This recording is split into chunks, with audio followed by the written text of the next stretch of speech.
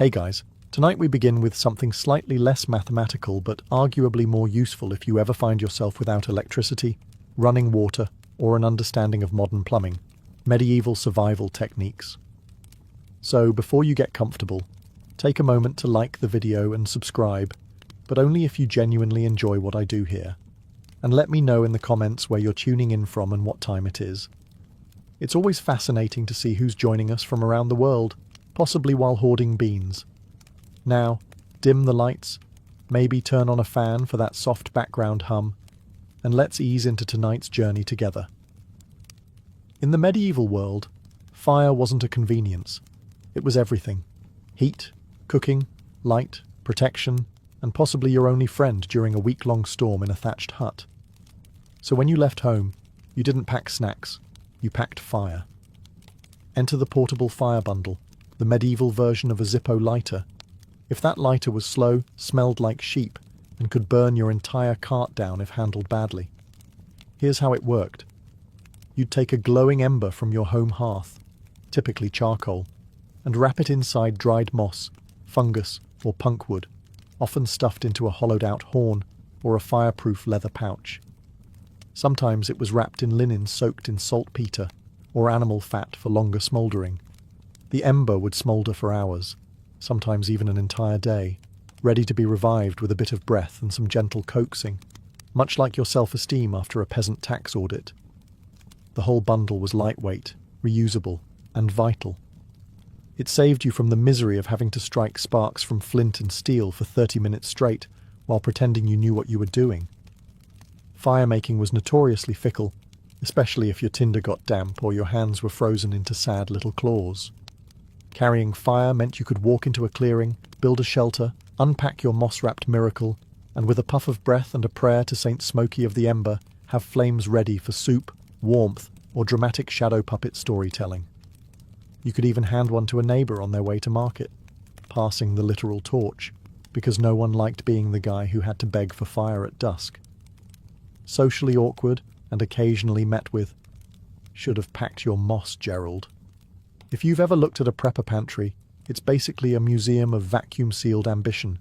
Jerky, beans, mystery cans from 2011, and enough freeze-dried stroganoff to survive a small apocalypse and still complain.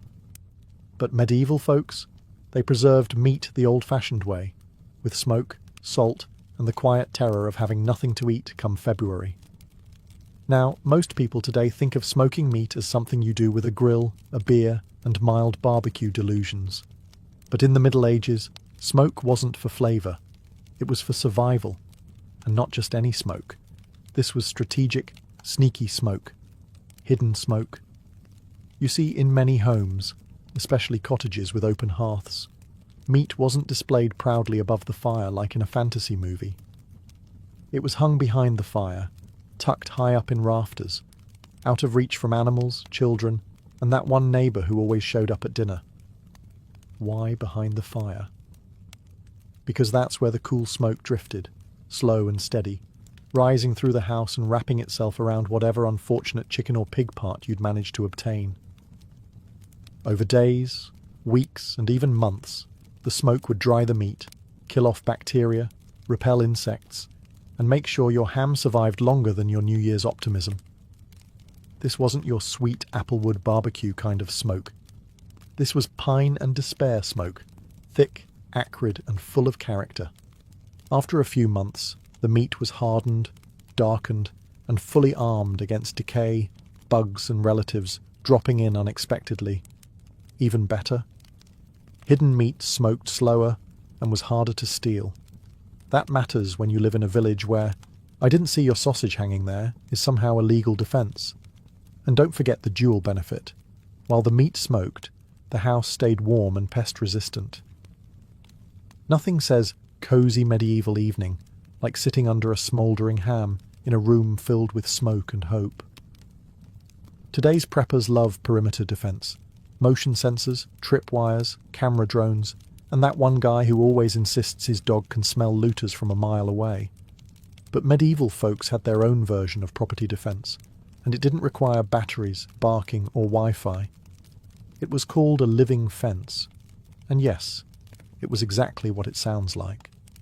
Imagine trying to keep your cows in and your neighbour's children out without using lumber, nails, or yelling. The solution? Grow your wall. Living fences, also called hedgerows, were created by planting fast-growing bendy trees like willow, hawthorn, hazel, or blackthorn close together. As they grew, you didn't just let them shoot upward like overachieving weeds.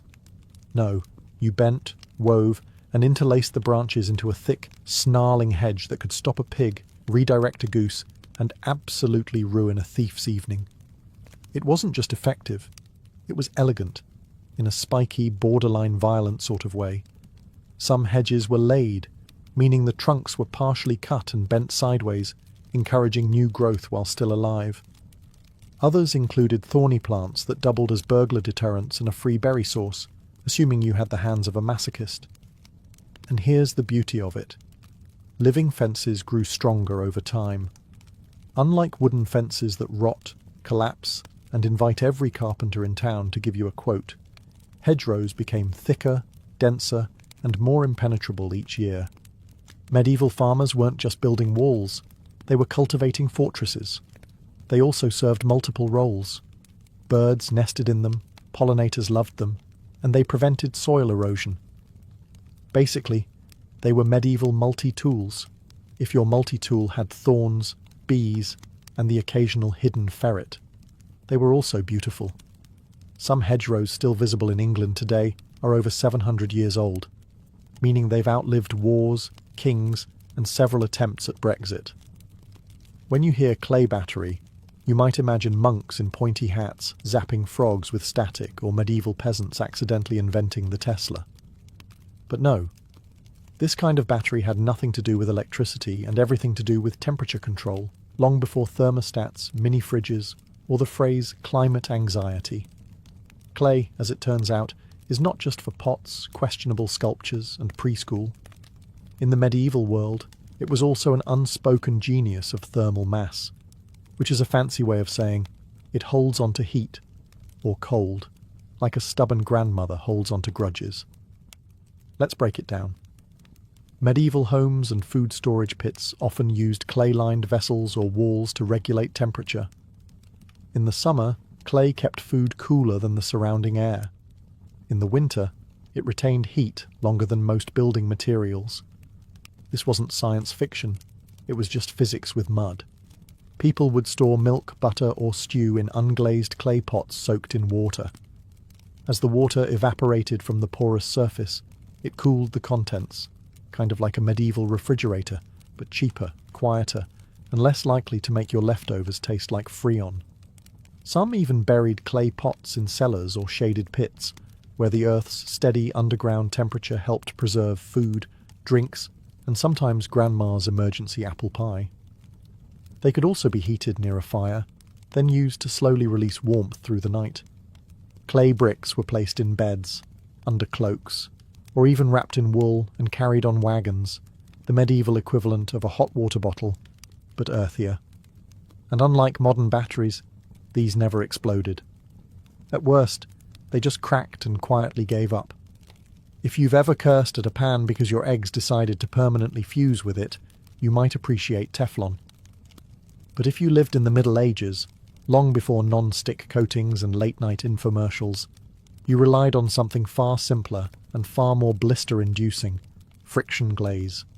Yes, medieval folks actually polished their cookware by hand to create a smooth, semi-resistant surface that helped reduce food sticking. It wasn't magic, and it wasn't perfect, but it worked surprisingly well, especially if your expectations were already shattered by a lifetime of cabbage-based disappointments. Here's how it worked. Pottery, especially cookware, was usually made of coarse clay, which is about as non-stick as sandpaper. But by rubbing the still damp pots with smooth stones, bone tools, or even hard wood, they compressed the surface, aligning particles and sealing pores. This painstaking polishing created a subtle shine known as a burnished glaze. Imagine someone spending half a day massaging a soup pot like it owes them money. That's friction glaze.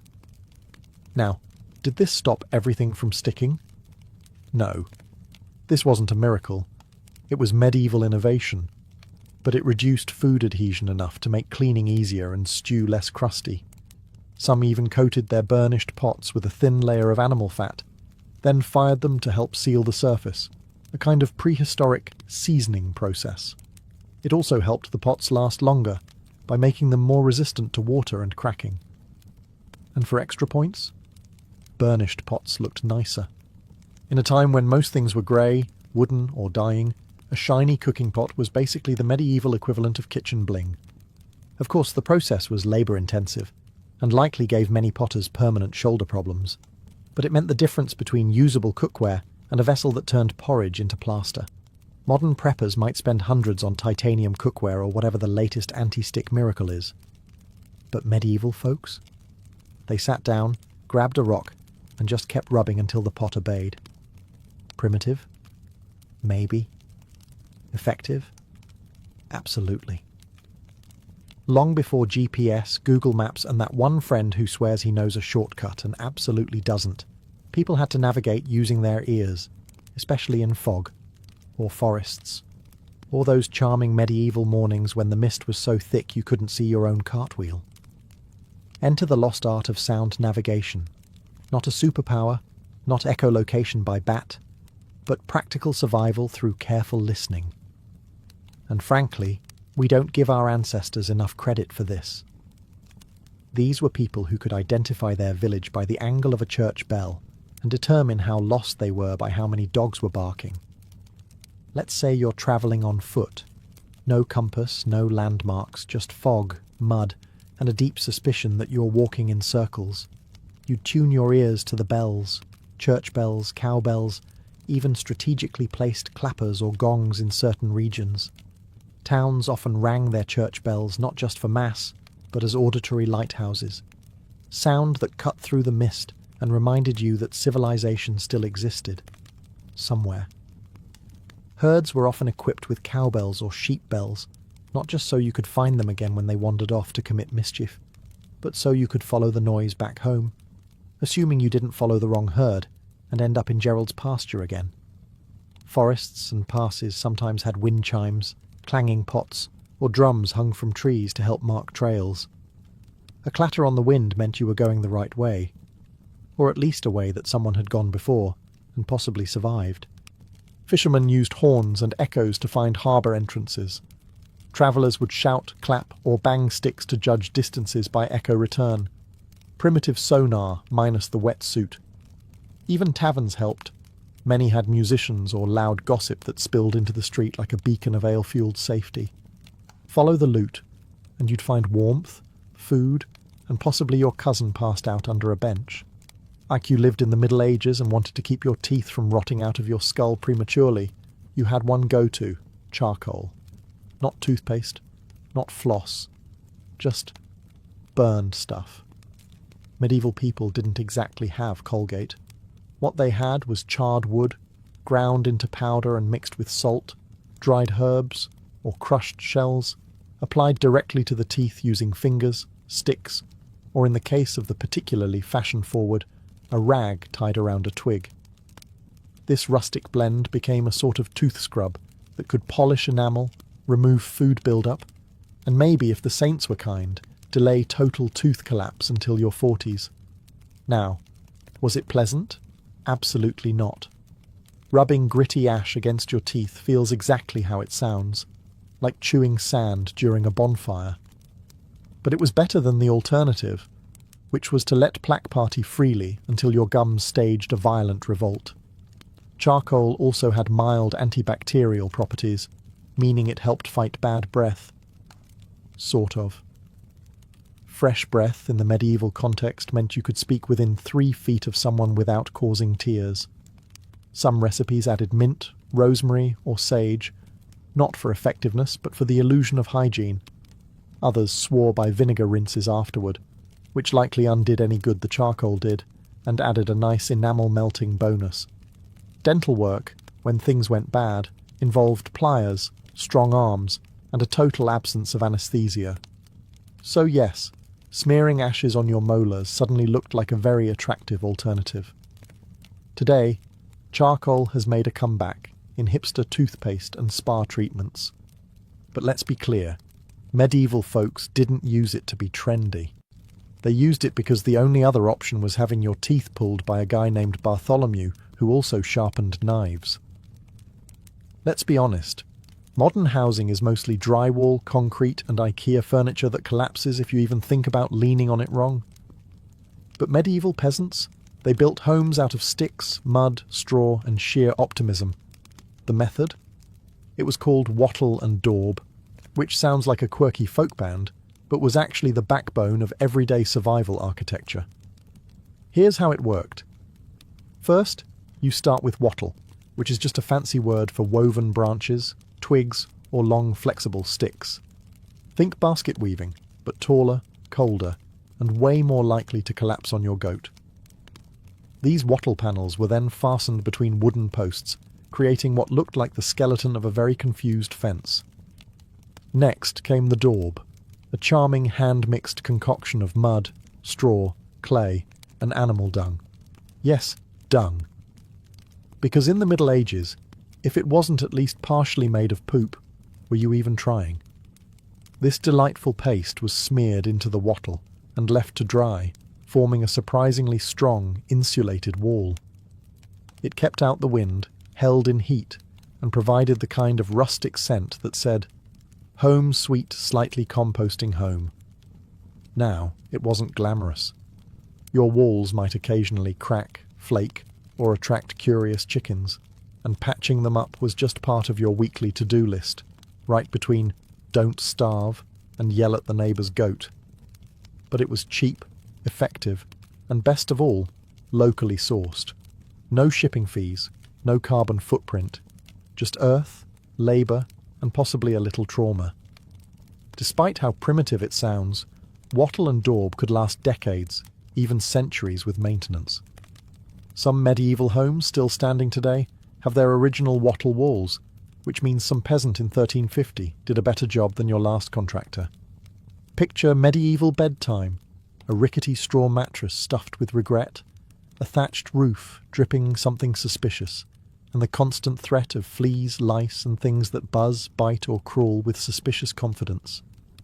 Enter the surprisingly elegant solution: herb-laced bedding, a rustic blend of aromatherapy and pest control. Invented not because they were fancy, but because medieval peasants didn't want to wake up as a banquet for parasites. You see, stuffing your mattress with plain straw was just asking for company, the itchy, twitchy, blood-sucking kind. So instead, smart households mixed in strong scented herbs like lavender, mint, wormwood, pennyroyal, and rosemary. Not for luxury, for defence. These herbs were nature's medieval bug spray. Their strong scents repelled fleas, lice, and mosquitoes, and occasionally your spouse. Some herbs, like tansy or rue, were even believed to keep away demons. Conveniently, they also kept away nosy in-laws. The result? A bed that smelled like a suspiciously pleasant salad and kept the Crawleys at bay, for a few nights at least. After that, you had to refresh the herbs, or risk being scratched awake by a tick with anger management issues. It didn't stop at mattresses either. Herbs were strewn across floors, woven into door frames, and hung in bunches over beds. Basically, if you could shove a sprig of wormwood into it, you did. It turned homes into slightly terrifying apothecaries, but cleaner, safer, and better smelling than the neighbour's goat barn. In an age before bug nets and DEET, this was brilliant. Entire manuals were written on which herbs worked best. Some people even believed that dreams were sweeter when you slept on lavender. Science? Questionable. But if it made you forget the damp ceiling and the fact your pillow was a sack of oats, then bless it. Long before the age of refrigerators humming in the kitchen and light-up freezer drawers filled with forgotten peas, medieval folks had to get creative to keep their food from turning into science experiments. Enter the marvel of passive preservation. Stone cooling shelves, also known as slab shelves, larders, or, to put it simply, that cold rock we put the cheese on. Here's how it worked. Thick slabs of stone, often slate or marble if you were fancy, were built into the shaded walls of homes, particularly on the north-facing side where the sun rarely touched. These stone shelves absorbed the naturally cooler temperatures of the earth and surrounding air, creating a sort of ambient cold zone, basically a medieval version of a mini-fridge, but with less noise and more spiders. In cooler months, they kept milk, butter, meats, and whatever passed for leftovers from spoiling too quickly. Even in warmer weather, the stone remained cooler than the air, thanks to its thermal mass, which is science speak for rock doesn't care how hot it is outside. No cords, no motors, no light bulb to shame you at 2 a.m. Just stone, shade, and sheer hope. Some homes even had entire stone pantries or cold rooms with thick walls and earthen floors. These were precursors to modern root cellars, and they were usually located as far away from the cooking fire as possible, because while medieval people loved hot soup, they didn't want it slowly heating their butter storage. In wealthier households, these shelves could be lined with damp cloths or porous jars filled with evaporating water to enhance the cooling effect. A clever use of physics without ever uttering the word evaporative. In poorer homes, it was just put the milk on the cold slab and hope it doesn't curdle before lunch. These days, if you twist an ankle or get stung by a bee, you reach for an ice pack, painkillers, or maybe a gel that promises cooling relief and delivers mild regret. But in the Middle Ages, when medicine often involved leeches or someone whispering Latin over a goat horn, people had a more accessible, less terrifying option. Cabbage leaves. Yes, cabbage. The humble vegetable known today for ruining school lunches and making boiled dishes smell like despair, once played a starring role in medieval first aid. Cabbage leaf dressings were used for everything from swelling and bruises to mastitis, joint pain, and the occasional plague-adjacent mystery rash. The logic? Simple. Cabbage is cooling, flexible, and slightly antimicrobial. A natural compress that came pre-wrapped in its own leafy packaging. You'd take a large, preferably cold cabbage leaf, crush it slightly to release the juices, and then wrap it around the injured area, often securing it with linen or a bit of wishful thinking. The effect was surprisingly soothing. The leaves' cool moisture helped reduce inflammation, while the natural compounds, including sulfur, flavonoids, and enough farm smell to keep relatives at arm's length, did the rest. Some healers would warm the leaves instead, depending on the ailment. For chest congestion or sore joints, a heated cabbage poultice was the medieval equivalent of Vicks Vapo Rub, only leafier and less minty. And unlike many treatments of the era, it didn't involve bloodletting or chanting under the moon. It was simple, repeatable, and didn't require a trained monk or a full moon sacrifice. Just a cabbage and a bit of patience. Of course, in lean times, those same leaves might end up in your soup pot once you were done using them, which adds a whole new level of appreciation for medieval resilience. And stomachs made of iron. Before electricity, candles, or the smug glow of a solar-powered lantern, medieval people had to get creative about keeping the darkness at bay. And when torches were expensive and candles were for churches or the rich, everyday folks turned to something cheaper, smellier, and weirdly effective. Rushlights, also known as bacon torches for the budget-conscious. So what exactly is a rushlight? Imagine a long, thin reed or rush plant, commonly found in marshy areas, so basically everywhere you didn't want to walk barefoot. These rushes were dried, peeled, and then soaked in animal fat, usually bacon drippings, mutton tallow, or anything vaguely greasy and not immediately needed for dinner. The result? A slow-burning, semi-flammable wick that could be propped up in a metal clip and lit like a candle. The light wasn't exactly romantic. It sputtered, smoked, and had all the charm of a bacon-scented fire hazard.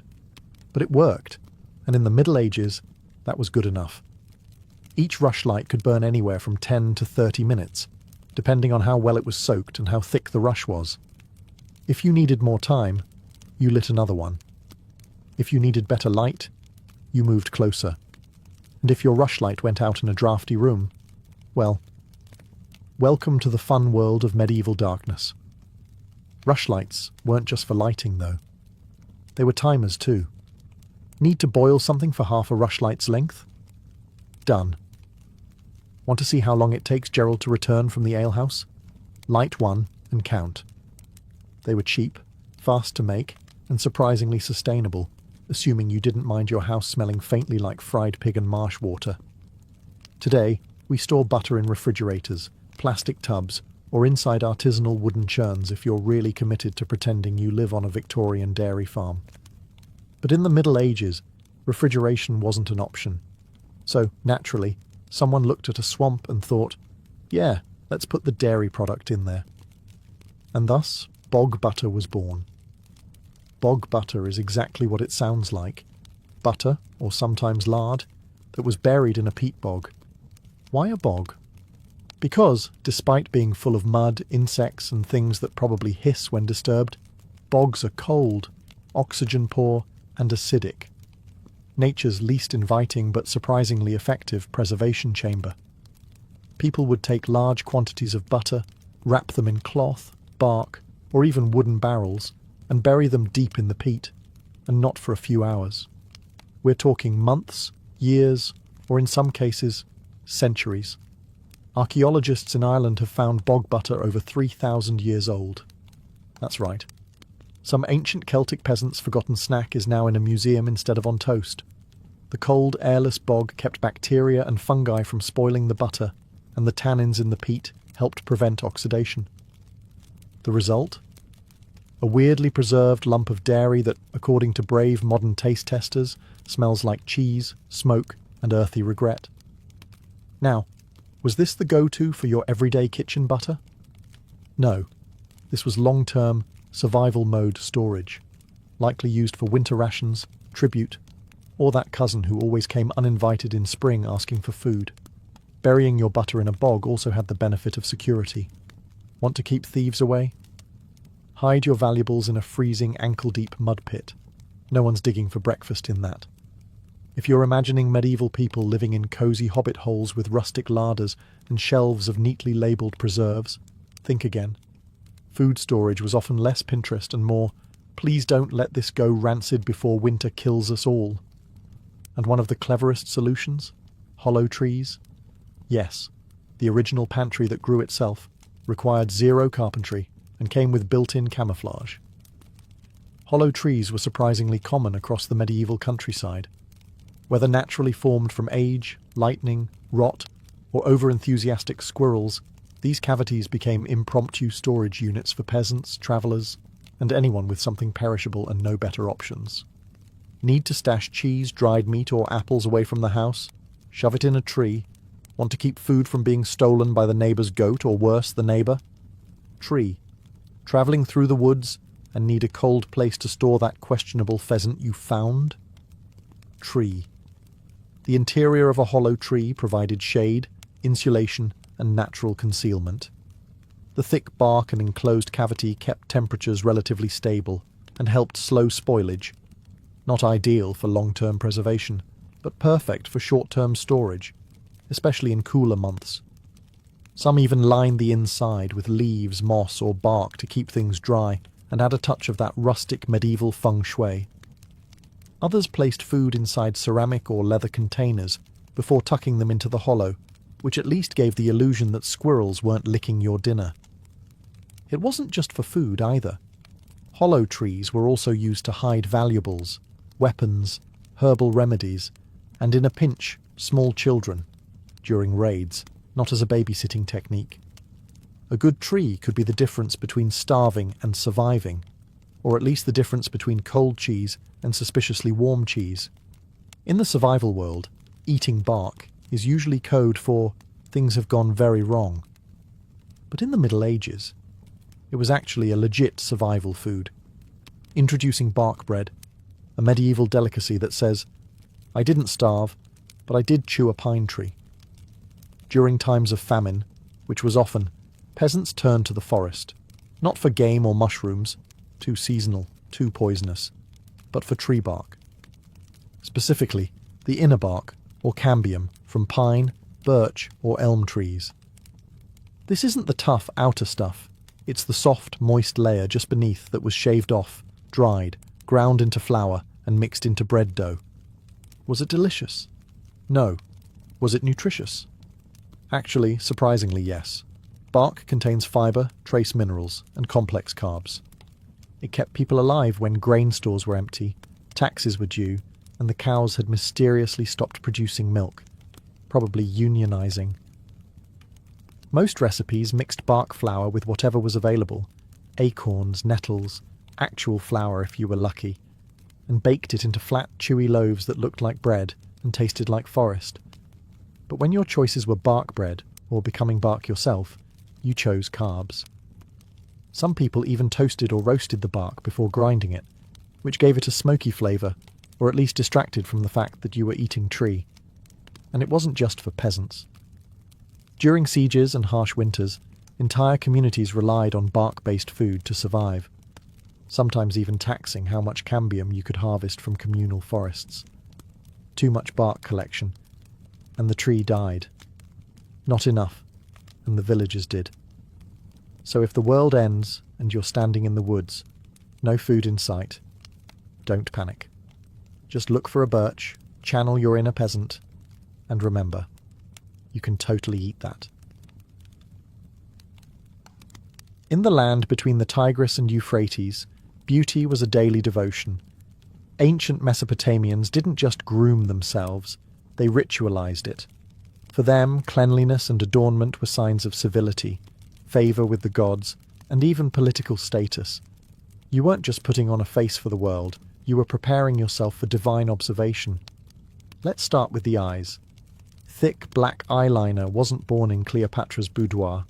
It was thriving centuries earlier in Sumer. Both men and women painted dramatic lines using kohl, a powdered concoction of lead, copper ore, and antimony. While this might horrify modern dermatologists, they believed it protected them from evil spirits, and, more practically, from the desert sun's glare. Their skin care routine would make modern influencers pause. Crushed semi-precious stones were mixed into oils to exfoliate and brighten the skin. Mud from the riverbanks, full of minerals, was smeared onto the body in thick, cooling layers. After it dried, it was gently scraped off, leaving the skin smooth and luminous. Yes, the first clay masks were less spa day and more ancient science.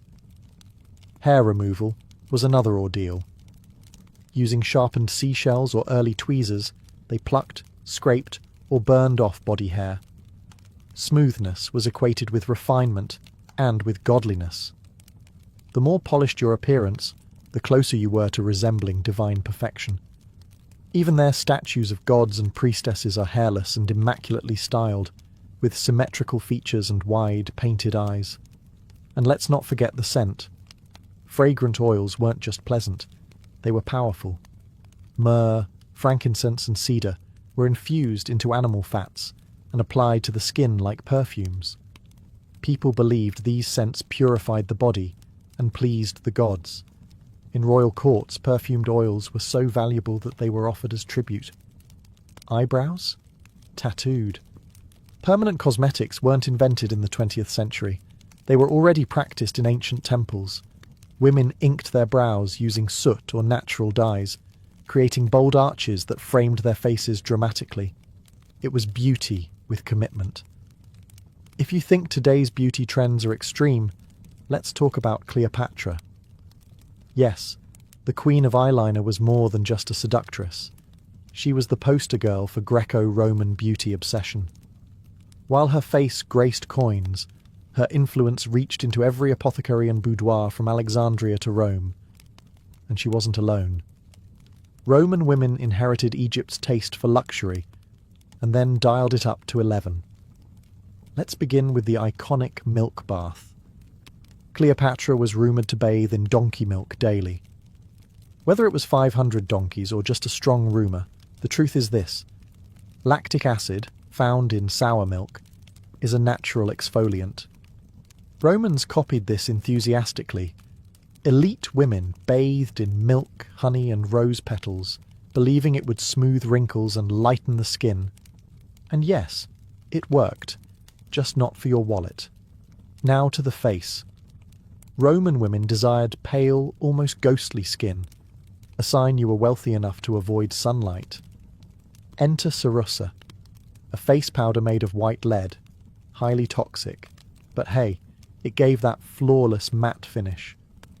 Women applied this daily, layering it on thick over the cheeks and forehead. Over time, it caused sores, hair loss, and in some cases, death. But looking like a goddess, worth it. Rouge and lip stain were made from red ochre, crushed beetles, or mulberry juice. The more vivid your lips and cheeks, the more youthful and seductive you appeared. For eyeliner and eyebrows, soot mixed with animal fat did the trick. And if your eyebrows weren't naturally bold, no problem, just draw them on. Or better yet, tattoo them, just like in Mesopotamia. Hair was another battlefield. Roman women curled their hair into intricate styles using heated metal rods, long before your grandmother's curling iron. They dyed it using herbs, ash, or even fermented leeches. Yes, seriously, for that fashionable blonde look. Wigs made from German slave hair were common among elite Roman women trying to show off their wealth and style. And perfume? An empire in itself. Romans were addicted to scent. Oils infused with saffron, cinnamon, and roses were rubbed into every crease of the body. Bathhouses smelled like botanical gardens dipped in musk. In ancient China, beauty wasn't flashy, it was philosophical. Where Rome chased glamour, the Chinese aesthetic prized balance, harmony, and inner key. But don't mistake subtlety for simplicity. The beauty rituals of dynastic China were just as rigorous, deeply spiritual, and sometimes shockingly intense. Start with the skin. Chinese beauty standards revered a pale, porcelain-like complexion, not because they feared the sun, but because fair skin symbolized nobility and leisure. Peasant women worked the fields under harsh sunlight. Aristocratic women? They stayed indoors and preserved their complexions like priceless scrolls. White lead powder, ground pearl, and even powdered rice were common ingredients. It wasn't just makeup, it was medicine too. Many formulas were designed by court physicians and believed to boost qi or prolong life. But the real star of ancient Chinese skincare was jade. Jade rollers, which TikTok made trendy again, were used centuries ago by Han Dynasty women. Cool to the touch and symbolically connected to immortality, jade tools were rolled across the face to promote circulation, reduce puffiness, and maintain youth. Even emperors were known to keep jade pillows, believing the stone would draw toxins from the skin while they slept. Eyebrows were serious business. Women shaped and painted their brows to reflect fashion and politics. In some dynasties, long swooping brows were in vogue. In others, short and upward tilted lines dominated. Ink made from burnt willow or charcoal was applied with brushes made from rabbit fur. Some trends even encouraged removing natural brows altogether and redrawing them higher on the forehead, achieving a more heavenly appearance. Lips were tinted with a blend of cinnabar and animal fat, sometimes mixed with beeswax. Rouge, made from safflower petals, was dabbed on cheeks in small circles. And beauty marks? They weren't accidental. Some women painted tiny black dots near their lips or eyes, considered flirtatious symbols of charm and mystique. Hair care was a daily ritual. Women used fermented rice water and camellia oil to wash and nourish their hair, which they often grew down to their knees. Elaborate updos, held in place with jade pins and golden combs, weren't just about style. They were a declaration of status, elegance, and cultural refinement. To the ancient Chinese, beauty wasn't loud or lethal. It was meditative, disciplined, and symbolic. It was artful restraint paired with quiet power, written not in words, but in the soft glow of powdered faces and the curve of a perfect brow. If ever there was a time when beauty killed, literally, it was the Renaissance. In the courts of Italy, England, and France, women weren't just enhancing their appearance, they were slowly poisoning themselves in pursuit of perfection. The goal? A glowing, alabaster white face with blood-red lips and high, delicate brows. The method? A chemical cocktail that would terrify a modern dermatologist. Let's start with the most infamous, Venetian ceruse. This was a luxurious face paste made from white lead and vinegar. It gave a smooth, bone-white finish, hiding blemishes and wrinkles. Queen Elizabeth I wore it religiously. Under candlelight, it gave a luminous glow that made skin look porcelain. But the downside: skin corrosion, paralysis, tooth decay, and, eventually, death. It was the Renaissance equivalent of a slow-drip time bomb. But wait, there's arsenic too. For women who wanted to brighten their complexion or lighten freckles, arsenic wafers were sold as miracle pills. Swallowing small doses supposedly gave the skin a translucent look. It also caused vomiting, kidney damage, and internal bleeding. But beauty waits for no one, not even your liver. Eyebrows were plucked into thin arches, or removed entirely. A high, rounded forehead was fashionable, so women sometimes shaved their hairlines an inch or two to create the illusion of a larger brain, and therefore higher virtue. Balding was rebranded as high status. Cheek colour came from crushed berries, cochineal bugs, or vermilion. Lips were painted with similar mixes. Some women used mercury-based red dyes, which added a seductive pop of colour and irreversible nerve damage. Flushed cheeks were not just pretty, they indicated youth and vitality, something aristocrats cherished in an era of short lifespans. And the smell? Cloying. Fragrances made from ambergris, musk, and civet were worn not just for allure, but to mask the unwashed reality beneath layers of toxic cosmetics. After all, bathing was still viewed with suspicion in many parts of Europe. Hair? Golden locks were ideal, especially in Italy. Women bleached their hair using mixtures of sulfur, soda, and lemon juice. Then sat in the sun wearing wide-brimmed hats with the tops cut out to expose only their hair. It worked, but also fried their scalps. Long before modern skincare touted natural as a buzzword, ancient India had already written the manual. And it wasn't just skincare, it was Ayurveda, the science of life. Indian beauty rituals weren't isolated routines. They were extensions of spiritual wellness, diet, and inner balance.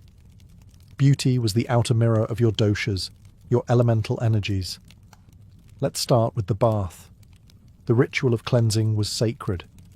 Women of the Vedic period bathed in turmeric-infused water or milk, followed by exfoliation with ubtan, a paste of chickpea flour, sandalwood, turmeric, milk, and rose water. It brightened the skin, slowed aging, and purified energy. No parabens, no microplastics. Just ingredients from the kitchen that doubled as sacred medicine. Hair was a crowning glory. Coconut oil, amla, Indian gooseberry, and hibiscus were infused into warm oils, massaged into the scalp to stimulate growth, calm the mind, and ward off premature greying. Thick, waist-length hair wasn't just an aesthetic. It was a marker of vitality and femininity. Hair oiling sessions were communal, intimate, and meditative. Kajal, the black eyeliner still used across India today, had spiritual roots. Made from soot and ghee, it was believed to protect from the evil eye. Mothers would apply it not just to themselves, but to their babies as a shield against negative forces. But it also framed the eyes beautifully, giving them the depth of ancient poetry. Fragrance? Entire cities like Kannauj became famous for distilling attars, perfumes made from flowers like jasmine, rose, and vetiver. These oils were rubbed onto the skin, used in hair, and even mixed into bath water. Their purpose wasn't just seduction, but spiritual clarity. Scents helped align the senses with the divine. Lip and cheek tints came from beetroot, saffron, and crushed rose petals. And teeth? Cleaned with neem sticks and charcoal long before plastic toothbrushes arrived. Even dental hygiene was a ritual, timed with moon cycles and linked to doshic balance. Perhaps most unique was mehendi, henna. Used to decorate hands and feet, especially during weddings, henna wasn't just cosmetic. It cooled the body, lowered stress, and signified joy, fertility, and transformation. Every swirl in the design told a story.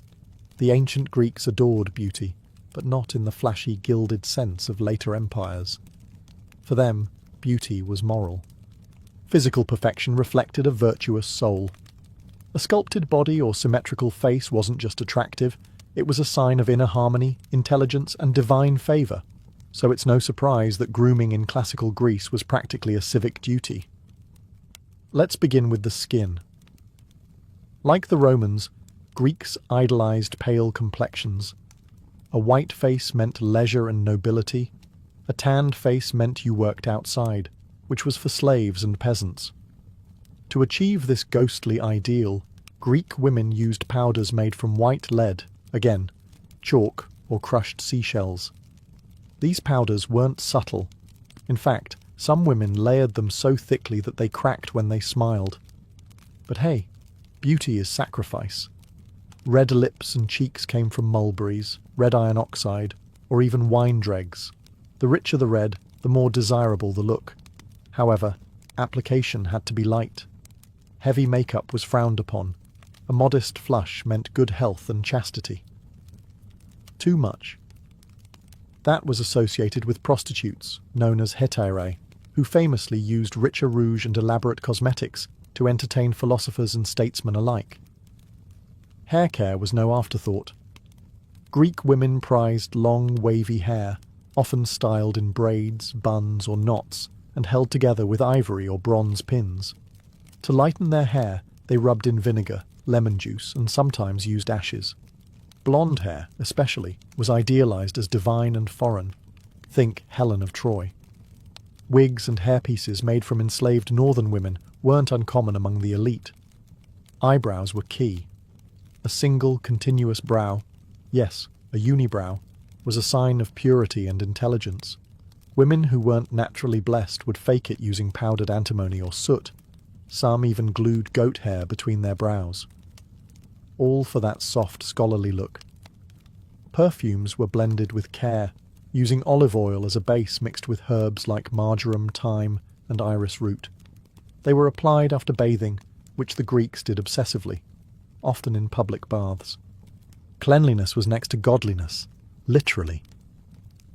In the jungles and highlands of Mesoamerica, beauty wasn't soft, and it definitely wasn't subtle.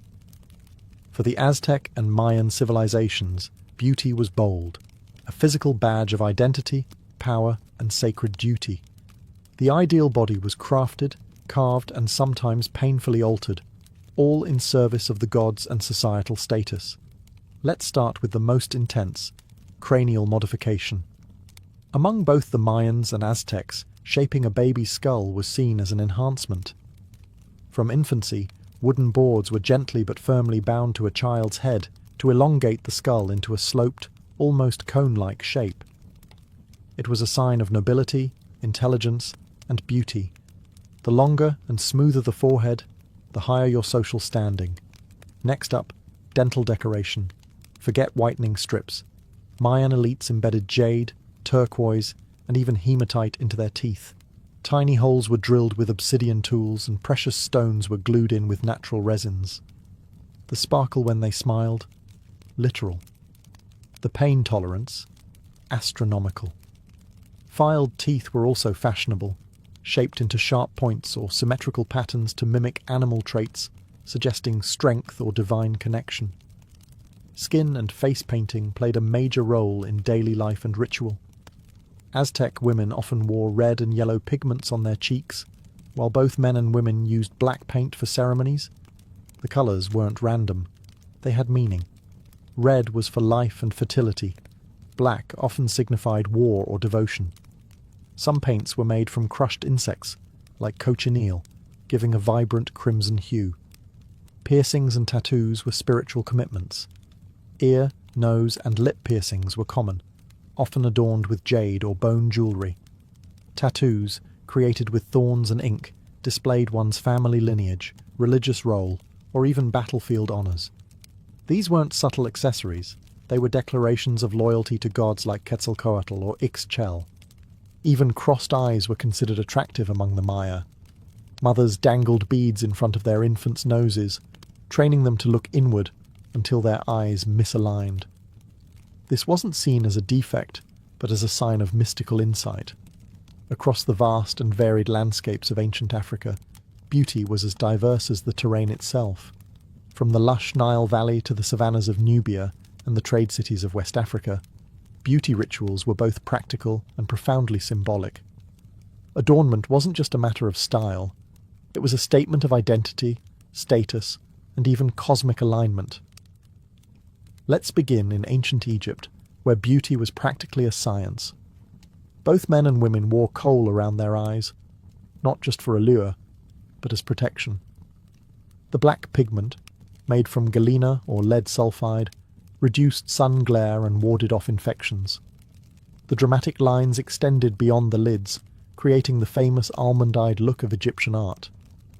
Eyes weren't just mirrors of the soul, they were sacred instruments, channels to the divine. Perfume was a luxury and a necessity. Egyptians loved scent so much that they created perfume cones, wax cones infused with myrrh, cinnamon, and lotus oil that were worn on the head during ceremonies. As the cone melted in the heat, it released fragrance, coating the hair and body. Daily hygiene included scented oils after bathing, often applied with stone or alabaster jars that were art pieces in themselves. Skincare was rooted in both beauty and climate survival. Palm oil, shea butter, and castor oil were used to protect the skin from harsh sun and dryness. These oils weren't just moisturizing, they were medicinal. Mixed with herbs, they healed wounds, soothed rashes, and preserved the skin's glow. Body scrubs were made from sand or crushed seeds, keeping skin exfoliated and clean long before loofahs were invented. In Nubia, hairstyles were central to identity. Elaborate braids and shaved patterns told stories of tribe, age, and marital status. Hair was often dyed with henna, or decorated with beads, shells, and gold threads. A towering styled coif was more than fashionable. It was regal. Further west, in ancient Yoruba or Songhai territories, body painting using indigo and ochre pigments played a role in rituals and celebrations. Tribal markings, either scarified or painted, were not seen as blemishes, but beauty enhancements and markers of strength and heritage. Beauty has always demanded something in return: time, effort, money. But in the ancient world, it could also demand your health, your sanity, and even your life. Across civilizations, the pursuit of perfection often crossed into dangerous territory. While these rituals were admired and even worshipped, they sometimes left scars far deeper than the cosmetic. We've already seen the chilling ingredients: lead, arsenic, mercury, and crushed insects, all used in makeup and skincare. What these substances had in common was toxicity. Lead face powders, used in Rome, Greece, and later Renaissance Europe, caused hair loss, muscle paralysis, and slow organ failure. And yet, the paler your skin, the higher your desirability. It was a poison wrapped in a compliment. In ancient China, women of the elite class once bound their feet from an early age in pursuit of the so-called lotus foot, an ideal that symbolized grace and obedience. Though foot binding became more dominant during later dynasties, early iterations of similar practices already existed. The result was permanent deformity. But it wasn't considered cruelty, it was considered beauty. Let's not forget the ritualized pain of tattoos, piercings, and body modifications. For the Maya and Aztecs, inserting jade into your teeth or reshaping your skull was seen as a mark of honor, but the risk of infection, pain, and permanent damage was high. Likewise, in ancient African and Middle Eastern cultures, scarification was a sign of strength and beauty, but involved cutting intricate patterns into the skin, often without antiseptics. Even perfumes could be dangerous. In Egypt, perfume cones often included ingredients like cinnamon oil, which in high concentrations can burn the skin. And since bathing with water was a luxury, heavy oils could trap dirt and bacteria, leading to infections. Cosmetics and treatments weren't regulated or standardized. One person's beauty secret was another's slow demise. And since many rituals were passed down by word of mouth or inscribed in secretive texts, Misinformation was as common as vanity itself. In every culture, the pursuit of beauty reflected the values of the time: power, divinity, nobility, virtue. But the cost? It was often paid in silence. The scars were hidden beneath powders, perfumes, and elaborate hairstyles. Long before Monopoly ruined family dinners, the people of ancient Mesopotamia were already obsessed with board games, especially one called the Royal Game of Ur. Discovered in the 1920s by British archaeologist Sir Leonard Woolley in the Royal Cemetery of Ur, this game dates back over 4,500 years. But it wasn't just some idle diversion tucked away in a dusty corner. It was sacred, symbolic, possibly even cosmic. The game's board itself is a masterpiece, a small rectangular box with 20 decorated squares made of lapis lazuli, shell, and red limestone, inlaid in bitumen. Imagine something that looked less like a toy and more like a divine artifact. Players moved their pieces using tetrahedral dice, four-sided pyramid shapes, to race from one end of the board to the other. The goal? Get all 7 of your pieces off the board before your opponent. Sounds simple enough, but the deeper you look, the more layered it becomes. Some scholars believe the layout represents a spiritual journey, a metaphor for the soul's progress through fate and chaos. The middle squares were thought to be dangerous or magical, places of chance, protection, or divine judgment. In this view, winning wasn't just about luck. It was about navigating the cosmos wisely, like threading a needle through the will of the gods. And speaking of gods, yes, they were involved. Clay tablets from later periods describe how people used the game for divination. Scribes would consult dice throws and interpret them as omens, using the game as a sort of oracle. Think of it as ancient tarot by way of competitive backgammon. The Royal Game of Ur wasn't just played in temples or palaces. Versions of it have been found as far away as India and Egypt, suggesting it spread along trade routes and captivated multiple cultures. It may have been the first truly international board game, long before chess or checkers were even invented. For the ancient Sumerians, playing the Royal Game of Ur wasn't merely about killing time. It was about confronting fate, testing divine favour, and perhaps glimpsing the hidden structure of the universe. It was a game, yes, but also a ritual, a race, and a rehearsal for eternity. Senet wasn't just a board game, it was a passport to the afterlife. Played as early as 3100 BCE, Senet appears in tomb paintings, funerary texts, and even on the laps of pharaohs like Tutankhamun. To the ancient Egyptians, Senet wasn't merely for entertainment. It was a ritual simulation of the soul's journey through the underworld, where every move on the board could echo through eternity. The Senet board consisted of 30 squares arranged in 3 rows of 10. Each player had 5 or 7 pieces, and the object was to move them across the board and safely off the final square. The twist? Movement was determined by casting sticks or bones, which acted as rudimentary dice. But luck alone wouldn't win you the game. Strategy and timing were essential. What began as a casual pastime soon gained spiritual weight. By the New Kingdom period, around 1550 BCE, Senet had evolved into something far more than a household diversion.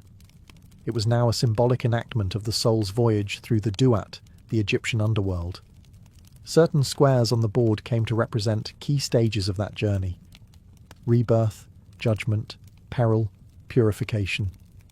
Each turn of the game wasn't just a gamble, it was an invocation of divine will.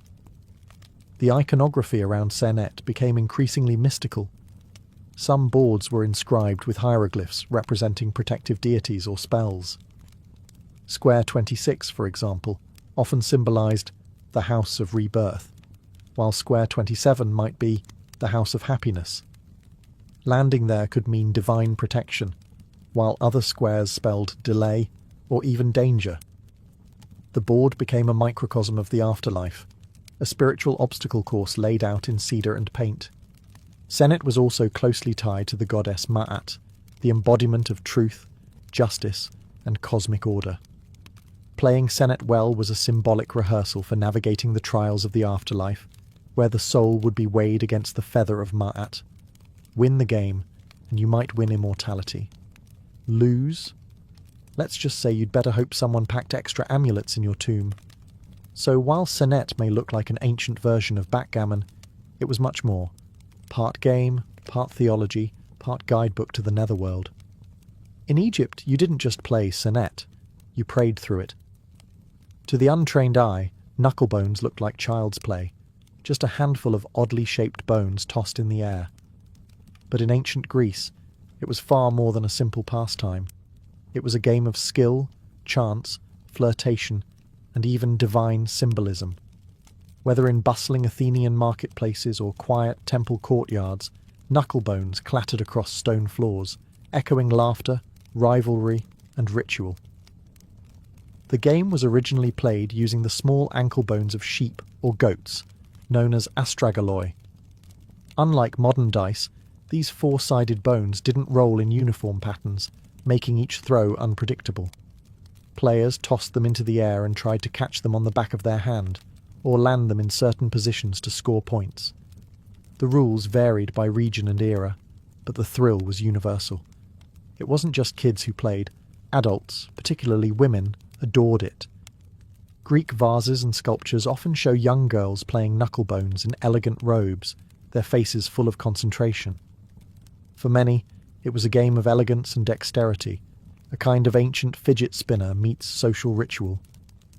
In fact, it was sometimes used as a courtship display, where a graceful throw might catch the eye of a passing suitor. But there was also something deeper. The astragaloi were often linked to fate and the gods. Each side of the bone had a name and a numerical value, which made them ideal for both gaming and divination. A good throw might be interpreted as a sign from the gods, perhaps even a message from Apollo or Hermes. And if you threw 4 of the same side? That was the coveted Venus throw, a win so perfect it was said to be touched by divine favour. The game also had strong ties to death and the afterlife. Knucklebones were often placed in graves as toys or tools for divination in the next world. Some believed spirits could play through them, or that they helped the dead predict the future. Eventually, the game evolved. Greeks began casting knucklebones made of bronze, glass and ivory. But the core appeal remained. It was easy to learn, hard to master, and steeped in mystique. In Greece, knucklebones were more than a game. They were flirtation, fate, and fun, all rolled into a single toss. If chess is war on a board, then ludus latrunculorum was Rome's declaration of battle. This ancient Roman game, often shortened to latrunculi or the game of little soldiers, wasn't just a way to pass time in a villa courtyard.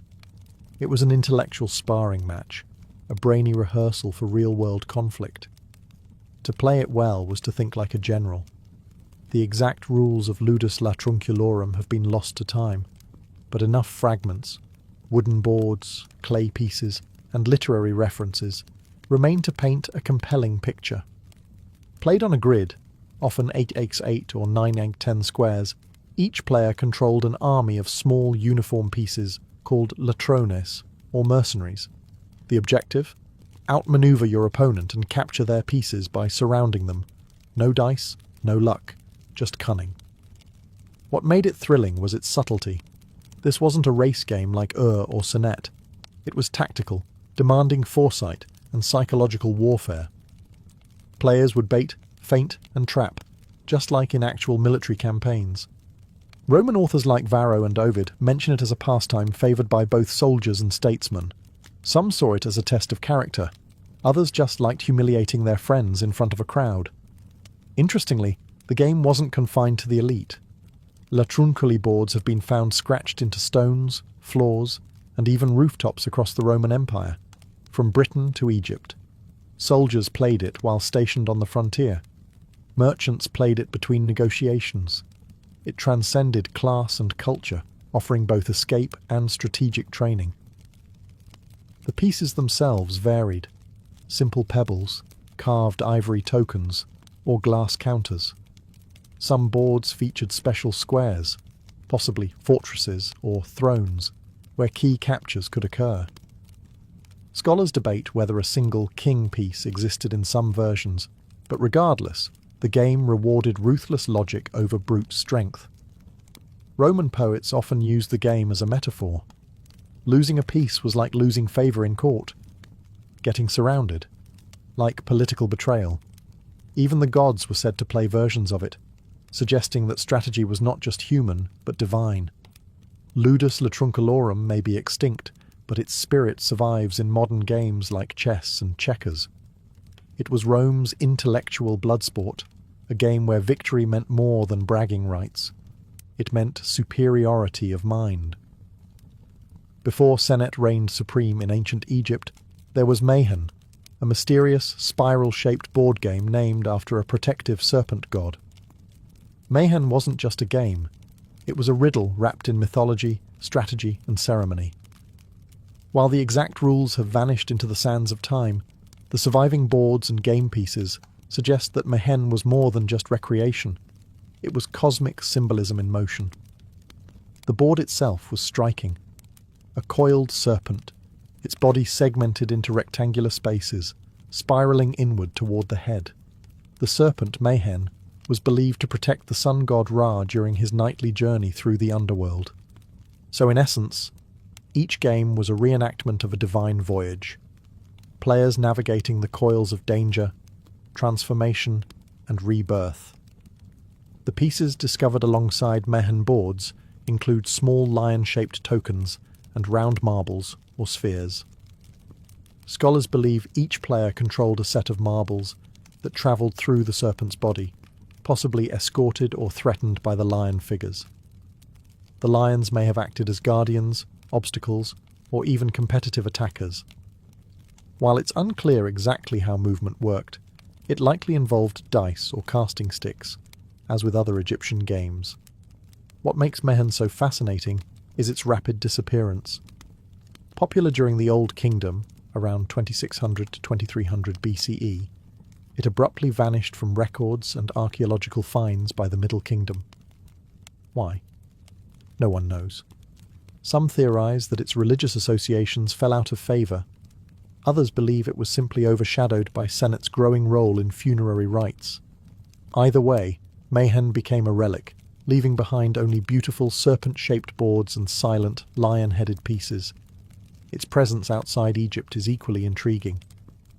Similar spiral boards have been found in Cyprus and the Levant, suggesting the game, or at least its imagery, travelled through trade or conquest. Did it retain its symbolic meaning in foreign lands? Or was it stripped of myth and reduced to a puzzle? The evidence doesn't say, but the mystery only adds to Mayhen's allure. In the end, Mayhen was more than a pastime. It was a walk along the divine spine of a serpent, a metaphor for protection, risk, and the eternal cycle of life and death. To play it was to enter a spiral, one where each move echoed with myth. Long before the Vikings wrote sagas or carved runestones, they played Tafel, a family of asymmetric board games that mirrored their brutal world of raids, sieges, and survival. From frozen longhouses in Norway to trading ports in Ireland, Tafel games were spread across the Norse world, sharpening minds as much as swords. These were not gentle pastimes. Tafel was warfare, distilled into strategy, deception, and calculated risk. The most famous version is Hnefatafl, or King's Table, played on a square grid that varied in size, most commonly 11x11 or 13x13. The asymmetry is the game's signature. One player commands a king and a small group of defenders in the centre of the board. The other controls a larger army of attackers on the edges. The king's goal? Escape to a corner square. The attacker's goal? Capture the king by surrounding him on all four sides. There are no dice, no luck, only logic, planning, and brute positional play. And just like in Viking raids, the odds are not even. The attackers outnumber the defenders 2-1, forcing the king's player to think like a desperate leader, constantly evading, redirecting, and outwitting the enemy. Tafel boards were often carved from wood, antler, or even stone, with intricate grid patterns and stylized playing pieces. Wealthier warriors might own versions made of glass or bone, with figures shaped like warriors kings, or dragons. The boards were portable, easy to carry on longships, and the rules, though regional, shared the same heartbeat: conflict. It wasn't just entertainment. Tafel trained Viking minds for real-world leadership and ambush tactics. It taught when to retreat, when to sacrifice, and how to think several moves ahead. In an age where alliances shifted like wind on the fjords, the ability to anticipate your opponent could mean the difference between glory and death. Tafel was so embedded in Norse culture that even Christian missionaries used it to connect with pagans, sometimes replacing the king piece with a bishop. But as chess spread into Scandinavia during the medieval period, Tafel began to fade, seen as a relic of the old gods. By the 12th century, it was nearly extinct, though echoes of it still survive in regional games like Tablet. In its prime, however, Tafel was more than a board game. It was a Viking battlefield, just quieter, cleaner, and played with bone instead of blood. In the grand courts of ancient India, amid elephants, incense, and sacred chants, a game was being played, not just for fun, but for fate. Pachisi, known as the national game of India, was more than just a pastime. It was a cosmic dance of karma, kingship, and calculated risk. With origins dating back to at least the 6th century CE, and possibly earlier, Pachisi was a favourite of emperors, especially the legendary Akbar the Great, who didn't just play it, he lived it. The game board is shaped like a giant cross, symbolising the 4 cardinal directions and the intersection of fate.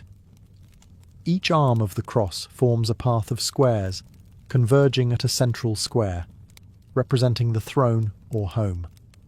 Players race their 4 pieces around the board, trying to return them all to the centre before their opponents. The twist? Movement is determined by throwing 6 or 7 cowrie shells, not dice. The number of shells landing open side up dictates the movement.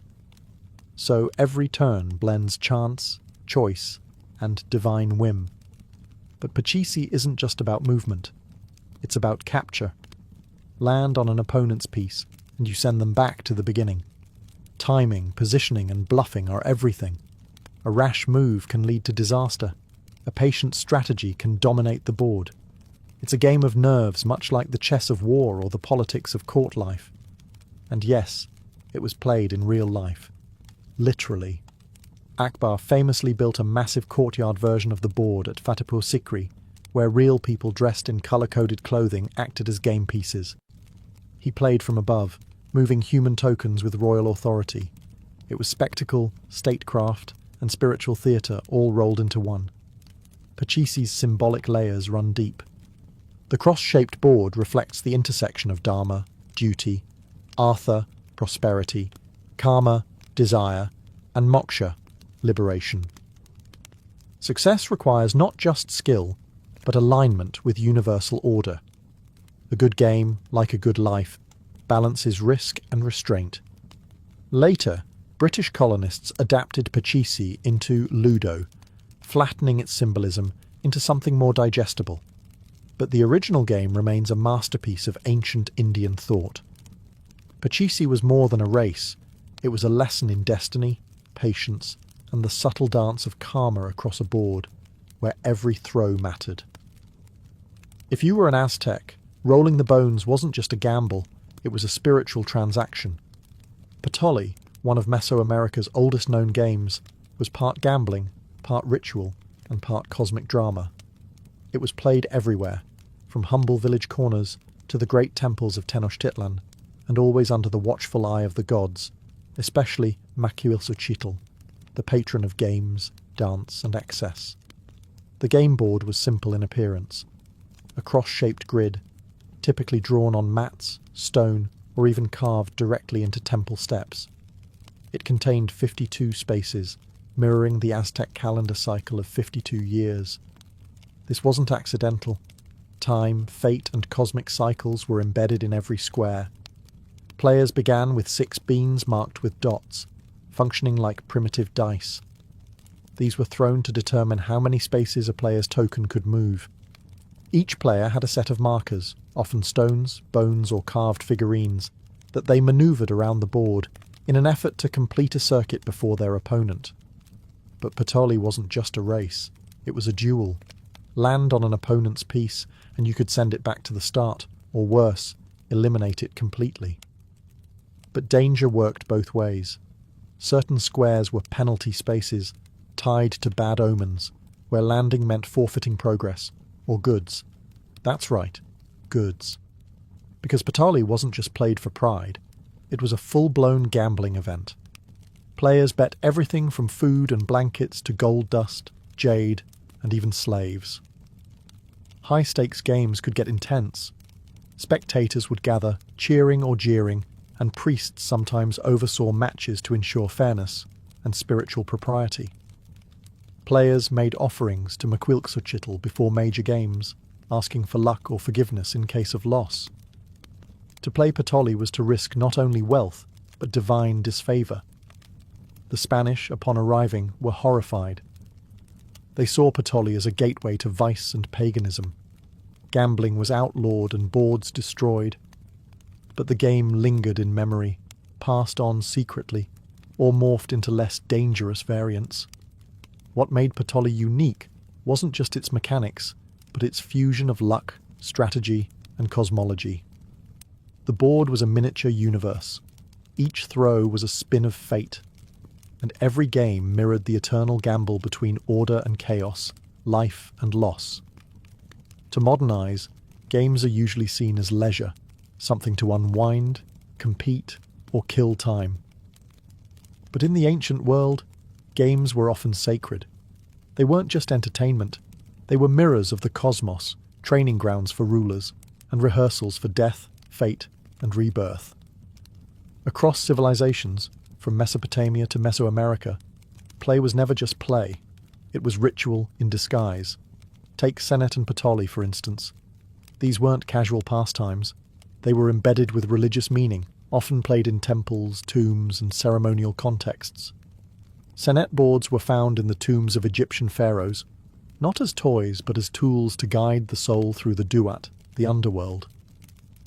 Winning a Senet game wasn't about outsmarting your opponent, it was about proving your spiritual readiness for the afterlife.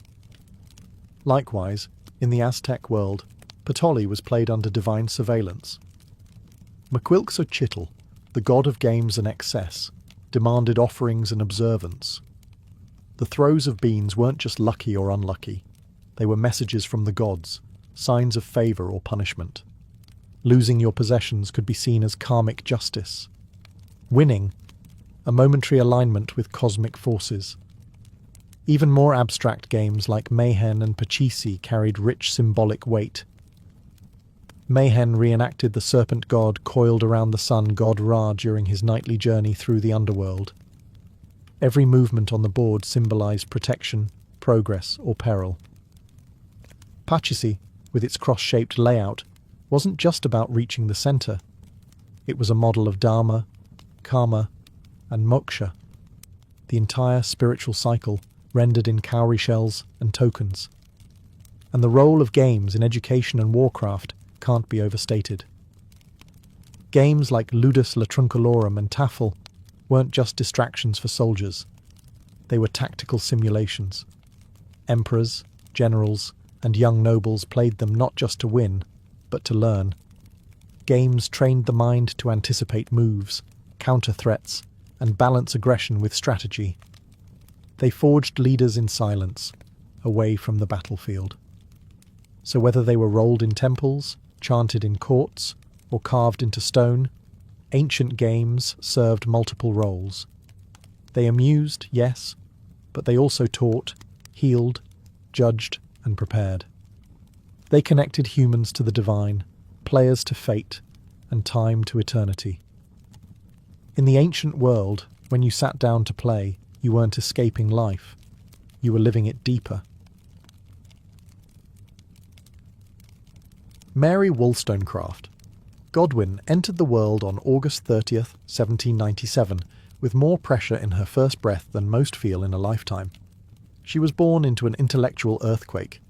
Her parents, Mary Wollstonecraft and William Godwin, were two of the most radical thinkers of their time. Her mother was the author of A Vindication of the Rights of Woman, a fiery feminist treatise that dared to argue women were rational beings worthy of education and equality. Her father was a political philosopher and novelist who rejected monarchy, organised religion, and traditional marriage. Together, they formed one of the most revolutionary unions in Enlightenment England. And then, 11 days after Mary's birth, her mother died. From the beginning, Mary's life was marked by brilliance and loss. Raised by her father in a house filled with books, ideas, and visiting radicals, she grew up surrounded by the ghost of a mother she never knew but whose voice rang through the pages of her writing. Her father did not hide these works. He encouraged Mary to read them. Her education was anything but ordinary. She absorbed Greek myths, science, poetry, philosophy, and history before most children had learned to write a paragraph. The garden became her classroom. Her thoughts were fed by the likes of Coleridge, Rousseau, and Voltaire. But the household was far from idyllic. William Godwin eventually remarried, and Mary's relationship with her stepmother, Mary Jane Clairmont, was cold and contentious. The new Mrs. Godwin favoured her own children and viewed Mary as a moody, defiant girl with too much imagination. Mary, for her part, despised the domestic expectations placed on her and found solace only in writing and dreaming. By age 10, she was scribbling her own stories. By 14, she was reading books most adults would fear to touch. She was not a girl built for embroidery and tea. She was a storm, quietly gathering strength. Mary's childhood, framed by the ideals of political revolution, personal freedom, and feminist rebellion, laid the foundation for a life unlike any other. Her origins were haunted by death, defined by genius, and forged in fire. She was not simply her parents' daughter. She was already becoming something stranger and far more powerful. Mary Shelley, the future mother of science fiction. In the summer of 1814, Mary Godwin, just 16 years old, did something that would ignite scandal across literary London. She ran away, but not alone. She eloped with the already married, wildly idealistic poet Percy Bysshe Shelley, a man 5 years her senior, who was both her father's admirer and his greatest disappointment. What began as a romantic rebellion would soon unravel into grief, exile, and artistic fire. Mary met Percy in her father's home, where the poet often visited to debate philosophy and pay homage to Godwin's writings. But it was Mary, not her father, who enchanted him. Quiet yet intense, she shared Percy's fascination with liberty, science, and the supernatural. They read together by her mother's grave in St. Pancras churchyard, where she would often retreat to be near the woman she'd never known. It was there, between headstones and candle-lit books, that their love story began. Their departure was abrupt and reckless. Mary, Percy, and Mary's stepsister Claire Clairmont left England and sailed across the Channel to France with barely a change of clothes and no clear plan. Percy abandoned his pregnant wife Harriet, a decision that would haunt all of them. The trio wandered through revolutionary France and Switzerland on foot, writing in their journals by day and sleeping in flea-bitten inns by night. Their money ran out quickly, forcing them back to England in disgrace. What followed was a spiral of hardship. Percy's creditors hounded them. Mary's father, once the voice of free love, shunned her, and the children began to die. Mary gave birth to a daughter who died within weeks. "Dream that my little baby came to life again," she wrote in her journal. "Awake and find no baby." Grief had entered her bloodstream, and it never left. Yet through the turbulence, Mary's mind sharpened. She was reading voraciously Greek myths, alchemy, galvanism, scientific theories about reanimation. She was living in exile, a radical woman in a conservative world. Her relationship with Percy was both intoxicating and exhausting. He was brilliant, erratic, emotionally distant, yet passionately supportive of her writing. Mary Shelley had become an outcast, but she was no victim. Her life, already overflowing with rebellion and heartbreak, was laying the groundwork for something extraordinary. And in just a few short years, on the shores of Lake Geneva, lightning would strike. In the summer of 1816, Mary Godwin, now Mary Shelley, found herself at the heart of one of literary history's most infamous vacations. She was in Switzerland, staying at the Villa Diodati by Lake Geneva with her lover Percy Shelley, her stepsister Claire Claremont, the notorious Lord Byron, and Byron's physician John Polidori. The weather was miserable. Thanks to the eruption of Mount Tambora the year before, the skies were choked with ash. Crops failed. Temperatures dropped. It became known as the year without a summer. Trapped indoors, the group passed the time telling ghost stories and discussing science, poetry, and philosophy. One night, Byron proposed a challenge. Each person should write their own supernatural tale. A creative storm began to brew, one that would change literature forever. Mary was just 18. Byron and Shelley were already celebrated poets. Polidori would go on to write The Vampire, a precursor to Dracula. But it was Mary, quiet and observant, who would shatter expectations. At first, she struggled to come up with an idea. Days passed. Then, during a conversation about galvanism, the use of electricity to reanimate dead tissue, something clicked. That night, Mary had a vision. In her words, "I saw the pale student of unhallowed arts kneeling beside the thing he had put together. I saw the hideous phantasm of a man stretched out." She had dreamed of a scientist, and the monster he brought to life. Thus was born Frankenstein, or the modern Prometheus. The novel wasn't just horror, it was a fusion of science, myth, and grief. Victor Frankenstein's obsession with creating life mirrored the age's fascination with scientific progress. The creature, shunned and unloved, reflected Mary's own feelings of abandonment and otherness. Themes of parenthood, isolation, and guilt bled onto every page, drawn from her losses and the chaotic men around her. When Frankenstein was published in 1818, it was anonymous. Many assumed Percy had written it. He had penned the preface. He was the husband. He was the man. But the truth couldn't stay hidden. The world would come to know Mary Shelley not only as the wife of a poet, but as the mother of science fiction. In one summer she had taken lightning, death, and her own sorrow, and made a monster that would never die. After the birth of Frankenstein, Mary Shelley's life didn't settle into literary triumph. Instead, it plunged deeper into sorrow. Death had always circled her, but in the years following 1818, it closed in relentlessly. Even as her creation began to walk in the public imagination, her own family began to vanish. Mary and Percy returned to England, where grief struck again. Their two young children, Clara and William, both died. Clara from dysentery in Italy, William from malaria shortly after. Mary was devastated. She had now lost 3 children in as many years. The pain was bottomless. She wrote, "I am not now in a state to be comforted." She isolated herself, her mind darkened by nightmares, and her health began to deteriorate. Yet amidst the sorrow, a glimmer of life emerged. In 1819, she gave birth to her only surviving child, Percy Florence Shelley.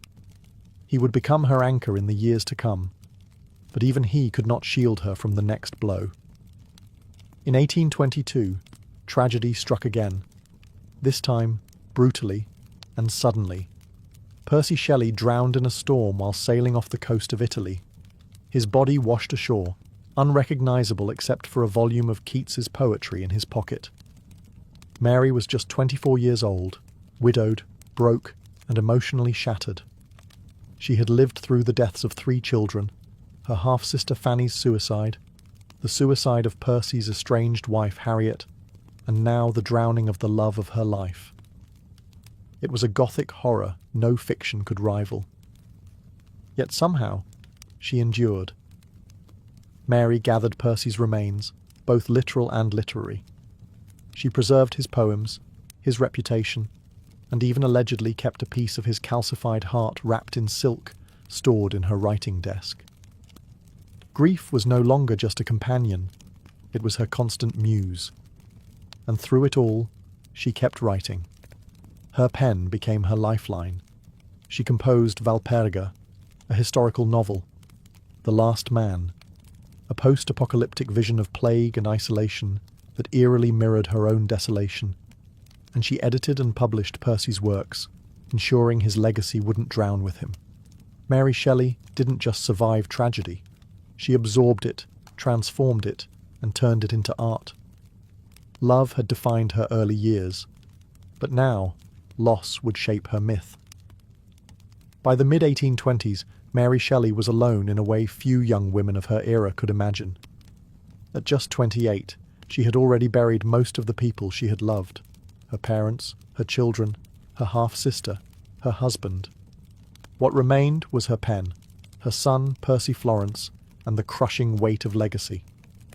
She was no longer the radical teenager who fled England for love. She was now a widow, a single mother, and a woman surrounded by ghosts. And yet she endured. Financially unstable, Mary relied on her writing to survive. But Victorian society wasn't kind to women who had lived too much. She was judged not only as a female author, but as the scandalous wife of a controversial poet. Publishers wanted her to be palatable, respectable. So she learned to navigate the literary world with care, balancing her radical past with the need to provide a stable life for her son. She wrote tirelessly. Novels like Perkin Warbeck, Lodore and Faulkner, each weaving themes of political exile, lost mothers, and moral conflict. They weren't as revolutionary as Frankenstein, but they reflected her evolving perspective, less idealistic, more grounded, and deeply introspective. She also produced biographies, travel journals, and countless editorial projects, including the monumental task of preserving and promoting Percy Shelley's poetry. She shaped his legacy with the same diligence she once used to shape her stories. But Mary wasn't simply a caretaker of memories. She remained intellectually sharp, politically engaged, and fiercely protective of her privacy. She rejected multiple marriage proposals. She refused to publish gossip or expose secrets. She maintained friendships with writers, philosophers, and publishers, but trusted very few. Her greatest devotion was to her son, Percy Florence. She ensured he received the best education, protected him from scandal, and gave him the quiet life she herself had been denied. In doing so, she created a version of stability that had eluded her for decades. Mary's later life was marked by physical illness, recurring headaches and paralysis in her right arm. But she never stopped writing, never stopped thinking, never stopped being the woman who had stared down grief and defied it with ink and paper. She was the last woman standing, not untouched by tragedy, but undefeated by it. Her life was no longer just a Gothic novel. It was an act of endurance. By the time Mary Shelley reached her 30s, she had become a quiet force in the literary world, not through loud acclaim, but through sheer persistence. She was no longer merely Percy Shelley's widow or the daughter of famous radicals. She was Mary Shelley, the author of Frankenstein, a novel that, over time, had begun to take on a strange life of its own. Frankenstein had first been dismissed by critics. Some saw it as a disturbing oddity, others assumed it had been written by her husband, but the public couldn't look away. By the 1830s, the story had already begun evolving beyond the page. Theatre adaptations sprang up across Europe, including The Popular Presumption, or The Fate of Frankenstein, which portrayed the creature as a mute brute, far from Mary's eloquent tragic original.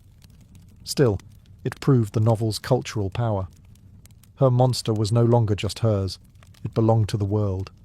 And with that came something extraordinary. A new genre was beginning to form. Frankenstein had unknowingly birthed science fiction. Long before Jules Verne and H.G. Wells, Mary Shelley had asked the terrifying question, what happens when man plays God? She had fused Gothic horror with Enlightenment-era science, threading human tragedy through speculative imagination. It wasn't just a horror story, it was a warning. Mary herself didn't claim to have invented a genre. In fact, she rarely called attention to herself at all. But scholars now regard her as the mother of science fiction, a title she earned not through intention, but innovation.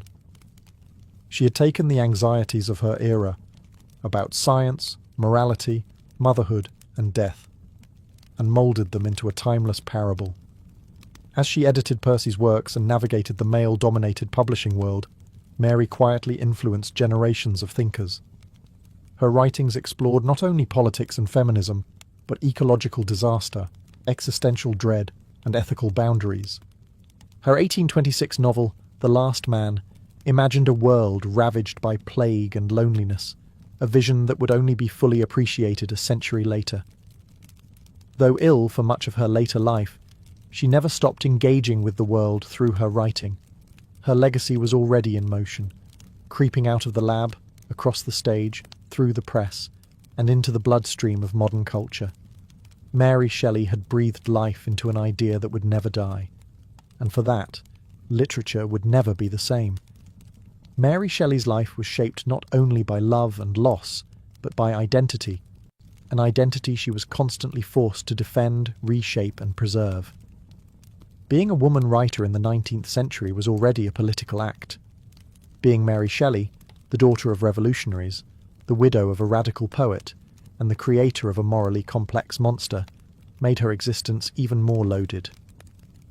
After Percy's death, Mary was left in a precarious position. Though she had taken his surname through their marriage, her status as his literary executor and the guardian of his legacy was not guaranteed. His family, the aristocratic Shelleys, had never approved of Mary. They viewed her with suspicion, considered her dangerous, and offered her a meagre allowance on the condition that she stay out of their affairs. They allowed her to raise her son, but not to speak too freely. Mary played a long and careful game. She towed the line between respectability and rebellion, crafting a public persona that was quiet, literary, and maternal, while still protecting her radical lineage beneath the surface. When editing Percy's poetry and writing his memoirs, she subtly sanitized his atheism and revolutionary views, ensuring that his works could reach a wider, more conservative Victorian audience. Critics have debated this move for decades. Was it betrayal or strategy? Perhaps it was both. Mary understood the politics of reputation better than most. But while she worked to preserve Percy's legacy, she also fought for her own. Publishers wanted her to be silent, anonymous, or at best, the footnote to her husband's genius. Mary refused. She continued writing novels under her own name. In an era when women were still publishing under male pseudonyms, Mary Shelley insisted on visibility. At the same time, she quietly inserted political themes into her fiction. In Lodore and Faulkner, she explored issues of female autonomy, flawed fatherhood, and the social limitations placed on women. In The Last Man, she imagined the collapse of civilization and the futility of empire, hardly subtle commentary. Mary Shelley's pen was not just a creative tool, it was a weapon. Through fiction, biography, and quiet editorial work, she shaped not only the memory of a generation, but the framework of modern literature. As the Victorian era bloomed around her, Mary Shelley entered her final decade with a quiet dignity shadowed by physical decline and emotional isolation. Though she was still recognized for her intellect and literary contributions, the world that had once swirled with radicalism and romanticism was fading, and Mary was one of its last living witnesses. The vibrant coterie of her youth, Byron, Percy, Clare, even her father William Godwin, were gone. The revolutionary fire of the early 1800s had given way to Victorian restraint. Mary found herself increasingly alone, burdened by chronic illness. She suffered from debilitating headaches, partial paralysis in her arms, and what may have been a recurring brain tumour. Yet she rarely complained. Her pain was simply folded into her routine, like ink into paper. Still, she remained committed to her son, Percy Florence Shelley, who had grown into a dutiful and affectionate young man. Unlike his parents, Percy Florence lived a conventional life, eventually inheriting the baronetcy denied to his father. Mary clung to his companionship, focusing her remaining energy on ensuring his success and protecting him from scandal, especially the ghosts that still followed the Shelley name. Though her days of bold creation were behind her, Mary kept working. She maintained correspondence with publishers, friends, and fellow intellectuals. She continued reading widely: history, science, political theory, remaining intellectually engaged even as her body betrayed her. She kept editing Percy's works, carefully curating his poetic legacy while tiptoeing around the more incendiary pieces to preserve public favour. But the shadows never fully lifted. She lived modestly, sometimes on the edge of poverty, and never remarried. Marriage, to Mary, was never about security. It had been about passion and shared ideals. No one else could fill the space Percy had occupied, nor would she allow them to try. In 1851, at the age of 53, Mary Shelley died of what was likely a brain tumour. She passed quietly, surrounded by her son and his wife. After her death, they found among her belongings locks of hair from her lost children, and the rumoured piece of Percy Shelley's heart wrapped in silk. Even in death, Mary Shelley remained the keeper of memory, a woman shaped by loss, elevated by genius, and driven to write through every shadow. Mary Shelley died in 1851, but her voice never went silent. In the decades that followed, her work, especially Frankenstein, grew beyond her wildest imagination. What began as a ghost story by a teenage runaway became one of the most influential novels in human history. Mary Shelley wasn't just remembered, she was resurrected, again and again. At first, her fame lingered quietly. During her lifetime, she had been praised mostly for her loyalty to Percy and her editorship of his poetry. Her own fiction, though respected, was often dismissed or misunderstood. Frankenstein was still seen as a curiosity, filed under Gothic horror, its deeper themes ignored by a world not yet ready to question science, morality, and man's place in the universe. But time revealed her genius. By the 20th century, Mary's monster had become a cultural icon. Film adaptations, beginning with the silent era and exploding with Universal's 1931 Frankenstein starring Boris Karloff, gave her creation a new face. Literally. The creature became a misunderstood symbol of modern anxiety, a tragic being forged by human arrogance and cast out by society. Each adaptation reflected the fears of its time: war, technology, nuclear power, artificial intelligence, and always, at the core, Mary Shelley's fingerprints. Scholars began to revisit her work with new eyes. Feminist critics championed her not just as the wife of a poet, but as a literary architect in her own right. They explored her insights into motherhood, grief, creation, and power. The Last Man, once overlooked, was re-evaluated as an early dystopian masterpiece. Her life itself, marked by rebellion, intellect and endurance, became as fascinating as her fiction. Today, Mary Shelley is not just remembered, she is revered. She is called the mother of science fiction, the queen of Gothic literature, a pioneer who fused the personal with the philosophical. Her legacy lives on in classrooms, laboratories, film studios, and political discourse. Whenever we ask what it means to be human, or what happens when creation outruns conscience, we're speaking in her language. She gave us a monster. But in doing so, she gave voice to every outsider, every orphaned idea, every mind cast out for being too curious. Mary Shelley didn't just write a novel, she rewired literature's DNA.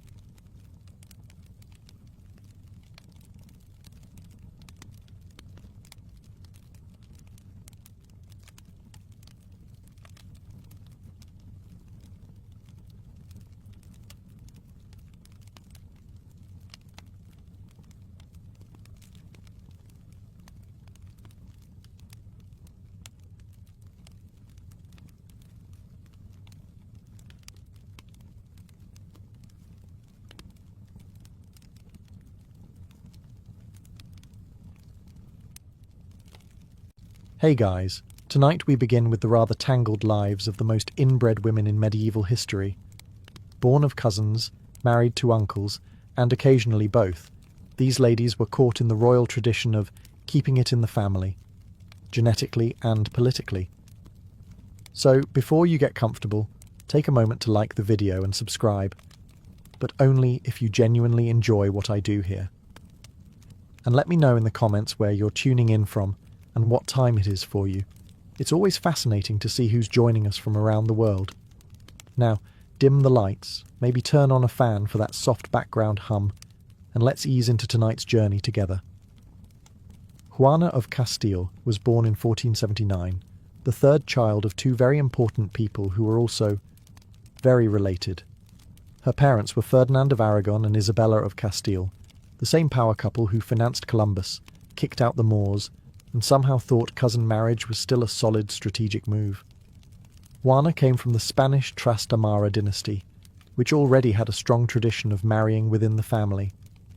By the time she arrived, the royal bloodline had been stirred just enough to be technically alive, but not enough to avoid issues like emotional instability, chronic melancholy, and the occasional unfortunate chin. In her teens, Juana was shipped off to Flanders to marry Philip the Handsome, who, despite the name, was less handsome and more genetically optimized Habsburg. He was her cousin. Of course he was. The Habsburgs loved two things: collecting crowns and ignoring genetic warnings. At first, things looked promising. Juana was intelligent, striking, and reportedly very much in love with Philip. Unfortunately, Philip was less in love with her and more in love with every woman who wasn't his wife. Juana's passionate nature and jealousy didn't go over well with a court that was used to cold marriages and lukewarm fidelity. When Philip died suddenly, allegedly from typhoid, possibly from karma, Juana didn't take it well. She refused to be separated from his corpse. Refused. She had his coffin carried with her as she travelled across Spain, occasionally opening it to check on him. Medieval romantic? Maybe. Unhinged? Also maybe. Her political enemies, and she had many, jumped on this behaviour. Her father, Ferdinand, used it as proof she was unfit to rule. Her son, Charles, later Charles V, Holy Roman Emperor, did the same. Conveniently, both men got to rule in her place while she remained under care in a convent for most of her life. Was Juana actually mad? Historians still debate it.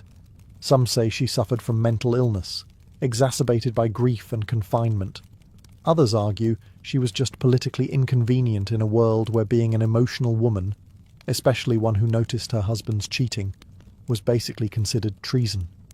Either way, Juana wasn't just a tragic figure. She was a perfect storm of royal pressure, dynastic inbreeding, and the world's worst coping mechanisms. If there were a prize for most predictable genetic outcome, Maria Anna of Spain would be holding the trophy while her son drooled on it. Born in 1634, Maria Anna was the daughter of King Philip III of Spain and Margaret of Austria, who were themselves cousins in that uniquely enthusiastic Habsburg way. So naturally, Maria Anna married her uncle. That's right. Not distant cousin, not second cousin twice removed, but her actual uncle, Ferdinand III, Holy Roman Emperor. Because when your family tree is just a loop with ambition, why not double down? Maria Anna was intelligent and devout, fluent in several languages, politically aware, and apparently kind-hearted.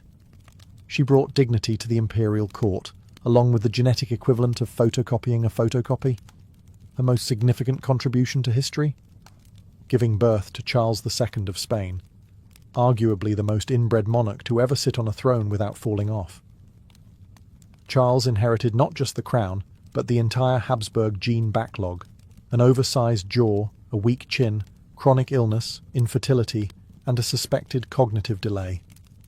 He struggled with basic functions, such as eating and speaking, which, to be fair, is relatable before coffee, but less so when you're ruling a global empire. Was all of this Maria Anna's fault? Of course not. She didn't invent Habsburg matchmaking, but she did play her part in the long-running family tradition of turning political alliances into genetic daredevils.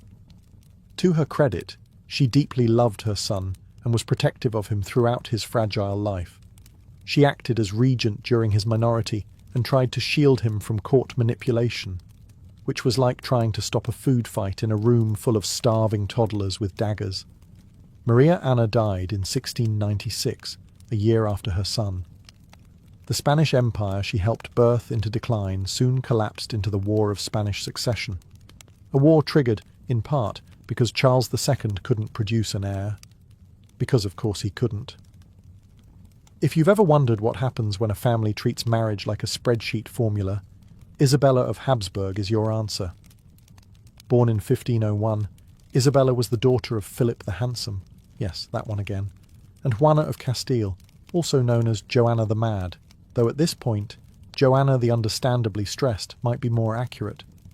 This made Isabella the sister of Emperor Charles V and the niece of half of Europe. Her DNA was less a mystery and more a royal recipe repeated too many times, a base of Habsburg, a dash of Trastamara, and absolutely no fresh ingredients. At the age of 17, Isabella married Christian II of Denmark, a king famous for reform attempts, erratic behaviour, and the general vibe of a man one poor breakfast away from declaring war on the furniture. Their union was, predictably, both strategic and deeply awkward. Isabella and Christian were cousins, of course, but what really sealed the genetic deal was that her Habsburg bloodline was already looping like a medieval screensaver. She was expected to bring stability, charm, and political advantage, and maybe also disguise the fact that her family tree was looking more and more like a wreath. Life in the Danish court was not kind to Isabella. Christian's rule went poorly. He was overthrown, imprisoned, and at one point, exiled. Isabella followed him loyally, which is either true love or hereditary stubbornness. Her health declined during years of court drama and political exile, and she died young, at just 24, from what some suspect was complications related to childbirth or illness, worsened by stress and royal politics. Their children continued the noble tradition of inbreeding, naturally. One of them, Dorothea, married Frederick II, Elector Palatine, a solid Habsburg match. Because if there's anything the dynasty valued more than jawlines and titles, it was ensuring that no family gathering ever needed name tags. Eleanor of Austria was born in 1498, which already puts her at a disadvantage, being sandwiched between the Renaissance and 1,000 royal expectations. She was the daughter of Philip the Handsome and Juana of Castile, making her the older sister of Charles V, and a proud owner of what can only be described as deluxe Habsburg genetics. Her childhood, a diplomatic waiting room, her teenage years, a series of almost marriages. At one point, she was promised to Henry VIII of England, but that fell through. Lucky her. Dodging that particular marriage was one of the few times Habsburg inbreeding may have accidentally improved someone's quality of life. Instead, Eleanor's first marriage was to Manuel I of Portugal, who was not only a much older man, but also her first cousin once removed, which, in the world of royal matrimony, is basically the medieval version of marrying someone from down the hall. She became Queen of Portugal, had 2 children, and was widowed before she hit 30. So naturally the solution was to marry her off again. This time to Francis I of France, a man who had previously been held prisoner by her brother Charles V. Romance. Francis wasn't particularly fond of Eleanor, viewing her less as a wife and more as a political olive branch with a Habsburg return address. Their marriage was childless and chilly. He spent more time with his mistresses than with his queen, while Eleanor spent most of her time reading, praying, and politely pretending not to notice. Despite being married to the King of France, Eleanor remained loyal to her Habsburg roots, and you can't blame her. They may have been inbred, but they were predictable. Eleanor outlived both her husbands and retired quietly into the political shadows, dying in 1558. She was known for her piety, composure, and the remarkable ability to survive 2 royal marriages without causing a scandal, an Olympic-level achievement in her family. Her life was a masterclass in silent endurance. Though she didn't spark wars or scandals, she embodied the Habsburg woman's job description: marry the cousin, produce the heir, and pretend that the family resemblance isn't getting stronger with each generation. Catherine of Aragon was born in 1485 to Ferdinand of Aragon and Isabella of Castile, Spain's power couple and part-time genealogical bottleneck. As a princess of two united kingdoms, Catherine had everything: wealth, education, titles, and a family tree that circled tighter than a medieval drinking song. By the time she turned 3, Catherine was already betrothed to Arthur, Prince of Wales, eldest son of Henry VII. Why? Because Europe's royal families had a charming habit of marrying their cousins to other cousins, preferably in matching coats of arms. Catherine and Arthur were second cousins through John of Gaunt, which, in noble terms, is basically barely related. They married in 1501, and Arthur promptly died 5 months later. Did the marriage include relations? That question would come to define English history, spark the Reformation, and confuse lawyers for generations. In the meantime, Catherine was stuck in diplomatic limbo, a teenage widow living in England, no husband, no dowry returned, and still very much a pawn in the game of royal alliances. Enter Henry VIII, Arthur's younger brother, and eventually her second husband. It's not every day you marry 2 sons from the same family. But hey, the Trastamarras were all about reusing names, titles, and apparently spouses. Their early years were genuinely affectionate. Catherine was intelligent, graceful, and politically savvy. She gave Henry prestige, an alliance with Spain, and 5 pregnancies, only one of which survived: Mary, later known as Mary I. Unfortunately, Henry wanted a son, and Catherine, after years of miscarriages and heartache, couldn't deliver one. That's when things went from awkward to apocalyptic. Henry claimed their marriage was invalid because Catherine had been married to his brother. Catherine, backed by the Pope, insisted it was legitimate. Thus began the world's most dramatic annulment request, featuring theological debates, political threats, and one very determined king creating his own church just to get out of it. Catherine was banished, stripped of her title, and forced to live out her days in isolation, still insisting to the end that she was Henry's rightful wife. Her royal blood may have been blue, but it was also suspiciously concentrated. Her marriage helped shape English history, not through battle or diplomacy, but by reminding everyone that marrying within the family tree rarely ends quietly. Margaret of Austria was born in 1480, the only daughter of Emperor Maximilian of Austria and Mary of Burgundy. She was a Habsburg from birth, which means her family tree was essentially a circle drawn by an ambitious toddler with a crown. From the start, Margaret's life was all about strategic packaging. At age 3, she was engaged to Charles VIII of France. At age 12, she was returned like an ill-fitting wedding gift when Charles decided to marry someone else, Anne of Brittany, who came with better geography. Margaret, humiliated but composed, reportedly remarked, "I shall be revenged." And to her credit, she managed to rule half of Europe later, so fair play.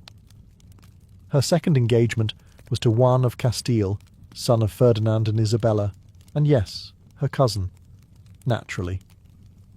The match was designed to cement Habsburg-Spanish relations and keep the gene pool as shallow as possible. Juan died shortly after their marriage, and Margaret, still under 20, was now twice rejected by royal husbands, once by choice, once by fate. She was offered other suitors, including one of Henry VII's sons, but Margaret declined. She had officially retired from the royal marriage roulette. She never remarried, dedicating her life instead to statecraft, art, and surviving her relatives, which was no small feat. Appointed governor of the Netherlands by her nephew, Charles V, Margaret ran the region with intelligence, diplomacy, and sheer Habsburg grit. She negotiated treaties, balanced volatile provinces, and was one of the few women in Europe actually trusted with power. Possibly because her last name was Habsburg, and also because she wasn't busy birthing her uncle's cousin's heir.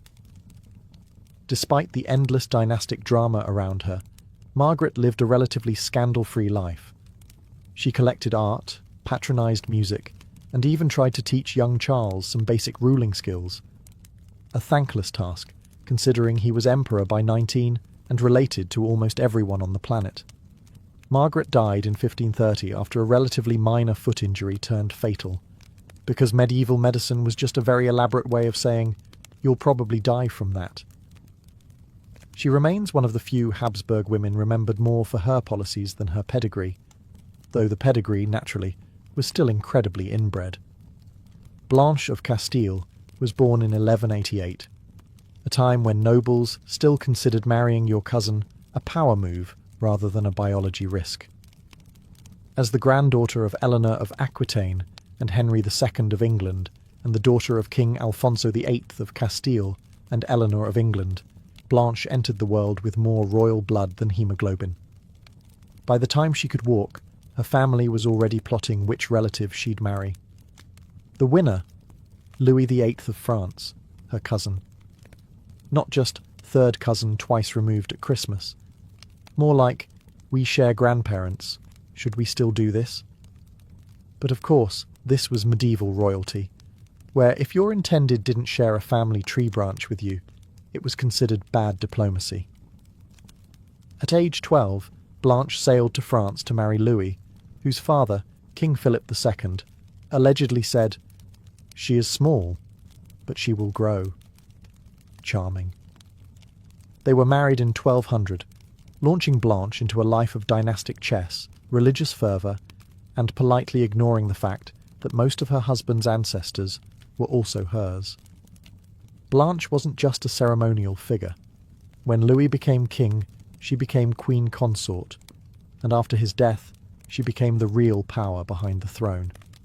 As regent for her young son, Louis IX, later Saint Louis, she ruled France like a woman who knew exactly how unstable her extended family could be. She organised crusades, crushed rebellions, and managed to keep the kingdom intact, all while navigating barons who doubted her because she was both a woman and slightly more Castilian than they preferred. She answered with diplomacy, force, and occasionally house arrest.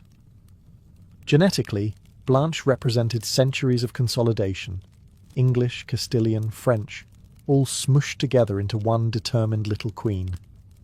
If DNA had a warning light, hers would have been blinking furiously. She was pious, fiercely protective of her children, and absolutely not to be underestimated. Louis IX later became a saint, but Blanche was the one who kept him alive long enough to earn the title.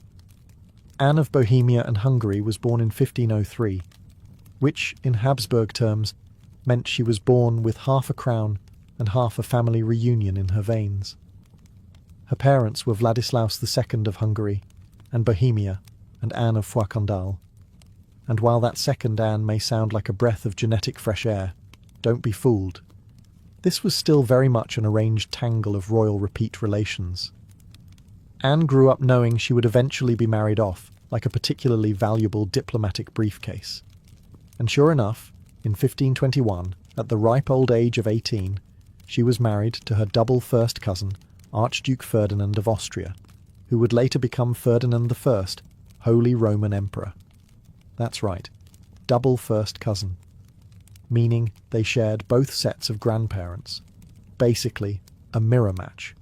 In modern terms, marrying your double first cousin would raise some eyebrows.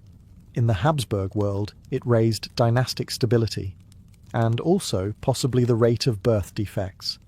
Priorities, right?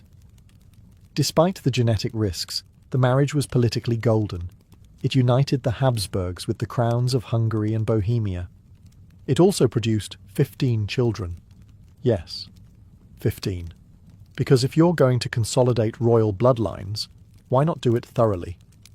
Anne herself was described as pious, kind, and dutiful, which is another way of saying she didn't complain while being used as the glue in a massive European political jigsaw puzzle.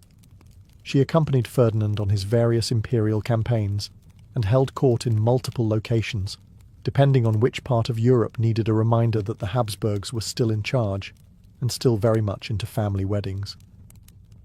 Sadly, Anne died young, in 1547, likely worn out from a lifetime of childbirth, statecraft, and pretending her family wasn't aggressively in love with itself.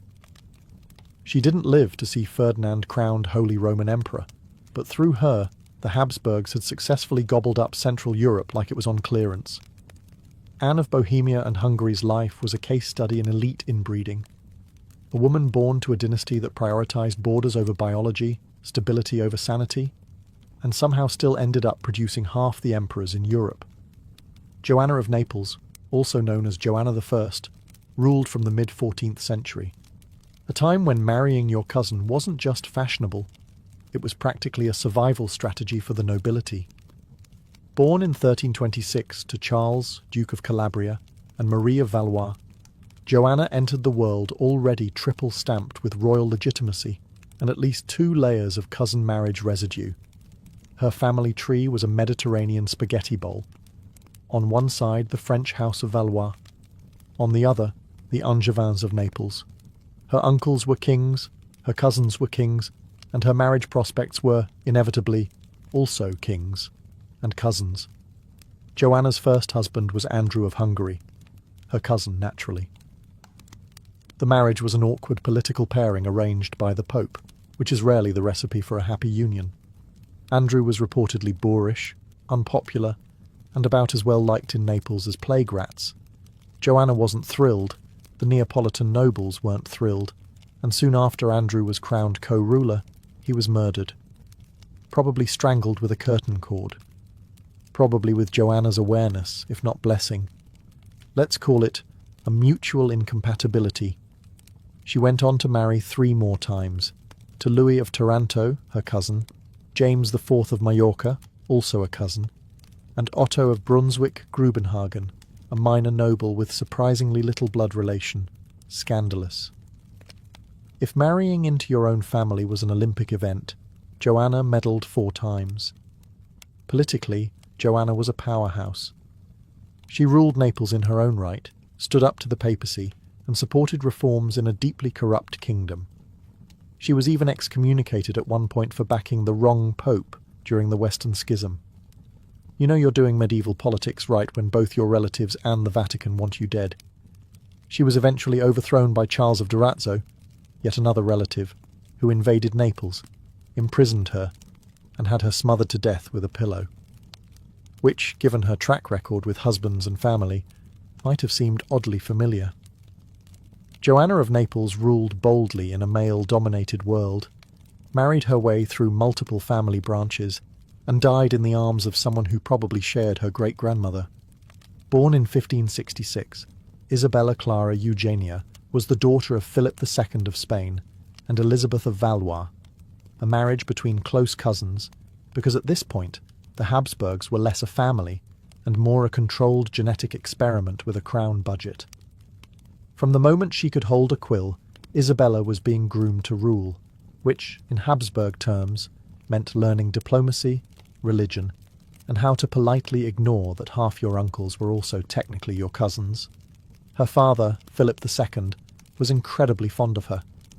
This may be because she was intelligent and poised, or simply because she didn't try to rebel or marry outside the family.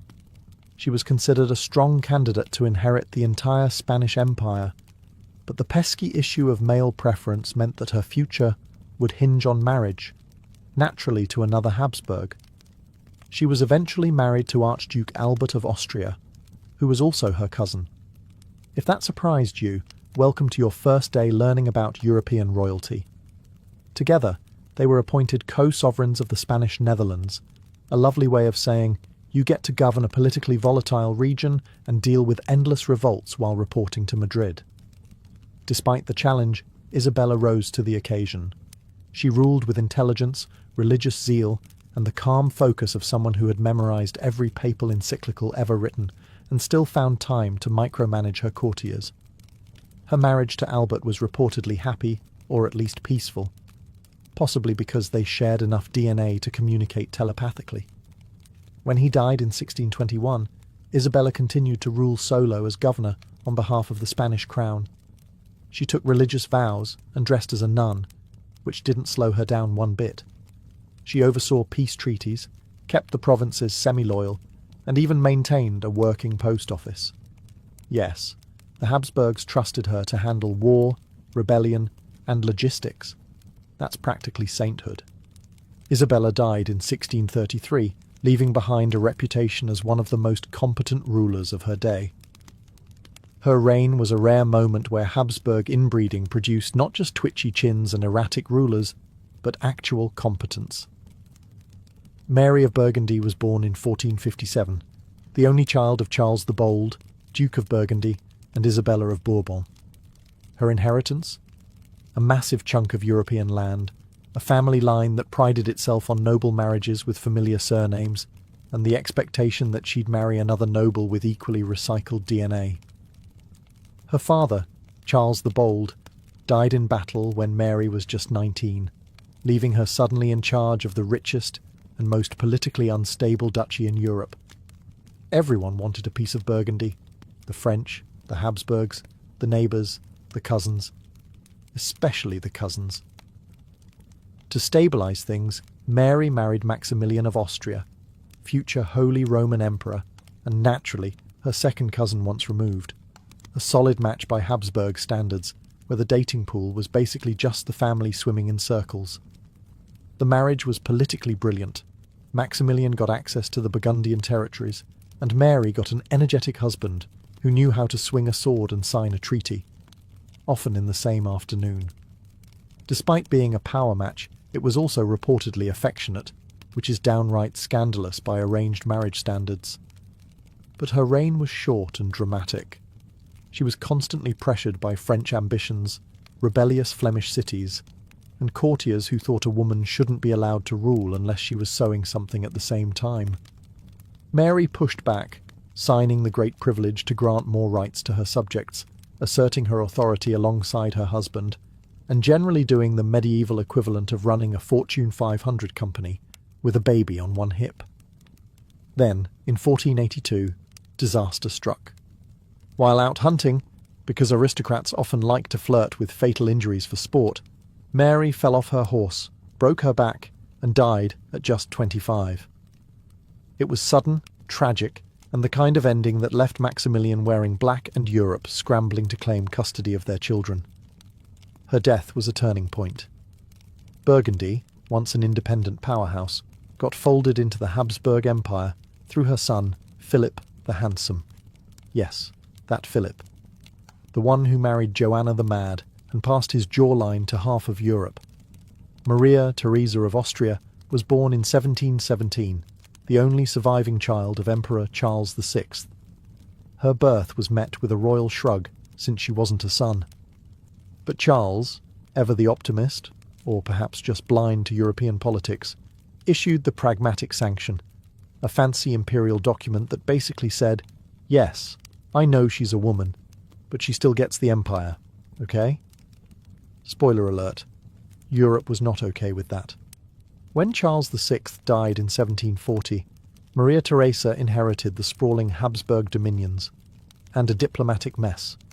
Nearly every European power challenged her right to rule. Why? Because she had the audacity to be a woman with a crown who hadn't married a first cousin yet. Actually, scratch that. She had. Maria Theresa married Francis Stephen of Lorraine, who was technically her distant cousin, because of course. Their union produced 16 children, including future emperors, queens, and Marie Antoinette. Yes, the let-them-eat-cake one. With that many offspring, Maria Theresa didn't just pass on the crown, she passed on all the chromosomes. But make no mistake, this was no pampered monarch hiding behind velvet curtains. Maria Theresa was one of the most effective rulers of her era.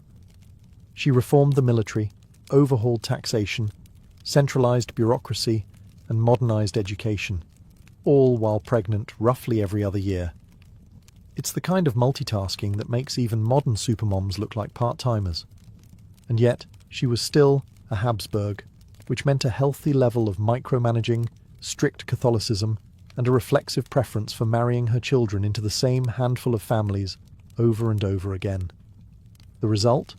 an even more tightly wound web of Habsburg cousins, now spread across all of Europe like an aggressively bred royal ivy.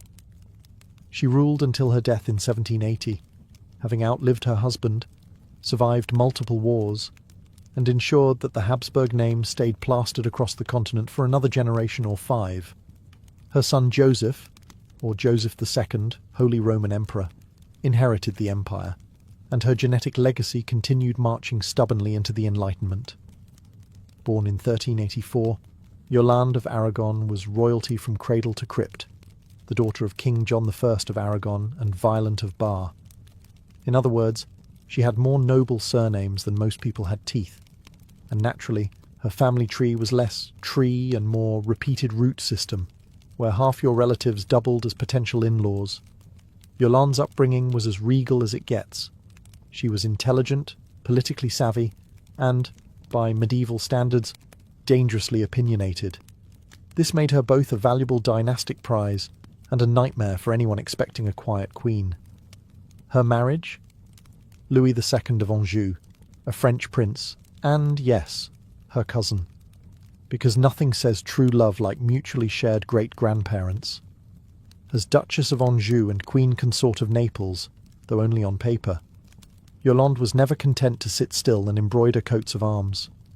She was the behind-the-scenes architect of alliances, the financier of armies, and, fun fact, one of the few royals who actually managed to support Joan of Arc and survive the politics afterward. While her husband gallivanted about claiming thrones he couldn't really hold, Yolande ran things. She raised armies, negotiated treaties, managed estates, and acted as the true power in Anjou.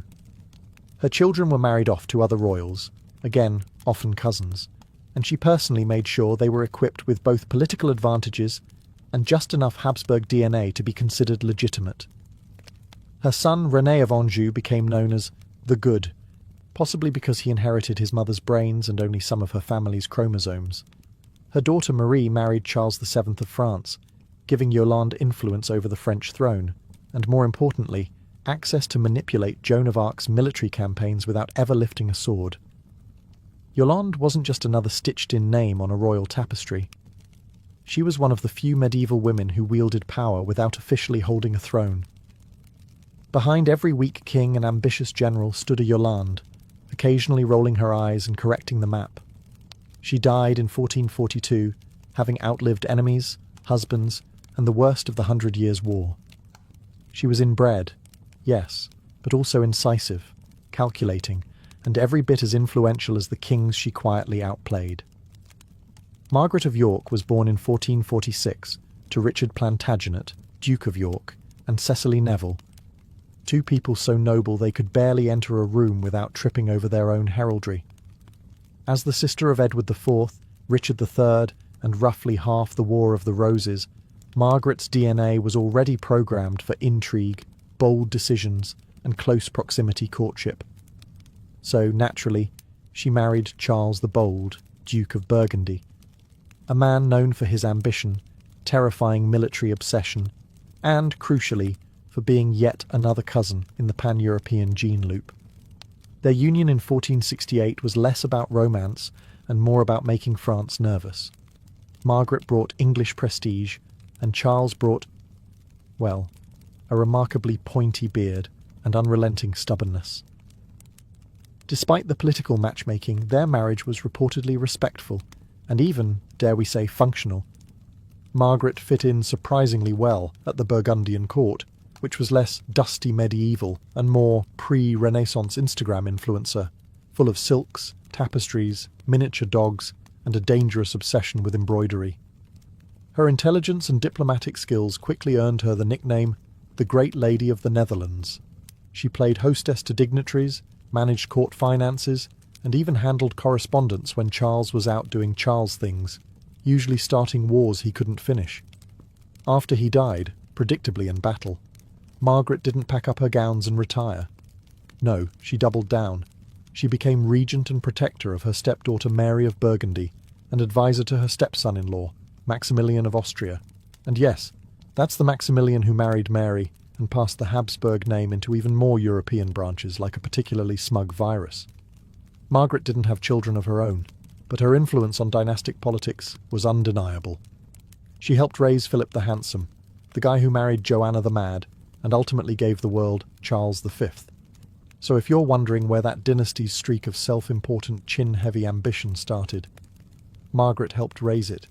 She died in 1503, outliving her brothers, most of her enemies, and the fading golden age of Burgundy. She may not have added another strand to the inbred family knot, but rest assured, she tied it tighter with impeccable etiquette and just enough royal smugness to make it last. Catherine de' Medici was born in 1519 into the powerful but somewhat scandal-prone Medici family of Florence. Technically not born inbred by Habsburg standards, meaning she had at least a few non-cousins in her ancestry, Catherine soon made up for lost dynastic entanglement by marrying into the French royal family and producing a small army of genetically familiar monarchs. Her husband was Henry II of France, not her cousin by blood, but definitely a close match politically. Their marriage was strategic. Italy meets France, money meets military power, and Medici ambition meets Bourbon drama. Catherine, for her part, adapted quickly. She arrived in France with no real influence, a suspicious accent, and an awkward third wheel named Diane de Poitiers, her husband's very public mistress. Undeterred, Catherine spent a decade quietly building alliances, learning court intrigue, and collecting children. 10, to be exact. And yes, most of them would go on to marry cousins, because while Catherine wasn't born a Habsburg, she certainly learned to parent like one. When Henry died from a jousting accident, because nothing screams fragile masculinity like taking a splinter to the eye for sport, Catherine became Queen Mother, and suddenly the most powerful woman in France. Her sons, Francis II, Charles IX, and Henry III, all took turns wearing the crown, and Catherine took turns ruling behind each of them. She was deeply Catholic but politically flexible, which in 16th century France meant occasionally funding Protestant weddings and occasionally arranging for the mass murder of Protestants at said weddings. Cough. St. Bartholomew's Day Massacre. Cough. Her reputation took a hit after that one. Even for a woman who married her daughters into 3 major European dynasties, that was considered excessive. Catherine was blamed for nearly everything: the wars of religion, the court's decadence, the suspicious poisoning rate at state dinners. But she was also a patron of the arts, a brilliant strategist, and somehow managed to keep the Valois dynasty stumbling forward despite constant wars, rebellious nobles, and family dinners that probably required food tasters and a lot of wine. She died in 1589, politically spent but still plotting. Her legacy? A generation of royals who looked suspiciously similar and ruled with a blend of charm, Catholic guilt, and aggressive cousin-hugging. In ancient Greece, falling asleep wasn't just about getting rest. It was a sacred act, a bridge to the divine. And nowhere was this more literal than in the Asclepieia, dream temples dedicated to the healing god Asclepius. These weren't cozy inns or rustic shrines. They were sprawling spiritual complexes where the sick, the weary, and the hopeful came not just for treatment, but for transformation. To prepare for sleep in these sanctuaries, you didn't just climb into bed. First came ritual purification. Pilgrims had to fast for days, bathe in sacred springs, offer animal sacrifices, and often abstain from sex or even certain thoughts. The goal was to cleanse both body and spirit before attempting incubation, a spiritual sleep where healing visions might appear. Inside the abaton, a dark, enclosed chamber, supplicants would finally lie down on stone slabs or animal skins. Torches flickered on the walls. Priests whispered prayers and burned incense. Sleep here was an intentional descent into another realm. Dreams were not random or meaningless. They were believed to be direct messages from Asclepius himself, offering symbolic, or occasionally very literal, guidance for healing.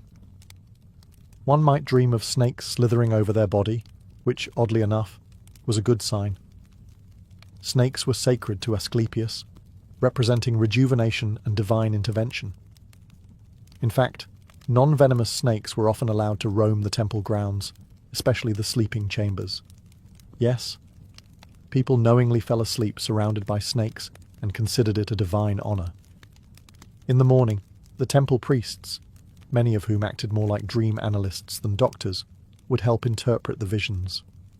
Sometimes they prescribed herbal remedies or changes in diet. Other times, the dream itself was the cure, believed to have realigned the soul or spirit. The Greek dream temples show us that sleep, for ancient people, wasn't just a biological necessity. It was a mystical voyage, a conversation with the gods. And if you were lucky, that midnight whisper from the divine might not just mend your body, it might change your fate. In ancient Egypt, sleep wasn't merely the absence of waking. It was a miniature death, a time when the soul, or Ba, left the body and wandered through spiritual realms. To guide that journey and protect the dreamer from malevolent forces, the Egyptians developed sleep rituals that were part mysticism, part medicine, and entirely woven into their cosmic worldview. Before going to bed, many Egyptians, especially the wealthy or priestly class, followed elaborate nighttime routines. Incense played a central role. Frankincense and myrrh weren't just exotic aromas, they were sacred tools. Burning these resins was thought to cleanse the air of demons, invoke the favour of the gods, and calm the mind. The smoke itself symbolized the rising of prayers to the heavens, wrapping the sleeper in divine protection. Then came chanting or prayer recitations, often spoken aloud by priests or whispered privately by individuals. These spells weren't just soothing bedtime mantras.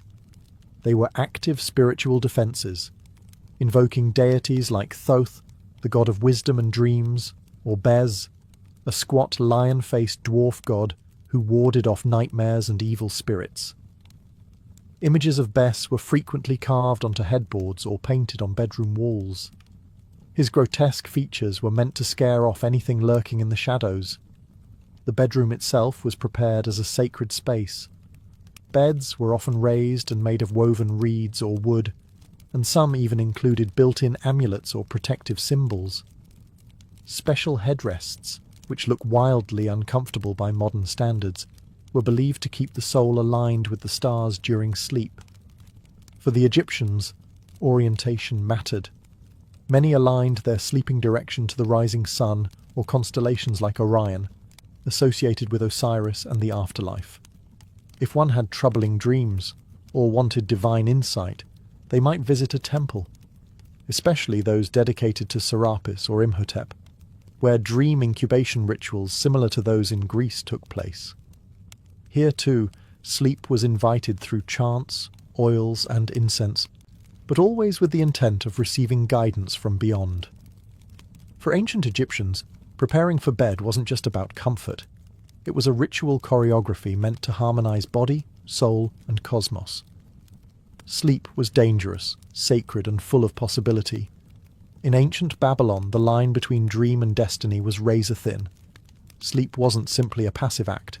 It was a battleground of omens, spirits, and divine messages. Babylonians took their dreams seriously. So seriously, in fact, that entire professions revolved around them. Dream priests, known as sha'ilu, were trained interpreters of the nightly visions that came to kings and commoners alike. Before going to sleep, Babylonians often performed protective rituals to ensure that the right kinds of dreams found them. It was believed that dreams could be sent by gods like Marduk or Ishtar, but also by demons or wandering spirits. To ward off malevolent forces, people wore amulets, placed protective tablets under their beds, and traced magical symbols around their sleeping quarters, a kind of astral security system. Incense made from juniper, cedarwood, and tamarisk was burned at sunset, filling the house with sacred smoke. This wasn't just to scent the air. It was believed to purify the environment and appease the gods. Sleep, to the Babylonians, wasn't just rest. It was a gateway to divine communication, and the gods preferred a clean entrance. Many Babylonians recited nighttime prayers or incantations to encourage prophetic dreams. These prayers asked for clarity, protection from false visions, and safe passage through the dream world. If someone was hoping for guidance on a decision, whether to go to war, plant a crop, or propose marriage, they might sleep in a temple or under the open sky, a practice called dream incubation. The hope was that the gods would send a dream so vivid, so unmistakable, that it would guide the dreamer's actions by morning. And when the dreams came, they were recorded on clay tablets, sometimes accompanied by sketches of their content. Over time, the Babylonians compiled dream dictionaries, massive catalogues of symbols and their interpretations. Dream of a lion might mean victory in battle. Dream of drowning, expect betrayal. These books were so influential that their structure would later influence Greek and Roman dream analysis. To the Babylonians, dreams weren't psychological fluff. They were messages from the divine realm, and every night was a chance to read the gods' intentions, provided you performed the right rituals and slept under divine favour.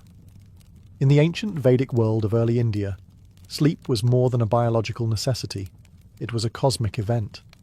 The Vedic texts, composed thousands of years ago, describe sleep as a sacred state where the Atman, or soul, returns to the universal spirit, Brahman, before being reborn again at dawn.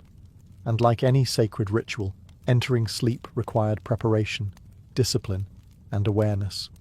One of the most important aspects of ancient Indian sleep culture was breath control, known as pranayama.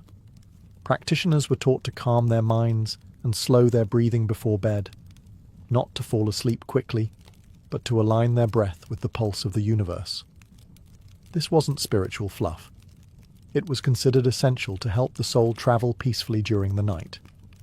Vedic sages believed that disturbed sleep could lead to mental confusion, spiritual imbalance, or even bad karma. So rituals were carefully followed. Many individuals recited evening mantras, Sanskrit hymns that praised the gods or sought protection during slumber. A popular nighttime chant was the Gayatri mantra, often whispered while facing the direction of the setting sun. The sleeping space itself was important. It was considered inauspicious to sleep with your head pointed north, as that aligned with the realm of death. South was avoided for similar reasons. The preferred direction was east, toward knowledge, or west, toward rest. People used natural bedding made of kusa grass, cotton or animal hides, believing certain materials could influence the soul's dreams. Oils and herbs also played a part in preparing for sleep. Ancient Ayurvedic texts describe the use of warm sesame oil massages before bed, known as abhyanga. This practice calmed the nervous system, relaxed muscles, and prepared the mind for deeper rest. Herbal infusions made from ashwagandha, brahmi, or tulsi were consumed or burned as incense to promote lucid, insightful dreams. Dreams themselves were seen as reflections of one's inner truth, shaped by karma, desire, and purity. A disturbing dream wasn't just random. It was a signal that the soul was out of balance. In some cases, dream interpretation required consulting a rishi or spiritual teacher. In Vedic India, sleep wasn't an escape. It was a return. A reunion with the eternal self, wrapped in breath, mantra, and divine intention. In ancient China, particularly within Taoist traditions, sleep was more than rest.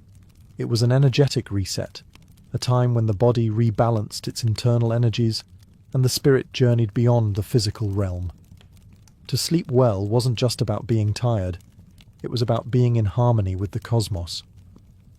According to Taoist philosophy, the human body was filled with qi, a vital life force that flowed through channels called meridians.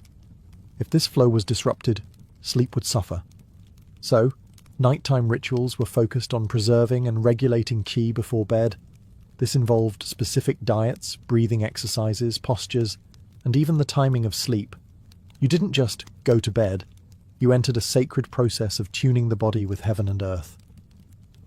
Taoist monks developed pre-sleep practices like qigong or slow, mindful movements paired with deep breathing. These were often followed by meditation to calm the shen, or spirit. which was believed to reside in the heart. If the shen was agitated, due to emotions, poor diet, or even noisy surroundings, the dreamer might experience nightmares, restless sleep, or even spiritual attacks. Sleep environments were carefully curated. Beds were made of wood or bamboo, materials thought to support good energy flow. Headrests were firm and low, so the body's alignment remained correct and kui circulated freely. Rooms were often sparsely decorated to avoid overstimulation. Cleanliness wasn't just a preference, it was energetic hygiene. The position one slept in also mattered. Lying on the right side was considered best for digestion and dream clarity. Feet and head direction were aligned with geomantic principles, similar to what would later evolve into feng shui. Dreams were seen as journeys of the hun, the ethereal soul. While the po, the physical soul, remained with the body, the hun travelled through the spirit world during sleep. If a person awoke feeling depleted or frightened, it was believed their hun had become lost or attacked. Protective talismans or cinnabar-based charms were sometimes placed under pillows to keep spirits safe. Taoists didn't view dreams as mere psychology. They were diagnostic tools, spiritual maps of energy and karma. Sleep, when done properly, was a form of internal alchemy, a practice of nurturing immortality one night at a time. Long before contact with Europeans, many indigenous American tribes regarded sleep and dreams as gateways to spiritual guidance, ancestral wisdom, and personal transformation. Among the Lakota, Navajo, Hopi, and other nations, dreams were not merely personal experiences, they were communal and cosmic messages that had the power to shape a person's destiny or even the fate of the tribe. Night rituals varied from tribe to tribe, but a shared belief was that dreams connected the dreamer to the spirit world, often through the intervention of animal guides, ancestors, or deities. To prepare for this connection, individuals engaged in ritual purification. One common method was the sweat lodge, a ceremonial steam bath used to cleanse the body and spirit. Participants would sit in a dome-shaped structure filled with steam from water poured over heated stones, chanting prayers and songs to invite guidance and clarity before sleep.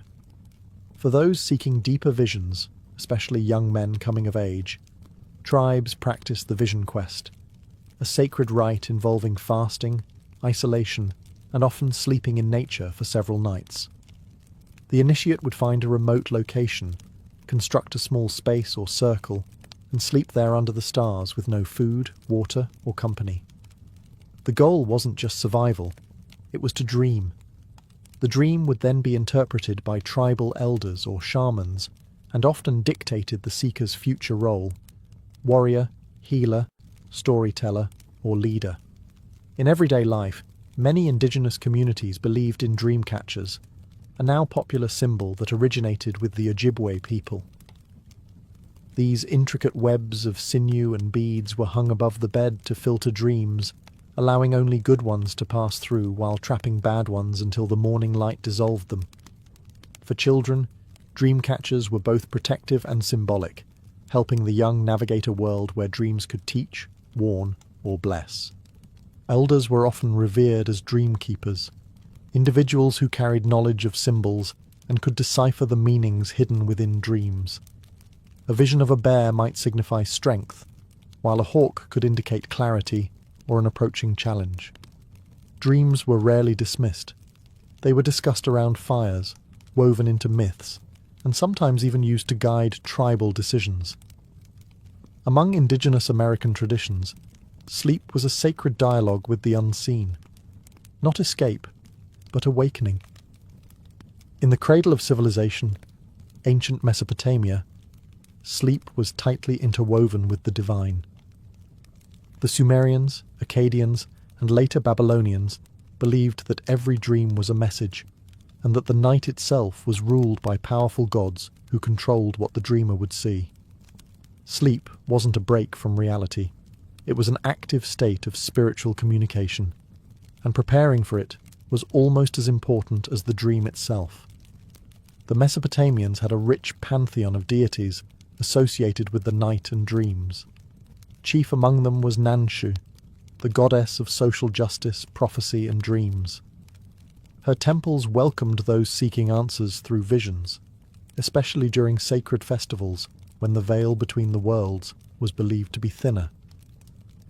Worshippers would sleep in the temple precincts in hopes of receiving guidance through what they called dream incubation. To encourage meaningful dreams, people undertook ritual cleansing before sleep. This might include bathing in sacred rivers like the Euphrates or Tigris, anointing the body with perfumed oils, and reciting invocations to Nanshi or Ea, the god of wisdom and magic. Priests often prescribed these rituals as spiritual prescriptions for dreamers seeking help with illness, personal crises, or political decisions. Inside homes, sleep chambers were modest but spiritually fortified. Small clay tablets with inscriptions or protective charms might be placed under pillows or hung near the bed. These included apotropaic spells to ward off night demons like Lamashtu, a fearsome female spirit said to harm women and children in the night. Amulets of the demon slayer Pazuzu were especially popular, positioned to guard sleepers from harm. Dream interpretation was a highly respected profession. Dream readers, or baru, compiled thick manuals, proto-dream dictionaries, based on centuries of observed symbolism. These tablets categorized dreams by content: animals, weather, food, celestial events, and even the emotions felt during the dream. A lion might predict royal favor. A collapsing house might mean impending disaster. The Mesopotamians were early masters of structured oneiromancy, or divination through dreams. Sleep in ancient Mesopotamia was never passive. It was a ritual, a risk, and a revelation. Entering the world of dreams meant entering the jurisdiction of the gods, and you'd better be prepared with your prayers, your oil, and your protective charms. Among the ancient Celtic peoples, from the misty highlands of Scotland to the oak groves of Gaul, dreams were seen as portals to the otherworld, a mystical plane inhabited by spirits, fae, ancestors, and deities. While the Celts left behind fewer written records than some ancient cultures, oral traditions and later Roman accounts reveal that sleep rituals, especially among the Druids, were rich with symbolism, mystery, and sacred intent. The Druids, spiritual leaders and scholars of Celtic society, believed that during sleep the soul could cross into the other world, a place not of the dead, but of deeper truth. This world existed in parallel with the human realm, and dreams were one of the rare bridges between the two. To access it properly, the body and spirit had to be primed. Night rituals often began with purification using herbs. Mugwort, vervain, and yarrow, plants still associated with dreams and visions today, were burned or placed under pillows to enhance dream clarity. The smoke from these herbs was believed to thin the veil between worlds. Some even brewed them into teas or potions before bed, consumed with whispered prayers to the fair folk or ancestral spirits. Sleep spaces were deliberately chosen for geomantic alignment. Certain hills, stone circles, or sacred groves were believed to be points of energetic convergence, places where dreams could be more potent or the spirits more accessible. During certain festivals, especially Samhain, the Celtic New Year and ancestor celebration, people would sleep in these areas to receive visions from their departed loved ones, or messages from gods like Brigid or the Dagda. Some warriors and leaders reportedly sought prophetic dreams before battle, sleeping alone in caves or forests after intense fasting and chanting. These dreams were believed to carry omens about victory or doom, and were treated with immense seriousness. Symbols from dreams, like animals, colours, or landscapes, were brought to the Fili, Celtic poets and seers, who interpreted them in verse. A white stag might mean transformation. A dream of drowning in a forest might point to betrayal. Dreams were woven into Celtic mythology, shaping both personal destinies and communal stories. In the Celtic world, the night wasn't silent. It pulsed with whispers from beyond, carried into the dreams of those brave or pure enough to listen. In ancient Japan, the line between sleep, magic, and the unseen was carefully navigated through a spiritual system known as onmyodo, the way of yin and yang. Rooted in a blend of Taoist cosmology, Shinto spirituality, and Buddhist elements, onmyodo offered both elite courtiers and commoners tools to protect the soul during slumber and to harness the messages embedded in dreams. Central to onmyodo was the belief that the night was a time when the yin forces, dark, hidden, and often chaotic, were strongest. Sleep made a person vulnerable to possession by malevolent spirits known as yokai or yurei, and to being influenced by bad kimon, or directional energy. To combat this, practitioners used a variety of pre-sleep rituals that combined spiritual defense and purification. One such ritual involved the placement of ofuda, paper talismans inscribed with sacred spells, on bedroom walls or near sleeping mats. These charms were often blessed by an onmyoji, a specialist trained in astrology, divination, and exorcism. The talismans could repel spirits, seal bad dreams, or channel good fortune. Before bed, it was also common to light incense made from sandalwood or aloes wood. The scent was believed to please guardian spirits and create a purifying barrier. In noble households, ritual chanting or silent recitation of Buddhist sutras might be performed to calm the mind and invite peaceful sleep. Those particularly sensitive to the spirit world would sleep facing auspicious directions, never north, which was associated with death. Children were especially vulnerable, so they were often protected with engraved amulets or had special dolls placed nearby to absorb or ward off negative energy. These dolls, called hitogata, were thought to take on the burden of the sleeper's spiritual vulnerabilities. Dreams themselves were frequently recorded in private journals or shared with monks and diviners. If someone dreamt of fire, blood, or animals, it could signify impending illness, betrayal, or divine warning. Conversely, dreams of flying, waterfalls, or lotus flowers might herald spiritual growth or blessings. Dreams were messages, but only if you knew how to read them, and only if you survived the night unscathed. For the ancient Japanese, sleep was not to be taken lightly. It was a ritual, a strategy, and a spiritual gauntlet passed through nightly under the silent watch of spirits and stars. Long before the city of Alexandria dominated the Egyptian coastline, there was Heracleion, known to the Egyptians as Thonis. For centuries, it stood as the primary port of entry into Egypt, a thriving centre of commerce, religion, and diplomacy, where Greek merchants, Egyptian priests, and foreign emissaries crossed paths in a vibrant cultural melting pot. But by the time historians of the late medieval period were writing their chronicles, Heracleion had seemingly disappeared from history. Its location forgotten, its name preserved only in faded texts and half-remembered myths. Many dismissed it as a legend, a sort of Egyptian Atlantis. And yet, it was real.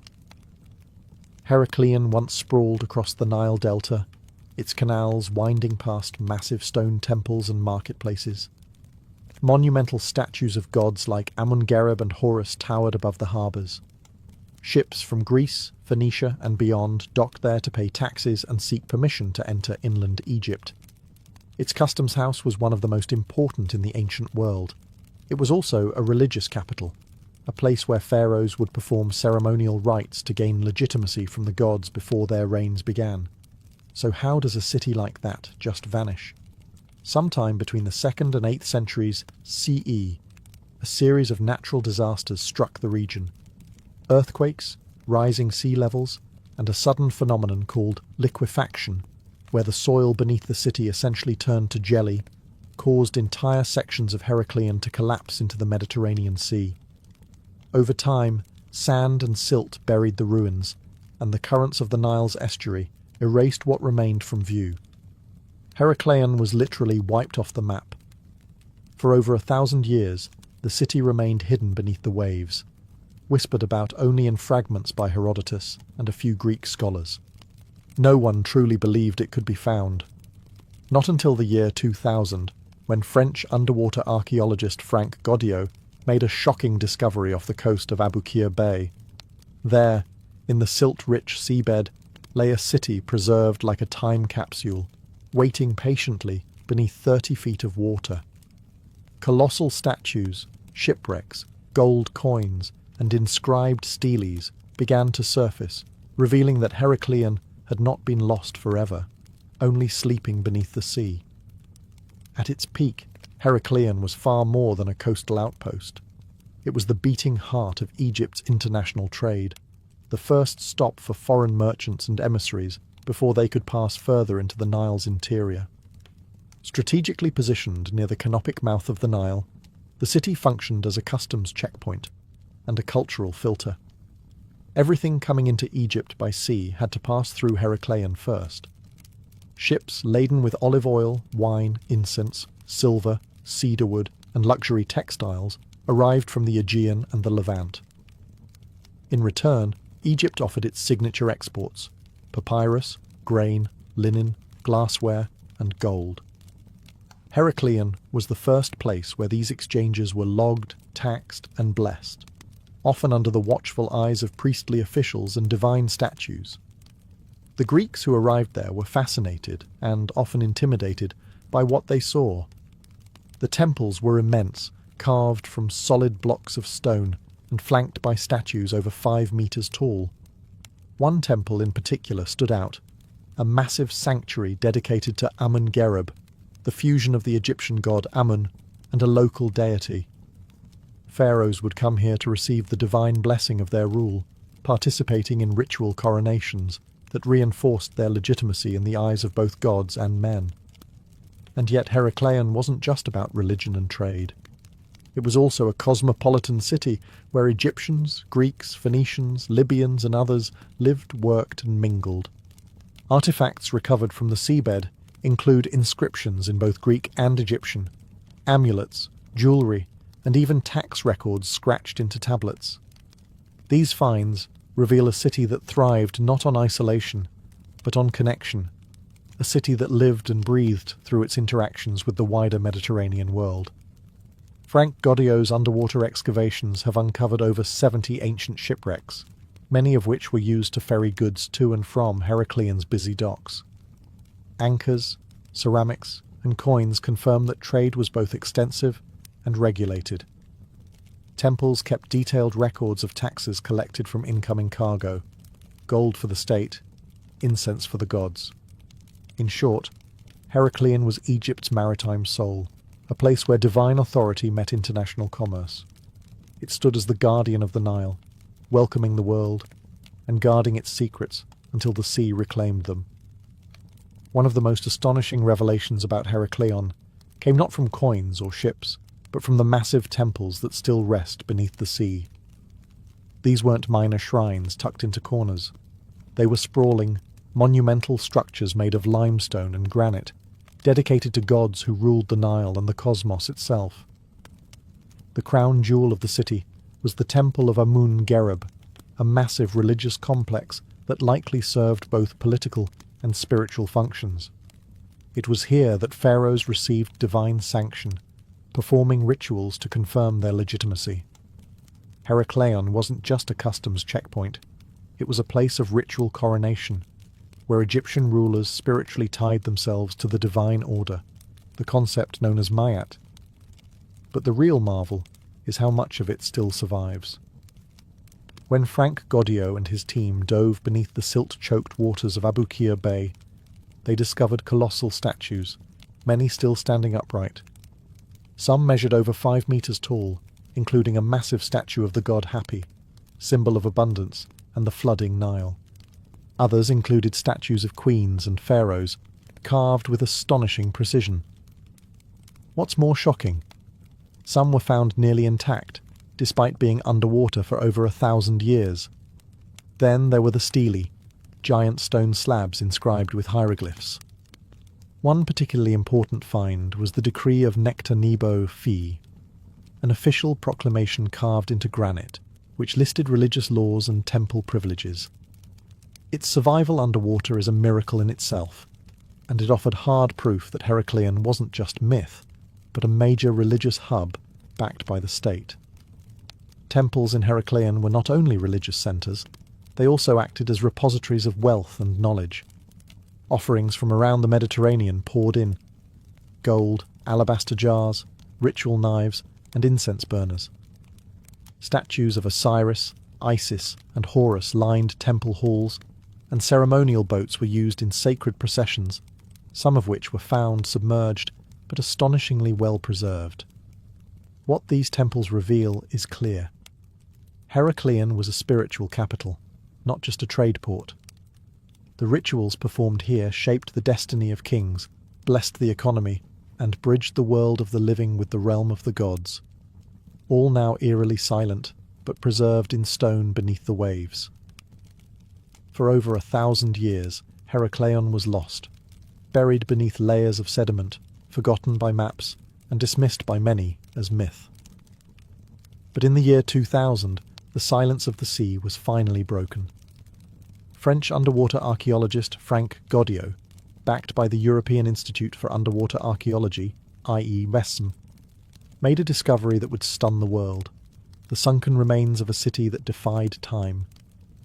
Goddio had spent years studying ancient texts and scouring the murky waters of Abukir Bay, just off the coast of modern-day Alexandria. The region had long been suspected of hiding secrets. Clues were buried in the writings of Herodotus, Strabo, and Egyptian records, all hinting at a once great city swallowed by the Mediterranean. But until Goddio's expedition, no one had found physical proof. Using advanced sonar and magnetometry, his team scanned the sea floor, identifying anomalies hidden beneath meters of silt. What emerged wasn't just a scattering of relics. It was a fully submerged city. Whole streets, canals, temples, statues, and shipwrecks lay preserved in the anaerobic depths, protected from erosion by layers of mud and river sediment. The first things recovered were colossal statues, including 2 imposing 5-meter figures of a Ptolemaic king and queen, believed to represent a ruling couple who had once governed Heracleion. Soon followed a massive stele inscribed in both Egyptian and Greek, confirming the city's identity. The bilingual inscriptions were a historian's dream, tangible proof that Thonis and Heracleion were in fact the same city, known by different names to Egyptians and Greeks. Over the next few years, Goddio's team uncovered over 70 ancient shipwrecks, thousands of coins, weights, religious artifacts, and ceremonial vessels. What made this discovery extraordinary wasn't just the volume, but the state of preservation. Unlike ruins found on land, these artifacts were untouched by looters or weather, frozen in time beneath the silt. Frank Goddio's rediscovery of Heracleion wasn't just an archaeological achievement, it was a resurrection. A city believed to be legend was now re-emerging, piece by piece, offering a stunning glimpse into a world thought lost forever. And perhaps most exciting of all, only a fraction of the city has been excavated. Heracleion still sleeps, waiting for the next dive. Heracleion's rise was spectacular, but its fall was slow, silent, and devastating. Unlike cities destroyed by fire or war, Heracleion vanished beneath the sea in a gradual, almost ghostly decline. There was no single day of doom. Instead, the city was lost through a series of natural disasters that unfolded over centuries, the kind of events too quiet to make headlines, but powerful enough to erase a civilization. The first culprit was tectonic activity. The Nile Delta sits on a seismically active zone, and Heracleion's foundations were particularly vulnerable. Small but repeated earthquakes may have weakened the soft, waterlogged ground beneath the city, which was built on silt and clay rather than firm bedrock. But it wasn't just the tremors that doomed Heracleion. It was a geological phenomenon known as liquefaction. Liquefaction happens when the ground becomes saturated with water and loses its ability to support weight. Imagine a layer of wet sand suddenly turning to quicksand. That's what happened beneath Heracleion. As earthquakes shook the delta and rising sea levels pushed salt water further inland, the earth literally liquefied and whole sections of the city began to sink. Buildings, temples, even ships pulled downward into the mud. Over time, the city fragmented. Canals overflowed, quays collapsed, and temples began to tilt and vanish below the surface. The bustling port slowly became unusable, forcing trade to shift westward toward Alexandria, which rose in prominence. By the end of the 2nd century BCE, Heracleon's importance was waning. By the 8th century CE, it had almost completely disappeared beneath the waters of the Mediterranean. What's chilling is how little anyone did to stop it, because no one could. Nature moved slowly, but relentlessly. The people of Heracleion didn't flee in panic. They adapted, rebuilt, and prayed. And then one day, it was simply gone. Boats still sailed over its submerged ruins. Fishermen cast their nets where stone gods once stood. The memory of the city faded, until even its name became legend. Today, Heracleion's sinking is a stark reminder. Even the greatest cities can be undone, not by enemies, but by the quiet, steady hand of nature. Heracleion may have vanished beneath the sea, but the artifacts recovered from its ruins paint a vivid picture of what daily life might have looked like in this once thriving Egyptian port. Far from being a purely ceremonial or political centre, Heracleion was a lived-in city, bustling with markets, temples, courtyards and shipyards, a place where people worshipped, traded, argued and dreamed. The city's layout, partially mapped through underwater surveys, shows a network of canals that ran between stone buildings and quays. Boats moved goods and people through the streets, just as carts would have in other cities. Heracleion was often referred to as the Venice of Egypt, though it predates Venice by well over 1,000 years. The architecture blended traditional Egyptian forms, pylons, obelisks, and temple courts, with Hellenistic influences brought in by Greek settlers. The people who lived here were a diverse mix: Egyptians, Greeks, Phoenicians, Libyans, and other seafaring merchants. Excavated artifacts include Greek amphorae, Egyptian scarabs, and gold coins stamped with various rulers' faces. This melting pot of cultures meant that multiple languages were spoken, multiple gods were worshipped, and multiple traditions coexisted, often within the same household. Religion was central to everyday life. Morning offerings to deities like Amun, Isis, and Osiris were as routine as breakfast. Temples weren't just for ceremony. They acted as economic engines, employing artisans, scribes, and priests. They stored wealth, administered law, and even recorded taxes. One stele recovered from the site reveals detailed temple protocols, including the taxation of imported goods, proving that religious life and trade were inseparably linked. Food came from both land and sea. Fish and shellfish were abundant, thanks to the Nile Delta's brackish waters, while inland farms supplied grains, figs, and beer. Markets near the quays would have been noisy, colourful places filled with spices, textiles, and stories from faraway lands. And of course there was entertainment. Statues and inscriptions suggest the presence of music, dance, and festivals, especially those honouring Osiris, which included ritual boat processions and dramatic performances. Heracleion was not just functional. It was alive. In the end, Heracleion wasn't just a port or a holy site. It was a home. Its people lived ordinary lives beneath the shadows of colossal gods, unaware that their world would someday become legend, entombed in water. As Heracleion's fortunes began to decline, a new city was rising just a short sail down the coast: Alexandria, founded by Alexander the Great in 331 BCE. In many ways, Alexandria didn't just succeed Heracleion, it supplanted it, becoming the jewel of the Mediterranean and the new beating heart of Egypt's maritime and intellectual life. But the relationship between the two cities wasn't purely competitive. It was part of a larger transformation in Egypt's political and cultural identity. At the time of Heracleion's prominence, Egypt was still ruled by native dynasties, and the city's importance was rooted in traditional Egyptian religion and its strategic location near the Nile Delta's entry point. Heracleion was where foreign ships were inspected, taxes were collected, and divine rituals legitimized kingship. But when the Ptolemies, the Greek rulers who succeeded Alexander, took power, they shifted focus dramatically toward Greek customs, urban planning, and administration. Alexandria, with its grand library, massive lighthouse, and sweeping harbours, was built to impress and centralize power. The Ptolemies channeled trade through their new city, bypassing Heracleion in favour of a fresh Hellenistic capital. They imported Greek architecture, philosophy, and governance, and made Alexandria not just a trade hub, but a centre of science, art, and politics. But for a time, the two cities coexisted. Religious ceremonies were still held in Heracleion, and temples remained operational. However, the balance was shifting. Administrative control moved to Alexandria, as did the elite classes and international attention. Heracleion slowly became a shadow of its former self, still holy, still respected, but no longer essential. Then came the environmental blows, the liquefaction of the ground, the rising sea levels, and the eventual submergence of Heracleion. As the city disappeared beneath the waves, Alexandria rose untouched, its coastal position more stable and better fortified.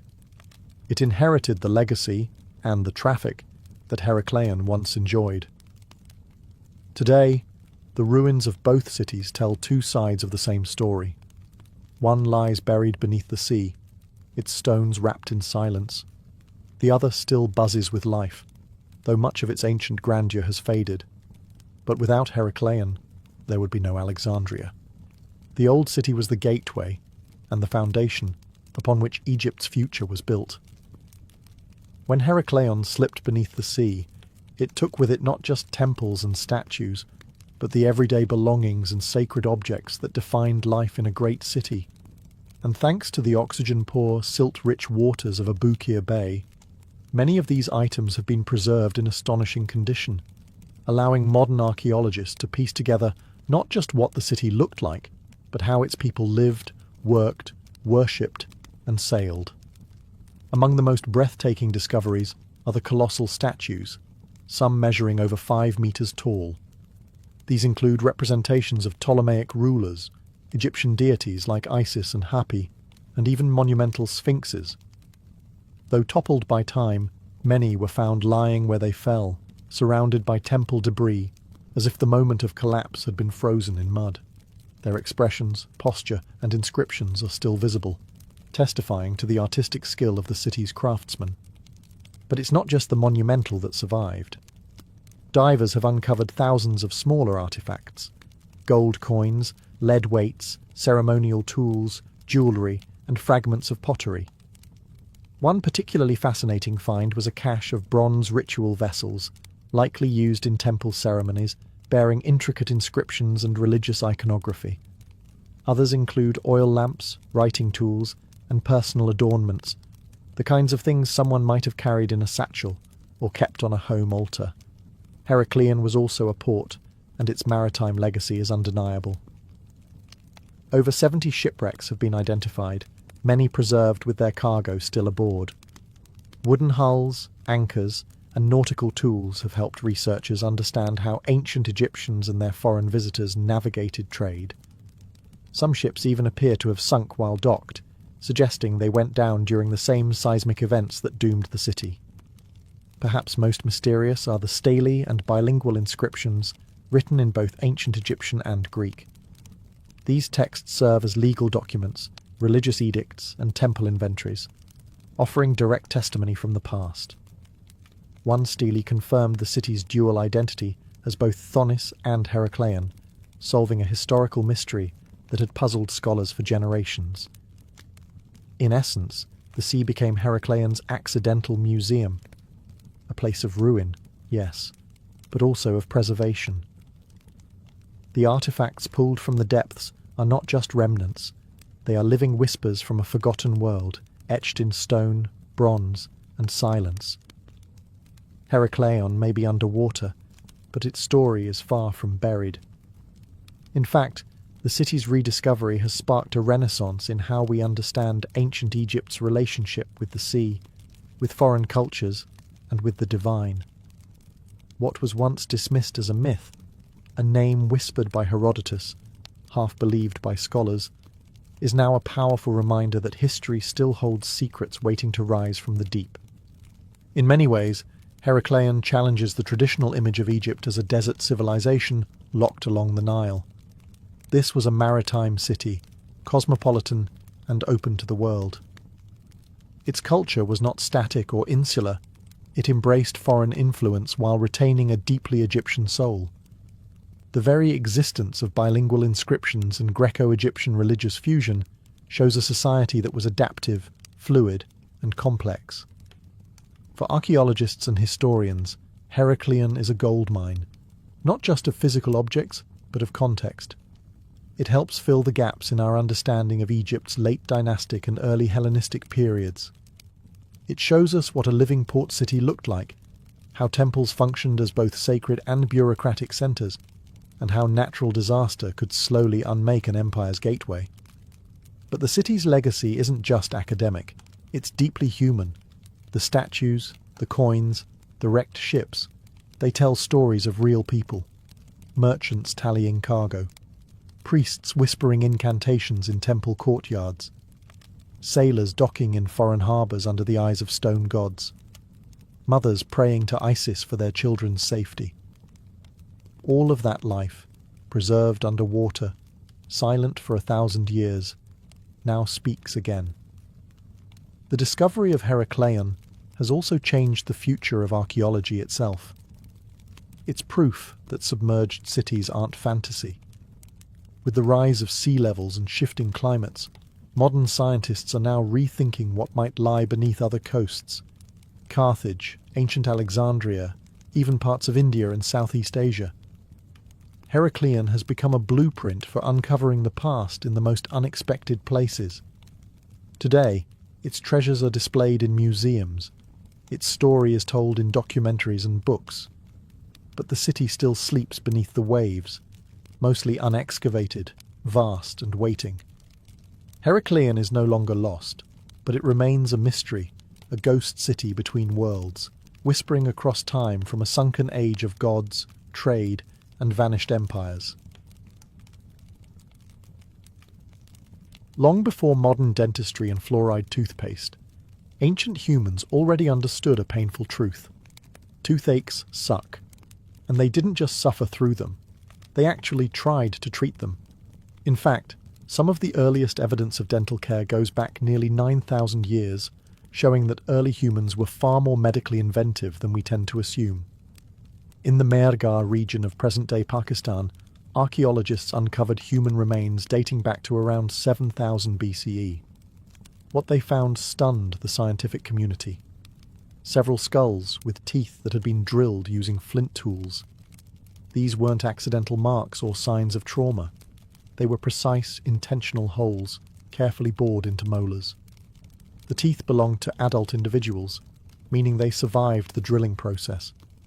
And if that sounds painful, it probably was. There's no evidence of anesthetic.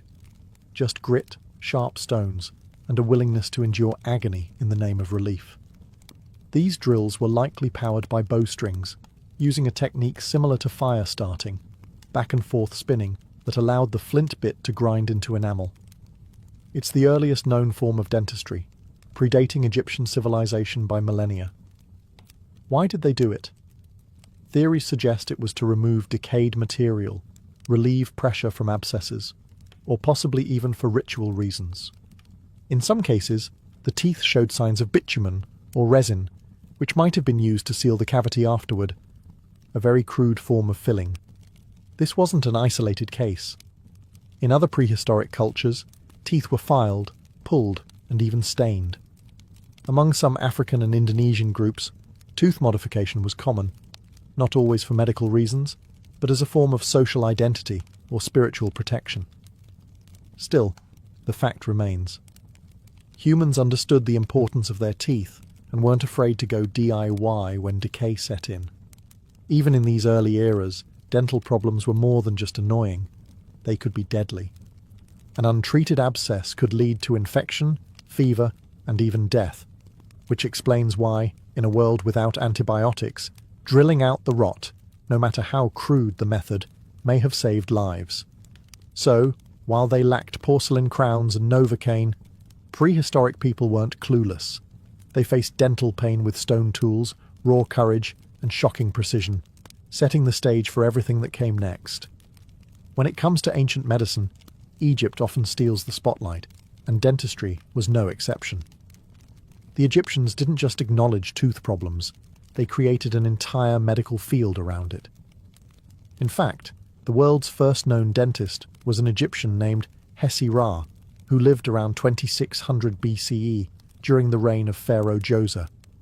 His tomb bears the title Chief of Dentists and Physicians, suggesting that dental care was already a respected profession in the Old Kingdom. But if you're picturing a calm clinic with copper tools and smiling patients, think again. Egyptian dentistry was an intense blend of practical techniques and magical incantations. The famous Ebers Papyrus, a 3,500-year-old medical text, includes remedies for toothaches, infections, and gum disease. Some treatments involved chewed herbs and honey, both of which have antimicrobial properties. Others, however, involved placing a dead mouse on the aching tooth and reciting spells to drive away evil spirits. Not exactly Ada approved. Egyptians also understood the concept of oral hygiene. They used twig toothbrushes, chewed on aromatic sticks to freshen breath, and even made rudimentary toothpaste from crushed eggshells, ox hooves, pumice, and myrrh. It was gritty, abrasive, and not particularly minty, but it worked. In terms of real procedures, evidence from excavated mummies shows attempts at dental surgery. Some skulls show drilled molars, similar to those in prehistoric Pakistan, while others have abscesses that appear to have been drained. There are also signs of crude splints used to stabilize loose teeth. Still, most Egyptians likely suffered through dental problems without major intervention. Their diet, filled with stone-ground bread, introduced plenty of sand and grit into their mouths, which wore teeth down prematurely and caused fractures.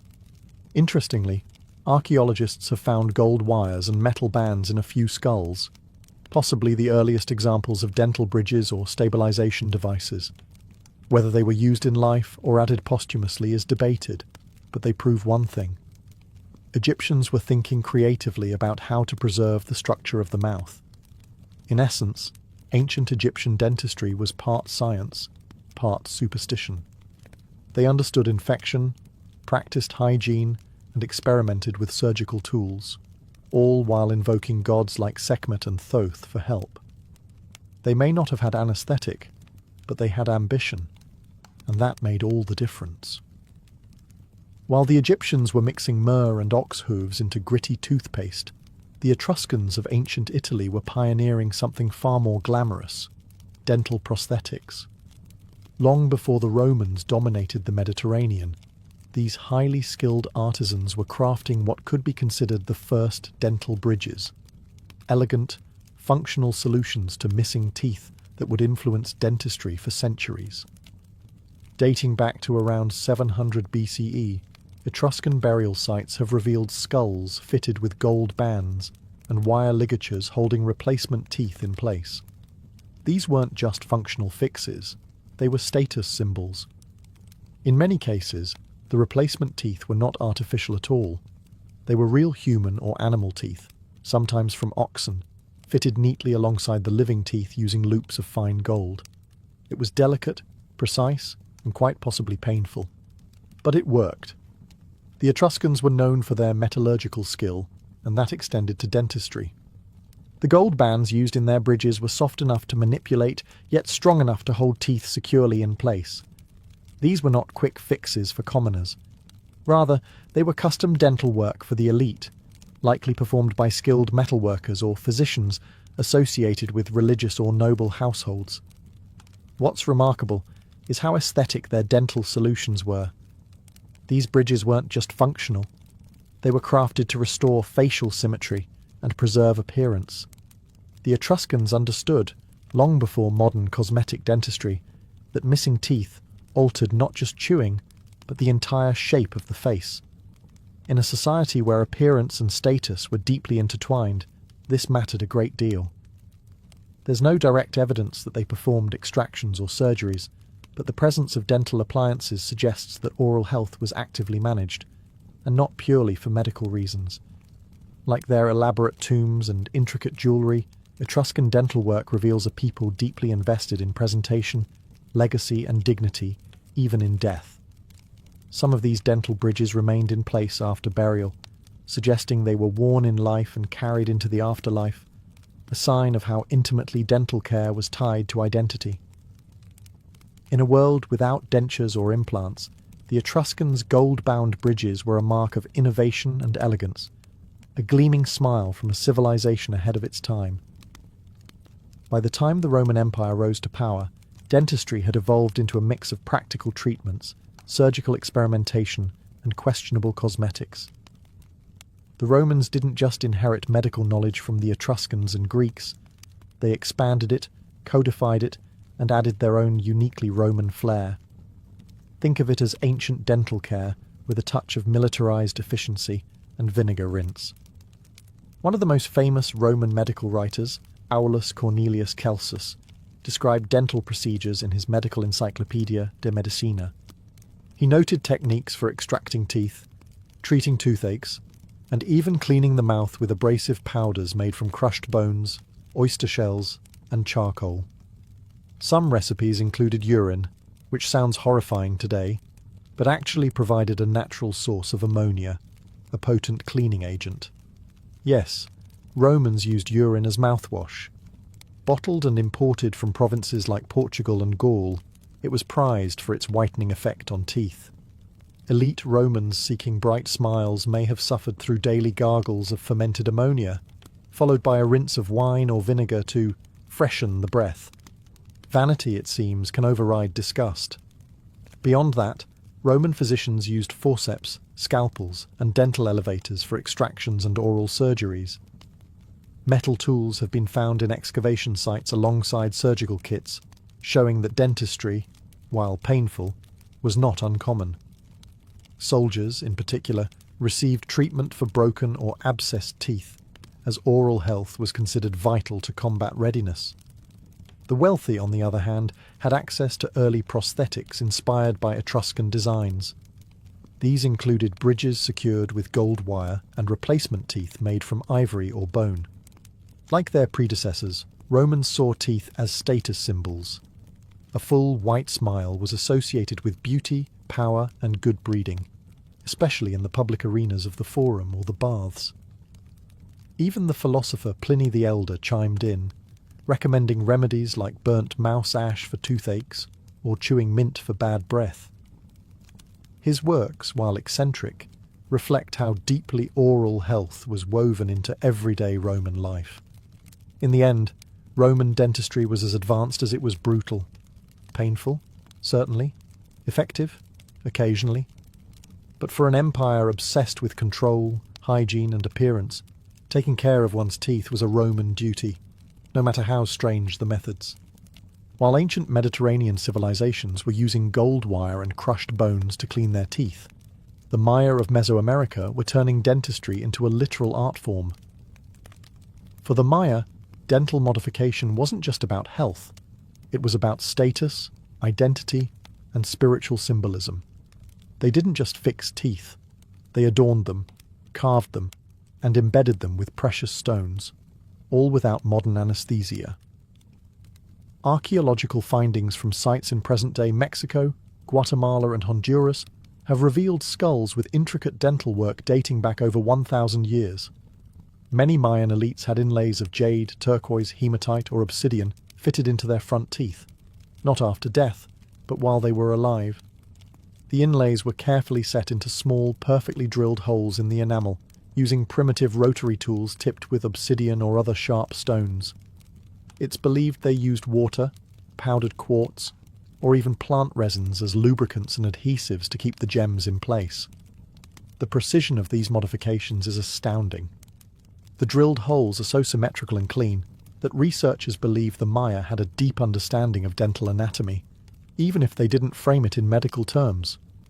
And remarkably, there's minimal evidence of nerve damage or infection, suggesting these procedures were not only common but successfully executed. But why did they do it? The answer lies in cultural meaning. For the Maya, the mouth was a powerful symbol, the place where breath and speech emerged, both considered sacred. Modifying teeth was a way to honor the gods, signal elite status, or align oneself with cosmic forces. Jade, for example, was associated with life, fertility, and divine favor. A ruler with jade-inlaid teeth wasn't just showing off, they were embodying sacred authority. The Maya also practiced tooth filing, reshaping canines and incisors into points, not unlike vampire fangs or symbolic glyphs. In some cases, the designs mimicked animal forms, likely invoking spiritual protection or transformation. And while some dental work served ceremonial purposes, evidence suggests others were functional repairs, like filled cavities or drilled abscesses. So the Maya weren't just performing ritual art, they were also treating real dental problems, centuries before European dentistry had caught up. To the Maya, dentistry was a fusion of medicine, magic, and aesthetics, a worldview drilled into every glittering smile. In ancient China, dentistry wasn't a separate science. It was deeply integrated into the broader philosophy of traditional Chinese medicine, TCM. Rather than isolating the mouth as a separate unit, Chinese physicians believed that oral health reflected the health of the entire body.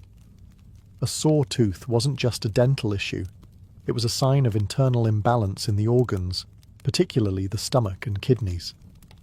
And while they didn't use drills or bridges like other civilizations, the Chinese developed a sophisticated system of preventive and herbal dentistry that spanned centuries.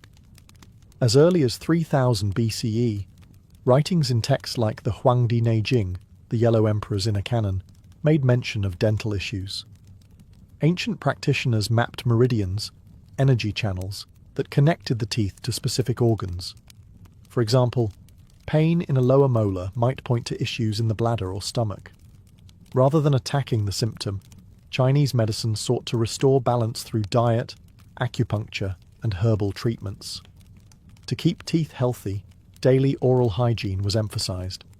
People chewed fragrant twigs from aromatic trees like willow and miswak to clean their teeth, similar to toothbrushes. They also used salt water rinses, crushed herbs, and even powdered bone to scrub away buildup. Tooth powders often included cloves, mint, rhubarb root, cinnamon, and ginseng, all aimed at freshening breath, reducing inflammation, and strengthening gums. Toothaches were treated using acupuncture, specifically targeting points along the jaw, neck, and even hands to relieve pain and stimulate healing. This non-invasive approach was often paired with poultices, mixtures of ground herbs applied directly to the gum or cheek to draw out infection or reduce swelling. Interestingly, ancient Chinese texts also reference tooth regeneration techniques using mineral pastes or spiritual rituals involving dragon bones, fossilized animal bones believed to carry potent qi, life energy. These bones were ground into powders and sometimes mixed with wine or herbs to create a kind of early medicinal paste. There is limited evidence of surgical intervention or tooth extraction in early Chinese civilization, but that may reflect the cultural emphasis on preservation and balance rather than invasive correction.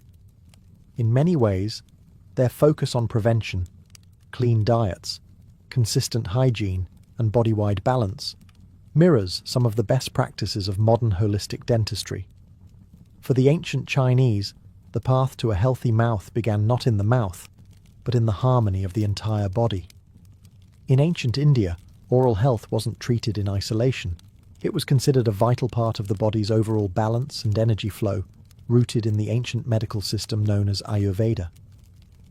Dating back over 3,000 years, Ayurvedic texts like the Karaka Samhita and Sushruta Samhita contain detailed observations on dental care, tooth diseases, and remedies, some of which are surprisingly aligned with modern understanding.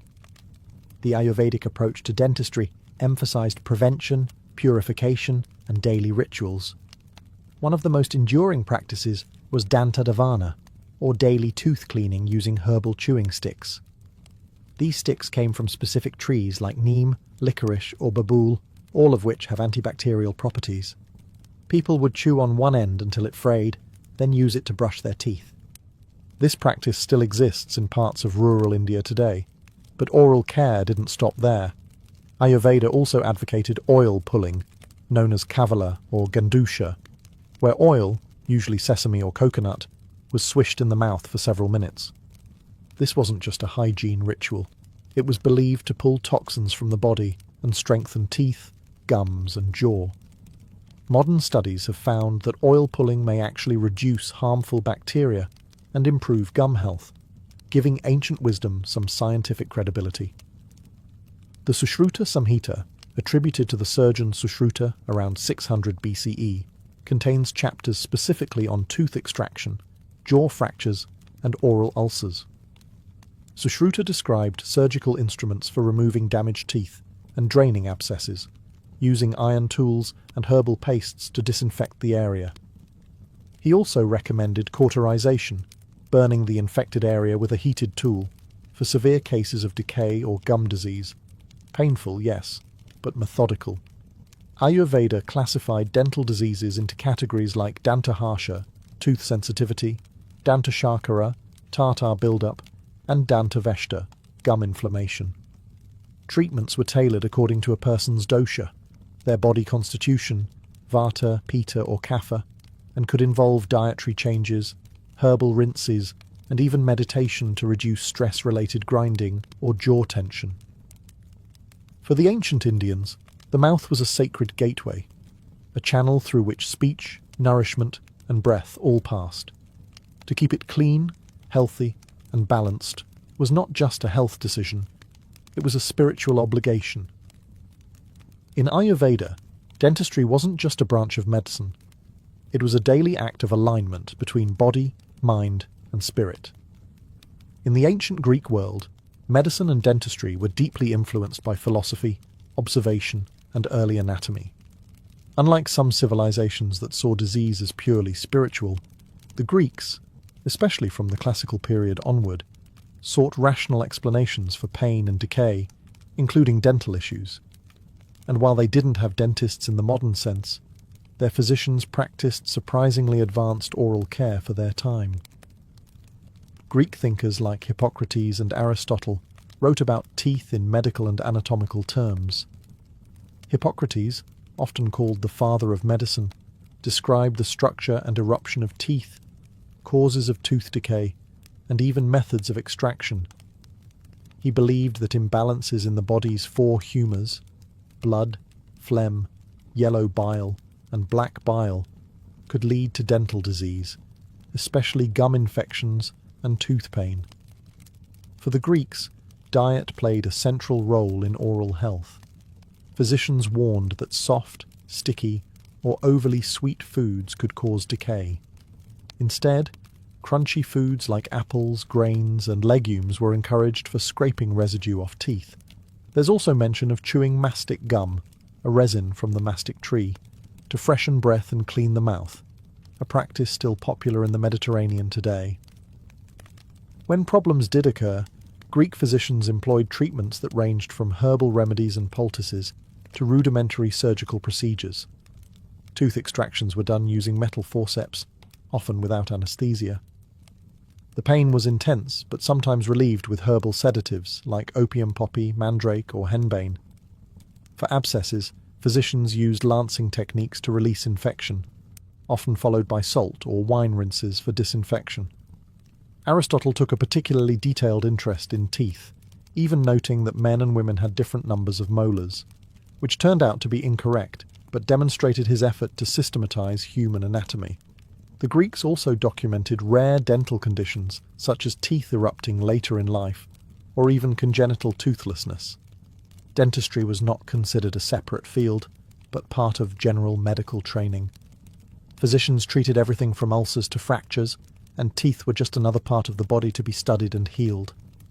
In essence, ancient Greek dentistry was a fusion of science, observation, and pain tolerance. It wasn't glamorous, but it was grounded in the belief that the body, even its teeth, could be understood, predicted, and corrected through logic and learning. Across thousands of years and dozens of civilizations, ancient dentistry evolved not as a single linear science, but as a global tapestry of innovation, ritual, and resilience. From flint drills in prehistoric Pakistan to gold bridges in Etruria, from jade-inlaid Mayan molars to Ayurvedic oil pulling, early societies approached dental care with a mix of bravery, ingenuity, and sheer necessity. Though their tools were primitive and pain management often non-existent, ancient cultures made surprisingly sophisticated advances. They didn't have bacteria theory or X-rays, but they understood that rotting teeth caused suffering, and they did what they could to intervene. Whether by drilling out decay, using herbs to numb the pain, or crafting prosthetics to preserve appearance, these early dentists, or healers, priests and artisans moonlighting as such, laid the foundation of a medical art that would eventually become a modern profession. More striking still is how interdisciplinary ancient dentistry was. It wasn't just medical, it was spiritual, cosmetic, philosophical, and even political. In some cultures, a bright, gemstone-studded smile conveyed divine favour or social status. In others, missing or misshapen teeth were tied to personal imbalance, or even considered omens from the gods. Oral health, it turns out, was never just about chewing. The tools left behind, obsidian blades, copper probes, gold ligatures, herbal scrolls, are fragments of a story that stretches across continents. They prove that ancient people, often thought of as primitive or superstitious, were curious problem solvers. They watched, they experimented, and they passed down what worked. And many of their practices endure. We still floss, rinse, and brush. We use herbal ingredients like clove, mint, and myrrh. Some even continue ancient customs like oil pulling or chewing neem sticks. Not because they're nostalgic, but because they work. Modern dentistry, with its implants, lasers, and 3D imaging, may seem worlds apart from stone drills and mouse skull poultices.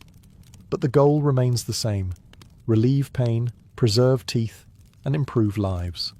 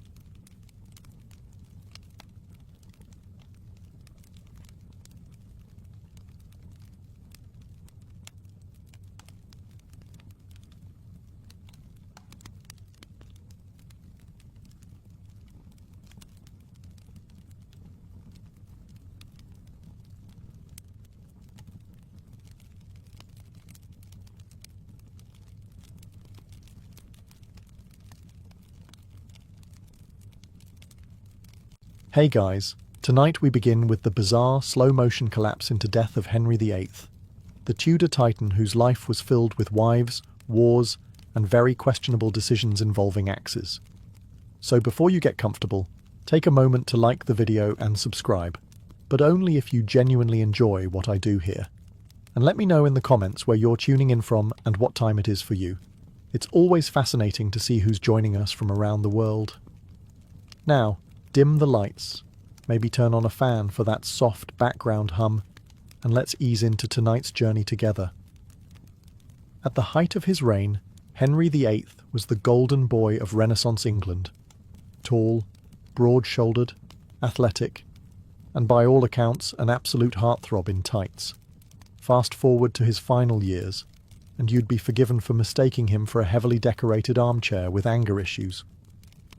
By the 1540s, Henry had entered what historians politely call his decline. He had ballooned to over 300 pounds, mostly in the midsection, and was suffering from a delightful cocktail of health problems that included chronic leg ulcers, gout, and the general side effects of eating like meat was about to be banned. His transformation from prince to pudding was so dramatic, it deserves its own Greek tragedy, with gravy. This wasn't just your standard royal overindulgence. Henry was in pain. A lot of it.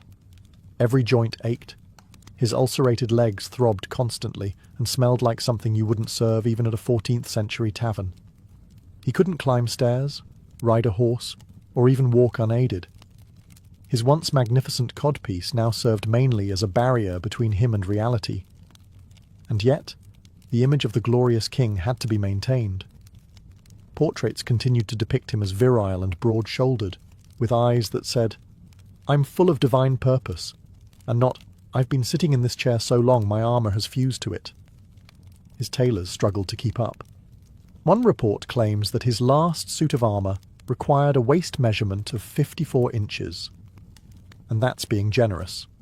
Behind the velvet and jewels, he was rotting, slowly, publicly, and with a considerable budget. Courtiers avoided standing too close. Servants prayed not to be assigned foot duty. His doctors tried everything from lancing to poultices, but most remedies had the same results: expensive linen soaked in royal ooze. By the end of his life, Henry VIII's most famous feature wasn't his beard or his codpiece, or even his wedding track record. It was his legs, or more precisely, what had happened to them. What began as minor injuries from a jousting accident in his 30s developed into what can only be described as royal horror.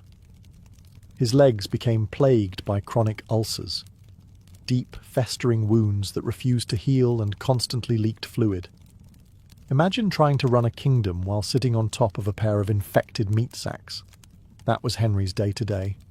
The sores weren't just painful, they were legendary. Visitors commented on the smell from across the room. Ambassadors dreaded court audiences, not because of politics, but because they didn't want to breathe near his ankles. It said the ulcers were so deep you could see bone. The word ooze features heavily in letters of the time. If Shakespeare had written body horror, this would have been Act 1. Naturally, the best medical minds of the 16th century were brought in, which is another way of saying they slapped herbs on it and hoped for divine intervention. Treatments included poultices made of honey, rose oil, and whatever else sounded vaguely church-approved. They also tried cauterization.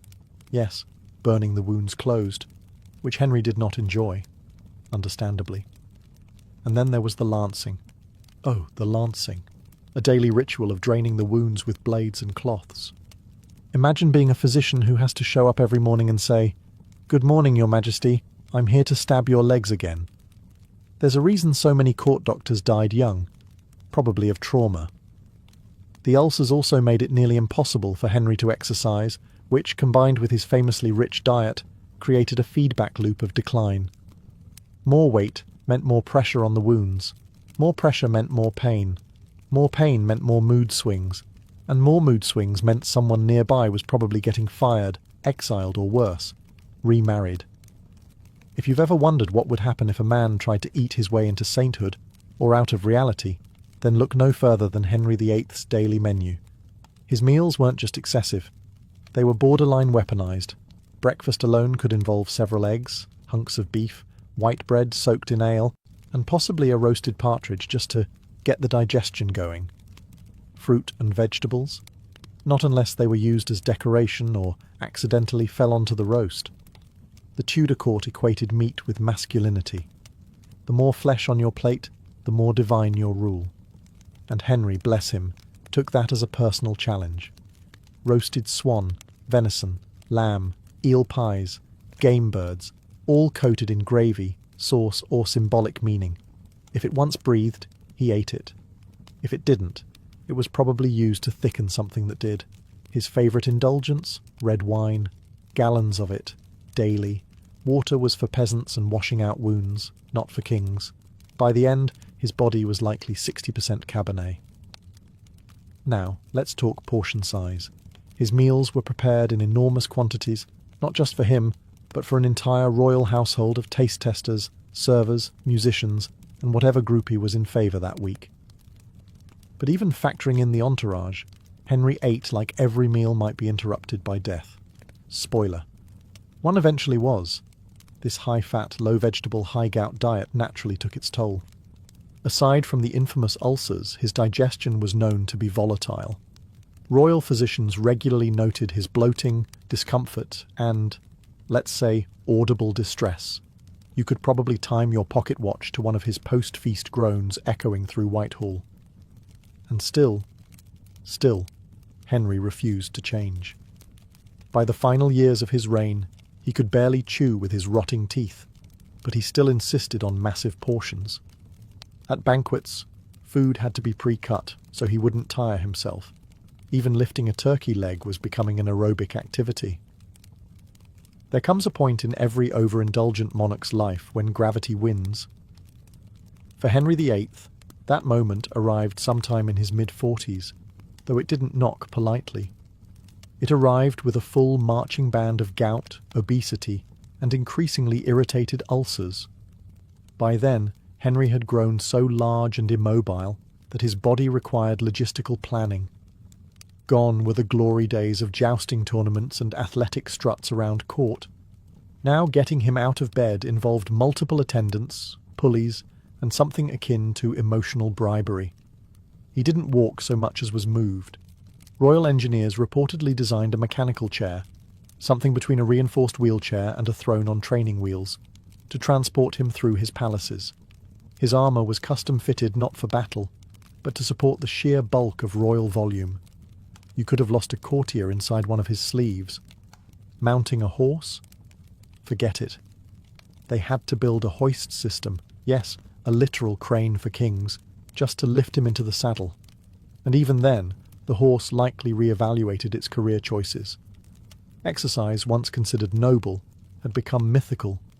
His only form of movement was turning to yell at someone, and even that required effort. His doctors encouraged gentle motion, like walking a few steps per day. But Henry preferred political executions over physical exertion. It burned fewer calories, but did wonders for morale. This physical decline wasn't just inconvenient, it was dangerous. Inactivity worsened everything. His circulation, his mood, his already hostile digestive system. And when you're a monarch, your health becomes everyone's problem. Entire days were scheduled around how far he could be rolled. Even court ceremonies had to be shortened. State functions were planned to keep the king seated for as long as possible. If the throne room had hosted a treadmill, it would have been purely symbolic, or used to power a spit roast. Yet no one dared say it aloud, that the most powerful man in England was quite literally weighed down by his own choices. Of all the indignities that accompany royal decay, few are as memorable, or as difficult to politely ignore, as smell. And Henry VIII, in his final years, had an aroma that reportedly arrived before he did. Now, body odour wasn't exactly rare in Tudor England. This was a time when bathing was more theory than practice. Perfume was considered healthcare, and the most effective deodorant was standing downwind. But even by 16th century standards, Henry's scent was remarkable. The culprit? His infamous leg ulcers. These weren't just minor wounds. They were cavernous, festering, constantly draining infections wrapped in silk stockings and denial. The royal physicians did what they could: honey dressings, herbal compresses, repeated lancing. But there's only so much you can do when the king's lower limbs are threatening to declare independence. The result was a lingering, acrid stench that haunted palace corridors. Courtiers were known to subtly back away mid-conversation. Ambassadors reportedly endured meetings while holding perfumed cloths to their faces, the Renaissance equivalent of tactical air support. And then there was the matter of his general hygiene. With movement nearly impossible and pain constant, regular bathing fell off the schedule. Instead, Henry relied on powders, oils, and layers upon layers of rich fabrics designed to absorb shame. He essentially mummified himself in velvet and linen, hoping no one would notice what was rotting underneath. Spoiler, they noticed. Even his own clothing was sacrificed. It's said his garments had to be burned after use, not washed, a fitting metaphor for how much of his dignity was now considered disposable. Despite all this, no one dared speak of it in his presence. If you so much as wrinkled your nose in the wrong direction, you might find yourself reassigned to the Tower of London, or worse, tasked with changing his bandages. And yes, that was an actual job. Historians don't know their names, but we all owe them a moment of silence. It's hard enough being a monarch. It's harder still when you're in constant pain, oozing from multiple orifices, and slowly sinking into your own furniture. By the end of his reign, Henry VIII wasn't just physically immobile, he was emotionally volatile. One minute, he was weeping over his dead wife Jane Seymour's memory. The next, he was accusing someone of treason for blinking too loudly. His court lived in a constant state of psychological whiplash. Servants learned to interpret the tilt of his eyebrows the way sailors read clouds before a storm. He's frowning. That's either constipation or war. Of course, Henry hadn't always been like this. Earlier in life, he'd been charismatic, intelligent, even playful. But as the ulcers deepened, so did the mood swings. The Henry of old had been replaced by something more unpredictable, a king whose primary foreign policy tool was rage. Medical historians suspect that alongside his physical ailments, he may have suffered from untreated depression, chronic pain-induced irritability, and possibly head trauma from a 1536 jousting accident. But in 16th century England, the go-to treatment for a bad mood was prayer, leeches, or blaming the French. Unfortunately, being king meant no one could tell him to take a break. Instead, advisors smiled nervously and agreed with whatever he said. Some even praised his divinely inspired fury, which is a nice way of saying, "We'd like to keep our necks, please." The results were messy. Dozens of courtiers were exiled, imprisoned, or executed simply for falling out of favour during one of Henry's mood hurricanes. Even his longtime friend and chancellor, Thomas More, wasn't spared, proving that Henry's inner circle was shaped more like a revolving door. By January of the year 1547, everyone in the royal court could see the end coming, except notably Henry VIII. He was, in every way, falling apart. But you couldn't legally say so. Under Tudor law, predicting the king's death was treason, which made royal physicians the most anxious, overqualified actors in history. Henry was confined to bed. Not just bedridden, but bed-dwelling. He hadn't walked in weeks, hadn't ridden in years, and spent his final days ruling England from beneath a mountain of embroidered cushions and questionable decisions. His legs were swollen. His breathing was laboured. His appetite was reduced. Well, by Tudor standards. He was still eating like someone who didn't realise his will was about to be the most important document in the country. Despite his obvious state, no one dared utter the word dying. Courtiers developed a whole glossary of euphemisms. He is resting deeply. His Majesty is in a reflective mood. The king is simply digesting vigorously. Even his doctors tiptoed around the subject. One physician reportedly declared, "His Majesty shall recover, God willing." A safe statement, vague, non-committal, and with divine backup. Meanwhile, said Majesty was drifting in and out of consciousness, probably hallucinating about roast goose and Protestant diplomacy. But even in his decline, Henry VIII still had paperwork to finish. He signed documents. He amended his will. He appointed a regency council for his 9-year-old son, Edward, who would soon be handed the kingdom and a debt the size of France. These weren't the majestic final acts of a noble ruler. They were scribbled commands from a very sick man whose court pretended he was just having a moment. Everyone around him knew the truth. Servants, courtiers, even the rats in the palace floorboards probably sensed something shifting. But still, they waited. Because the King of England couldn't die until it was safe to say so. And at this stage, no one wanted to go first. As January dragged on, Henry VIII hovered somewhere between lucidity and royal delirium. His body was shutting down, but his mind still had policies to bark out, people to snub, and a country to pretend he wasn't dying in front of. The denial was thick, possibly thicker than his ankles. He gave no formal confession, no emotional farewell, no cinematic final words. Instead, he issued instructions, edits to the will, tweaks to the Regency Council, and the usual paranoid rearranging of power players, just in case any of them got funny ideas after his eventual, and definitely not impending death. Most notably, he finalised the succession plan. His sickly 9-year-old son, Edward, would take the throne, flanked by a hand-picked group of advisors. These men, it should be noted, had roughly the loyalty and backstabbing tendencies of a barrel full of Tudor eels. Henry also ordered that his tomb be completed, a grand structure he'd been planning for decades. Spoiler, it never got finished.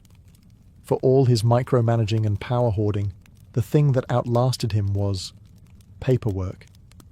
As for religion, he managed to keep things impressively ambiguous. England was still Protestantish, but not too Protestant. Just Protestant enough to upset Rome without committing to anything doctrinal. It was the ecclesiastical equivalent of muttering something under your breath and walking away quickly. Even in his final days, Henry refused to acknowledge just how close the end was. When priests asked if he'd like to make peace with God, he dodged them like a man avoiding jury duty. One account suggests he eventually whispered, "All is lost." But even then, the court wasn't sure if he meant his soul, the kingdom, or just a misplaced turkey leg. Meanwhile, the palace operated under a strict "don't say he's dying" policy. If anyone was caught using phrases like "last rites" or "funeral preparations," they were swiftly removed, not for disrespect, but for ruining the illusion that England's most powerful monarch wasn't dissolving in his own bed. In the grand tradition of royal drama, you'd expect Henry VIII to deliver a stirring deathbed confession, a Shakespearean monologue about sins, regrets, and the 6 wives he either married, murdered, or misplaced. Instead, we got silence. Or worse, administrative clarity. There were priests at his bedside, yes, but they were mostly ornamental. Henry, who had rebranded the entire Church of England just so he could annul a marriage and flirt with theology on his own terms, was suddenly very quiet about his spiritual affairs. No dramatic plea for forgiveness. No humble repentance. No, sorry about that whole beheading your mother chat with his daughter Mary. Perhaps he thought he had nothing to confess.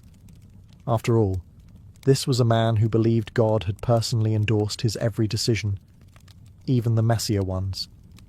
From his point of view, he hadn't failed morally. He had just been chronically misunderstood by papists and wives with annoying survival instincts. According to one report, Archbishop Thomas Cranmer arrived in time to ask if the king still trusted in Christ.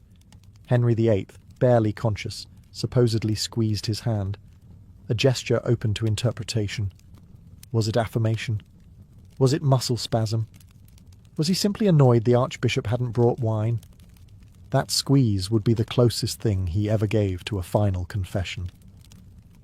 For a man obsessed with control, it's telling that his final hours were filled not with reflection, but with paperwork, delegation, and vague gestures at spiritual matters.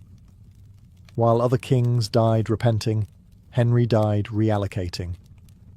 And while he had once described himself as the supreme head on earth of the Church of England, he now faced death with no more ceremony than a nod and a hand twitch.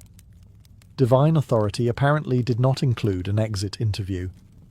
But maybe that was the most Henry way to go.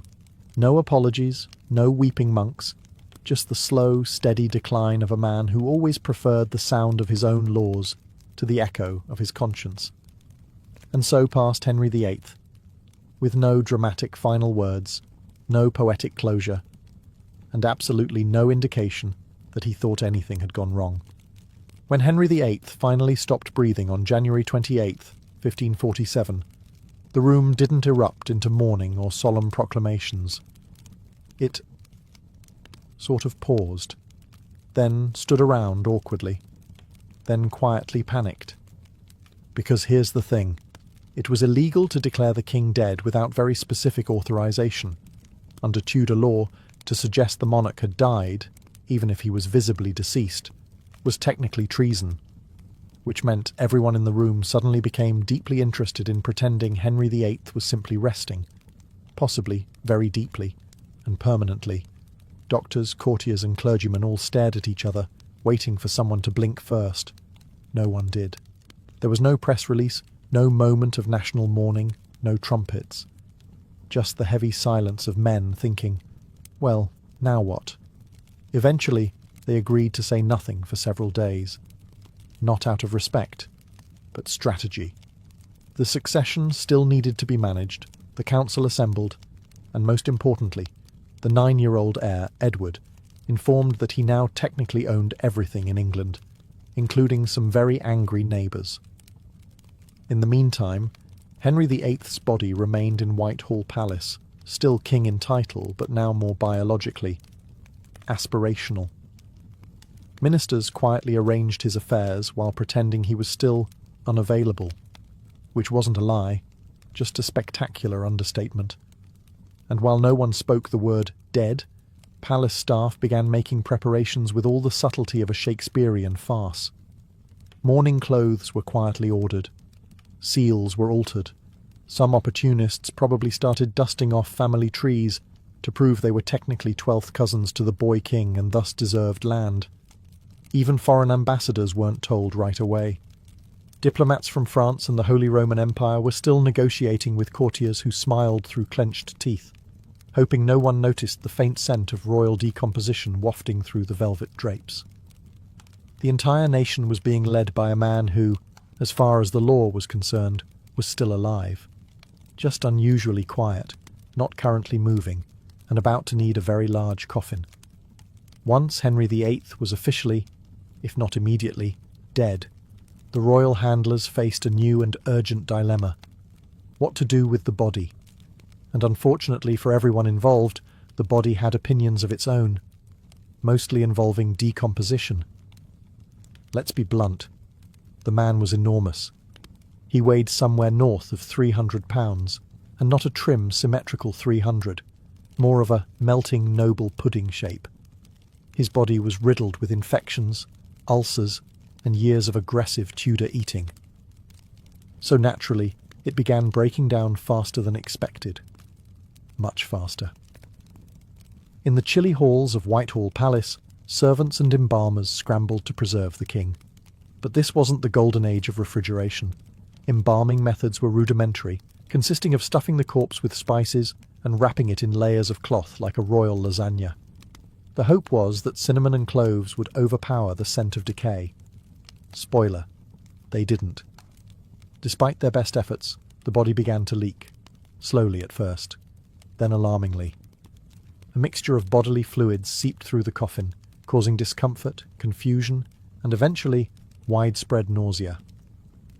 It got so bad that during the funeral procession to Windsor, the coffin reportedly emitted a dark stain and smell so potent that it startled the horses, and, in one now infamous account, attracted stray dogs. Yes, dogs.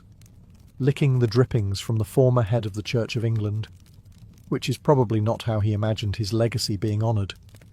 To make matters worse, the coffin had been sealed hastily. Royal urgency overrode craftsmanship. It swelled from internal gases and, allegedly, cracked, The Tudor version of Tupperware, it was not. Everyone involved tried to keep a straight face. Mourning nobles walked beside the oozing coffin with the dignity of people pretending they couldn't smell anything. And no one, absolutely no one, brought it up in conversation afterward. It's not every day a monarch's corpse makes headlines centuries later for the way it malfunctioned. But then again, Henry VIII was never one to do things quietly. Not in life, and certainly not in death. As the funeral procession moved toward Windsor Castle, the sealed wooden coffin carrying the late king rumbled ominously. Now you'd think transporting the body of England's most iconic monarch would involve some kind of dignified marble-lined container, or at the very least, one that didn't behave like an overripe meat barrel. But alas, haste and biology conspired to make this final journey unforgettable, for all the wrong reasons. The coffin began to leak, not metaphorically, literally. Despite efforts to embalm the body, the combination of heat, internal gases, poor sealing, and sheer mass caused the coffin to sweat. And by sweat, we mean ooze. Contemporary chroniclers describe a black, putrid fluid leaking from the base of the coffin during a stopover at Sion Abbey, the kind of detail you don't soon forget, even if you desperately wish you could. It gets worse. One popular, if possibly apocryphal, account claims dogs were seen licking the fluid beneath the coffin. Imagine it. A royal procession halted in solemn silence, mourning nobles dressed in black, all while a couple of opportunistic hounds enthusiastically sample what is, by all accounts, the king. Tudor England had many rituals, but canine consumption was not supposed to be part of state funerals. And yet, no one said a word. The show had to go on. The coffin was cleaned as discreetly as possible.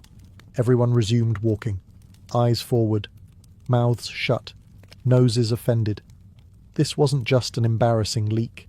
It became legend, a dark little parable whispered through the centuries. To some, it was divine retribution for Henry's cruelty. To others, it was a grim punchline to a lifetime of excess. Either way, Henry VIII had managed to do what few monarchs can claim: ruin a funeral with nothing but his presence. There's something deliciously poetic, or brutally ironic, about where Henry VIII ended up. Not in Westminster Abbey with the other great kings, not in some towering mausoleum of Tudor marble.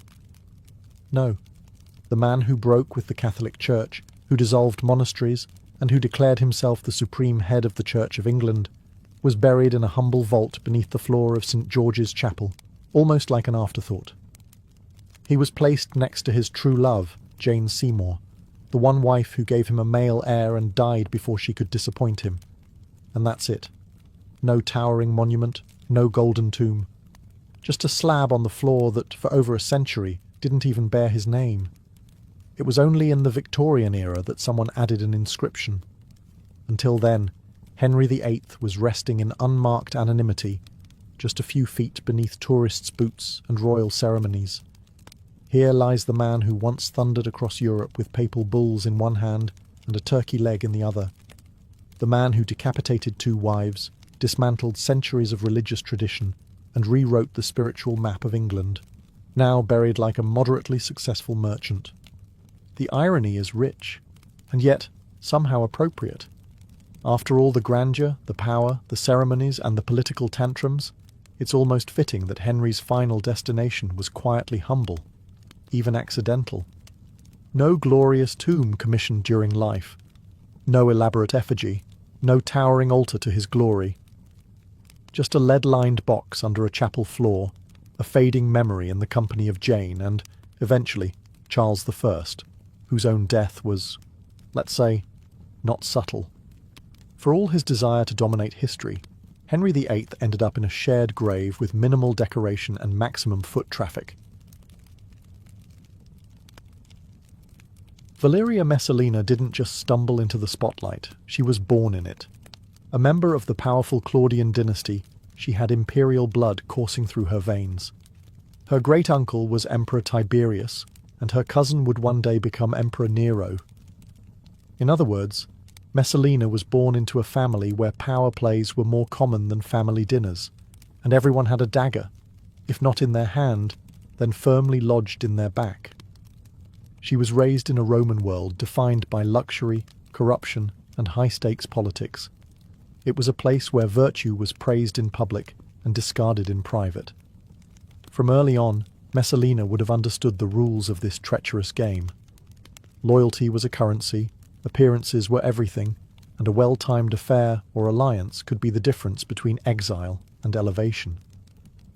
As a teenager, she was married off to her cousin, Tiberius Claudius Drusus, better known to history as Emperor Claudius. At the time, Claudius was seen as an unlikely political figure.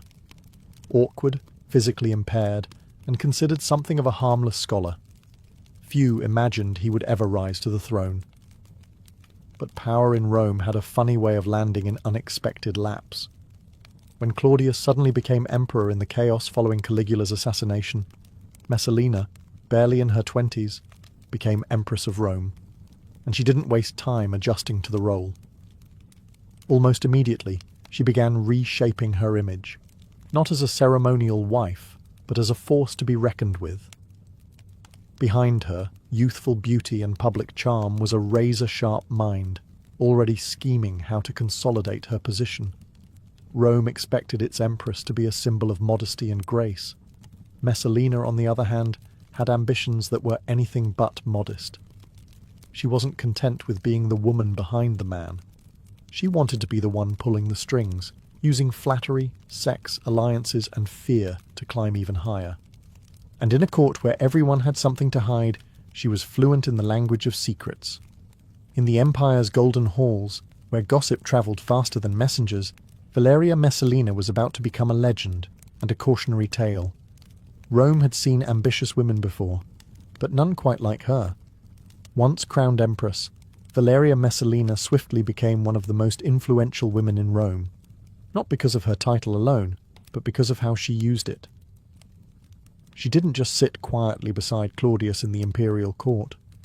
She was the one whispering in his ear, nudging decisions, arranging marriages, forging alliances, and eliminating enemies, all while pretending to be the loyal wife.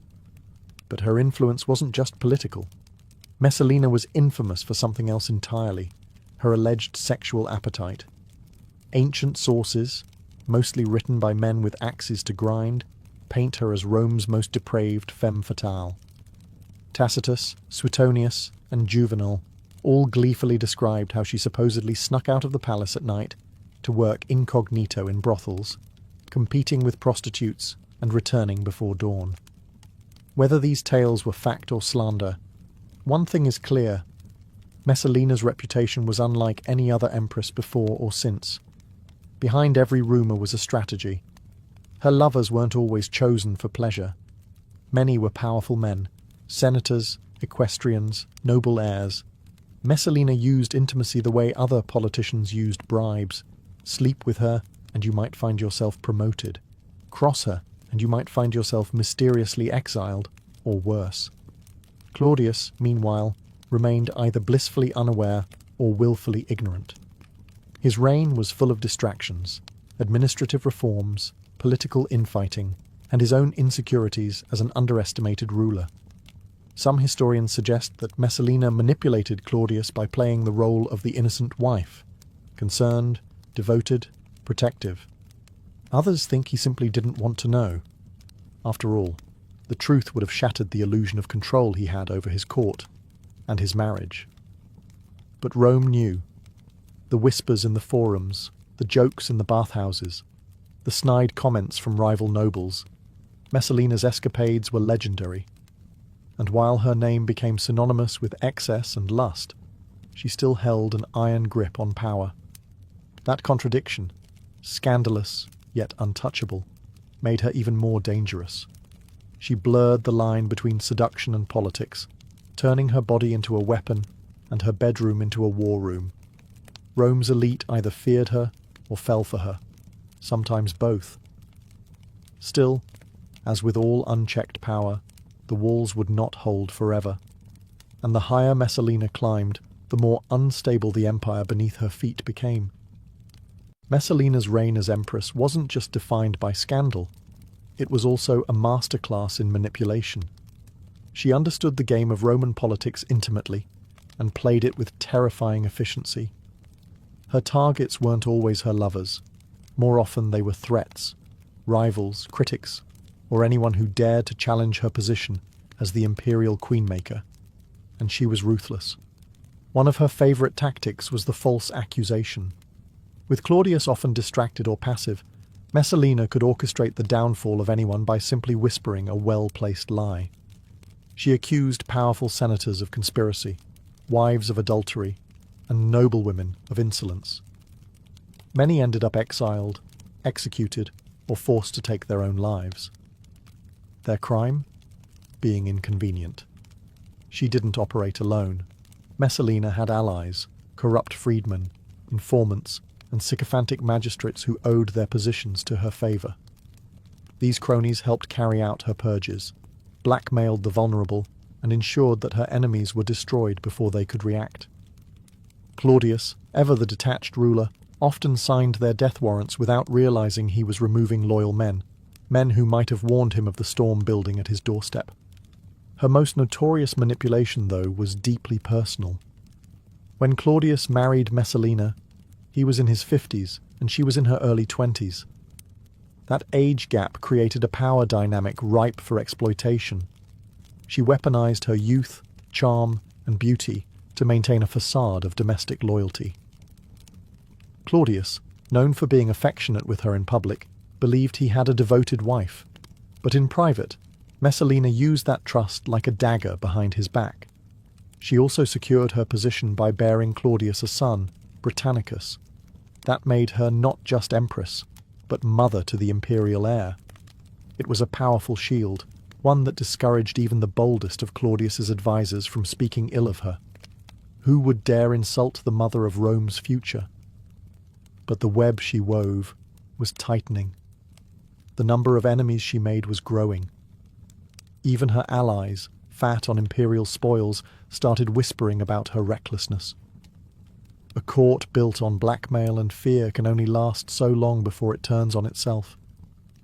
Messalina didn't notice, or refused to notice, that her empire of secrets was beginning to rot from within.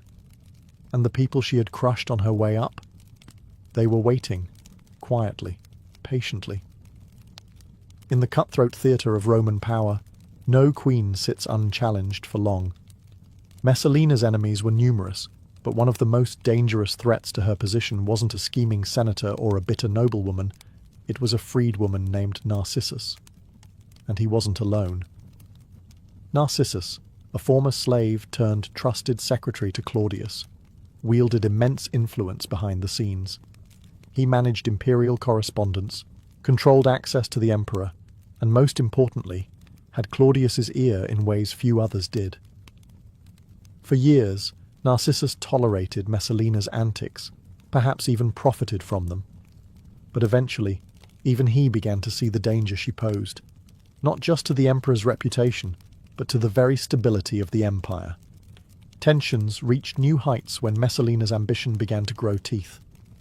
No longer content with manipulating from behind the curtain, she started plotting something far more audacious, replacing Claudius entirely. Some sources claim that Messalina began an affair with the handsome senator Gaius Silius, not just another lover, but a calculated partner in a quiet coup. Silius was wealthy, influential, and dangerously popular. And Messalina didn't just want him in her bed, she wanted him on the throne. According to the ancient historian Tacitus, Messalina even went so far as to marry Silius in a public ceremony, while Claudius was still emperor. A move that was either madness or genius, depending on how successful she believed her scheme would be. It was the boldest political play of her life. But it was also the one that would break her. When Narcissus learned of the marriage, he was stunned.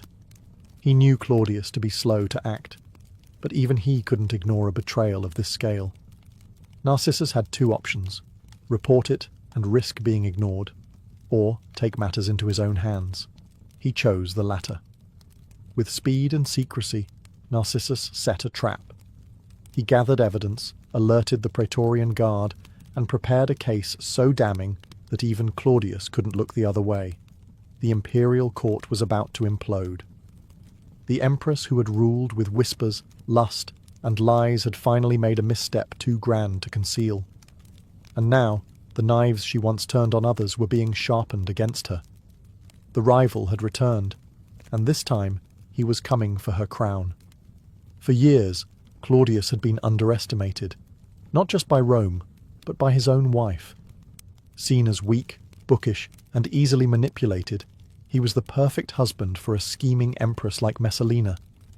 But betrayal on this scale, an alleged marriage to another man, was too massive to ignore, even for Claudius. When Narcissus finally approached the emperor with the damning news, Claudius's initial reaction was disbelief. His beloved wife, the mother of his son, had married another man, in broad daylight. Narcissus didn't just tell him, he showed him. Documents, witnesses, the ceremony itself. The emperor was stunned, and finally, furious. This was no longer palace gossip. This was treason. Claudius, long thought too slow-witted to rule, acted with uncharacteristic decisiveness. With Narcissus as his guide, he handed emergency powers to the freedman and instructed him to clean house. The Praetorian Guard, Rome's elite soldiers, was mobilized not to defend Messalina, but to destroy her. While Claudius returned to the palace, silent and pale, Narcissus moved quickly. Gaius Silius, caught mid-celebration, was dragged into the street and executed without trial. His allies, those who had lent support to the coup, or had simply known too much, were rounded up and eliminated in a brutal sweep of political housecleaning. As for Messalina, she didn't run. She didn't hide. In a strange, almost tragic twist, she believed, right until the end, that Claudius would forgive her, that her beauty, her charm, her role as mother of his heir would save her once again. She even fled to the gardens of Lucullus, begging for a chance to speak with him, to explain. But Claudius wasn't listening anymore. The man she had treated like a puppet had finally cut his strings. At first, Claudius hesitated to order her death. Despite everything, he still seemed torn. But Narcissus, fearing that Claudius might waver, acted first. He sent a centurion with a dagger and a message. Die with dignity, or be dragged through the forum in disgrace. Messalina, uncharacteristically paralyzed by fear, tried to stall. She took the dagger, but couldn't bring herself to use it. In the end, the centurion had to do it for her. The empress who had controlled Rome with seduction and silence died in a garden, alone, panicked, and powerless. And just like that, the most infamous woman in imperial history was gone.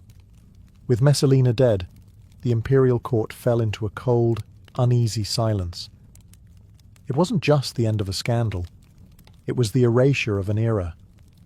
Claudius, publicly stoic, ordered that her name be stricken from official records. Statues were pulled down. Inscriptions were defaced. Documents mentioning her deeds were quietly destroyed or rewritten. Rome was instructed to forget its empress. But how do you forget a woman like Messalina? The city whispered even more now that she was gone. Stories about her final moments circulated like wildfire. Some claimed she cried for Claudius to save her until her last breath. Others said she cursed him, defiant to the end. Either way, her memory refused to vanish as easily as her portraits did. The political clean-up continued. Silius and his supporters were just the beginning.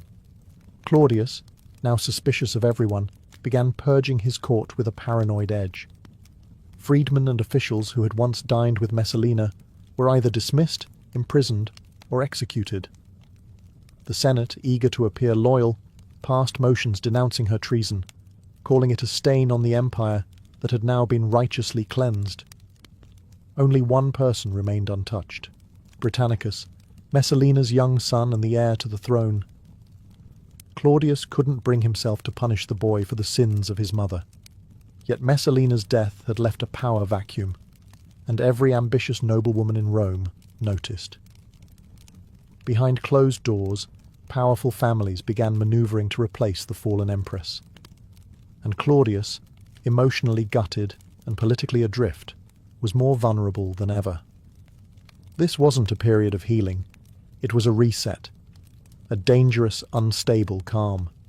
Claudius's trust in those around him had shattered, and he became increasingly reliant on his freedmen, especially Narcissus, who now wielded influence so great he practically ruled by proxy. Rome, meanwhile, began rewriting its favourite bedtime story. Messalina wasn't just remembered as an adulterous empress. She became a cautionary tale, a byword for female lust and treachery.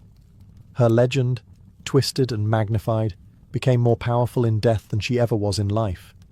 She had been purged from the imperial narrative, but not from the Roman imagination. And while her body was buried in obscurity, her ghost would linger in the shadows of the Palatine Hill. Whispered about, laughed at, feared, forever. In the wake of Messalina's execution, Claudius found himself in an awkward position. An emperor without an empress, a father with a vulnerable heir, and a court full of power-hungry opportunists. The empire needed a new matron, someone to stabilize the palace and manage the imperial household. But Claudius, still wounded by betrayal, was reluctant to remarry. Enter Agrippina the Younger. She was everything Messalina had been, and more. Beautiful, intelligent, calculating, and dangerous in her own right. But unlike Messalina, Agrippina wasn't reckless. She was methodical. Born into the Julio-Claudian dynasty, she was the daughter of Germanicus, the sister of Caligula, and the mother of a boy named Lucius Domitius Ahenobarbus, later known as Nero. Agrippina saw her chance. She played the long game. Where Messalina had seduced, Agrippina negotiated. She convinced Claudius that marriage to her would restore dignity to the imperial house. She promised loyalty, order, and, most importantly, a unified dynasty. Claudius, aging and increasingly manipulated by his inner circle, eventually agreed. Their marriage, though controversial due to their familial connection, was made legal by a special Senate decree. She became the next empress of Rome. But this was no love story. Agrippina wasn't interested in sharing the throne. She wanted to control it. And she quickly began purging any remaining allies of Messalina, ensuring that the old empress's name stayed buried, along with her son Britannicus's claim to the throne. She installed her own people in key roles, isolated Claudius from his previous advisors, and began grooming her son Nero as the future emperor. Step by step, she dismantled Messalina's legacy, not just through politics, but through memory. And the Roman people? They watched, bemused. Some whispered that Agrippina was just Messalina with better PR. Others feared she was something far more dangerous. While Messalina had ruled with passion and impulse, Agrippina ruled with calculation and precision. Where Messalina had overplayed her hand, Agrippina never showed hers until it was too late. The empire had traded one empress for another, but whether Rome had learned its lesson was doubtful. Claudius had survived one scheming wife. He wouldn't survive the next. And so, the ghost of Messalina didn't fade. It simply changed form, reborn in the ambitions of a new woman rising from her ashes. After Messalina's death, her son Britannicus became a tragic relic of a discarded dynasty. Though still the biological son of Claudius and the rightful heir to the throne, his future now hung by a thread. He was barely a boy when his mother was executed, and suddenly, the palace that once celebrated his birth became a gilded cage. Initially, Claudius kept Britannicus close, even assigning him trusted tutors and guards. The emperor still hoped to secure a legacy through his bloodline. But that hope was quietly and efficiently dismantled by Agrippina the Younger, who had no intention of letting Messalina's child sit on the imperial throne. Agrippina's own son, Nero, was older than Britannicus and far more controllable, especially by her. So, she began her campaign to remove Britannicus from the line of succession. She portrayed him as immature, easily manipulated, and unfit to rule. At the same time, she worked tirelessly to elevate Nero. She had him adopted by Claudius, granted the name Nero Claudius Caesar Drusus Germanicus, and given titles that signalled his path to power. By the time Britannicus reached adolescence, he was no longer Rome's golden boy. He was a prisoner in his own home, watched constantly, his supporters either exiled or silenced. Even his former tutors were replaced with Agrippina's men, ensuring that the young prince grew up under a web of political suspicion and isolation. Claudius, aging and increasingly manipulated, seemed to drift further from his son. He lavished Nero with honours and gradually distanced himself from the memory of Messalina, as if trying to scrub away the shame of his former marriage by erasing their child. Britannicus became a symbol of what could have been, a legitimate heir, sidelined by power politics, and he knew it. Ancient sources say he grew bitter, fearful, and watchful. He may have remembered his mother's fall, and perhaps even feared the same fate. When Claudius mysteriously died, likely poisoned, possibly by Agrippina, Nero was declared emperor without opposition. Britannicus, now a teenager, was reduced to a threat. A year later, during a banquet, the boy suddenly collapsed and died. The official cause? Epilepsy. The real cause? Poison, administered on Nero's orders, according to most ancient sources. Messalina's legacy died with her son, and the imperial line she tried so desperately to secure was extinguished, not by battle, but by dinner plate. Valeria Messalina may have died in disgrace, but her story refused to stay buried. In fact, the more the empire tried to forget her, the more immortal she became. Over the centuries, she transformed from a flesh-and-blood empress into a myth, Rome's ultimate symbol of feminine vice, lust, and betrayal. But was that reputation earned or constructed? The surviving accounts of Messalina's life come almost entirely from hostile sources: Tacitus, Suetonius, and Juvenal, men who had little sympathy for women in power, especially ones who dared to act independently. To them, she wasn't a political player. She was a cautionary tale, a dangerous woman who weaponized her sexuality and corrupted the purity of the empire. They wrote of her alleged midnight visits to brothels, her public marriage to another man, and her endless affairs. But all of these tales bear the tone of moral panic more than credible evidence. Some modern historians have begun to question whether Messalina's infamy was inflated to serve a narrative. After all, powerful women in Rome, especially those who fell from favour, were almost always rewritten as monsters. Think of Cleopatra. Think of Agrippina. In a society ruled by patriarchs, an ambitious woman was either a paragon of virtue or a seductress in disguise. Messalina, conveniently, became the latter. Yet even if we strip away the exaggerations, one truth remains. She held enormous influence in the Roman court. She manoeuvred through a deadly political landscape, eliminated rivals, secured her son's claim to the throne, and wielded soft power in a world dominated by men with swords and senates. Whether by manipulation, charm, or fear, she was effective. Her downfall didn't just mark the end of her own story. It altered the shape of Roman succession, paved the way for Agrippina, and ultimately helped Nero rise to power. The echoes of her ambition resonated far beyond her lifetime. In literature, art, and popular culture, Messalina became an archetype: the lascivious empress, the femme fatale, the scandal made flesh. But behind the legend may have been a woman caught in a system that punished power in the wrong hands, especially when those hands were manicured and female. Messalina didn't just scandalize an empire, she forced it to confront its fears about women, control, and the cost of influence.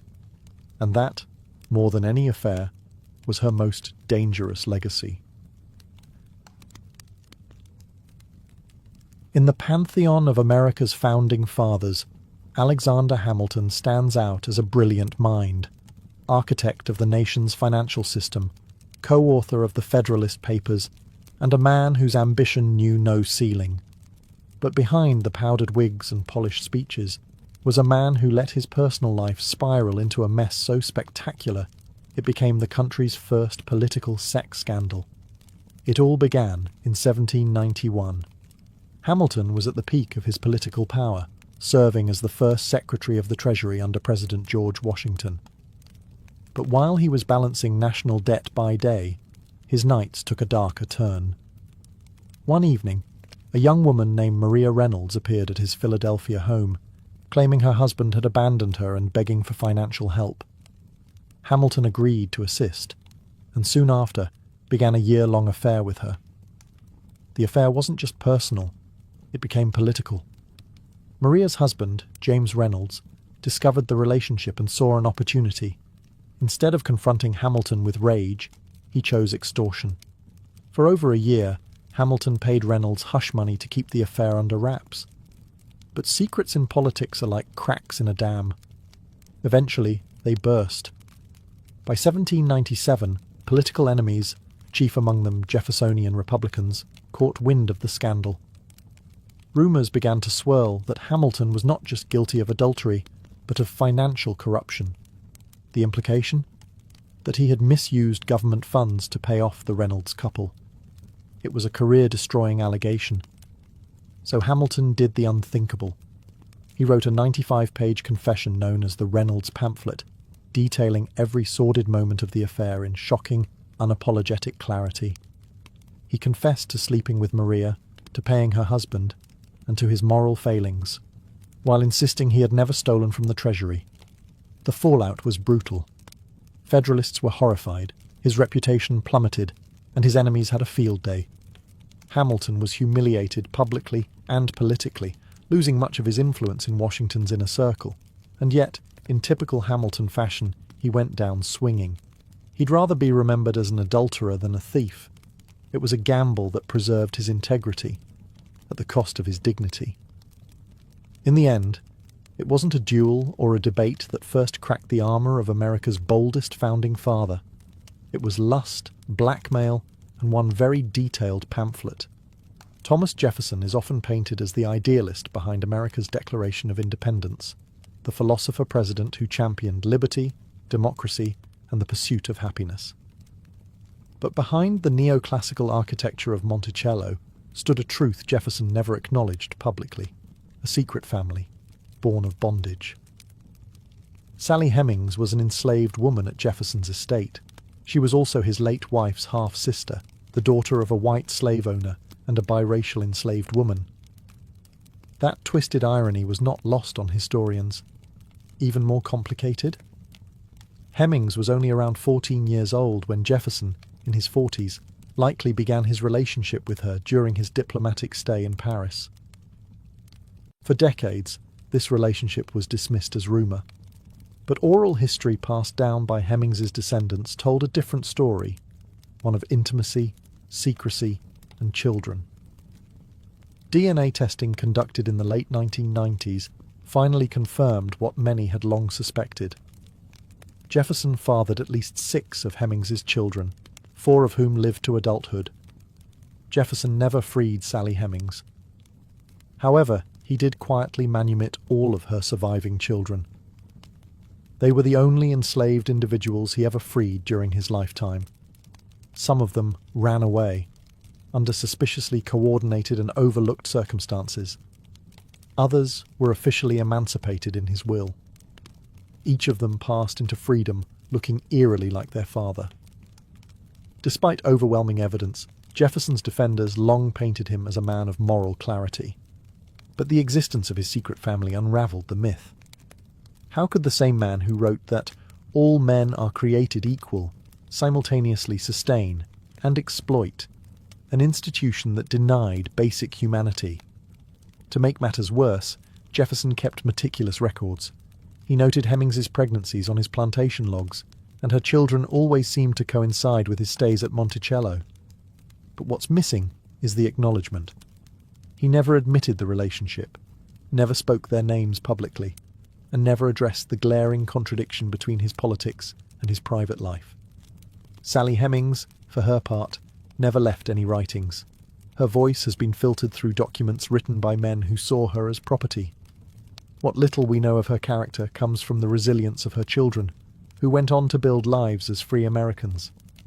In the shadows of Jefferson's Enlightenment ideals lay a secret family, hidden behind shutters, born of silence, and forced to carry both his name and his burden. Benjamin Franklin was a printer, inventor, diplomat, and philosopher, a man of unmatched curiosity and wit. But beyond the lightning rods and bifocals, Franklin had a far more mysterious side. A side filled with shadowy clubs, risque writings, and a social life that would have made most Puritans faint. Let's start with the Hellfire Club. While there's debate over how deep Franklin's involvement ran, he spent years in England during the height of its popularity. The Hellfire Club was a secret society known for hedonism, satire, and irreverence toward religion. Their motto?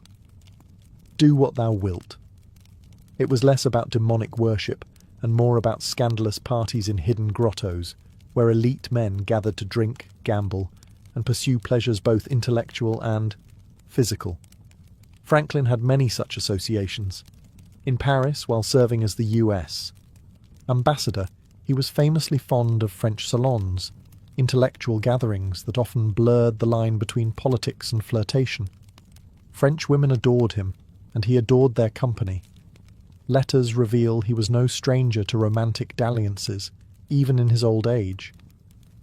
He once admitted that older women made better lovers, famously writing, "They don't yell, they don't tell, and they're grateful as hell." Yes, the same man whose face adorns the $100 bill wrote that. Franklin also had a fascination with secret codes and pseudonyms. He frequently published under fake names, Mrs. Silence Dogood, Polly Baker, Richard Saunders, creating whole fictional personas to explore taboo topics like religion, sex, and hypocrisy. His writing skewered authority and exposed moral contradictions. But it also hinted at his deeper interests in libertine philosophy and alternative forms of thought. Then there were his personal relationships. Though married to Deborah Reed, Franklin spent many years away from her in Europe. His letters reveal no evidence of fidelity, and plenty of warmth toward other women. Some historians even speculate that he may have fathered children abroad, though no claims were ever confirmed. What's clear is that Franklin was a man driven by appetite, intellectual and otherwise. He wasn't bound by the rigid morality of his Puritan ancestors. In fact, he seemed to take pleasure in bending the rules, particularly in matters of sex, power, and thought. So while schoolbooks may show us a wise, kite-flying inventor, the real Franklin was far more electric, charged with secrecy, mischief, and late-night enlightenment. George Washington is often remembered as a marble statue of a man, stoic, fearless, and impossibly dignified. But beneath the powdered wig and military posture was a deeply private individual with his own share of contradictions, insecurities, and suppressed emotions. Let's start with something most people don't know. Washington was never particularly eager to lead. Before becoming Commander-in-Chief of the Continental Army, he expressed doubts about his own qualifications. He worried, genuinely, that he didn't have the experience or skill to lead a war against the British Empire.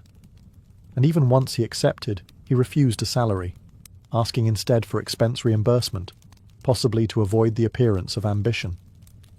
He also struggled with image. Washington obsessed over how others perceived him. He destroyed much of his personal correspondence, particularly letters that might tarnish his legacy. This included potentially romantic letters to Sally Fairfax, the wife of one of his friends. Long before Martha, Sally seems to have been the object of Washington's early affections. His letters suggest a deep emotional connection, filled with poetic longing and restrained passion. Speaking of Martha, while their marriage was stable and affectionate, it wasn't romantic in the traditional sense. The two rarely wrote intimate letters, and those that survived show a formal, almost business-like tone. Martha destroyed nearly all of their personal correspondence after his death, suggesting there were emotions, or secrets, she didn't want history to know. Then there was the matter of Washington's temper. While he was known for his cool demeanour, his private aides recorded moments of intense rage, especially when things went poorly in battle. He once hurled his hat to the ground and cursed so furiously that soldiers fell silent in shock. These weren't public outbursts, but they reveal the emotional pressure he lived under while presenting a calm, controlled exterior. Washington also owned hundreds of enslaved people, a fact often glossed over in patriotic portrayals. Though he made a show of moral discomfort with slavery and eventually freed some in his will, he still benefited from forced labor throughout his life. Privately, he maneuvered around Pennsylvania's gradual abolition laws by rotating enslaved workers out of state to prevent their legal emancipation. The father of the nation had private doubts, personal regrets, and moral compromises. His greatness was real, but so were his secrets, and in that complexity lies the humanity history so often airbrushes away. Of all the founding fathers, John Adams may have had the sharpest tongue and the tenderest heart. He was brilliant, argumentative, and sometimes insufferable, but behind his stern New England exterior was a man whose most revealing secrets were written, not spoken. And no one received more of those secrets than his wife, Abigail. Their correspondence is one of the most intimate windows into early American political life, and into a marriage that was unusually modern for its time. While other founders engaged in affairs disappeared for years, or buried their personal lives under silence, John and Abigail wrote to each other constantly. Over 1,100 letters survive. In them, Adams poured out his frustrations, fears, political calculations, and deep affection. When John was away in Philadelphia or Europe, Abigail became his advisor, not just his emotional support. He regularly asked her opinion on economic matters, foreign diplomacy, and the behaviour of fellow revolutionaries. She, in turn, reminded him to remember the ladies, a plea for women's legal rights that was far ahead of its time. But Adams also had a paranoid streak. He was deeply insecure about his place in history. He resented how much attention Washington and Franklin received, and feared he'd be forgotten or overshadowed. After the presidency, he watched with bitterness as Jefferson became the darling of the Republic, while he faded into the background. His letters from retirement brim with envy, irritation, and longing for recognition. He also had a famously difficult personality. Adams didn't suffer fools, and in his eyes, most men in government were fools. He feuded with Hamilton, mistrusted Jefferson, and was alienated from nearly every major political faction at some point.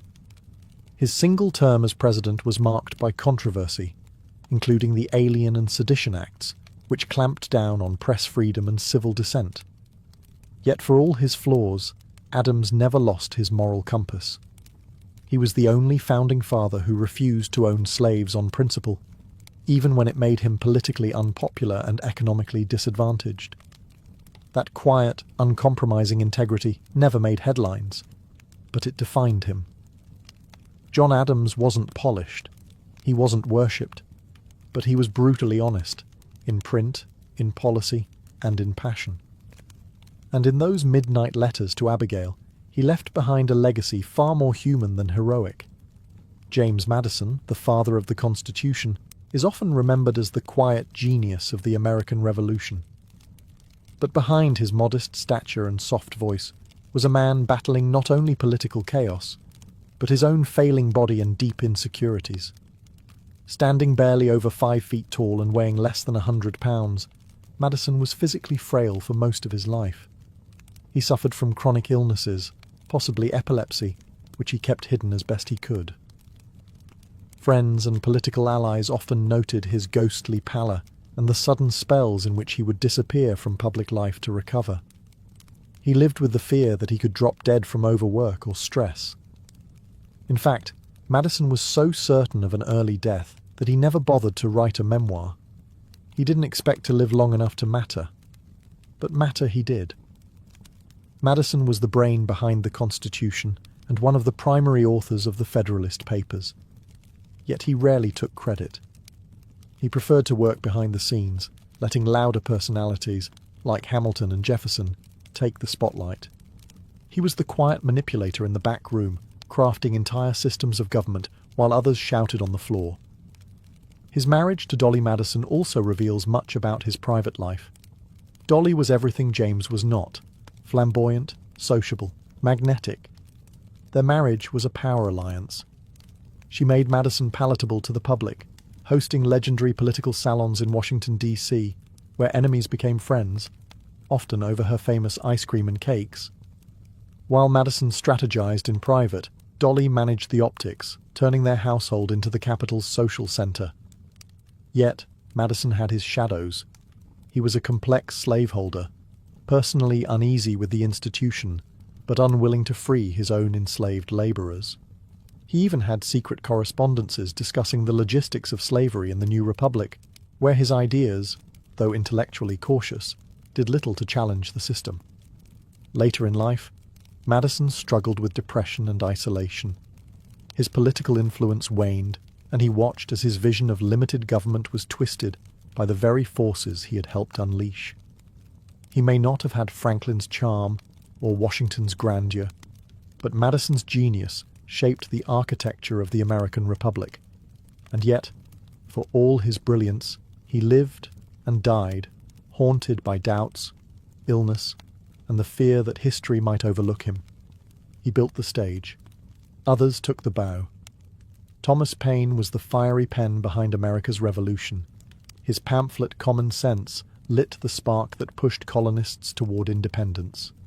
Yet, unlike the other founding fathers, Paine ended up a political exile, forgotten and despised by the very nation he helped to create. Paine wasn't born into wealth or privilege. He was a working-class Englishman who only arrived in America at age 37, carrying little more than a letter of recommendation from Benjamin Franklin. But in 1776, his writing changed everything.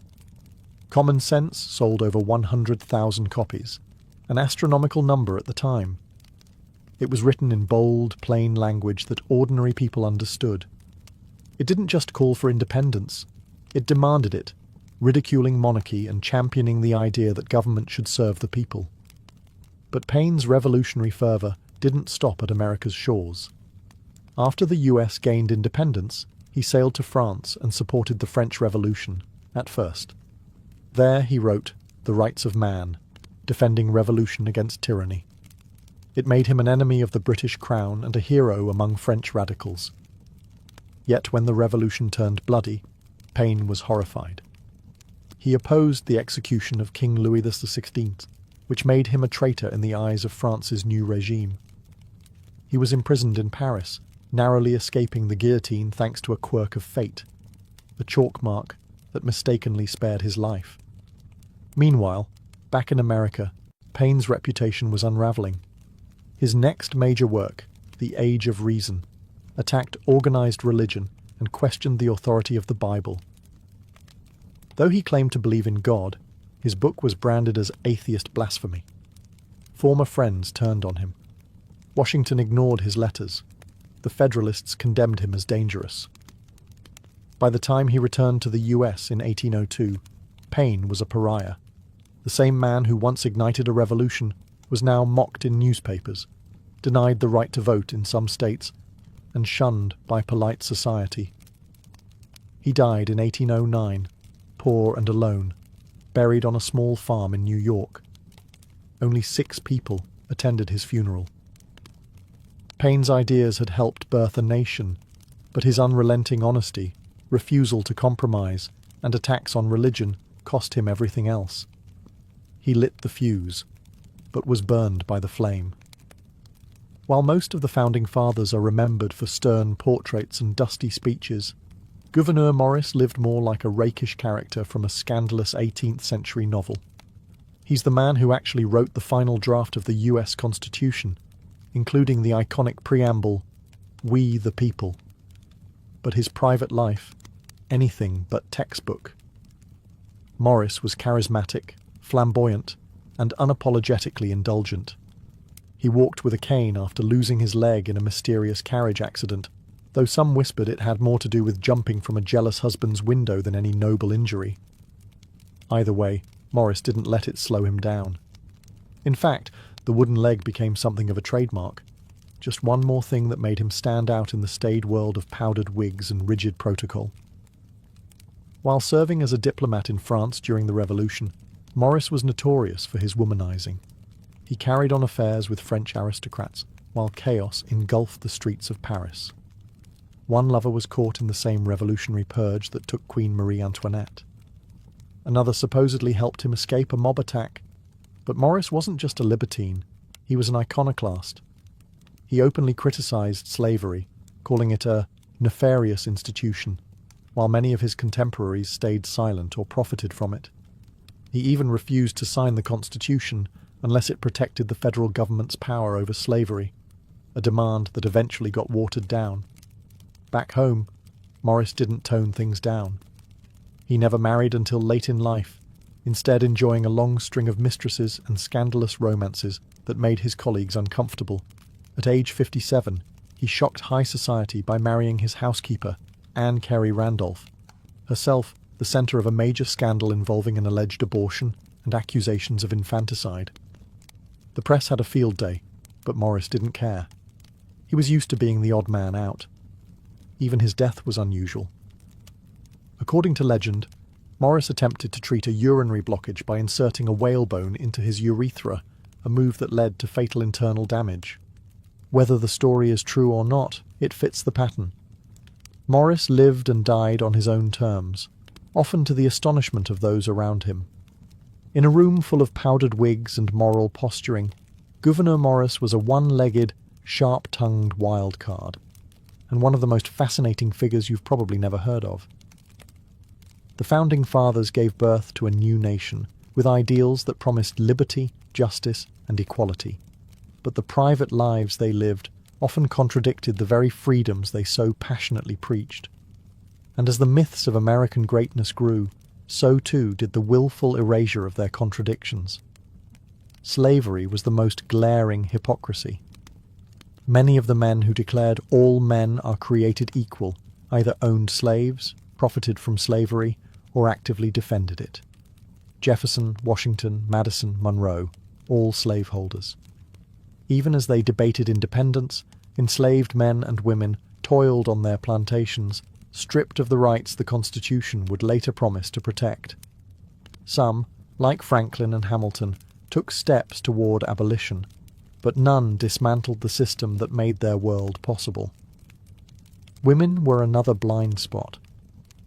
Abigail Adams famously urged her husband to remember the ladies as the laws of the new republic were being shaped. He did not. None of them did. The Constitution excluded women entirely. In their private letters, the founders spoke tenderly of their wives and daughters. But legally, those women had no rights, no vote, no voice. Then there were the moral double standards. Affairs, illegitimate children, secret societies, and whispered scandals filled their private lives. Yet they wrote about virtue, honour, and restraint. They condemned tyranny abroad while preserving inequality at home. They feared monarchy but allowed dynastic wealth and inherited power to flourish in their new republic. Some were aware of the contradictions. Washington agonized over slavery in his final years.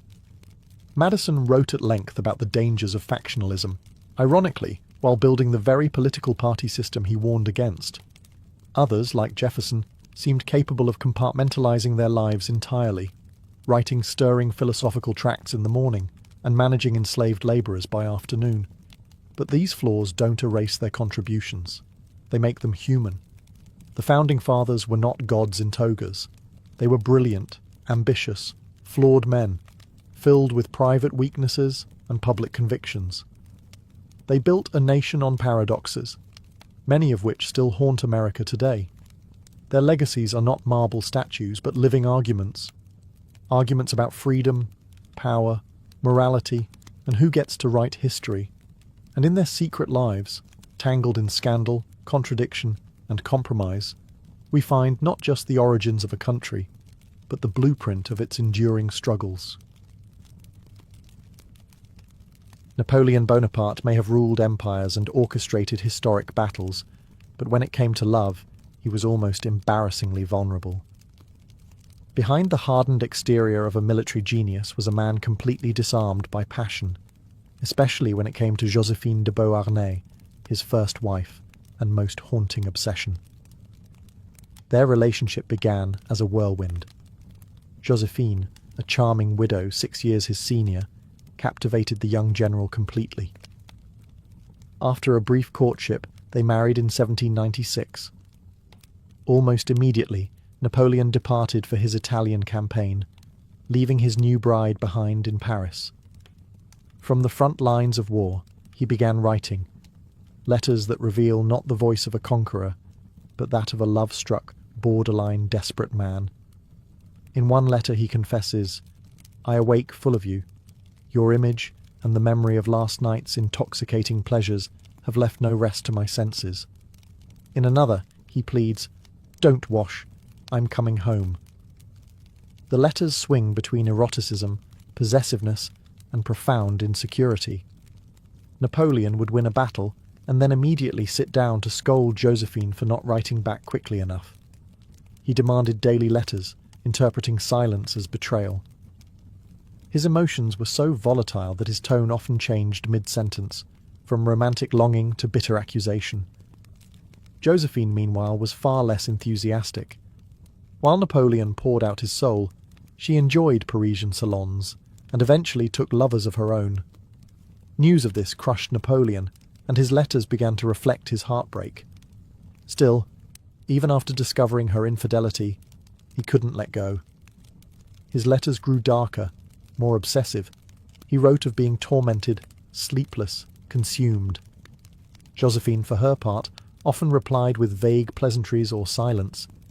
It was a one-sided romance, inked in heartbreak. Years later, after divorcing her in 1810 to marry Marie-Louise of Austria for political reasons, Napoleon still carried a torch for Joséphine.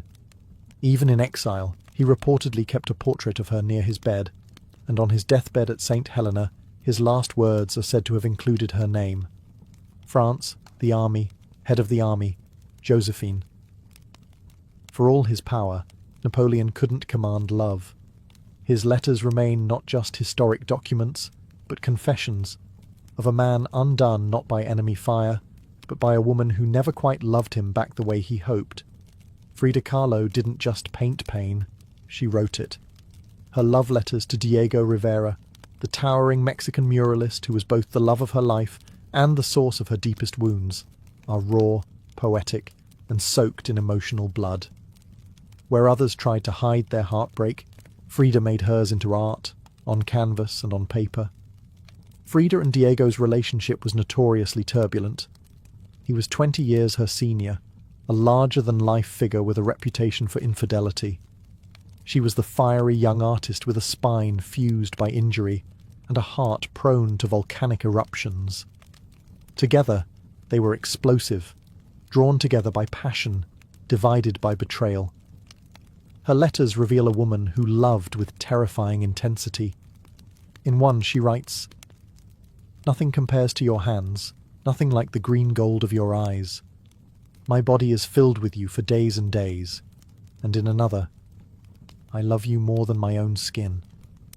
Frida never hid her pain. She bled it out, line by line.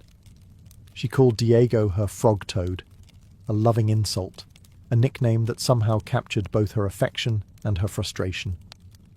Her letters veer between unconditional love and seething resentment, often within the same paragraph. Even after Diego's affairs, some with Frida's own friends and even her sister, she wrote to him not with detachment, but longing. Her words ask for nothing but presence. "I ask you for violence in the nonsense, and you give me grace, your light, and your warmth." They divorced in 1939. They remarried a year later. Nothing between them was ever stable, but the bond remained unbreakable. Even when they were apart, Frida wrote as if Diego were oxygen. Necessary, maddening, and always just out of reach. Her physical suffering also poured into her letters. After her horrific bus accident, which left her with lifelong pain, Frida described her body as a battlefield, one that Diego could not save, but somehow made bearable. Her vulnerability was total, but it was never weak. In the end, Frida Kahlo's letters are not just about Diego. They're about the war between love and identity, devotion and survival. Through her pain, she found language. Through her longing, she found fire. And in her fire, she burned herself into history. Ludwig van Beethoven, the brooding genius of classical music, left behind some of the most passionate letters ever written, though the identity of the woman who inspired them remains one of history's greatest love mysteries. Known simply as the immortal beloved, she exists only in a series of letters never sent, found among Beethoven's belongings after his death in 1827. These letters weren't addressed to a name, no date, no return address, just deep, aching declarations of love that baffle and mesmerize scholars to this day. One begins, "My angel, my all, my very self." Another cries, "Though still in bed, my thoughts go out to you, my immortal beloved. Be calm, love me, today, yesterday. What tearful longing for you, you, my life, my all, farewell. Oh, continue to love me, never misjudge the most faithful heart of your beloved." Beethoven wasn't known for emotional openness. His letters to others were often curt, formal, even hostile. But in these pages, something shatters. He's vulnerable, intimate, and at times, completely unraveled. What's even more haunting is the desperation laced through every word. He wasn't writing from a place of comfort, but of separation. The letters suggest they were apart, perhaps forbidden to be together, caught in circumstances neither could control. He writes of obstacles, of secrecy, of how they cannot be openly united.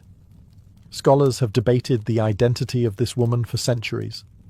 The leading candidates include Antoni Brentano, a married aristocrat, Josephine Brunswick, a widowed countess, and Giulietta Guicciardi, a former pupil. Each had deep connections with Beethoven at different times in his life, but none have been confirmed beyond doubt. The puzzle remains incomplete. What is certain is that Beethoven loved deeply, perhaps once, perhaps many times, but this immortal beloved held a singular place in his heart. She was his muse, his torment, his unreachable salvation. And then, silence. The letters were never mailed. Perhaps he never dared. Perhaps he never could. Perhaps she was already gone. For a man who composed symphonies that echoed through the ages, it was his unsent letters, full of human longing and wordless grief, that exposed the quietest notes of his soul. His immortal beloved remains unknown, but through his ink we hear her name in every tragic chord. Oscar Wilde, the celebrated wit of the Victorian era, known for his sharp quips and decadent prose, also penned one of the most devastating love letters in literary history. It wasn't sweet, it wasn't flirty. It was a 50,000-word epistolary howl from a man whose love had destroyed him. Its name? De Profundis, Latin for from the depths. Wilde wrote it while imprisoned in Reading jail, serving a 2-year sentence for gross indecency due to his homosexual relationship with Lord Alfred Douglas, a young aristocrat known as Bosie. Their love affair had scandalized society, enraged Douglas's powerful father, and led Wilde from salons and champagne to a prison cell. The letter begins with grief, but it quickly transforms into something more harrowing. A confession, an indictment, a meditation on love and suffering. He writes, "You came to me to learn the pleasure of life and the pleasure of art. Perhaps I am chosen to teach you something much more wonderful, the meaning of sorrow and its beauty." Wilde accuses Douglas of vanity, selfishness, and abandonment, but he never stops loving him. That's the torment. Every paragraph of De Profundis swings between bitterness and longing, betrayal and worship. It's not just a breakup letter, it's a requiem for Wilde's former life. Wilde blames himself too, calling his own indulgence and blindness fatal flaws. He reflects on how he tried to mould Bosie into someone deeper, someone worthy of devotion. Instead, he was consumed. The relationship, he admits, led to his public disgrace, his financial ruin, and the erosion of his genius. But De Profundis is more than a record of heartbreak. It's a philosophical treatise born from suffering. Wilde speaks of Christ as the ultimate artist of sorrow, of how pain creates empathy, and of how prison stripped away every illusion he'd built. He writes, "Where there is sorrow, there is holy ground." After his release, Wilde sent the letter to Douglas, but their bond was beyond repair. Wilde died a few years later, penniless and in exile. De Profundis wasn't published in full until after both men were gone. It is not a love letter in the traditional sense, but it is perhaps the most painfully honest one ever written. Not about desire, but about what love takes when it's done giving. Virginia Woolf, the modernist literary giant known for stream-of-consciousness novels and fierce intellect, had a quiet storm simmering beneath her composed exterior. While married to Leonard Woolf, a steady and supportive partner, she fell deeply and unapologetically in love with another woman, Vita Sackville West, a fellow writer, aristocrat, and free spirit. Their relationship defied categorization. It was emotional, intellectual, romantic, and, at times, physical. It began in the 1920s and bloomed through a series of letters that remain some of the most lyrically beautiful expressions of same-sex love in literary history. In one of the earliest letters, Woolf writes, "I am reduced to a thing that wants Virginia. It is incredible how essential to me you have become." The roles often reversed. Woolf, usually so guarded, became the one who pined, longed, crumbled. Her letters are full of restrained desire, humour, and subtle desperation. She found in Vita not just a lover, but a muse, a symbol of freedom and bold femininity she both envied and adored. Woolf's masterpiece Orlando was inspired directly by Vita, a fantastical, gender-bending time traveller that embodied the spirit of her elusive love. It was both a literary experiment and a love letter in disguise. Vita, in return, adored Virginia, though her affections were often scattered. She had other lovers, other intrigues, and her own complicated marriage. Yet her letters to Woolf show deep admiration and enduring attachment. "I miss you even more than I could have believed, and I was prepared to miss you a good deal." What makes their correspondence so extraordinary is the way it dances around conventions. These were not declarations shouted from rooftops.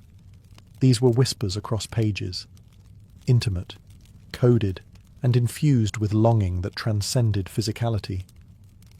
Even after their romantic relationship cooled, they remained close, exchanging letters until Woolf's suicide in 1941. One of her last letters, addressed to Leonard, her husband, is often quoted. But it is her letters to Vita that contain her rawest joy, her vulnerability laid bare in ink. In a world that tried to define love rigidly, Woolf and Vita wrote their own rules. Their letters weren't just about love.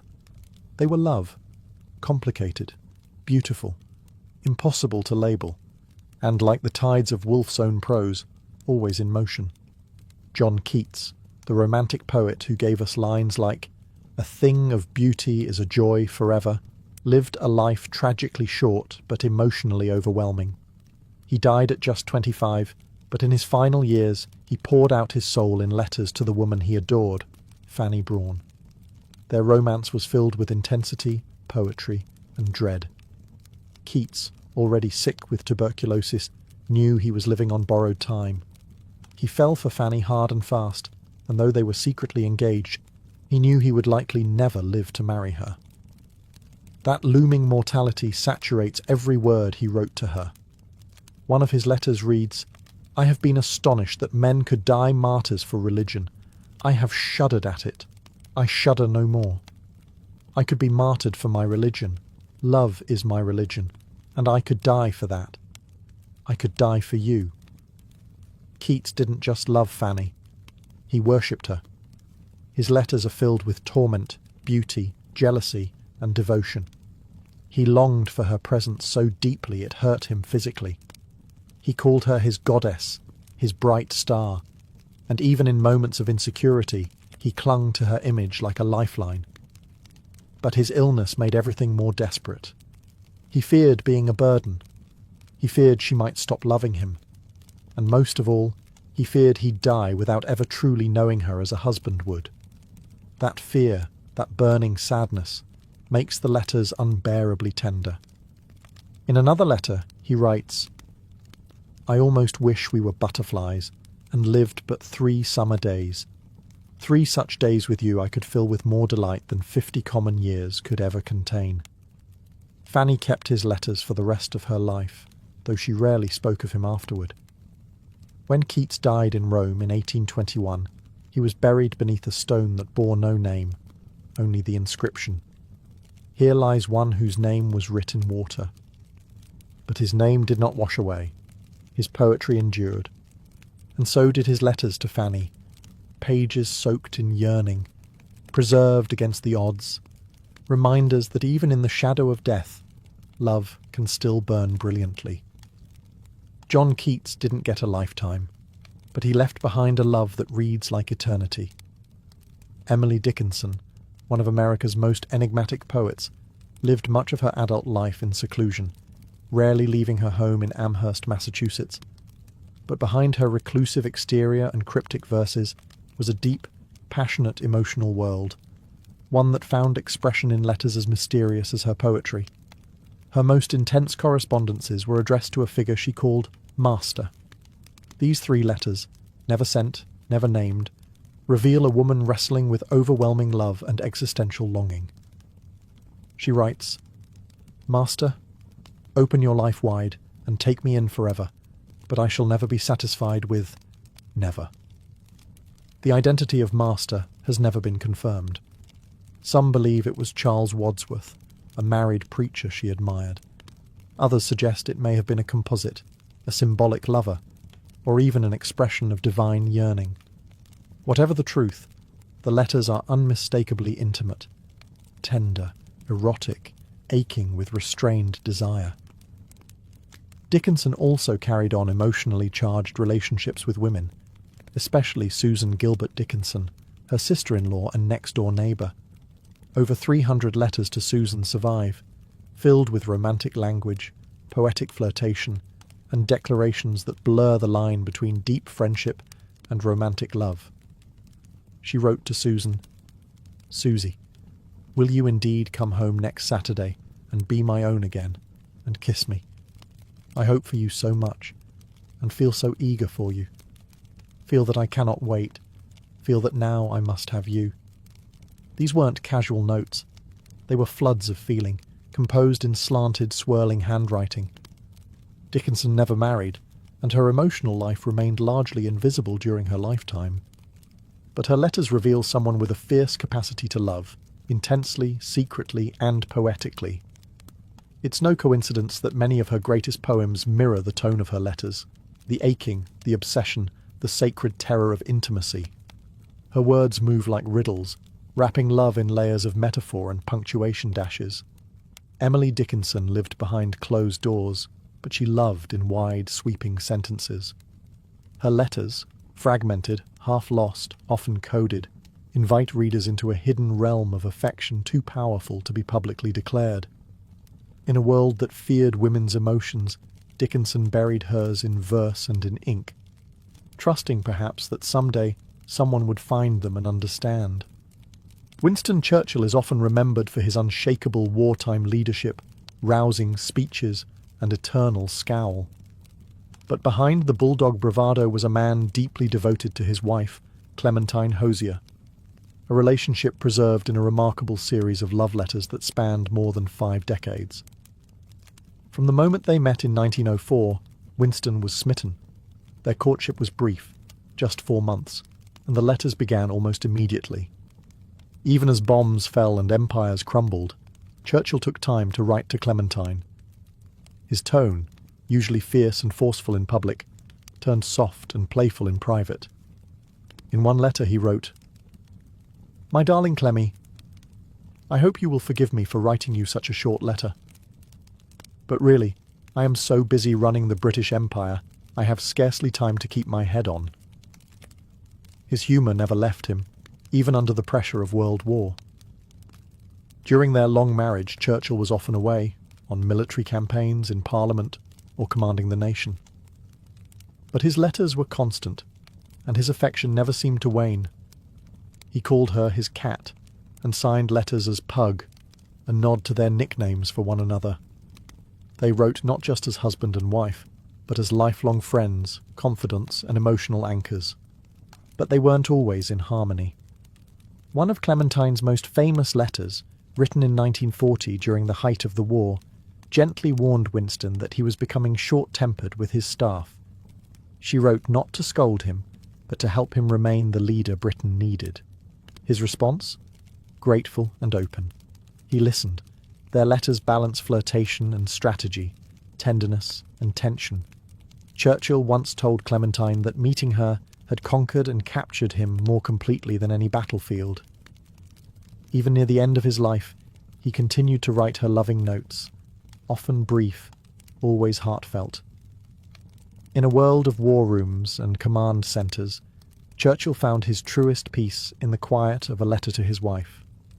No pomp, no politics, just devotion. His legacy may be forged in speeches and victories, but the love letters to Clementine remind us that even history's hardest men often live their softest truths in private. Few love stories in literary history are as dazzling, or as destructive, as that of Zelda Sayre and F. Scott Fitzgerald. They were the golden couple of the jazz age, sparkling through the roaring 20s with martinis in hand, madness on the horizon, and a pile of love letters trailing behind them like confetti from a broken parade.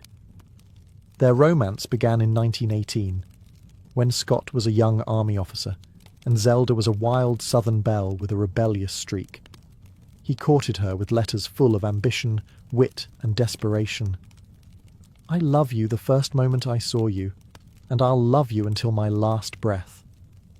She kept him dangling at first, unsure if his literary dreams would amount to anything. But when his first novel, This Side of Paradise, became a hit in 1920, she agreed to marry him. They were rich, young, famous, and completely unprepared.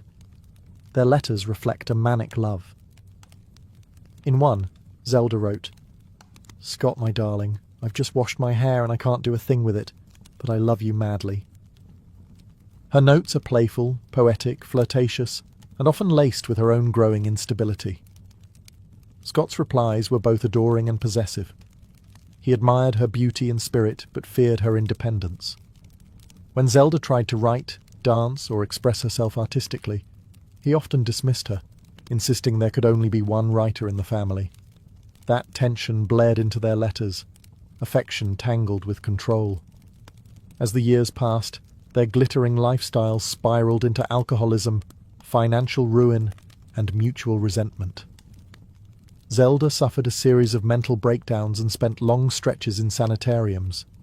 Yet even then, their letters retained a strange, aching tenderness. From an asylum, Zelda once wrote, "I've tried so many ways of writing to you. I've tried to tell you how much I believe in you. But words aren't right. They just aren't." Scott died in 1940, thinking himself a failure. Zelda perished in a fire at her hospital 8 years later. But their letters, those wild, burning fragments, survive. They show two people who loved like firecrackers, explosive, beautiful, and ultimately doomed. A love too big for the world they lived in, preserved forever in ink and ash.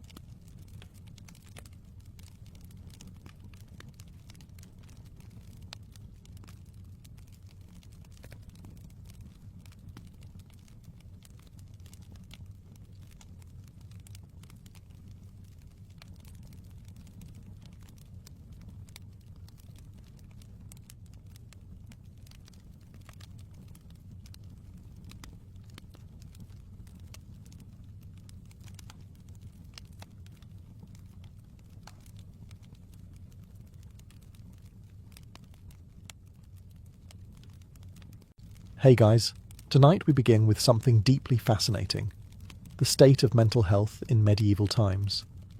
What did it mean to feel anxious, depressed, or simply off? Well, let's just say therapy wasn't covered by the local guild. So before you get comfortable, take a moment to like the video and subscribe, but only if you genuinely enjoy what I do here. And let me know in the comments where you're tuning in from and what time it is for you. It's always fascinating to see who's joining us from around the world. Now, dim the lights, maybe turn on a fan for that soft background hum, and let's ease into tonight's journey together. Let's start with the basics. In medieval Europe, your mental health, your moods, your energy, your thoughts, your tendency to cry over burnt porridge was believed to be controlled by a stew of internal fluids. These weren't metaphorical. They were literal bodily juices. And yes, someone somewhere probably tried to measure them. This ancient system came courtesy of the Greeks, specifically Hippocrates and Galen, and it stuck around for centuries longer than it had any right to. The theory of the four humours claimed your health, personality and mood were all controlled by the balance of blood, yellow bile, black bile, and phlegm. Each fluid was tied to a personality type. Too much blood? You were cheerful and energetic until you got annoying and they bled you with leeches. Excess yellow bile made you angry and impulsive, great for battle, bad for dinner parties. Black bile was associated with melancholy, what we'd now call depression, but back then was a mood imbalance caused by cold and dry conditions, and too much sitting around thinking. And phlegm? That was for the slow, the calm, the maybe he's just tired. So if you were sad, you didn't need therapy. You needed a bucket and a guy with a knife. The preferred cure for emotional distress was bloodletting, a fun little procedure where someone opened a vein and hoped it made you feel better before you passed out. If that didn't work, you might be prescribed laxatives, because obviously, when your soul hurts, it's your bowels. Physicians, and we're using that word generously here, would diagnose you by asking probing questions like, do you feel moist or dry today? They might examine your urine, consult the stars, or smell your breath. The conclusion: always the humours. You were either too hot, too cold, too wet, too dry, or simply too difficult to treat without divine intervention. It's worth remembering that these weren't fringe beliefs. This was mainstream medicine for centuries. So when you imagine a medieval person having a panic attack, don't picture a concerned friend offering tea. Picture a man with a robe, a chart of fluids, and a very sharp knife saying, let's drain the sad out. In medieval Europe, if you felt off, emotionally, mentally, spiritually, and couldn't blame it on sin, demons, or your neighbour's weird bread, there was another obvious culprit: the moon. Yes, that bright glowing orb in the sky was believed to have direct influence over your mental state. The term lunatic didn't come out of nowhere. It comes from luna, the Latin word for moon. And people genuinely believed that too much exposure to moonlight could scramble your brain like an undercooked egg. This wasn't just folk belief either. It was widely accepted by doctors, clergy, philosophers, and that guy yelling near the well.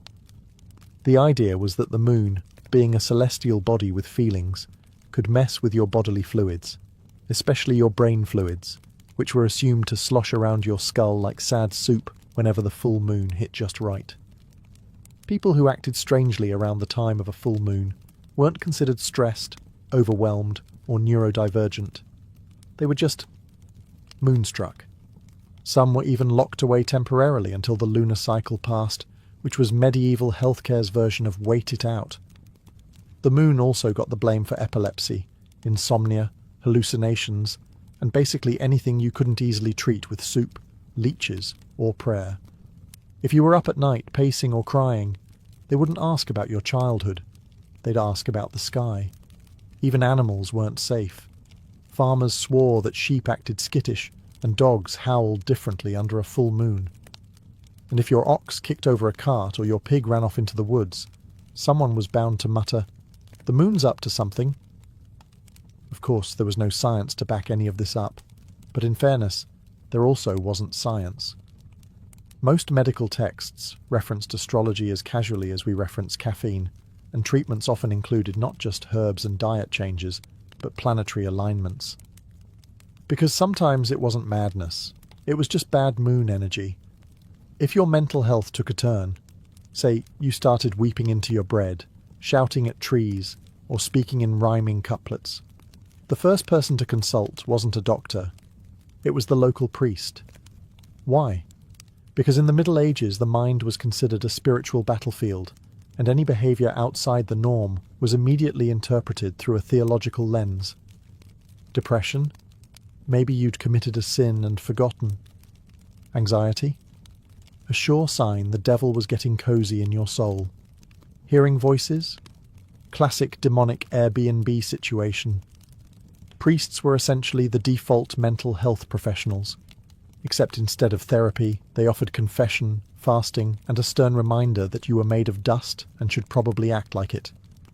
If you showed signs of what we now call a mental illness, the priest would perform a moral diagnosis. Were you skipping church? Coveting thy neighbour's wife? Laughing too much? Yes, that was suspicious.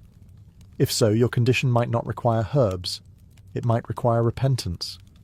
For more extreme cases, like hallucinations, mutism, or erratic behaviour, the church had more robust tools.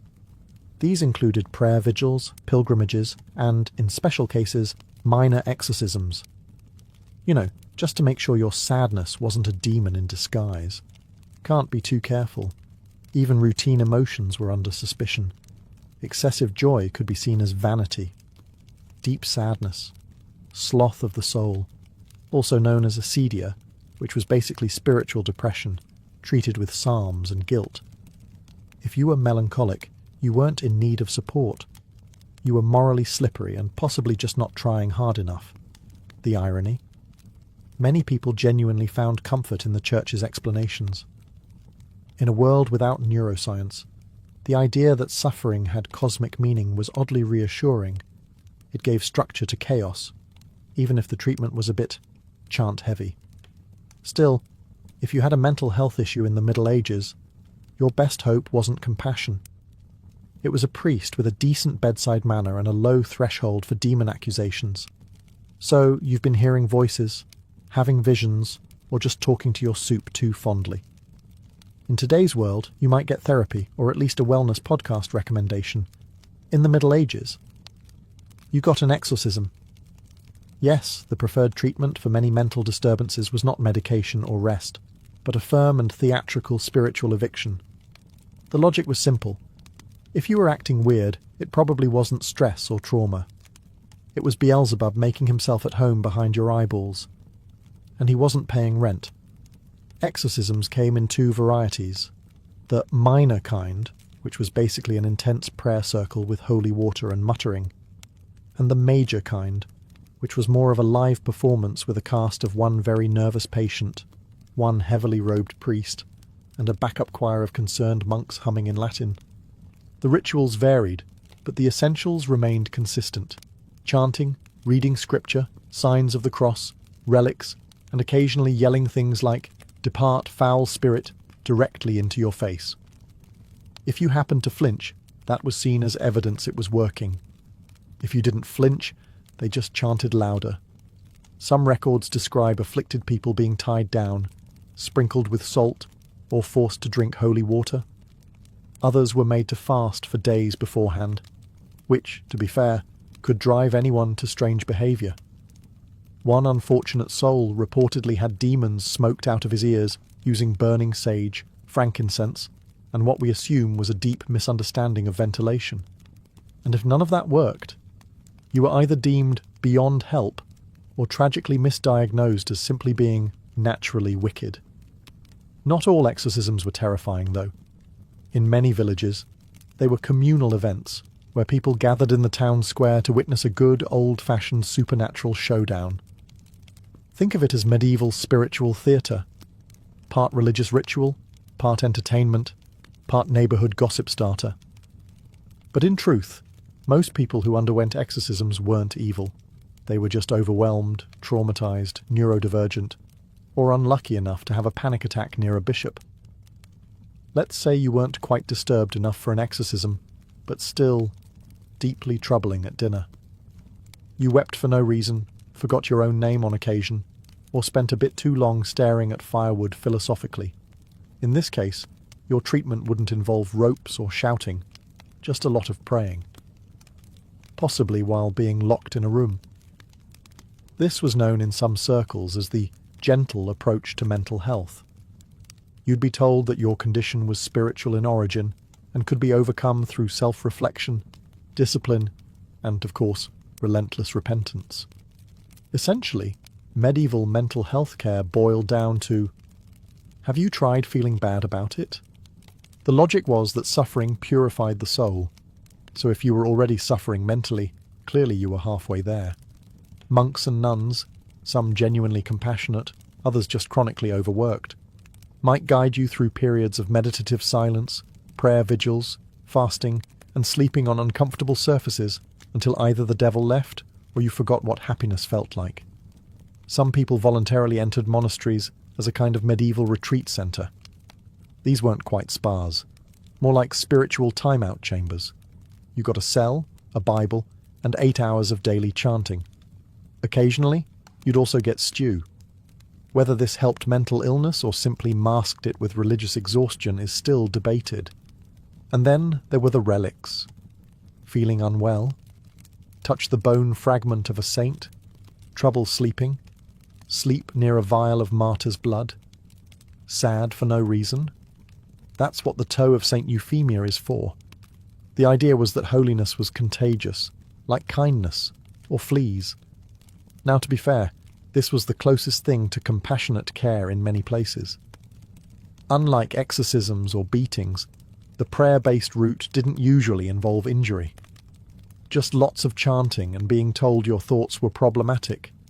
Sometimes monks genuinely helped people through community, quietude, and structured routine. Other times, they just told you to fast and hope for divine clarity by sunrise. Let's say your condition went beyond moody sighs and occasional candle staring. Maybe you'd started wandering barefoot through town mumbling about angels, or loudly debating theology with barn animals. At that point, the medieval response wasn't a support group. It was a stone room with one window and no doorknob on your side. Enter the monastic cell, or as some historians delicately put it, protective isolation. These cells were tucked inside monasteries or churches and were considered a form of mercy, emphasis on considered. You wouldn't be chained or tortured, hopefully, but you would be firmly encouraged not to leave, sometimes for years. The space was simple, bare walls, maybe a straw mat, and if you were lucky, a little window through which food, mostly cold gruel, would arrive twice a day. Human contact was rare, because the working theory was that your madness was contagious, emotionally, spiritually, or atmospherically. You weren't entirely forgotten, though. Monks might offer prayers for your soul. Occasionally, a kindly brother might bring herbs or read psalms outside your door in a tone that suggested you weren't the worst thing they'd seen that week. Sometimes, the locked room was not part of a monastery, but an actual public institution, the early versions of asylums. These weren't common until much later, but a few existed in medieval Islamic cities, and by the 13th century, in places like London and Paris. The goal? Shelter, not treatment, and certainly not recovery. Now, to their credit, the medieval mindset wasn't always cruel. Many believed the mentally unwell were closer to the divine, touched by God, or perhaps walking that fine line between prophecy and peculiar behaviour. But practically speaking, locking someone away for their own good was just easier than figuring out what to do with them. Families often begged monasteries to take in afflicted relatives, promising donations in return. The alternative was trying to explain to the neighbours why Uncle Thaddeus was shouting Latin in the cabbage patch again. If you were a woman in medieval Europe and found yourself overwhelmed, irritable, or tearful, perhaps after your 11th child or your 3rd husband with plague breath, congratulations, you were probably diagnosed with hysteria, Now, diagnosed is doing a lot of heavy lifting here. Hysteria wasn't so much a diagnosis, as it was a blanket explanation for, this woman is behaving in a way that makes men uncomfortable. Crying too much? Hysteria. Not crying enough? Suspicious, possibly a witch. Expressing opinions, ambition, or fatigue? Definitely a uterus problem. The term itself comes from the Greek hystera, meaning womb. The theory, and brace yourself, was that a woman's uterus could become unmoored and wander freely about the body, causing trouble wherever it went. Yes, that's right. A rogue, floating womb was blamed for everything from anxiety to chronic sighing. Somewhere in your abdomen, your uterus was just doing laps and ruining your day. Symptoms of hysteria included shortness of breath, nervousness, fainting, emotional outbursts, and, to quote one actual medieval source, too much thought. Truly a devastating condition. Treatments varied. A priest might recommend fasting and prayer. A physician might apply herbs. And in some cases, rather awkward manual stimulation was prescribed to calm the uterus, performed by midwives or, in later centuries, by early gynecologists with a concerning lack of supervision. Marriage was also considered a cure. If a woman was single, she needed a husband to settle her womb. If she was married, then obviously she just needed to be pregnant again. Either way, her mental health was treated with more chores and less rest. And if she kept acting strangely, seeing visions, resisting housework, or having too many thoughts in Latin, things could escalate. Some women were accused of witchcraft because nothing screams mental illness, like growing herbs and asking questions. But not all was bleak. In some cases, women found support from convents where the demands of daily life were lighter and emotional distress was seen as part of spiritual struggle. Some nuns even wrote about their anguish in ways that sound suspiciously modern, minus the demon metaphors. Still, if you were a woman in the Middle Ages with feelings, your best mental health strategy was simple. Keep it quiet, keep it short, and never, ever talk to your cat in public. In a time when monks prescribed fasting, priests blamed demons, and physicians swore by bleeding your soul out through your ankle, the real MVPs of medieval mental health were the herbalists, often elderly women with gardens, cats, and suspiciously good intuition. These wise women, sometimes called cunning folk, were the unofficial, unlicensed therapists of their day. They didn't ask how your humours were feeling. They asked when it started, how you were sleeping, and whether your mother-in-law was bothering you again. Their methods were simple: tea, tinctures, and talking, though the talking part was often disguised as advice about herbs. You'd sit in a smoky cottage surrounded by drying plants, and before long you'd be sipping something made of valerian root and lavender, while ranting about your neighbour's pig. It was like therapy, but it also cured warts. Herbalists treated sadness with calming infusions. Anxiety was soothed with chamomile and balm. If you were really distraught, you might get mugwort, St. John's wort, or, in desperate cases, a stiff dose of poppy extract. They called it a sleep aid. You'd call it accidental time travel. Most of these women weren't formally educated, but their remedies were rooted in generational knowledge, observation, and something modern medicine likes to call actually listening to the patient, which, unfortunately, also made them suspicious to everyone else. The church viewed them as threats. After all, they operated outside the religious system, didn't quote scripture, and didn't insist every problem came from sin. Some towns quietly appreciated them. Others accused them of witchcraft if they got too popular, too effective, or too confident in public. Still, they were often the only source of comfort for people suffering from what we'd now call depression, trauma, or plain old burnout. If you were lucky, your village herbalist knew how to blend calming herbs, light a protective candle, and tell you that no, you weren't cursed. You were just tired and underappreciated. Were their treatments perfect? Of course not. Sometimes they rubbed onions on your feet. But compared to being locked in a stone room or yelled at by a monk holding a goat skull, the herbalist's approach was practically holistic luxury. So far, we've covered prayers, isolation, and a charming herbalist with an herbalist's license issued by no one. But medieval mental health had one more tier of solutions, the truly imaginative ones, the kind that made you wonder if the physician was just winging it based on dreams and pantry contents. Let's begin with the dead owl treatment. Yes, if you were plagued by sadness or excessive thoughts, one popular remedy was to tie a dead owl to your head. It was believed the owl, a symbol of wisdom, would absorb the confusion or melancholy through your scalp. In practice, it mostly absorbed flies. Feeling particularly anxious? Try powdered emeralds. That's right, jewel dust. Physicians recommended grinding actual gemstones and rubbing the sparkly remains on your chest or consuming tiny amounts. Not only did it not work, it was a great way to ruin both your digestive tract and your jewellery collection. Then there were the cures involving astrology, which were less medical and more vibe check from the stars. A patient's mental disturbance might be blamed on Mars being in a bad mood. Treatment: wait until Jupiter looked friendlier. One medieval medical manual suggested wrapping the sufferer in wolfskin during a thunderstorm to scare off the madness. Another recommended whispering into the left ear of a black dog and then letting it run away with your sorrow, like a very sad, very hairy therapy courier. You could also find remedies involving smoked herbs stuffed into pigeons, which were then waved near your head. No one's quite sure what this was supposed to do, but it was very aromatic and quite annoying to the pigeon. And if none of that worked, there was always pilgrimage, the all-purpose medieval solution to everything. Pack your sandals, grab a staff, and walk hundreds of miles to a holy site. With any luck, you'd either find spiritual peace, or at least get enough blisters to distract from your emotional state. These oddball cures remind us that medieval medicine wasn't entirely malicious, just wildly misinformed, often experimental, and occasionally bird-based.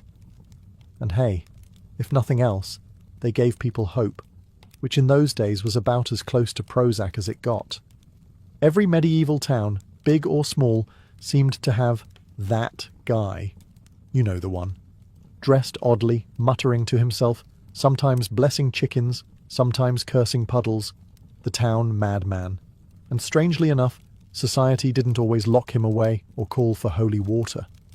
They just let him be. In an age when mental health was misunderstood at best and feared at worst, this was oddly progressive. People with visible mental illness weren't always banished. They were often absorbed into daily life, tolerated like unpredictable weather, or that one goat who thinks he owns the street. The madman, or madwoman, though women were sadly more likely to be accused of witchcraft, held a peculiar place in the medieval social order. Not quite a threat, not quite a joke, and occasionally revered.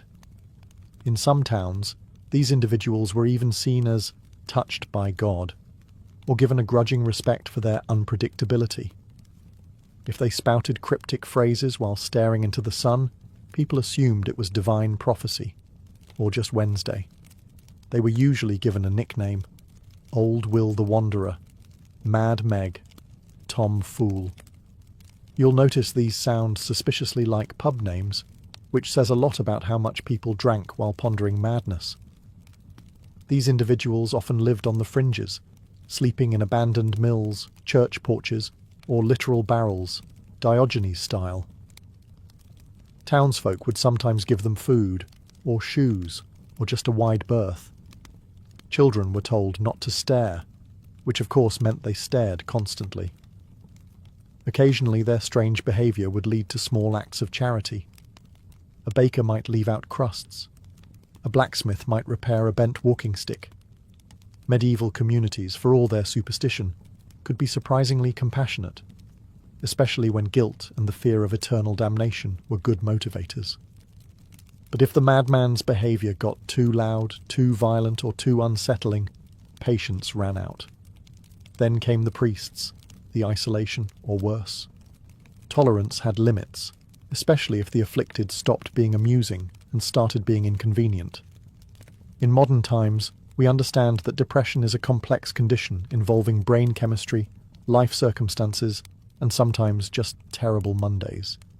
But in the Middle Ages, if you were feeling persistently low, tired, or like life was a slow-motion mudslide, congratulations, you were guilty of acedia. Acedia wasn't seen as a mental health issue. It was classified as a spiritual failure, one of the original deadly sins before sloth eventually stole its thunder and got top billing. Acedia was sadness at divine good, or in more practical terms, spiritual apathy, lack of joy, and the general medieval version of lying in bed staring at the ceiling. Monks were especially prone to this condition, which they poetically called the noonday demon. Picture it, a monk supposed to be copying psalms, staring at a wall, wondering what the point of it all is. In today's world, that's called burnout. In the 12th century, it was a moral crisis requiring urgent rebuke and possibly more prayer beads. Sufferers of acedia weren't offered comfort. They were told to pray harder, work more, and stop being selfish. Depression wasn't a condition. It was laziness with branding. If your soul didn't feel joy, it was your fault. Maybe you hadn't repented hard enough. Maybe you were secretly proud. Maybe, and this was the nuclear option, you were letting Satan win. And if you dared to express your sorrow out loud, you weren't just pitied, you were viewed as contagious. Sadness could spread. It was like emotional mildew, and monasteries didn't want it soaking into the walls. Lay people weren't immune either.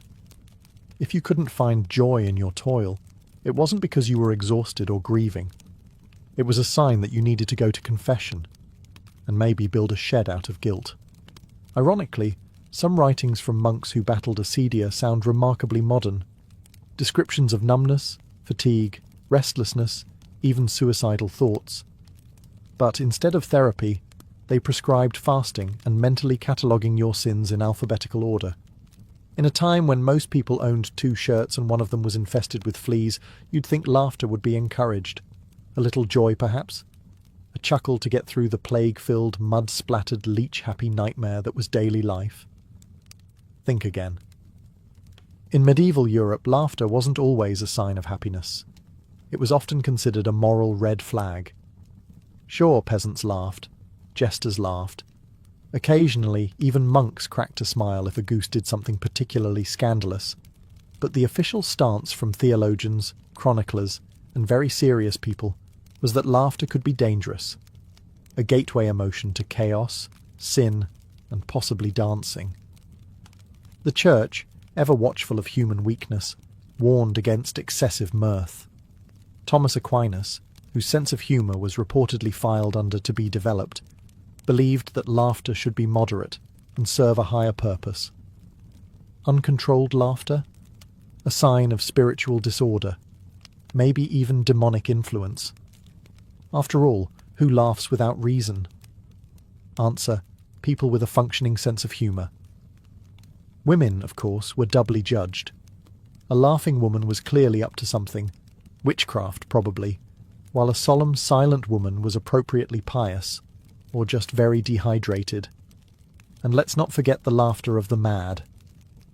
If someone laughed at inappropriate times, say during a funeral or while milking a goat, it wasn't seen as eccentric.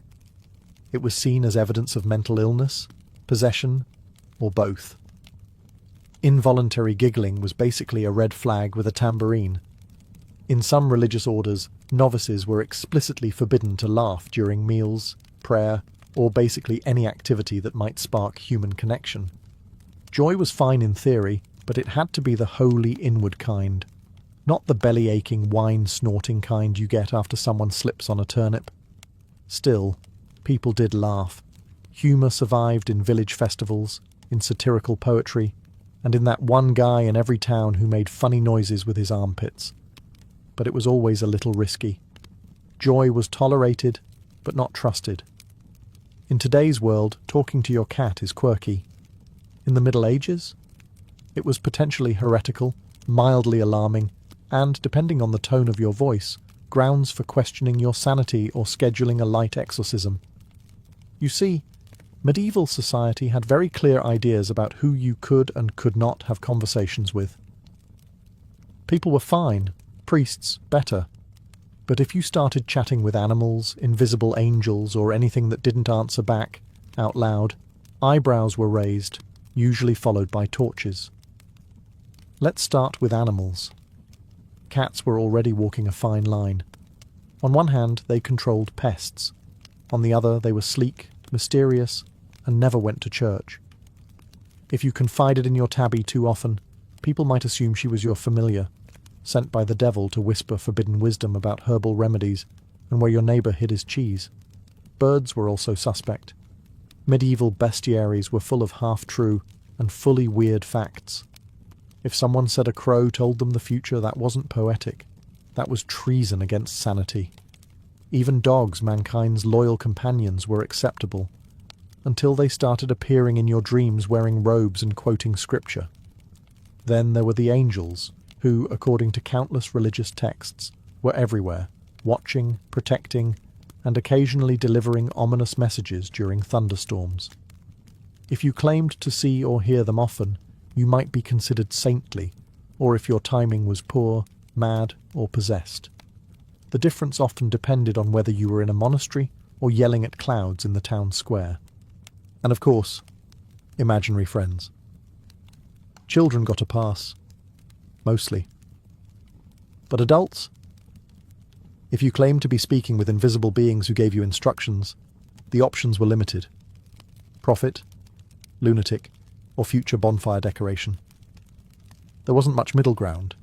Interestingly, some mystics, like Hildegard of Bingen, claimed vivid visions and conversations with divine figures, and because they were cloistered, educated, and slightly intimidating, they were tolerated.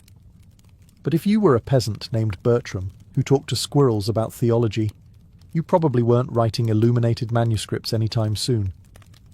In the medieval world, mental illness teetered between two extremes. Either you were a walking curiosity or a shameful family secret, and often both, depending on whether the village market was open. Let's start with public spectacle.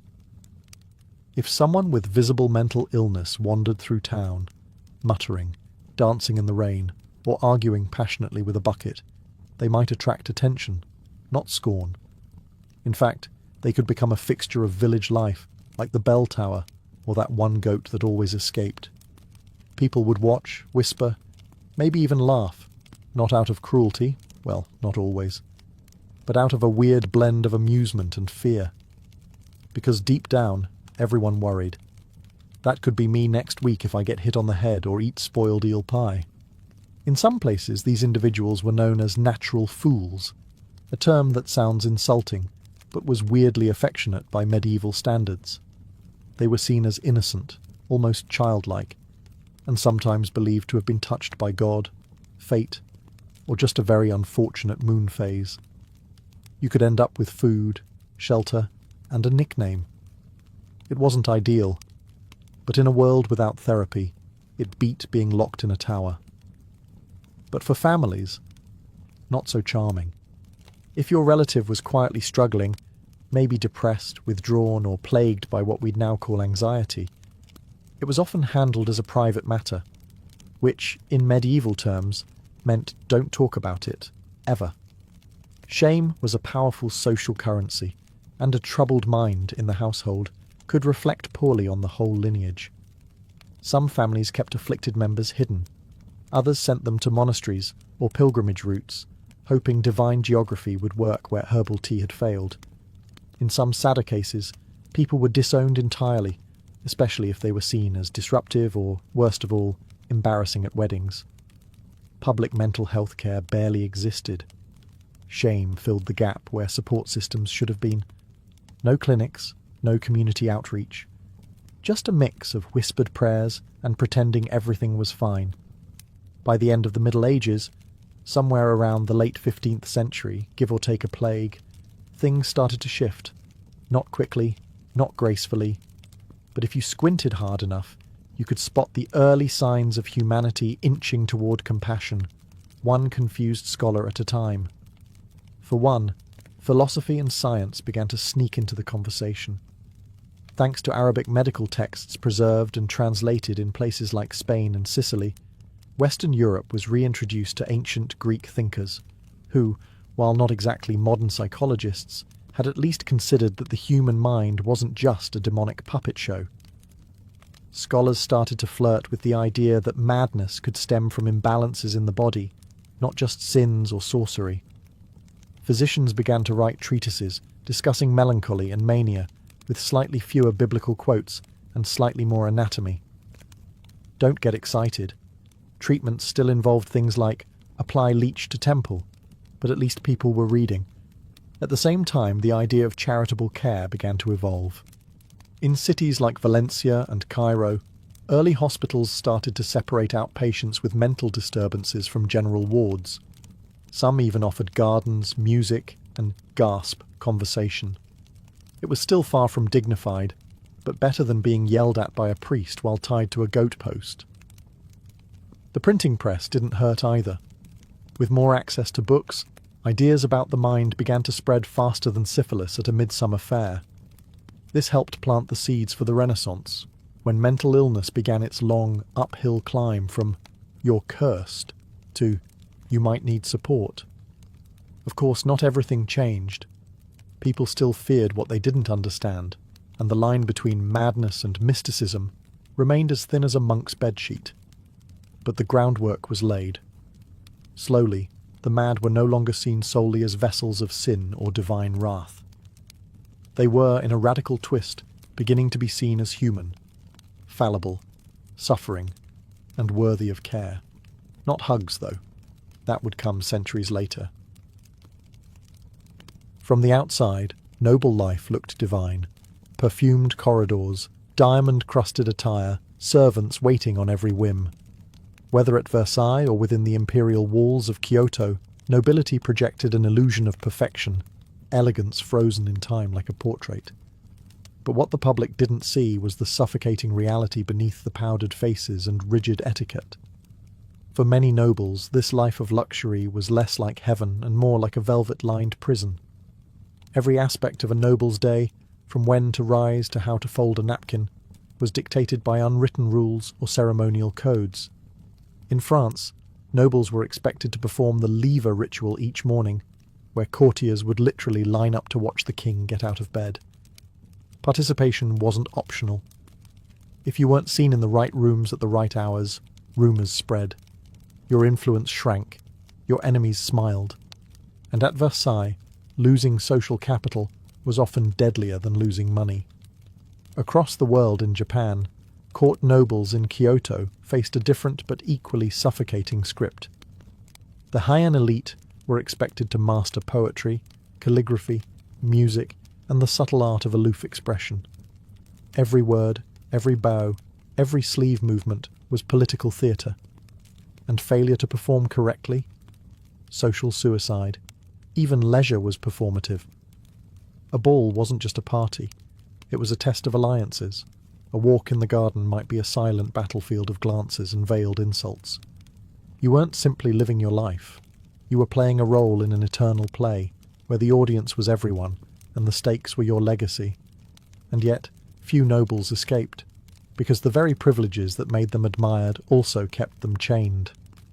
Inheritance laws, arranged marriages, debt obligations, and the constant surveillance of rivals meant they rarely had control over their own fates. Behind the closed doors of their manor houses, many nobles experienced mental decline, quiet rebellion, or spiritual despair. But in public, they smiled, always smiled. This was the great paradox of noble life. The more prestige you had, the less freedom you possessed. They were born at the top, but often died without ever living for themselves. When you picture a nobleman striding through Versailles in silk stockings, or a lady gliding down a staircase in pearls, the last thing you imagine is debt collectors. But behind all the glamour, a surprising number of nobles were financially drowning. It turns out that maintaining the illusion of wealth was more expensive than actual wealth itself. At Versailles, appearances were everything. A noble might spend more on a new waistcoat or ball gown than on maintaining an entire estate. Why? Because fashion was currency. If you didn't keep up, you vanished. politically, socially, and eventually financially. Courtiers would gamble enormous sums, not just at cards, but on horses, land speculation, and high-stakes alliances. Many nobles mortgaged ancestral estates to fund one more season of social relevance. And the king didn't help. Louis XIV, in particular, kept nobles close, not just physically, but economically. He encouraged extravagant spending at court to keep them dependent, distracted, and loyal. A ruined noble was a controllable noble. In England, the aristocracy wasn't much better off. During the Georgian era, lords and ladies often lived in opulent townhouses in London, financed entirely on credit. Tailors, wine merchants, and milliners were expected to wait months, sometimes years, for payment. Entire families balanced on the edge of collapse, hoping their daughter would marry a wealthier man, or that some distant cousin would die and leave them a title and a working estate. Meanwhile, in Russia, nobles were granted vast lands populated by serfs, and yet many were still cash poor. The wealth was illiquid. Lavish lifestyles in Moscow required constant borrowing. Pawn shops discreetly handled tiaras and sabres. Family jewels were sold under candlelight behind locked doors. Japan's noble class fared no better during periods of peace. As the samurai class shifted from warrior to bureaucrat during the Tokugawa era, many nobles found themselves ceremonial but irrelevant. Stipends shrank, costs remained. Some took side jobs.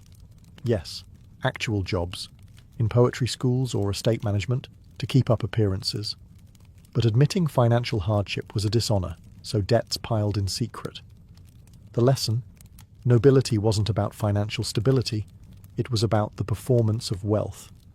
And often, that performance came at a soul-crushing cost. Scandal was the unofficial second language of the nobility. Affairs, duels, secret children, whispered betrayals. The more polished the public image, the dirtier the private truths. Nobles had power, prestige, and privilege. But what many of them didn't have? Restraint. In Versailles, courtiers lived in such close quarters that privacy was nearly non-existent, and yet illicit liaisons flourished. Queen Marie Antoinette was endlessly accused of romantic entanglements, whether with Swedish nobles or her inner circle of ladies. Many of these rumours were false, but they stuck because everyone knew someone who was doing exactly that. The court practically ran on gossip, and scandal wasn't just tolerated, it was currency. Your name in someone else's bedroom could either elevate your influence or ruin your bloodline. Meanwhile, over in England, aristocratic reputations were shredded in salons and gambling houses. Lord Byron, for example, was rumoured to have fathered children with his half-sister. That didn't stop him from being a celebrity, but it cast a long shadow over his noble status. Nobles were expected to have mistresses, just not too many, and definitely not the wrong ones. Affairs with actresses, commoners, or foreign spies. That could lead to exile, imprisonment, or in rare cases, an early grave. In Imperial Russia, the court of Catherine the Great was notorious for its openness. The Empress herself had lovers throughout her reign, often hand-picked and elevated to positions of power. But it wasn't just Catherine.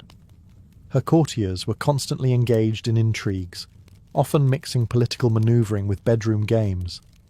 Affairs were less about love and more about leverage. Even in the refined Heian court of Japan, where restraint and poetry reigned, scandal found its way through haiku and love letters. A noblewoman might receive a midnight visitor whose identity she would never reveal. But her next poem, shared among the elite, might offer just enough metaphor to ignite a wildfire of speculation. The most dangerous scandals, though, were the ones that never made it into letters or court whispers, the ones involving treason, espionage, and betrayal of blood. These were whispered in corridors, documented in coded correspondence, and buried in family archives. Because in noble life, scandal wasn't the exception, it was the wallpaper. Beautiful, intricate, and always hiding cracks underneath. For all their earthly power and luxury, nobles were often tormented by a far less visible force, the crushing weight of spiritual uncertainty. They had everything, yet still wrestled with existential dread. Being born into privilege didn't grant clarity about the afterlife, morality, or divine purpose. In fact, it often made things worse. In Catholic France, guilt clung to the corridors of palaces like smoke. The same nobles who attended Mass daily might also indulge in debauchery every night. Confession was routine, but more for social performance than true penitence. Still, many nobles, especially as they aged, were haunted by their sins. Some turned toward mystics and visionaries, desperate for answers. Even Louis XIV, the Sun King himself, grew more devout in his final years, racked with fear over his worldly indulgences and the wars he'd waged. Across Europe, nobles funded churches and monasteries not just out of piety, but insurance. In their minds, a new chapel might buy them a cleaner conscience. 1,000 candles lit in their name could offset a life of intrigue and excess. Some retreated into monastic life altogether in old age, swapping velvet robes for hair shirts. In Orthodox Russia, things were more intense. Nobles were expected to uphold both political and spiritual order, yet many wrestled with doubt, especially during the turbulent reigns of czars who declared themselves chosen by God, even as they ordered purges. Some nobles sought answers in secret prayer circles or turned to fools for Christ, holy wanderers who renounced wealth and comfort to speak uncomfortable truths. These odd mystics sometimes served as the only outlet for aristocrats facing spiritual crisis. Meanwhile, in feudal Japan, the samurai nobility hybrid class often found themselves torn between Confucian ethics, Shinto rituals, and Buddhist detachment. Some nobles turned to Zen, hoping meditation would silence their inner turmoil. Others composed poetry not just for art's sake, but as spiritual catharsis. Still, the tension between duty, honor, and the impermanence of life gnawed at them. When a noble committed seppuku, it wasn't always about shame. Sometimes it was about spiritual release. Despite their silks and titles, nobles were often profoundly lost. Surrounded by ritual and grandeur, many still stared into the void, wondering if any of it truly mattered. Behind the masks of status, their souls were whispering, and sometimes screaming, for peace. In the age before smartphones and email, the most dangerous thing a noble could send wasn't an assassin. It was a letter. Ink on parchment could undo a dynasty, expose an affair, or spark a revolution. And nobles, despite their outward elegance, were compulsive correspondents. They wrote everything down: secrets, longings, schemes, prayers, love, lies. These weren't idle pen-pal exchanges. They were calculated tools of diplomacy and survival. At Versailles, every noble had a paper trail: love letters to mistresses, pleas to creditors, carefully worded flatteries to the king. And not all of it was above board. Couriers carried sealed notes laced with invisible ink or written in cipher. A wrong phrase in the wrong hands could lead to exile or the scaffold. Some nobles even had personal ciphers, alphabets invented solely for clandestine conversations. The Duke of Orleans, for instance, was known to correspond with suspected radicals during the lead-up to the French Revolution, and his letters, meticulously coded. But ciphers were never foolproof. In one legendary case, a noble's encrypted diary was decoded long after his death, revealing a hidden life of treason and betrayal. In the Habsburg courts, marriage negotiations often played out through veiled language. A letter might begin with discussion of weather and falconry, but hide deeper intentions between the lines. Parents arranged matches through polite lies. Lovers begged for elopement under the guise of visiting countryside estates. In Japan's Heian era, poetry served as code. A single waka, just 31 syllables, could convey forbidden love, rejection, or a secret rendezvous. Noblewomen were particularly skilled at crafting double-meaning verses, often responding in kind within hours. These exchanges were delivered by discreet messengers, sometimes servants, sometimes children, always sworn to silence.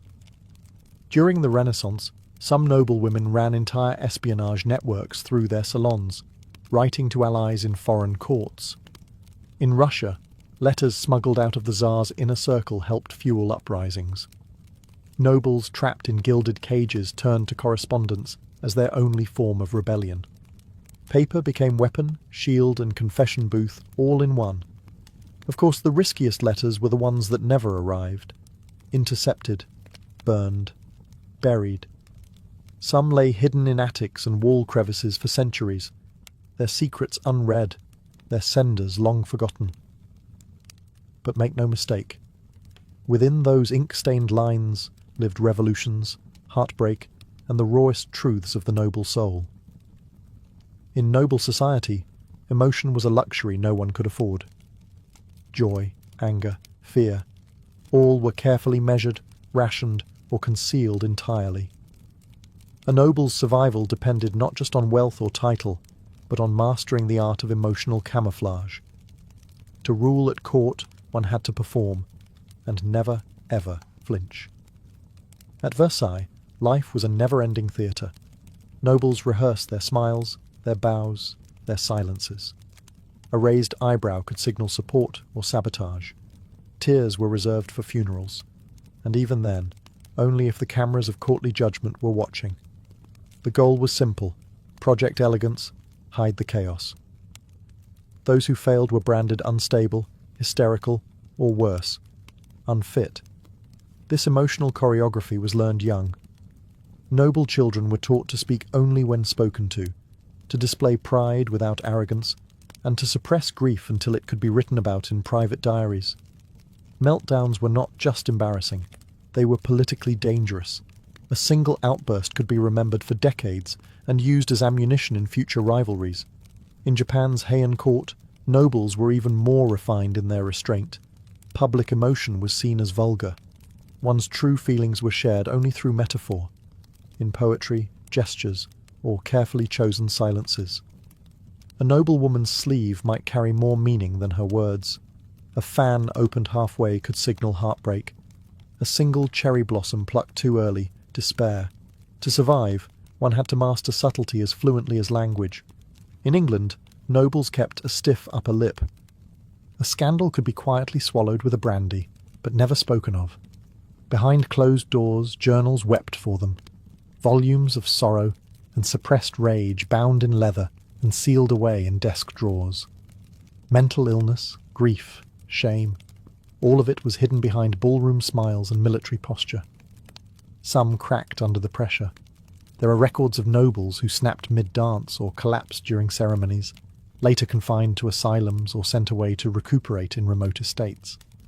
But these were whispered tragedies. The show, after all, had to go on. Because in the grand masquerade of nobility, emotions were a liability.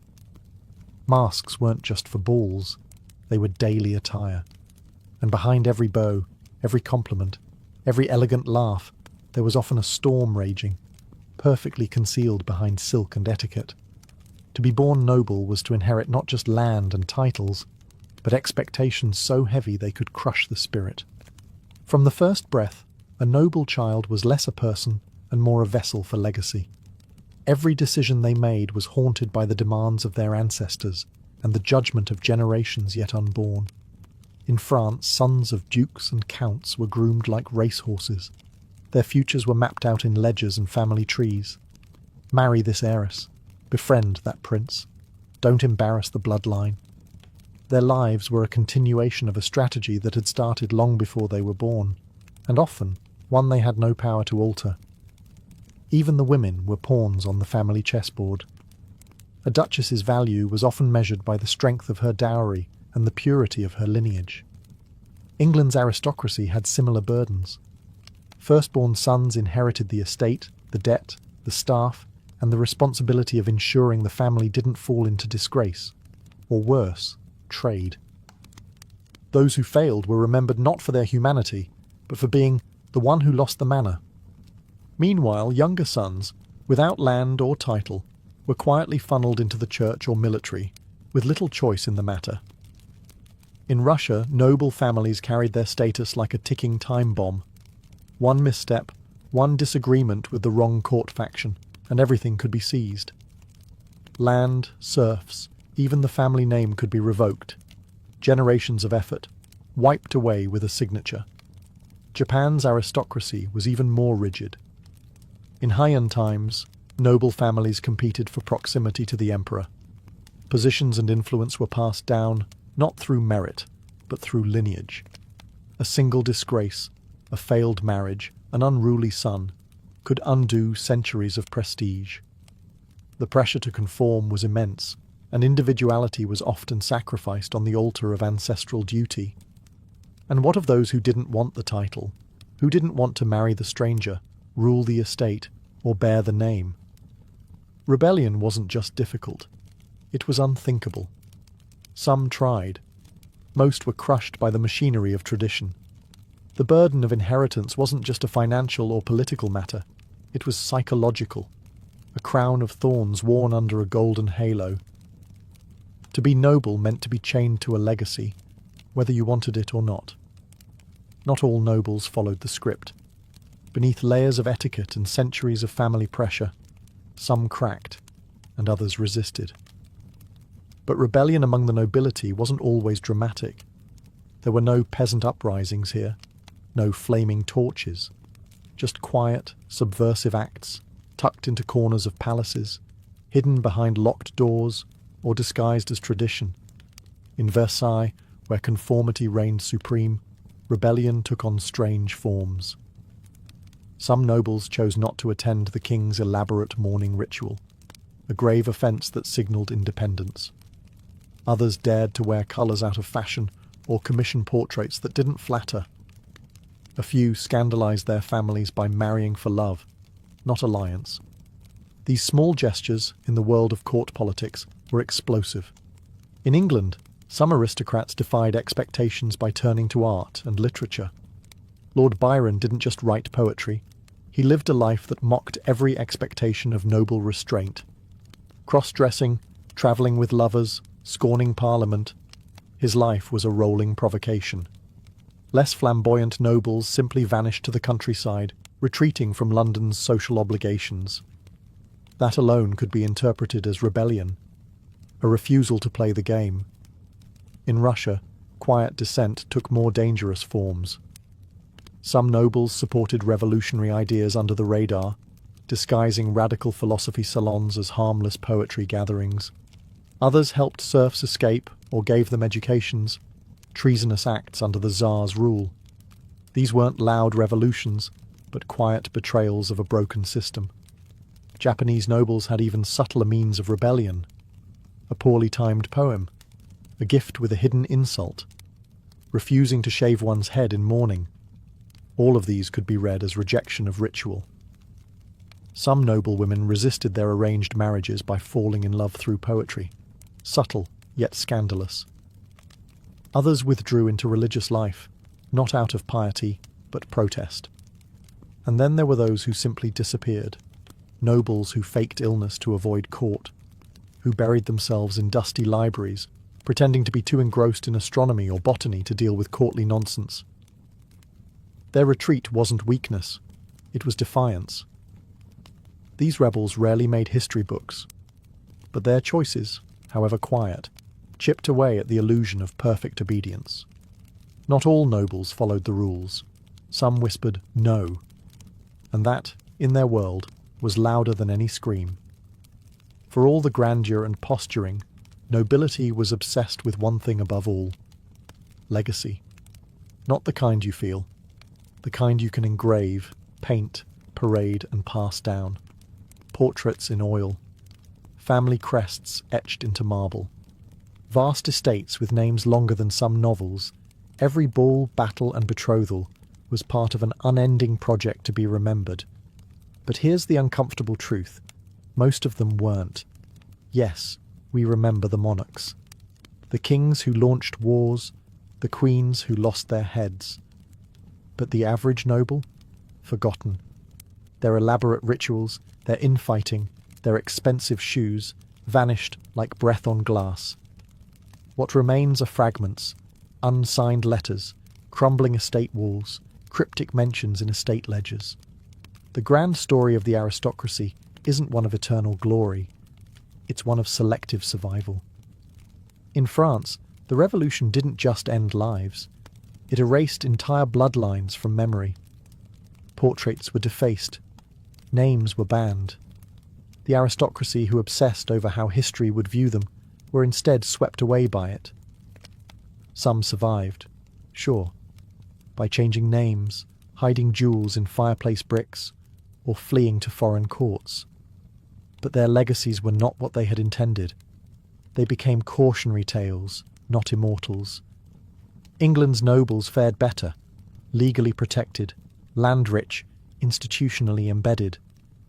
Yet even they were not immune to irrelevance. Once buzzing estates now sit in ruin. Dust covers tapestries that once cost fortunes. The great names? Many dissolved through scandal, poor marriages, or just time. A line with no heirs is a legacy with no future. In Japan, the aristocracy was eventually replaced in importance by the military class, the samurai and shogunate. The elaborate poetry, the court rankings, the ceremonies faded. And though a few families trace their roots to ancient noble houses, the modern world rarely cares. Even the proudest names became museum labels. And what of those who tried to control the narrative? Commissioning epic biographies, dictating memoirs, sponsoring churches. They too are subject to history's selective memory. Often, the real stories, the shame, the secrets, the compromises, survive only in whispers, footnotes, or hidden letters. In the end, legacy was the ultimate illusion. Nobles lived in service of being remembered, yet were often forgotten entirely. Behind the portraits and palaces lies a quiet truth. Permanence was never real. Only the performance was. In the spring of 1900, a curious man in a wide-brimmed hat stood under the Cretan sun, staring at scattered stones and half-buried walls. His name was Sir Arthur Evans, a British archaeologist, historian, and eccentric dreamer. He had come to Crete not just to excavate ruins, but to chase a ghost. Specifically, the ghost of a civilization that had haunted Greek legends for centuries. A civilization so old it slipped through the cracks of both history and myth. For years, travellers and locals had spoken of strange artefacts surfacing in the hills south of Heraklion. Pottery older than Mycenaean, strange glyphs no one could read, and ruins that didn't quite match any known Greek style. Evans was convinced that these were the traces of a Bronze Age people, older than Homer, older than Athens, who had once ruled the Aegean. Then came the moment that changed everything. On a plot of land known as Kefala Hill, Evans and his workers unearthed a massive structure buried beneath centuries of dust and rubble. Walls emerged, not simple huts, but foundations of rooms, staircases, corridors. What they were looking at wasn't a temple or a fortress, but a palace. And not just any palace, one so complex it seemed designed to confuse anyone who walked inside. A labyrinth, perhaps. Evans immediately made the connection. This had to be the Palace of Knossos, legendary seat of King Minos. The same Minos who, according to myth, imprisoned the half-man, half-bull Minotaur deep within a maze beneath his home. Whether myth or not, the ruins matched the story. Countless twisting halls, multiple floors, mysterious dead ends. It was a palace that defied logic, as if built to trap not just people, but time itself. He called the people who built it the Minoans, after Minos. No one knew what they had called themselves. Their script, known as Linear A, was still undeciphered. But their art, their architecture, and their reach suggested an empire long forgotten. And so, with trowel in hand and a myth in mind, Evans began to peel back the centuries. What he found would challenge everything people thought they knew about early European civilization, and ignite new debates that still haven't settled. The Palace of Knossos is not a palace in the traditional sense. It's a puzzle made of corridors, courts, and chambers that seems to double back on itself with every turn. Covering more than 150,000 square feet, the structure was a multi-story marvel of the ancient world. And at its heart lay a paradox. How could something so open, so light-filled and advanced feel so impossible to map? There were no grand walls or moats, no militaristic towers. Instead, Knossos had balconies, skylights and air shafts, architectural features unheard of in Bronze Age Europe. The entire complex seemed designed not for war, but for ceremony, administration, and perhaps mystery. Stairs wound in dizzying spirals. Narrow corridors opened into sudden courtyards, rooms connected unexpectedly. Scholars have debated for over a century whether this design was intentional, a symbolic nod to the myth of the labyrinth, or simply the result of centuries of rebuilding. To walk through Knossos is to surrender any sense of direction. There are rooms within rooms, wings that loop into each other, and passageways that lead nowhere at all. Evans was convinced this layout reflected the story of Daedalus, the legendary craftsman who constructed the labyrinth for King Minos to imprison the Minotaur. While there's no archaeological proof of a literal monster, the confusion felt while navigating the site is very real. And yet, the palace wasn't just a maze. It was a miracle of ancient engineering. The complex featured advanced plumbing, including terracotta pipes, flushing toilets, and a drainage system so efficient it would make parts of 19th century Europe blush. Rooms had natural ventilation. Light wells illuminated the inner chambers. Some staircases plunged down 3 or 4 stories, suggesting a deep, tiered structure rarely seen before the modern era. The throne room, modest by royal standards, lies tucked deep inside, almost hidden. Its centerpiece is a stone chair flanked by griffin frescoes, surrounded by benches. This wasn't a place of spectacle, but of controlled ritual. Perhaps here, power was less about dominance and more about illusion, mysticism, or religious awe. Knossos wasn't built to intimidate, it was built to mystify. Whether you were a trader, priestess, or foreign envoy, one truth was certain. Once you entered, the palace swallowed you whole, and made you forget the path you came from. Though the stone walls of Knossos are crumbling, its colours still speak. Buried beneath volcanic ash and time, the palace's frescoes emerged as some of the most vivid, enigmatic and advanced artworks of the ancient world. Unlike the rigid, militaristic art of later Greek or Egyptian civilizations, the Minoan frescoes burst with movement, of dancers, dolphins, bulls, and goddesses. They didn't just decorate rooms, they told stories, hinted at rituals, and revealed a civilization that seemed to love life, beauty, and rhythm. One of the most iconic images from Knossos is the bull-leaping fresco, a young figure somersaulting over a massive bull in an elegant, impossible arc. Was this real? Was it myth? Historians have debated it for over a century. Was it a ritualistic sport, a religious offering, or simply a metaphor for taming chaos? Regardless of its meaning, the image captures something essential about Minoan life, a dance with danger, with grace at its core. Elsewhere, the walls bloom with lilies and crocuses, monkeys and birds, spirals and waves. In the Prince of the Lilies fresco, a slender youth with flowing hair and an ornate crown struts with ceremonial confidence. Though Evans initially identified him as a prince, modern scholars aren't sure. The figure may represent a priest, or even a goddess. Gender in Minoan art is fluid, symbolic, and still deeply mysterious. Unlike many ancient civilizations, the Minoans didn't focus their art on kings, wars, or conquests. There are no depictions of battles or slaves. Instead, there are scenes of celebration, of nature, of sacred rites.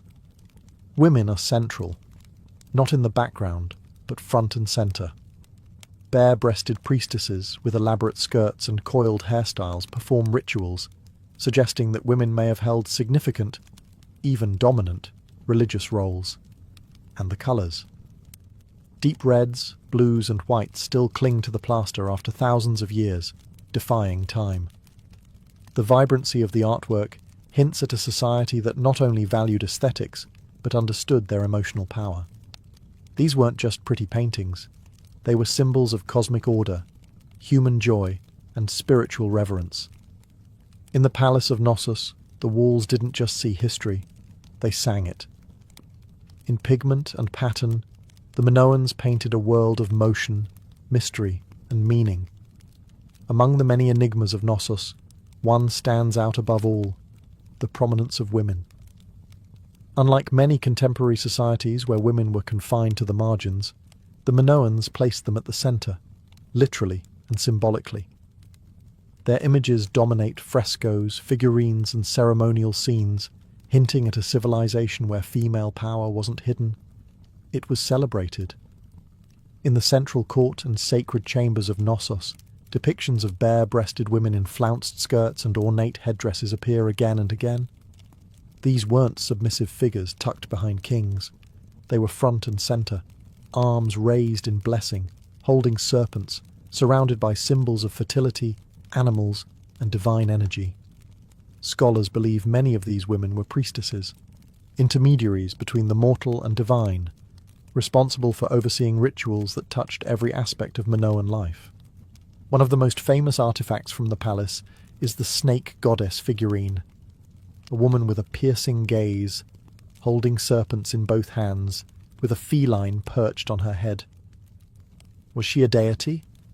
A high priestess? A representation of female sovereignty? We may never know, but her image tells us volumes about the spiritual hierarchy of Knossos, and who may have stood at its peak. In contrast to the pharaohs of Egypt or the kings of Mycenae, no clear Minoan male ruler has ever been identified in the art. No grand statue of a king, no battle scenes glorifying a warlord. It's led many scholars to suggest that Minoan society may have been matriarchal, or at least unusually egalitarian for its time. Women likely held power in both religion and possibly governance, guiding seasonal festivals, managing temples, and performing state rituals. Even the architecture reflects this balance. Rooms believed to be used by high-ranking women, with direct access to shrines, light wells, and private staircases, suggest they moved freely through the palace. Some frescoes depict women gathering in ceremonial processions, dressed in vivid garments, their posture commanding, not deferential. In Knossos, femininity wasn't confined, it was divine. Whether as priestesses, leaders, or symbols of renewal, women weren't secondary to Minoan culture. They were the culture, its voice, its vision, and possibly its soul. Knossos was not just a royal residence, it was a stage for the sacred. Every corridor, courtyard, and chamber seemed to pulse with spiritual intent. From underground crypts to sun-drenched altars, the palace was built not merely for living, but for communing with the divine. And while no Minoan holy book survives, the architecture itself whispers of rituals that shaped their world. The palace featured dozens of small shrines and ritual rooms, many of them tucked into secluded corners or carved deep below the ground. These weren't places for mass worship. They were intimate, mysterious, and likely restricted to the priestess elite. One chamber, often called the lustral basin, features a sunken tub-like structure at the base of a narrow staircase, not meant for bathing, but likely for purification rites. Perhaps initiates descended in silence, cleansed by symbolic waters before entering sacred ceremonies. The central court, vast and open to the sky, was likely the heart of public ritual. Here, hundreds might have gathered for seasonal festivals, celebrating fertility, renewal, or the turning of the year. The rhythmic sound of drums, the twirl of dancers, the chants of priestesses. Knossos was alive with ceremony. And always present in these rites was the bull, that powerful symbol of energy, virility, and the natural world. Throughout the palace, bull horns, stylized and massive, were placed atop walls and entrances. These horns of consecration, as Evans called them, marked sacred thresholds. Paired with the bull-leaping imagery found in frescoes, it's clear that this animal held deep religious meaning. Some believe a live bull may have even been part of certain rituals, not in brutal sacrifice, but as a partner in a spiritual performance, meant to mirror the eternal dance of chaos and order. The double axe, or labrys, was another symbol often associated with sacred spaces in Knossos. Found carved into pillars and walls, it may have been a tool, a weapon, or a divine emblem. Its frequent pairing with female figures further supports the idea of a goddess-centered religion. No temples in the traditional sense exist at Knossos. Instead, the palace itself was the temple, every stairwell a procession, every chamber a chapel. It was a place where the spiritual and political were one, and where sacredness was woven into the very walls. Amid the frescoes, altars, and labyrinthine chambers of Knossos, archaeologists uncovered something even more puzzling: writing. Hundreds of clay tablets inscribed with symbols that no one, to this day, can fully understand. This was Linear A, the script of the Minoans, and one of the last great undeciphered writing systems of the ancient world. Discovered during Evans's excavations, Linear A looked superficially similar to another script found in Mycenaean Greece, known as Linear B. Evans assumed they were related, and they were. But while Linear B was later cracked and revealed to be an early form of Greek, Linear A stubbornly refused to give up its secrets. It's a language unrelated to Greek, and possibly unrelated to any known language on Earth. We can read its characters phonetically, but we don't know what they mean. Most Linear A tablets found at Knossos are administrative, inventories of grain, oil, livestock, or offerings. But without knowing the language, the context remains elusive. Were these taxes? Ritual offerings? Market records? No one can say with certainty. The Minoans wrote for over 500 years, and yet we still can't understand a single full sentence. This linguistic blackout gives Knossos its dreamlike quality. It's like listening to music through a wall. You can sense the rhythm, the energy, the intent, but the lyrics are forever muffled. We can see their rituals in art, their architecture in stone, but their thoughts remain sealed. Linear A was written with a stylus on soft clay, then baked by accident, preserved only because the palace was destroyed by fire. Without that disaster, their words might have dissolved long ago. Ironically, the burning of Knossos gifted us with the only surviving fragments of Minoan language. Some scholars believe Linear A might one day be deciphered, especially if bilingual texts are found, much like how the Rosetta Stone cracked Egyptian hieroglyphs. Until then, we're left with isolated symbols: a man, a bull, a jar, a sun. Meaningless, and yet hauntingly familiar. Knossos, for all its colour and complexity, speaks to us in silence. Its language sits just beyond reach, reminding us that some of history's greatest voices still wait to be heard, buried not in earth, but in mystery. The Palace of Knossos, once a beacon of art, architecture and ritual, did not vanish in a single cataclysm. Its fall was not swift, but layered, a slow unravelling of a civilization whose power once seemed eternal. And like so many ancient collapses, the truth behind Knossos' downfall is a tapestry of fire, water, and whispers of war. Around 1450 BCE, something changed. Suddenly, across Crete, Minoan palaces and towns began to burn. Knossos, curiously, did not fall immediately. Instead, it was reoccupied. But the frescoes changed. The writing on the clay tablets shifted from Linear A to Linear B, not Minoan, but Mycenaean Greek. This suggests that the Mycenaeans, the rising power from the mainland, had either invaded or taken control peacefully after a catastrophe weakened the Minoans. Whatever the method, Knossos was no longer ruled by its native people. One theory points to the eruption of Thera, a volcanic explosion on the island of Santorini, just north of Crete, around 1600 BCE. This cataclysm was one of the most powerful in recorded history, devastating the region with earthquakes and tsunamis. The resulting chaos may have crippled the Minoan economy, wrecked their ports, and weakened their influence, leaving them vulnerable to invasion or internal collapse. Others argue for a gradual economic and political decline. As trade routes shifted and rivals grew stronger, the centralized power of Knossos may have fractured. The palace, once buzzing with activity, became more administrative, more subdued. Ritual gave way to record-keeping. Art gave way to imitation. By 1375 BCE, the palace was abandoned entirely. Fires raged through its halls, roofs collapsed, walls cracked and buckled. Knossos was left in silence, its colours fading, its language unread, its rituals forgotten. And yet, it was never truly lost. Legends of the labyrinth and the Minotaur survived in Greek myth. Hints of Minoan influence echoed through Mycenaean palaces, and later, in classical art and architecture, the soul of Knossos lingered like smoke, invisible but present. Today, its ruins are open to the sun again.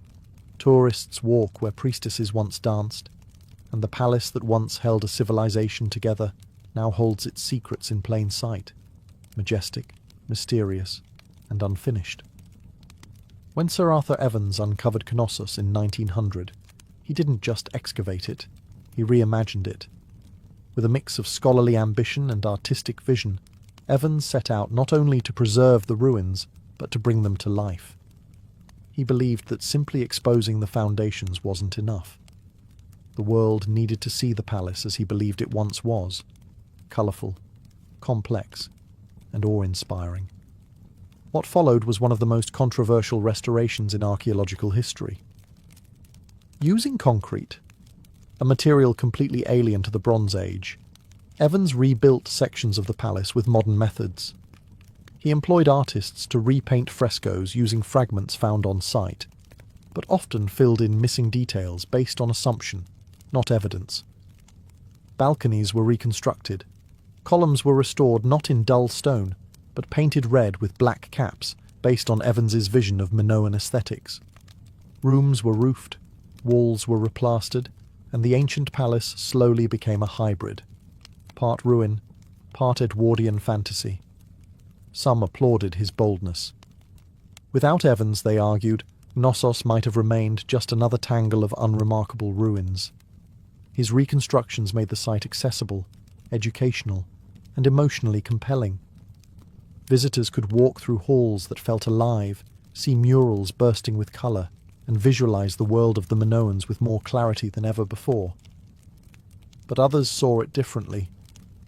Critics accused Evans of overstepping, of imposing his own interpretation on a civilization we still barely understand. The frescoes, for instance, were sometimes almost entirely invented, based on small shards of original paint. Whole sections of the palace, such as the famous throne room, may have been assigned functions they never had. By shaping the ruins to match myth, Evans may have blurred the line between archaeology and storytelling. Today, Knossos is both a marvel and a monument to the complexities of historical reconstruction. Evans' vision cannot be separated from the site. His concrete structures still stand, his artistic interpretations still colour the walls. But visitors walk through Knossos with a dual awareness of what the Minoans might have built and what a passionate archaeologist believed they did. In trying to bring Knossos back to life, Evans may have given us two palaces, one ancient, buried in the earth, and one imagined, standing boldly above it. Today, the Palace of Knossos stands not only as a ruin, but as a bridge between myth and history, imagination and evidence, Europe and the ancient world. Long after its last ritual was performed and its halls fell silent, Knossos continues to fascinate, mystify and provoke. Its very existence challenges our assumptions about early civilization and forces us to confront how little we still know. The palace helped redefine the timeline of European history. Before its discovery, most scholars believed that advanced civilization began with the Greeks. Knossos rewrote that narrative. Here was a culture flourishing 1,000 years earlier, with plumbing, urban planning, international trade, and symbolic art. The Minoans, centered at Knossos, were not primitive. They were sophisticated, expressive, and deeply spiritual. But Knossos's legacy is inseparable from its mythology. For millennia, the story of the Minotaur in the labyrinth was dismissed as fiction, a fable to frighten or entertain. And yet, When archaeologists unearthed a palace with hundreds of rooms, corridors that looped and twisted, and symbols of bulls carved into stone, the line between myth and history blurred. Perhaps the legend was not invented, but remembered, filtered through generations until only fragments survived. In modern times, Knossos has inspired not just scholars, but writers, artists and architects. Its double axes, horned symbols, and sinuous frescoes have appeared in fashion, sculpture, and even science fiction. The idea of a hidden, ancient civilization beneath the Mediterranean still fuels imaginations. A vision of a time when power didn't mean pyramids or conquest, but beauty, ritual, and balance.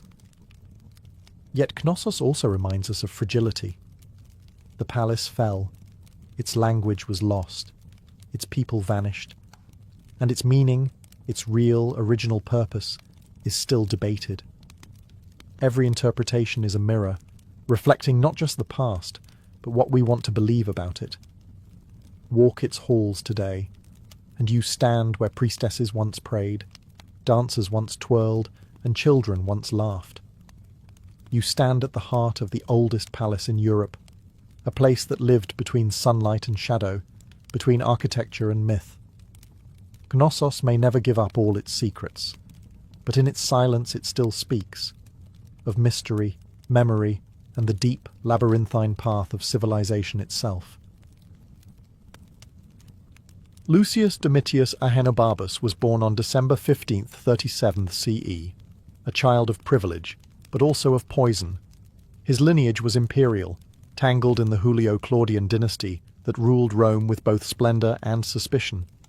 His mother, Agrippina the Younger, was the sister of Emperor Caligula, great-granddaughter of Augustus, and one of the most cunning political players of her time.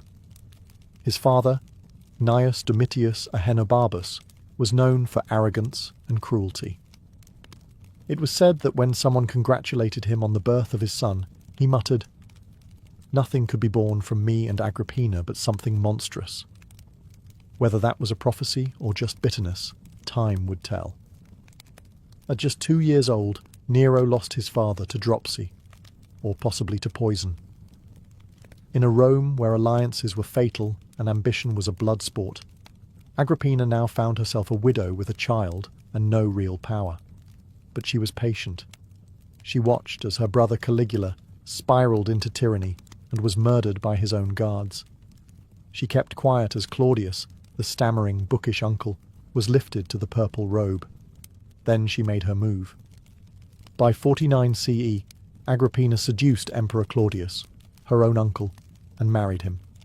She wasn't subtle about her goals.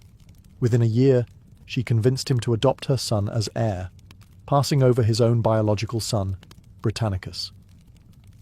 Lucius became Nero Claudius Caesar Drusus Germanicus, a name fit for emperors. She arranged his engagement to Claudius's daughter Octavia and hired Rome's finest tutors to mould him. Chief among them was the Stoic philosopher Seneca, who tried to shape the young man into a noble ruler. From the outside, Nero was being groomed for greatness, educated in rhetoric, poetry, philosophy, and music. He learned how to command a crowd, recite Homer, and manipulate public opinion. But Agrippina still held the reins. She appeared beside him in ceremonies, ordered his household, and made it clear who truly wielded power. Nero's rise wasn't born from destiny. It was engineered by a mother who saw herself as empress long before her son ever wore a crown. And within that gilded nursery of ambition and manipulation, the seeds of a chaotic reign were quietly planted. In 54 CE, at just 16 years old, Nero became emperor of Rome. Claudius, his adoptive father, had died, officially of illness, though many suspected poison. And the prime suspect? Agrippina. She had long grown impatient with waiting, and when Claudius began reconsidering his biological son Britannicus as heir, she acted. Mushrooms, legend said, were the delivery method.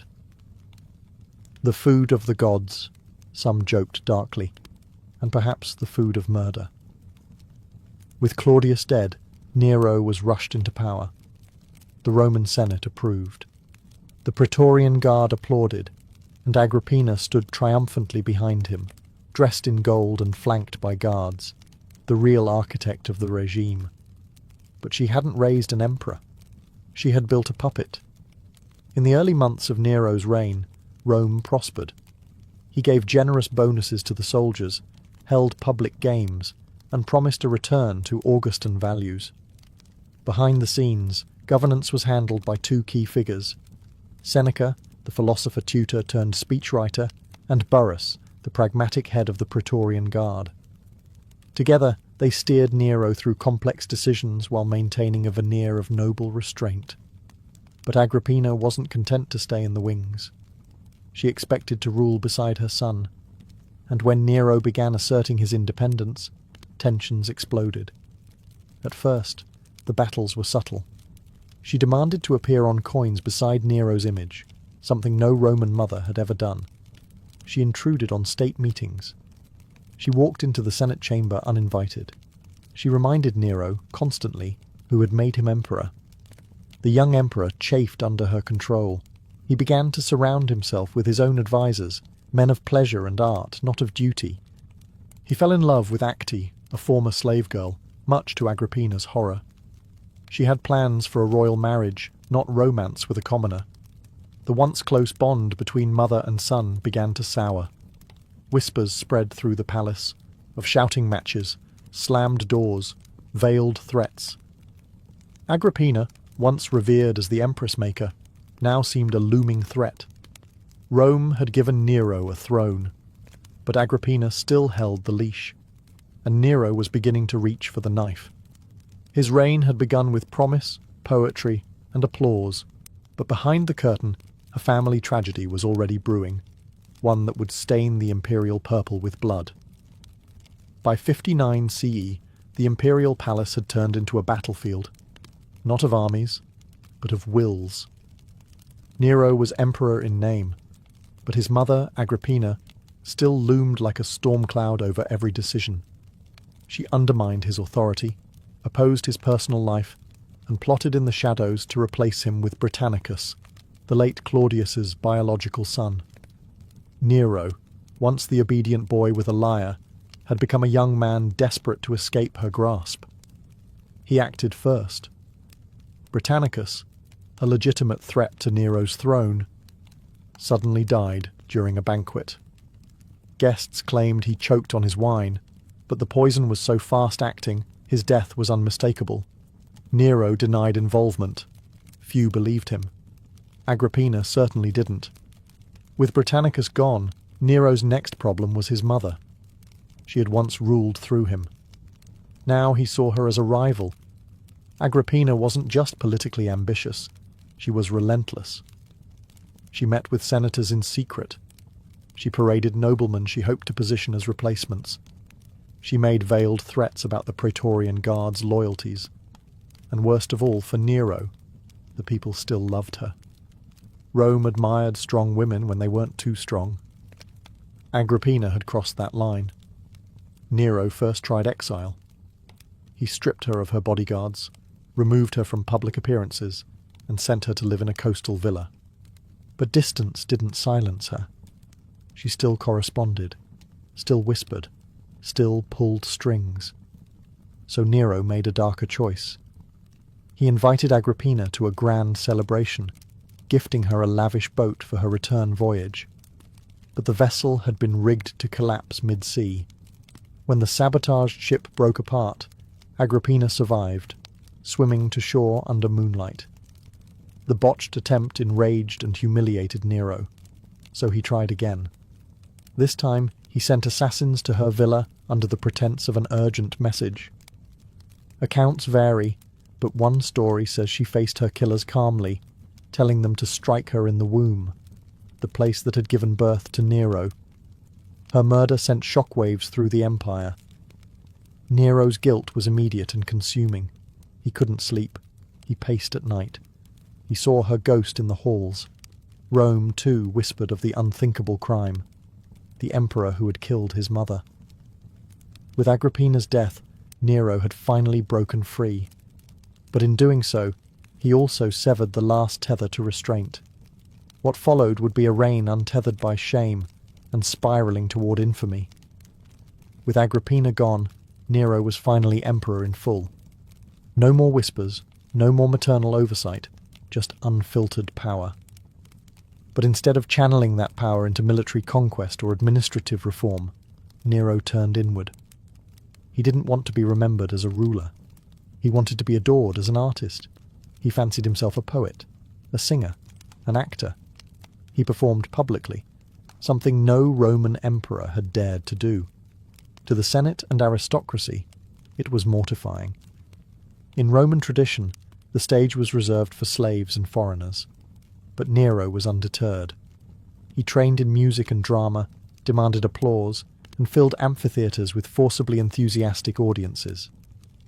The emperor didn't just host games, he starred in them. Nero composed verses, sang tragic arias, and recited long epics of his own creation.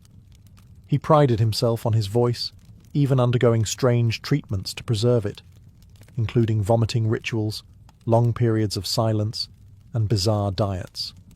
Senators sat through hours-long performances, terrified to leave their seats. Not clapping could mean exile, or worse. He also threw resources into building theatres, sponsoring athletic contests, and redesigning Rome to reflect his aesthetic tastes. He introduced Greek-style games like the Neronia, a blend of Olympic sports and theatrical competitions, where, unsurprisingly, Nero always won first prize. His obsession with performance spilled into foreign policy. On a trip to Greece, Nero insisted on competing in every artistic contest. At the Olympic Games, he took part in a chariot race, with 10 horses instead of the standard 4. He fell off his chariot mid-race but was still declared the victor. Why? Because he would have won had he not fallen. A triumph in Nero's eyes. Yet even as he indulged in these creative fantasies, the empire groaned. Administrators were neglected, governors acted without oversight, the provinces grew restless. But Nero didn't care. He wasn't trying to be another Augustus or Tiberius. He wanted to be Orpheus, Apollo, or maybe something even greater, a god of music with absolute power. To the Roman elite, he was becoming a national embarrassment. But to the masses, given bread, games, and endless entertainment, Nero was a living spectacle, a flawed god on stage singing over the cracks in his collapsing empire. In July of 64 CE, a fire ignited near the Circus Maximus. Within hours, flames surged through the city like a divine curse. The streets of Rome, narrow, overcrowded, flammable, became a furnace. For 6 days and 7 nights, the capital of the empire burned. By the end, 10 of the city's 14 districts were reduced to rubble. Thousands were homeless. Temples, homes, marketplaces, gone. And where was the emperor? Rumours flew. Some claimed Nero had watched the blaze from a tower, strumming his lyre and singing of Troy's destruction. Others swore he had ordered the fire himself to make room for a new palace. Nero denied both, and in truth, he wasn't even in Rome when the fire began. But when he returned, he acted with theatrical flair, opening his private gardens to refugees, organising emergency food deliveries, and funding reconstruction. Yet the whispers persisted. People needed a scapegoat, and Nero, ever the dramatist, gave them one. He blamed the Christians. They were already mistrusted, a strange sect of Jews who worshipped a crucified man and refused to honour the Roman gods. Nero accused them of arson and began a persecution so brutal it would echo through the centuries. Christians were torn apart by dogs, crucified, and, most horrifyingly, burned alive to serve as torches for Nero's garden parties. It wasn't justice, it was theatre by firelight. Meanwhile, Nero unveiled his true ambition, the Domus Aurea, or Golden House. On the ashes of central Rome, he began constructing a pleasure palace of unimaginable extravagance, with artificial lakes, gilded walls, revolving dining rooms, and ceilings that sprinkled perfume. It was a monument to indulgence. A colossal statue of himself, the Colossus of Nero, was planned to tower over it all. To many Romans, this confirmed their suspicions. Nero hadn't just let the city burn. He had used the fire as a blank canvas. He had erased old Rome to paint a new one, starring himself. But Nero saw it differently. In his mind, he wasn't destroying, he was creating. He was remaking Rome in his image, dramatic, divine, and unforgettable. In trying to immortalize himself through art and architecture, Nero scorched the earth and lit the fuse of his own downfall. As Nero's reign dragged on, the applause began to fade, and the fear took its place. The emperor, who once danced across the stage, now paced palace corridors in a state of growing paranoia. He saw enemies in every shadow, conspiracies in every whisper. The artist emperor had become a tyrant in a mask of grease paint. Following the fire and the unpopular construction of his golden house, Nero's standing with the Senate deteriorated rapidly. The aristocracy, already offended by his performances and extravagance, now feared for their lives. In 65 CE, a plot was uncovered, the Pisonian conspiracy, in which dozens of senators, equestrians, and even soldiers were implicated in a scheme to overthrow him. Some wanted to restore the Republic, others simply wanted anyone but Nero. Nero's response was swift and ruthless. The poet Lucan, the philosopher Seneca, and the general Faenius Rufus were all ordered to commit suicide. Seneca, Nero's former tutor and once his moral compass, was forced to slit his wrists while calmly discussing Stoic philosophy. Even those only rumoured to be sympathetic to the plot were swept up in the purges. The palace became a house of executions. The Senate chamber, a silent theatre of obedience. The emperor's paranoia deepened. He accused his own wife, Octavia, of infidelity, a charge so flimsy it insulted the intelligence of even his closest allies. She was exiled, then executed. Her head was sent to his mistress, Poppaea Sabina, as a twisted token of affection. But even Poppaea wasn't safe. During a rage, or possibly a drunken argument, Nero kicked her in the stomach while she was pregnant. She died soon after. Some say he wept for days. Others claim he mourned the loss of his muse, not the woman. Poison became a regular tool in his arsenal.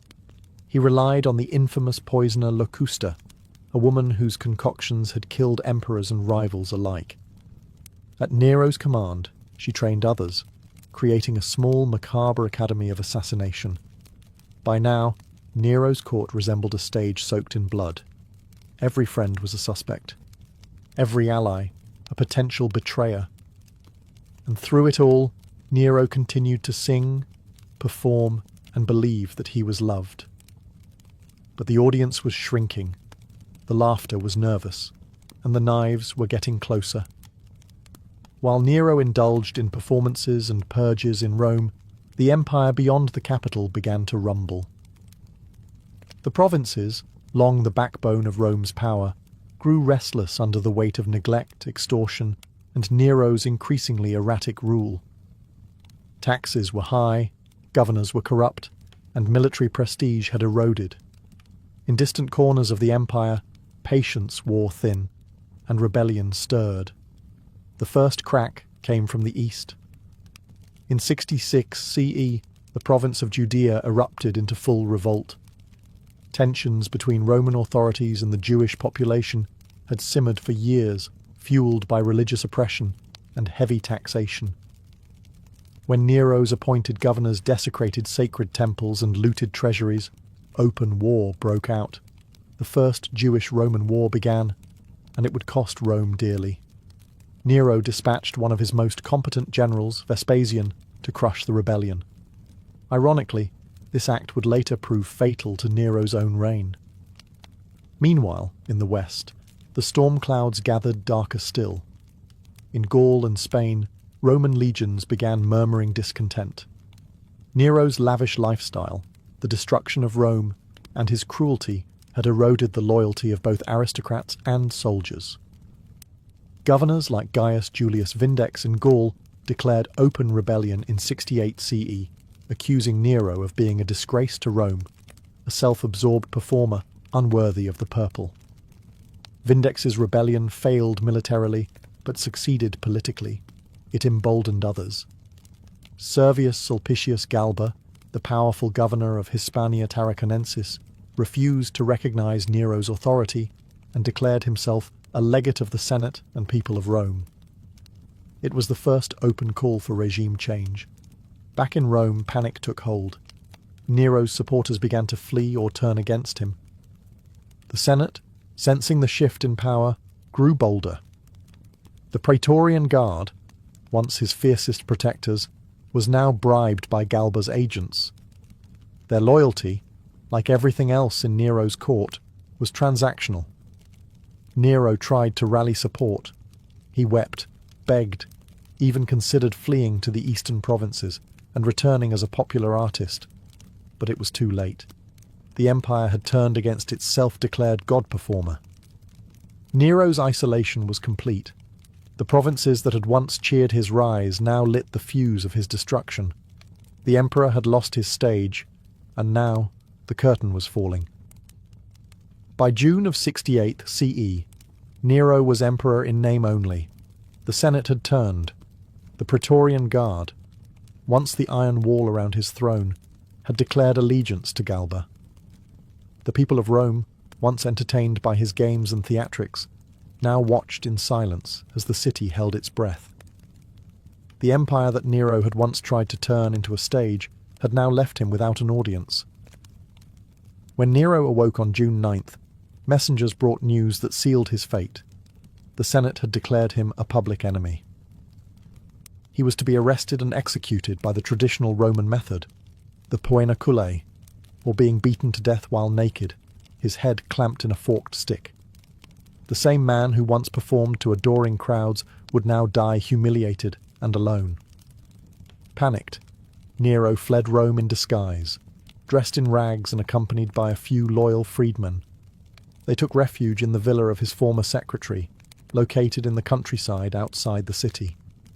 There, in a dark, overgrown garden, the last Julio Claudian emperor hid in a ditch, listening for the sound of approaching horsemen. Even in his final hours, Nero's obsession with legacy did not fade.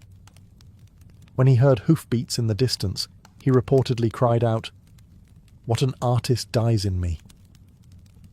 It was not Rome he mourned, but himself, his talent, his image, his tragic ending. His companions urged him to die by his own hand, but he hesitated. For all his brutality, Nero was a coward when it came to death. Finally, as soldiers drew near, he pressed a dagger to his throat with the help of a freedman named Epaphroditos. The blade pierced flesh. He did not die immediately. As blood filled his lungs, he whispered, "Too late. This is fidelity." He was 30 years old. The soldiers found his dying body, astonished. The Senate, now under Galba, ordered his burial in a simple grave. No state funeral, no divine honours, just a quiet end to a chaotic reign. With Nero's death, the Julio-Claudian dynasty, the line of Augustus, Tiberius and Claudius, was extinguished. What followed was a new storm, civil war, chaos, and the rapid rise and fall of emperors. But one thing was clear. Rome would never forget Nero. Nero's body was barely cold before legends began to bloom. Some Romans rejoiced, others mourned, and still more whispered that he wasn't really dead, that he had escaped to the east and would one day return.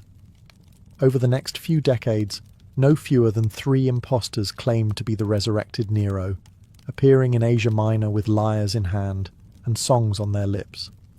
The myth of Nero, it seemed, had only just begun. For many in the Roman elite, his legacy was clear. Nero was a monster, a megalomaniac who murdered his own mother, burned his capital, and disgraced the empire with his narcissistic performances. The historians who chronicled his life, Tacitus, Suetonius, Cassius Dio, painted him as a cautionary tale, the artist emperor who let vanity devour virtue, and yet not everyone agreed. Among the lower classes, Nero remained oddly beloved. He had reduced taxes, built public baths, and organized massive games and grain distributions. He gave Rome its greatest spectacles. Some even considered him a populist. Vulgar, yes, but generous. Centuries later, Christian texts would demonize him further, with early writers labeling Nero the first Antichrist and possibly the beast of Revelation. He was remembered not just as a bad ruler, but as a cosmic villain. Still, there was something magnetic about Nero's story. He was not the calculating tyrant that Tiberius or Caligula had been. He was theatrical, flamboyant, impulsive, often absurd. He ruled like a man in a permanent dream, casting himself as poet, god, and tragic hero all at once. Even his death felt like a scene from a lost Greek tragedy. In later centuries, artists, playwrights, and filmmakers would resurrect Nero as a symbol of fallen grandeur, a ruler too obsessed with beauty to bear the ugliness of power. His name became shorthand for excess and decline, a lesson in what happens when ego eclipses empire. But perhaps Nero's strangest legacy is this: he made power performative. He understood, centuries before mass media, that image could be as strong as policy, that if you controlled the narrative, you could shape the future's memory. And in that sense, he got what he wanted. 2,000 years later, we still remember Nero, not for ruling Rome, but for burning his name into history's stage.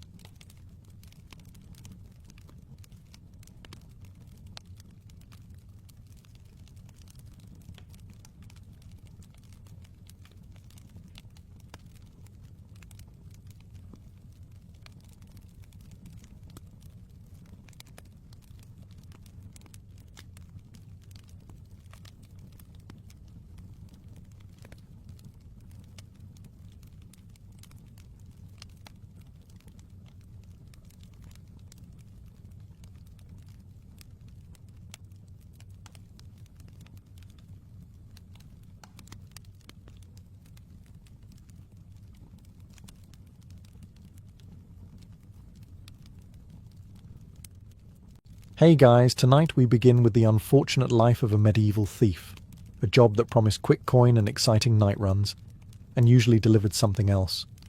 It was dirty, dangerous, and usually over by the time you turned 23, if you were lucky. So before you get comfortable, take a moment to like the video and subscribe, but only if you genuinely enjoy what I do here. And let me know in the comments where you're tuning in from and what time it is for you. It's always fascinating to see who's joining us from around the world.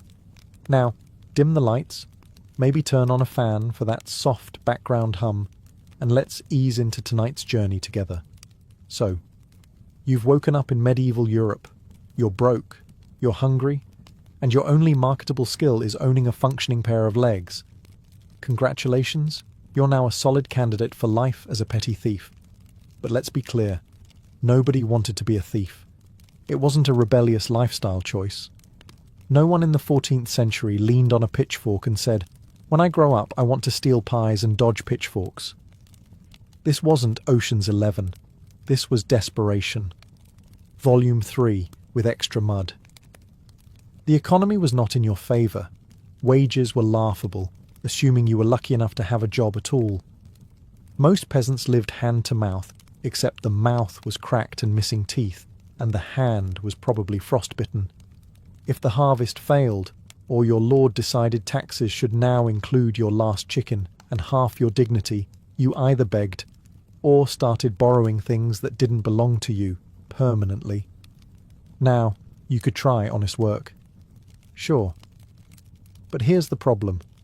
Honest work in medieval times usually involved back-breaking labour for 14 hours a day, followed by a supper of barley paste and judgment. And even then, your employer might pay you with a potato, a handshake, or the promise of good exposure if you worked hard enough. Meanwhile, the baker's coin purse looked awfully full, and unattended. So yes, people stole, not because they were criminal masterminds, but because it was often a choice between theft and slow, ornamental starvation. But the thing is, it didn't take much to become a criminal. Steal a loaf of bread? That's theft. Pick up an apple that fell off a cart? Theft. Chase a runaway chicken and accidentally enter someone else's garden? Guess what? You're now trespassing and probably guilty of poultry conspiracy. And once you dipped a toe into that muddy legal pond, you were marked. You were now that kind of person.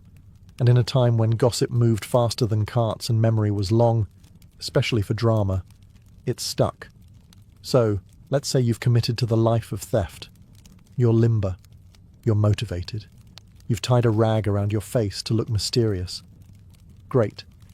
Time to find a target. Except, good luck with that. You see, the biggest problem with being a medieval thief, other than the constant risk of hanging, is that nobody had anything worth stealing. Most villagers were poor. Not can't afford new shoes poor. More like, this potato is both dinner and pillow poor. The average peasant owned maybe one pair of trousers, 2 spoons, and a goat named after a family member. Their homes were made of mud, sticks, and optimism. They didn't have jewellery. They didn't have coin purses. Some of them didn't even have purses. They just tied things into bits of cloth and hoped for the best. You might get excited seeing someone in the market with a bulging pouch, only to find it's full of turnip seeds and a dead mouse. Congratulations. You've just risked your life for ingredients and rodent protein. You'd think nobles were better targets. They had gold, after all. But they also had guards, dogs, fortresses, and an unhealthy enthusiasm for punishing people who touched their hats the wrong way. Robbing a noble was like walking into a wasp nest with a torch and hoping the wasps were polite. Then there were the clergy. Churches had chalices and silver crosses, yes, but also locked doors, divine judgment, and more importantly, town gossip. Steal from the church, and everyone knew by lunch. Also, you might get cursed. Even if you didn't believe in curses, it still ruined your week. And don't even think about grave robbing. First of all, medieval cemeteries weren't exactly Fort Knox. They were barely organised. You could spend half the night digging only to find a pile of rocks and a very annoyed mole. Plus, exhuming bodies meant people assumed you were into dark magic, which came with additional problems.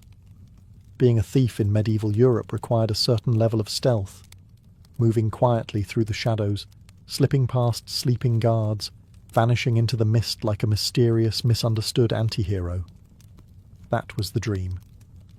The reality? You smelled like a bag of boiled onions left in a goat's sock.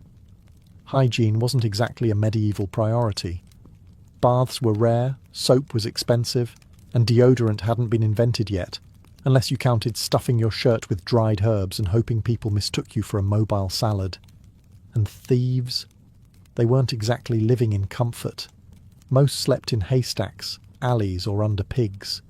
You absorbed the environment, not in a poetic way, in a your body is now 30% barnyard way. So when you crept up behind someone in the marketplace, they usually heard you coming. Not by sound, by scent. You might as well have worn a sign that said, "I have not seen clean water since Lent." Your clothing didn't help. Most thieves wore the same outfit every day because it was the only one they owned. After a few nights of hiding in chimneys or crouching behind fish stalls, that outfit developed a personality. The kind of personality that clears a room. Even worse. Your job required physical activity. Running, jumping, crouching, all in heavy woolen clothes that trapped every molecule of body odour like a cursed sponge. You were a walking scent crime. Guards didn't need dogs to track you. They just followed the faint trail of sweat, mould, and bad life choices. Did you hear that? No, but I smelled it. Not exactly the mystique most thieves hoped for. And if you thought you could blend into a crowd to escape, think again. Medieval crowds were full of people who also hadn't bathed. Yes, but you. You were worse. Somehow. You stood out. You were the human equivalent of a warning. It's hard to be invisible when everyone around you is quietly gagging and opening windows. Dogs. Man's best friend. Unless, of course, you were a medieval thief. In which case, dogs were traitorous furry snitches with teeth. Every village, farmstead and roadside tavern had one. Not the floppy-eared, tail-wagging, who's a good boy kind we know today. No. These were wiry, half-feral creatures with scars, names like Chopper or Bitey, and the temper of a drunk blacksmith with gout. You didn't pet them. You prayed they didn't detect your presence through the fog. To a thief, dogs were the worst kind of security system. Cheap, loyal, and prone to dramatic barking at everything. It didn't matter how quiet you were. Step on a twig? Bark. Sneeze into your sleeve? Bark. Breathe slightly near the pantry door? You'd better believe bark. And now the entire street knows you're trying to liberate that wheel of cheese. And they weren't just noisy. They were fast. Dogs could cross muddy courtyards in seconds. Meanwhile, you're slipping on cabbage leaves and tripping over buckets. Suddenly, the quick job turns into a frantic race between your questionable cardio and a set of yellowed fangs. Getting bitten wasn't even the worst part. The real issue? Once a dog hated you, and they always did. It never forgot. Medieval dogs had memories like grudge-holding grandparents. You could rob a bakery once in spring, and 3 months later, that same dog would be waiting for you outside the alehouse, ready for round 2. Even worse, the townspeople loved their dogs more than their relatives. If a guard dog barked at you, people didn't ask questions. Oh, Bitey's barking. Must be a thief. Grab a pitchfork and tell the priest to prep the confession chair. You couldn't bribe them, reason with them, or outrun them forever. They didn't care if you were just trying to swipe a loaf of bread for your starving sibling. As far as they were concerned, you were an intruder, and your legs were made of chew toys. Here's the ironic thing. Most medieval homes didn't have locks. Not because people were trusting, but because locks were expensive, complex, and usually reserved for things like monasteries, city gates, or chests that definitely contained 3 rusty spoons and a saint's toenail. So you might think, perfect, easy pickings for me, the nimble village sneak thief. Not quite. Because while locks were rare, traps were not. People couldn't afford keys, so they got creative. And by creative, I mean actively hostile. It began with the door itself. Most weren't doors so much as wooden slabs that creaked like tortured souls and groaned when touched. Try opening one quietly, and you'd trigger an audio alarm louder than a cathedral bell. And that was the easy part. Many villagers hung crude bells on strings just inside. A medieval motion detector, if you will. Pull the door. Jingle jangle. Entire household awake. Baby crying. Dog barking. Someone screaming, "Get the pitchfork." You've lost the element of surprise and possibly a finger. Then there were the improvised defences. Some people leaned buckets of water above the door. Others scattered dry twigs across the floor so any sneaky step would crunch like you were stepping on a bowl of angry granola. And in rural areas, traps involved sharp farm tools, low-hanging beams, or, in one recorded case, a welcome mat made of hedgehogs. Let's not forget the poultry alarm system. Chickens. You'd think they'd be neutral. But no. Medieval chickens were nervous, shrieking nightmares that exploded into chaos the moment they sensed movement. One flap, and suddenly the courtyard sounds like a demon choir. And if you ever made it past the door, congratulations, you'd now meet the family goose. Geese were the unholy fusion of burglar alarm, bouncer, and emotional terrorist. They didn't just honk, they charged, fast, with beaks, and they held grudges. In short, the lack of a lock didn't mean welcome. It meant, go ahead, try it, we dare you. Every peasant was a part-time security expert, not because they were paranoid, but because they had stuff worth protecting. And no spare spoons. Let's say you've somehow evaded the angry dog, the suspicious goose, and the door that shrieked like a ghost on fire. You're inside. Success. Now you just have to sneak past the sleeping family and nab a pouch of coins. Except, bad news. Nobody was really asleep in medieval times. People didn't sleep in blissful, silent REM cycles. They slept like anxious squirrels, half-conscious, one ear open, and usually holding something sharp. You see, being alive in the Middle Ages was a contact sport. Bandits, plague, taxes, wild boars. It was a daily buffet of potential doom. So when people went to bed, they didn't do it peacefully. They slept in shifts, with one eye cracked open and their favourite stabbing implement close at hand. And we're not talking about swords or dramatic daggers. We're talking about fireplace pokers, pitchforks, ladles that doubled as skull crackers, and the occasional suspiciously sharpened spoon. If it could dent your forehead, it was bedtime ready. Even peasants with families didn't trust the darkness.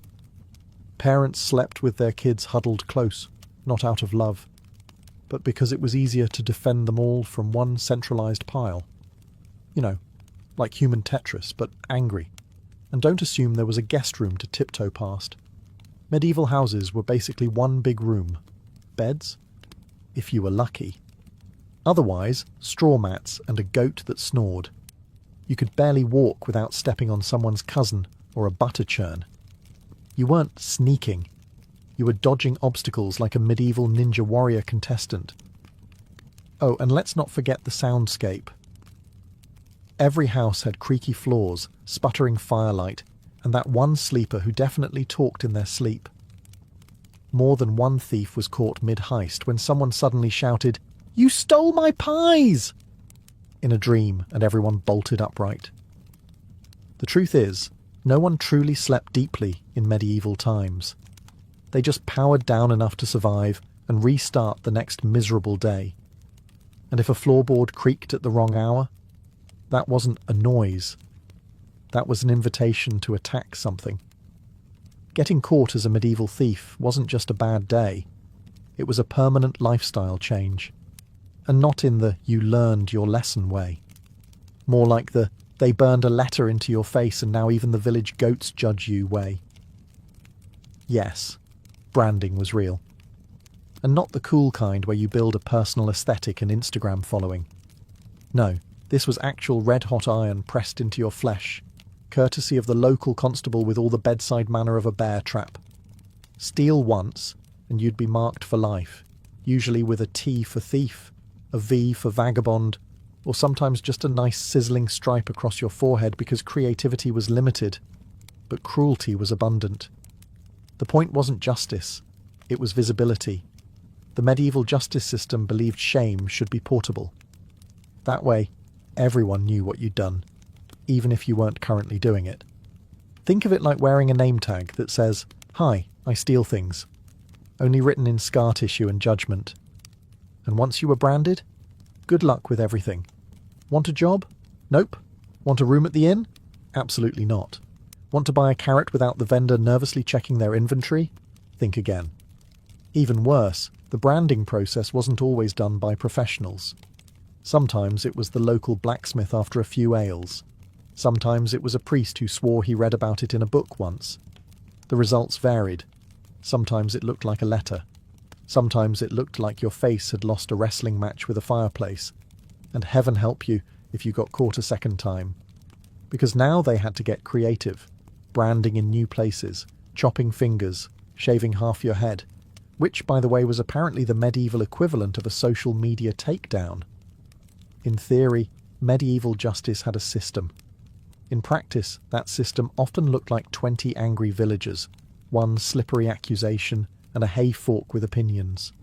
Welcome to trial by mob, the go-to legal process for thieves who were caught red-handed, red-faced, or just unlucky enough to look suspicious near someone else's pie. See, if a medieval crowd believed you stole something, they didn't call a lawyer. They called everyone else, neighbours, shopkeepers, children with no context but lots of enthusiasm. Suddenly, you weren't in trouble with the authorities. You were in trouble with Marjorie, who remembers when you looked funny at her geese 2 months ago. And once the mob had gathered, forget innocent until proven guilty. That idea was about 500 years, and one enlightenment away. You were guilty the moment someone shouted, "That's him!" Bonus guilt if your clothes were torn, your hair was wild, or you didn't live within shouting distance.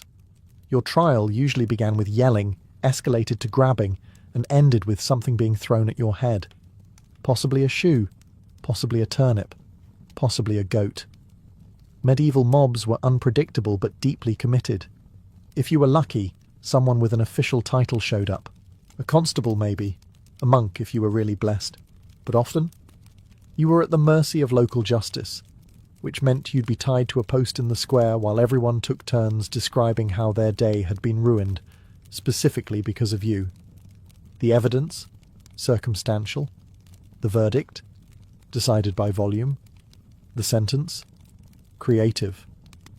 Sometimes it was public shaming, stocks, pillories, or being forced to wear a sign that said something like, "I steal eggs and lie to my aunt." Sometimes it was a beating. Sometimes it was being dunked in the river while people yelled things like, "Confess!" and "I told you he looked like a sock thief." Appeals? None. Defense? You could try shouting, "It wasn't me," but that mostly made people throw harder. Mob justice didn't aim for truth. It aimed for closure.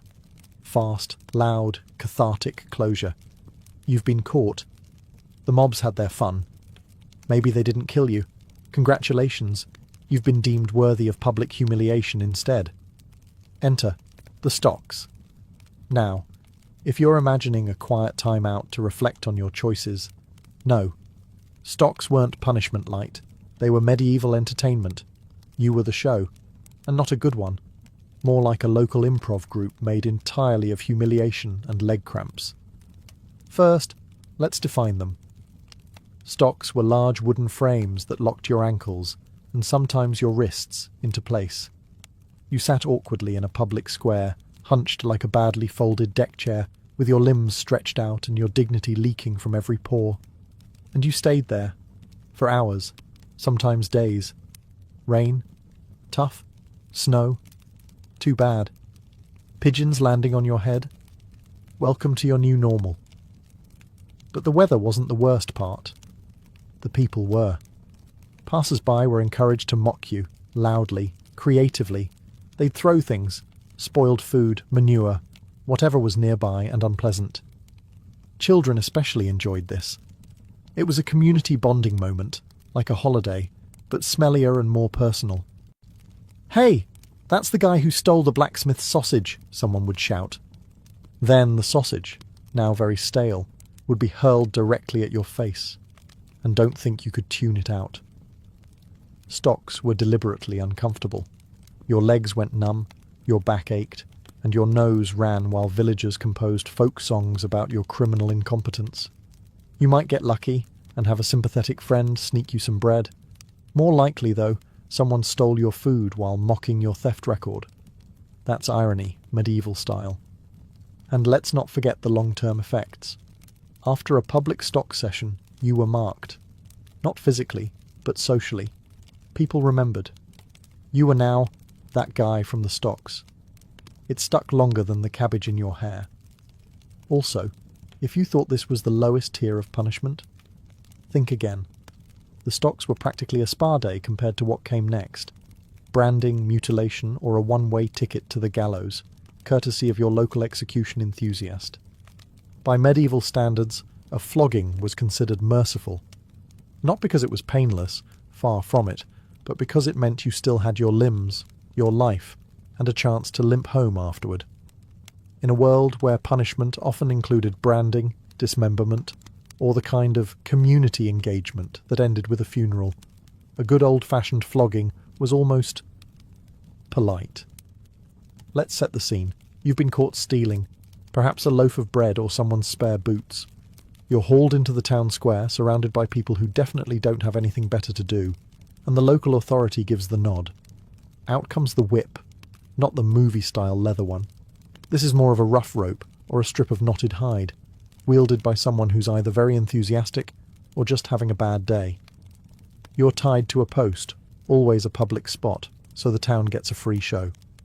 You might be shirtless, but only because torn clothes aren't great protection. There's no dramatic music, just the sound of rope hitting skin, and someone in the crowd saying something like, "Serves him right." I always suspected he looked like a bread thief.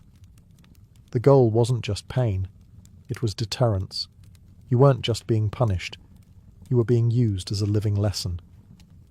"Steal, and this could be you," the lash said, over and over again, like a very violent motivational speaker.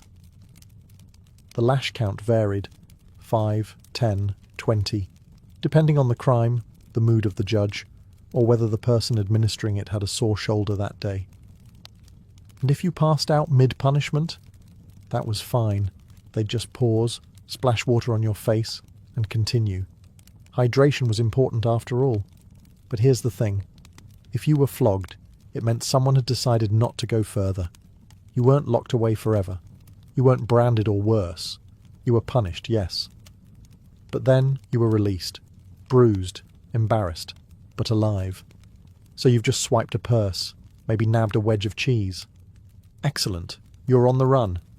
Now what? Well, unless you had a flawlessly timed horse waiting behind the tannery, and let's be honest, you didn't, your getaway looked a lot more like awkward power walking through mud while villagers shouted, "Stop! Thief!" and someone's grandmother tried to trip you with a broom. Medieval towns weren't exactly built for clean escapes. Streets were narrow, twisted, and usually clogged with carts, pigs, or someone arguing loudly with a monk. Cobblestones were uneven, and if it had rained recently, and it always had, you were ankle-deep in a mystery stew of mud, straw, and regret. And footwear. Don't get your hopes up. You were probably wearing worn-out leather shoes tied together with string. Or worse, you were barefoot. Running away from an angry butcher while your feet are actively bleeding is a deeply humbling experience. You might think, "I'll duck into an alley." Great. Except most alleys weren't alleys. They were dead ends. Or worse, communal latrines.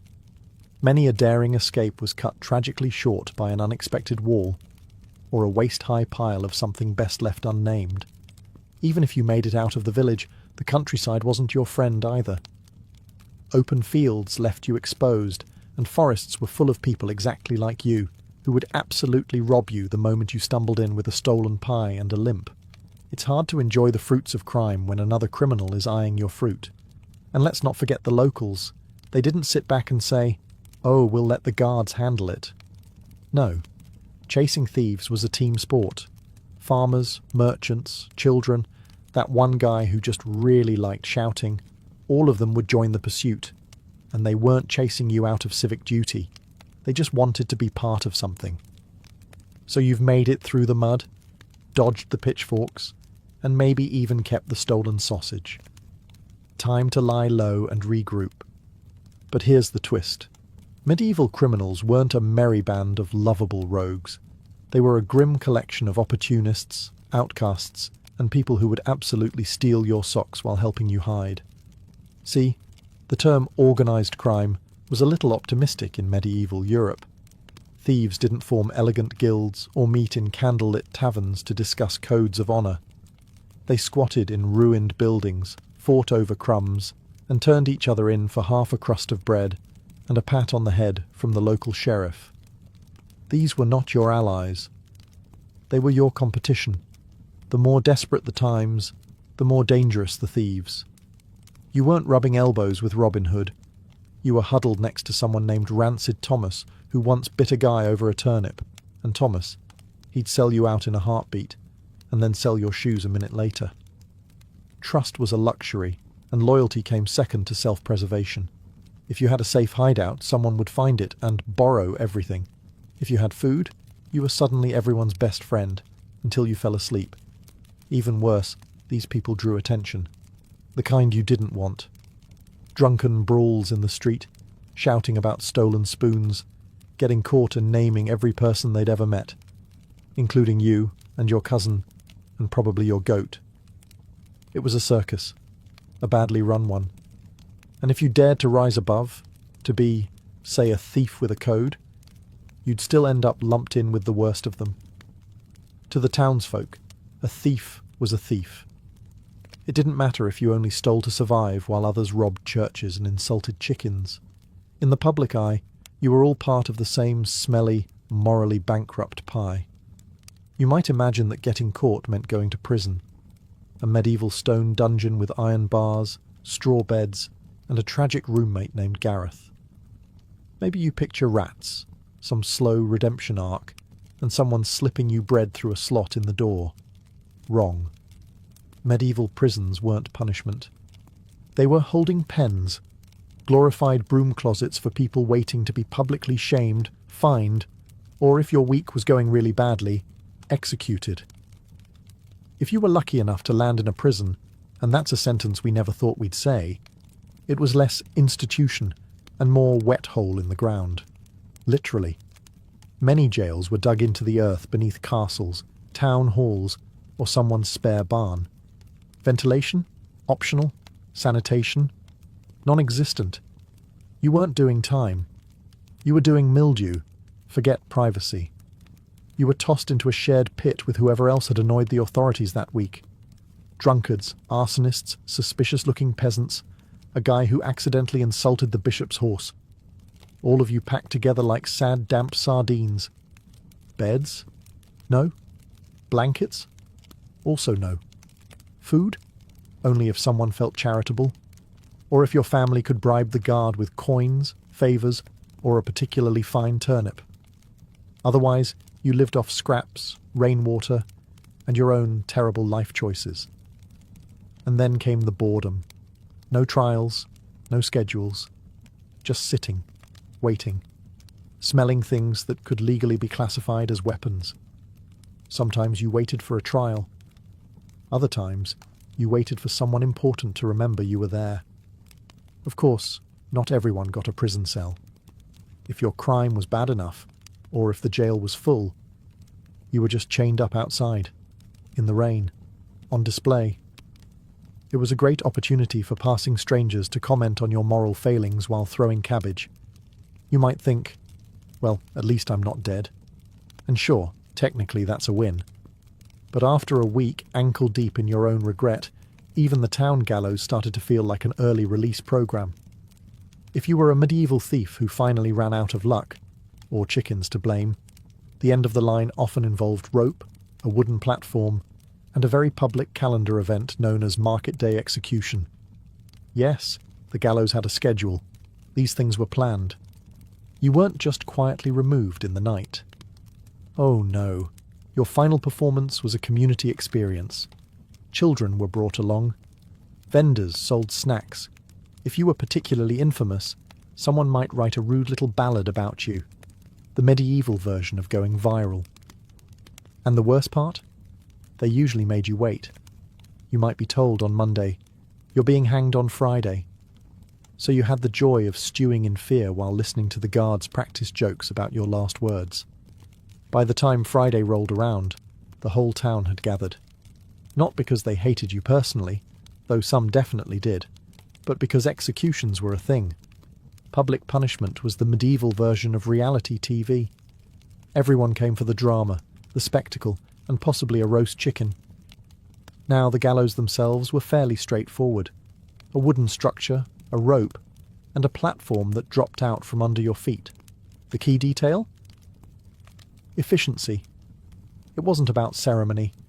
It was about getting it done and moving on with the day. You didn't get a final meal. You didn't get last words unless the executioner was in a generous mood or needed a bathroom break.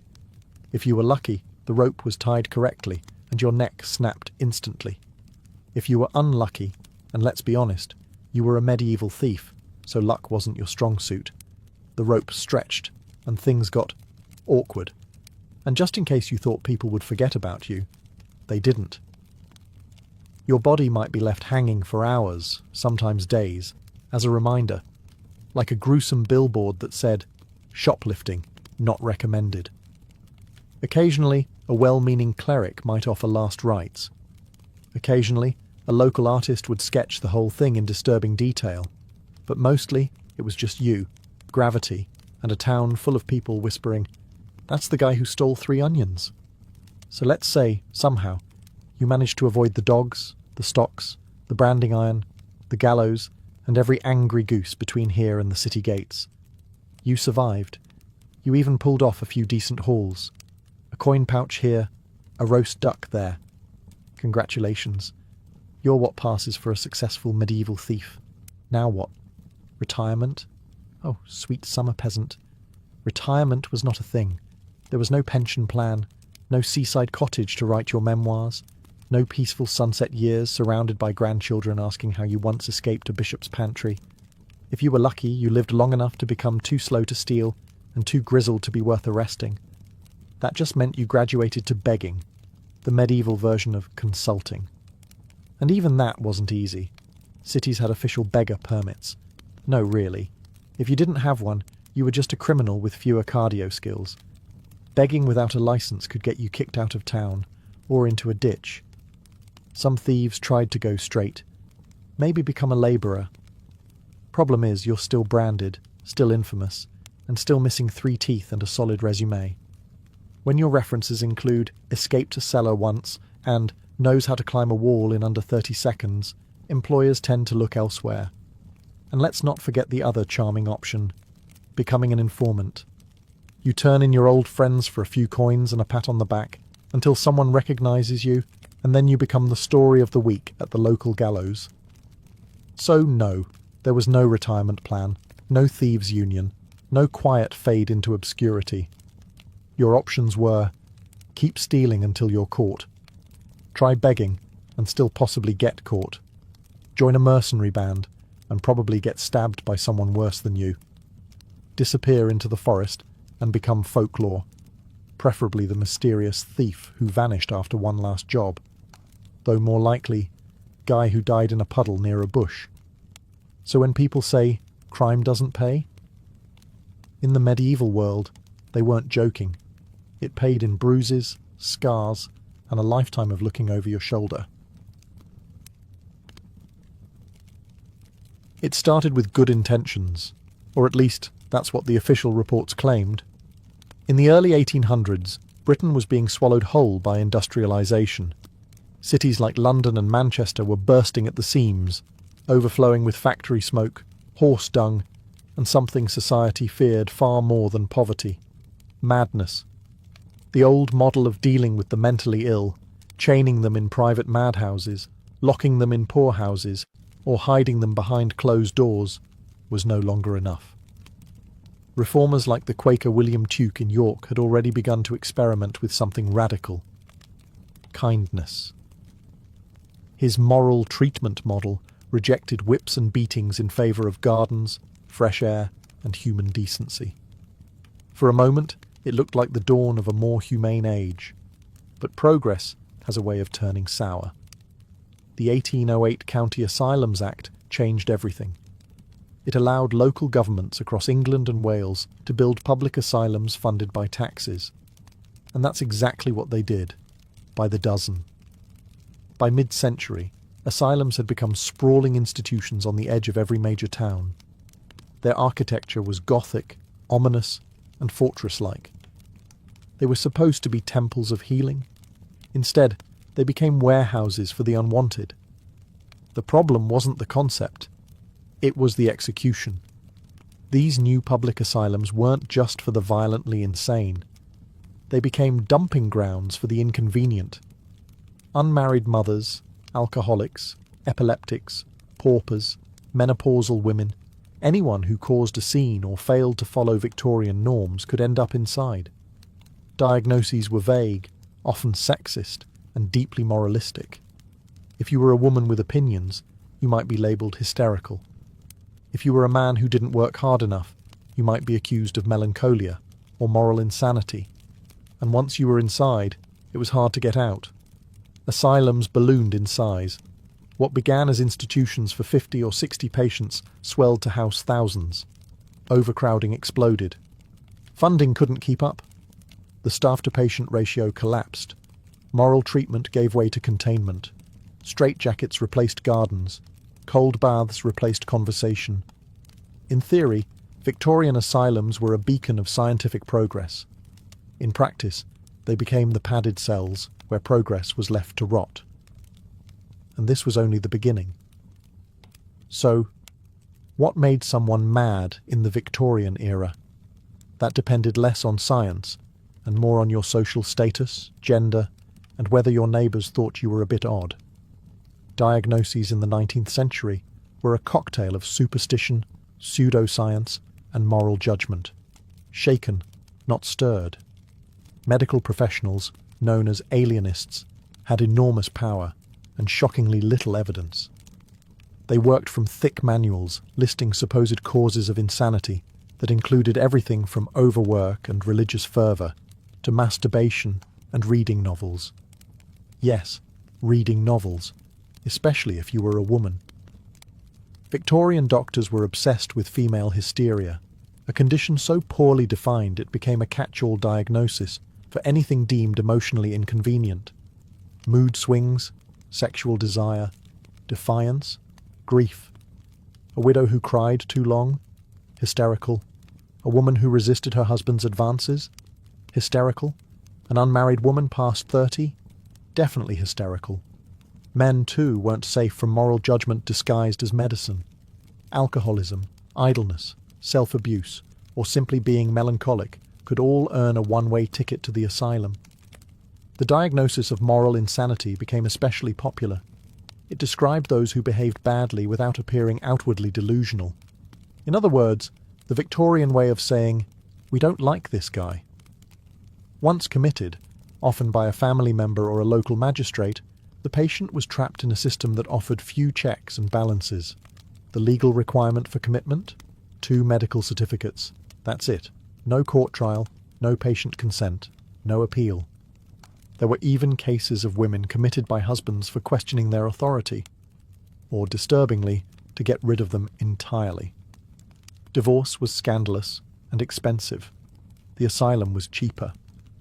Inside, the patient's diagnosis dictated everything: their meals, their cell or room if they were lucky, and even whether they could speak or be spoken to.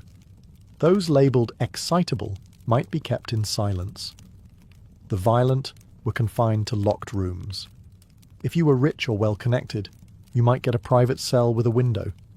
If not, you shared your cell with dozens, and rats. To the Victorian medical mind, insanity was often rooted in weakness, moral, spiritual, or sexual. Cures were unlikely, control was the goal. And so, The line between madness and inconvenience blurred. Diagnosis became a tool of social discipline, more about conformity than care. And as we'll soon see, the treatment was often worse than the disease.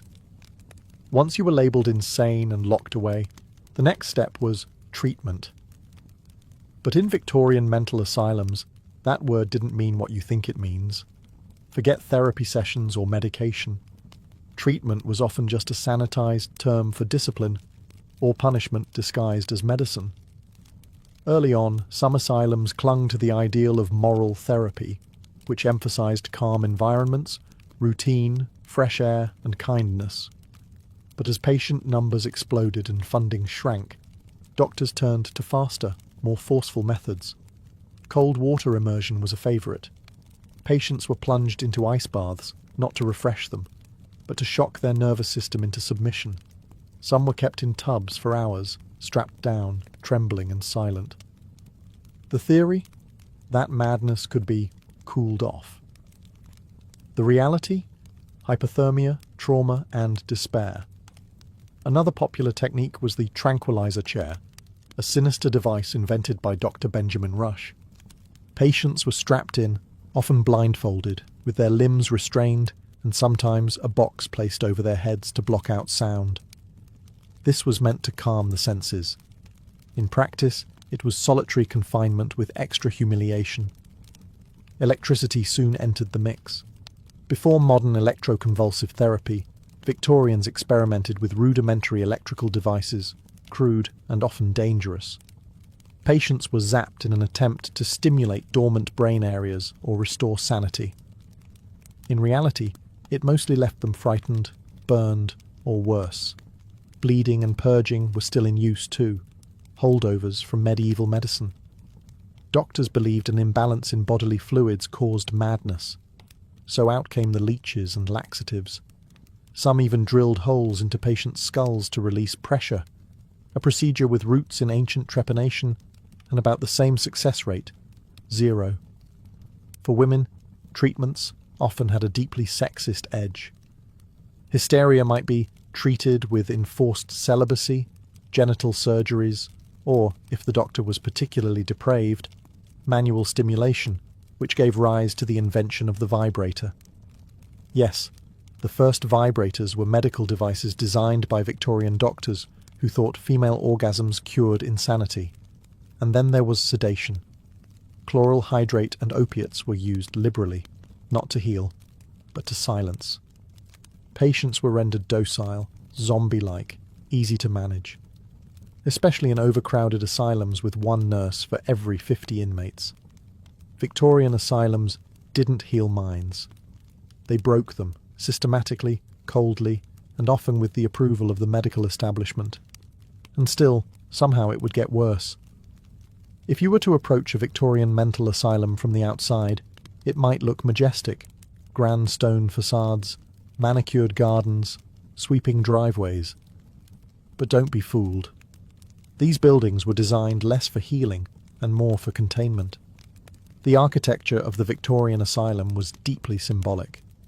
It reflected the era's obsession with order, hierarchy, and surveillance. Many institutions followed a rigid design known as the corridor plan or the pavilion system, a layout that allowed patients to be strictly segregated by gender, diagnosis, or behaviour. Women on one wing, men on the other. Quiet patients near the centre, noisy or violent ones pushed to the edges. The asylum was a fortress of discipline. Windows were high and narrow, doors locked from the outside. Hallways echoed with every footstep, amplifying even the smallest sounds. Furniture was bolted to the floors. Beds were iron-framed and thin. There were no personal items, no privacy, and certainly no warmth. Every detail of the structure screamed, "You are not free." At the centre of many institutions stood the superintendent's office, always with a view of the wards, a constant reminder that you were being watched. Think of it as a psychological panopticon. You never knew exactly when you were under observation, which meant you always behaved as if you were. Even the landscaping played a role. Gardens weren't just for aesthetics. They were tools of pacification. Patients were expected to work in them, pruning hedges and hauling soil, as part of their moral rehabilitation. In reality, it was unpaid labour designed to keep them busy and tired. Then came the airing courts, walled outdoor enclosures where patients were marched for fresh air. These weren't spaces of leisure. They were more like outdoor cells. Men and women walked in circles under the gaze of attendants. Talking was discouraged. Laughter was suspicious. Inside the asylum, the rules were suffocating. You needed permission to speak, to sit, to stand, even to use the toilet. Infractions were met with punishment, isolation, restraints, or worse. Even hope became dangerous. Grandiose delusions could include thinking you'd ever leave. The Victorian asylum was a machine, a cold, efficient mechanism designed to categorize, restrain, and forget those deemed unfit for the world outside. And once the door closed behind you, it often stayed that way for life.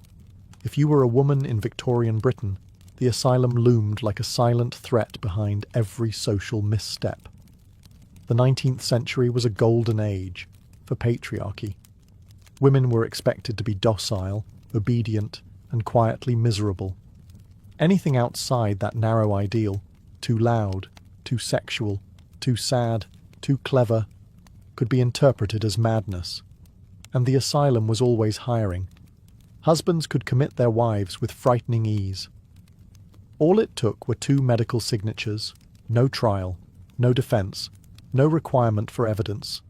In one infamous case, a woman was institutionalised for having religious excitement after attending too many church services. In another, a wife was locked up for arguing about money. But not all cases were so benignly absurd. Some were horrifying. Women who had experienced trauma, sexual abuse, postpartum depression, or miscarriages were often accused of hysteria. Rather than being given support, they were locked away, subjected to invasive cures, and left to rot in understaffed wards. Victorian medicine didn't treat their pain, it pathologized it. Even menopause was suspect. Doctors labelled it a dangerous time for female mental instability. Mood swings, hot flashes, and irritability were treated not as natural processes, but as signs of climacteric insanity. Translation: middle-aged women had lost their minds and must be restrained. Teenage girls didn't fare better. A rebellious daughter, too flirtatious or too bookish, might be sent to an asylum for her own good.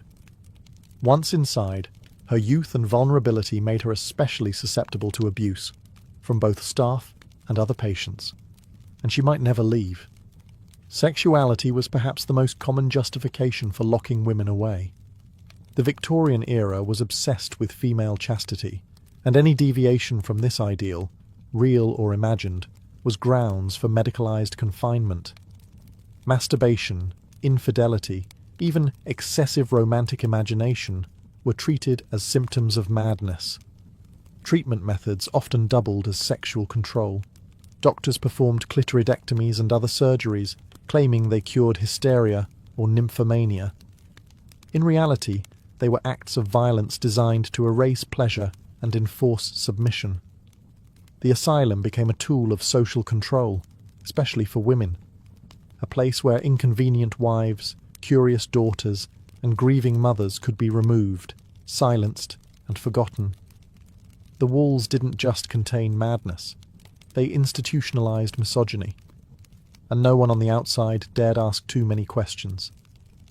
When we picture Victorian asylums, we often imagine adults pacing the corridors in nightgowns, whispering to themselves or staring out barred windows.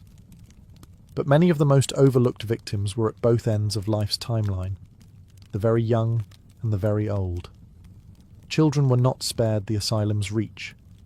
Victorian society didn't fully recognise childhood as a distinct psychological stage. A child who was too unruly, slow to learn, or showed signs of neurological disorders like epilepsy or autism was often labelled idiotic or feeble-minded. There was little understanding and even less compassion. Entire wings of asylums and later separate institutions called idiot asylums were built to house these children. Their treatments were basic at best, abusive at worst. Many were left to rock in corners or restrained for hours. Education was limited to repetitive tasks, if offered at all. Some were sterilized in the name of eugenics. And because their families were ashamed or too poor to care for them, many children spent their entire lives behind asylum walls. Then there were the elderly, especially those suffering from what we now recognize as dementia, Parkinson's, or age-related psychosis. Back then, these conditions were lumped together under terms like senile insanity. The elderly poor, in particular, had few options. If they were alone, confused, or simply couldn't manage their lives, the asylum beckoned. Victorian workhouses were often the first stop, brutal institutions designed to punish poverty. But when an older person began to show signs of mental deterioration, the workhouse would pass them along to the asylum system. There, they were locked away with little hope of release or specialized care. Inmates too young to understand, or too old to resist shared overcrowded dormitories, endured the same regimens and were often forgotten entirely. Lacking advocates, these groups suffered in silence. No letters, no visitors, no voice. And because they weren't violent or disruptive, they were often ignored by the staff. Just another warm body to sedate, bathe and feed. These patients weren't treated as individuals. They were considered burdens, mouths to feed in a system already stretched to its breaking point. In many asylums, children died of neglect, elderly patients died of exposure, and no one kept proper records. In a world obsessed with order and morality, youth and age were just two more ways to fall short, and two more reasons to be locked away. Not everyone turned a blind eye to the horrors inside the asylum walls. By the mid to late 19th century, cracks had begun to show in the public image of mental institutions. Scandals leaked out. Patients were found dead under suspicious circumstances. Whistleblowers began to speak up, and reformers seized the moment. One of the earliest and most vocal advocates for change was Dorothea Dix, an American activist who toured British institutions and was appalled by what she saw. She wasn't alone. In England, figures like Louisa Lowe and John Percival, the son of a British Prime Minister who had himself been institutionalised, began publishing pamphlets and testimonies that exposed abuse, false imprisonments, and unspeakable living conditions. These accounts were damning. Patients chained for weeks. Women sedated to silence their cries of protest. Sanitary conditions that rivaled those of prisons, or worse. Some institutions, like Hanwell or Colney Hatch, became infamous for their sheer scale and brutality. In 1859, Parliament passed the Lunacy Act, which attempted to standardise asylum regulations. A board of commissioners in lunacy was formed to inspect institutions and protect patient rights. But in practice, inspections were sporadic and superficial. Superintendents had time to tidy things up before visits, and abuse continued in quieter corners. Meanwhile, journalists began sniffing around. Undercover investigations revealed that many patients weren't mad at all. They were poor, difficult, inconvenient, or victims of family betrayals. The newspapers ate it up. Public outrage simmered. Reform-minded doctors, too, began to question the system. Some experimented with occupational therapy, music, and recreation. They called for better training for attendants and higher standards of care. A few institutions even introduced open wards, where patients were not locked inside and could roam the grounds, a revolutionary idea at the time. But these improvements were uneven at best. For every progressive asylum, there were 10 where nothing changed. Why? Because the system was profitable. Families could pay to have a relative quietly removed. Local governments saved face by hiding the visibly unwell. And the public preferred the illusion of care to the discomfort of reality. The reformers made noise, yes, but the machine kept humming. And while some patients found their voices and champions, most remained locked away, quiet, forgotten, and increasingly hopeless.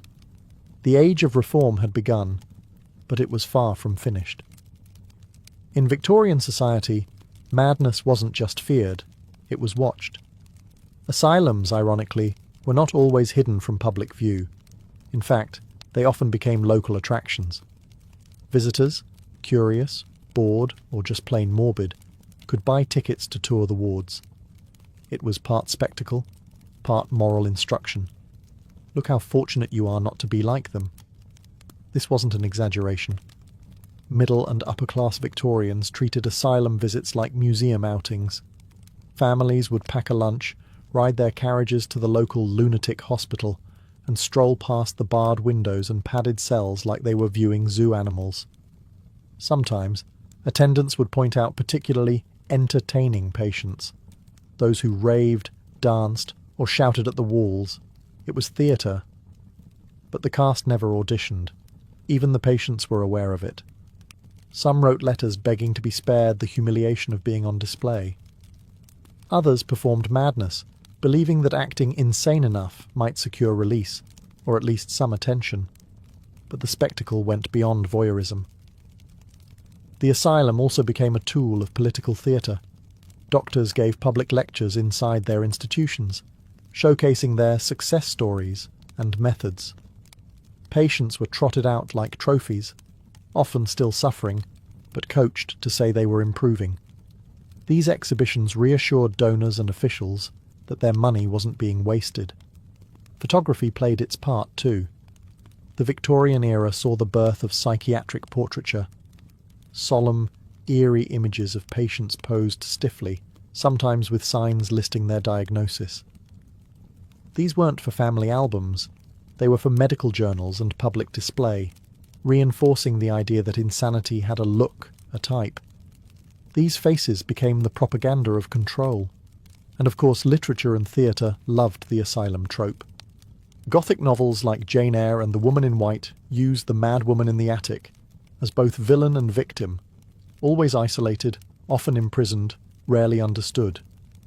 These stories mirrored society's real anxieties about women, class, power, and the thin line between sanity and rebellion. In truth, Victorian asylums didn't just house the mad. They helped define what madness meant. They were social mirrors, reflecting everything the era feared: disorder, deviance, sexuality, and loss of control. And for many, being labelled insane was not the end of a journey. It was a lifelong sentence written in whispers and watched through iron bars. By the end of the Victorian era, the asylum system had become a paradox, born from reform, fed by fear, and sustained by silence. Institutions meant to offer sanctuary had become places of permanent exile. The 20th century would eventually bring changes, some overdue, some still flawed, but the shadows cast by Victorian mental asylums linger even now. Many of the beliefs that shaped those institutions didn't vanish overnight. Ideas about undesirable behaviour, gender roles and moral madness slowly bled into modern psychiatry, into criminal justice, even into how families handled illness behind closed doors. Many Victorian-era asylums stood for decades beyond their prime, vast crumbling buildings that became symbols of everything that went wrong. Some were converted into housing, others were demolished. A few were simply abandoned, their corridors left to rot with the graffiti of time still etched in the paint. But what about the people? Tens of thousands died inside those institutions, some from illness, some from abuse, many from sheer neglect. Their graves were often unmarked. Their files, if they survived, are now stored in archives, with tragic footnotes like "never spoke again" or "believed to be possessed." They vanished behind stone walls, and history moved on. Yet their stories matter. Because the Victorian asylum wasn't just a physical structure, it was a cultural machine. One that taught society how to treat the vulnerable, isolate them, silence them, punish them for being inconvenient. And while we like to believe we've evolved, echoes of that system remain. In underfunded mental health care, in stigma, in families too ashamed to speak openly, in prisons overflowing with the mentally ill. There's no simple moral to the tale. The Victorians weren't cartoon villains. Many doctors truly believed they were helping. Some were kind. Some patients did improve, but intention doesn't erase impact. and what started as an attempt at compassion became a machinery of confinement, brutal, sprawling, and deeply human in its failures. Today we walk past the ruins of those asylums and barely glance at the plaques, but if you stop, you might feel it, that strange, heavy stillness. The residue of stories untold, lives forgotten, voices that were never heard. And maybe that's the legacy worth remembering, not just the institutions, but the people inside them. Because in the end, what we choose to forget says just as much as what we remember. Cthulhun was not your average royal. From the moment of her birth around the year 1260, she was destined to defy expectations, not just as a woman, but as a warrior. She was born into the heart of the Mongol world, a nomadic empire that had conquered much of Eurasia in a single century. Her father, Kaidu Khan, was no minor chieftain. He was a formidable leader in his own right, a direct descendant of Ögedei Khan, Genghis Khan's third son. Kaidu ruled over the Chagatai Khanate in Central Asia and was a fierce rival of his cousin, Kublai Khan, who ruled the wealthier eastern domains from China. The Mongol world was vast, but divided, and Kaidu was determined to preserve the traditional ways of the steppe, rugged, mobile, and rooted in martial prowess. From a young age, Cthulhun was raised not as a sheltered princess, but as a warrior. In Mongol culture, girls were taught to ride almost as soon as they could walk. Archery, horseback hunting, and battlefield tactics were not exclusive to boys. But Cthulhun took things further. She didn't just learn to fight, she excelled at it. By her teenage years, she was riding beside her father on military campaigns, commanding troops, and earning a reputation not just as a noblewoman, but as a devastating force of nature. According to chroniclers like Marco Polo and Rashid al-Din, Cthulhun stood out even among the hardened warriors of her time. Her physical strength was legendary. She could pin grown men to the ground in wrestling matches. She could gallop into battle wielding a bow or spear with deadly precision. And she wasn't just a sideshow. She was a commander, feared by her enemies and respected by her allies. Her upbringing was unique in the Mongol world, but not entirely unprecedented. Mongol women had always enjoyed more freedom than their counterparts in Europe or the Islamic world. Still, Cthulhun shattered even those boundaries. She wasn't content to remain in the background, managing domestic affairs. She wanted to fight, lead, and challenge the very idea of what a royal woman could be. She was the daughter of a Khan, but she was also her own kind of conqueror, and soon the entire steppe would know her name. Of all the stories surrounding Cthulhun, one tale echoes louder than the rest, a tale that turned her from warrior to legend. By the time she reached marriageable age, Cthulhun had already proven herself in battle, outmaneuvered rival commanders, and solidified her place beside her father as a trusted military advisor. Yet one question lingered in the minds of every neighbouring ruler and royal court. Who would marry her? Cthulhun had an answer. She would only marry a man who could defeat her in wrestling. Not archery, not swordplay. Wrestling. This wasn't just a game. Mongol wrestling, or Burk, was an elite sport, one of the 3 manly skills alongside archery and horsemanship. It required strength, balance, endurance, and ferocious will. Matches could last for hours, and Cthulhun didn't just participate, she dominated. She made her challenge public. Any man who wished to marry her must first best her on the wrestling field. If they lost, they had to forfeit a large number of horses, usually 100, but some legends say even more. And lose they did, one after another. Strongmen, warriors, nobles, each came with confidence and left with bruises and broken pride.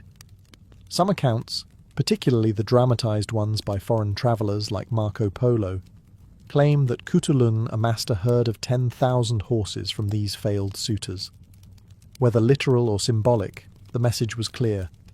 She had turned traditional courtship into a trial of strength, and no man measured up. To her people, this wasn't scandalous. It was awe-inspiring. Kutulun became the embodiment of the steppe's ideals, fierce, free, and unconquered.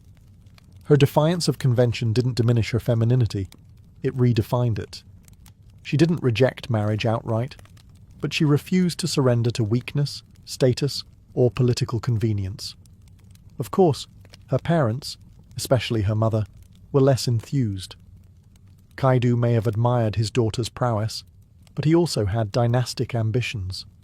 A strategic marriage could have secured alliances, but Kutulun held firm.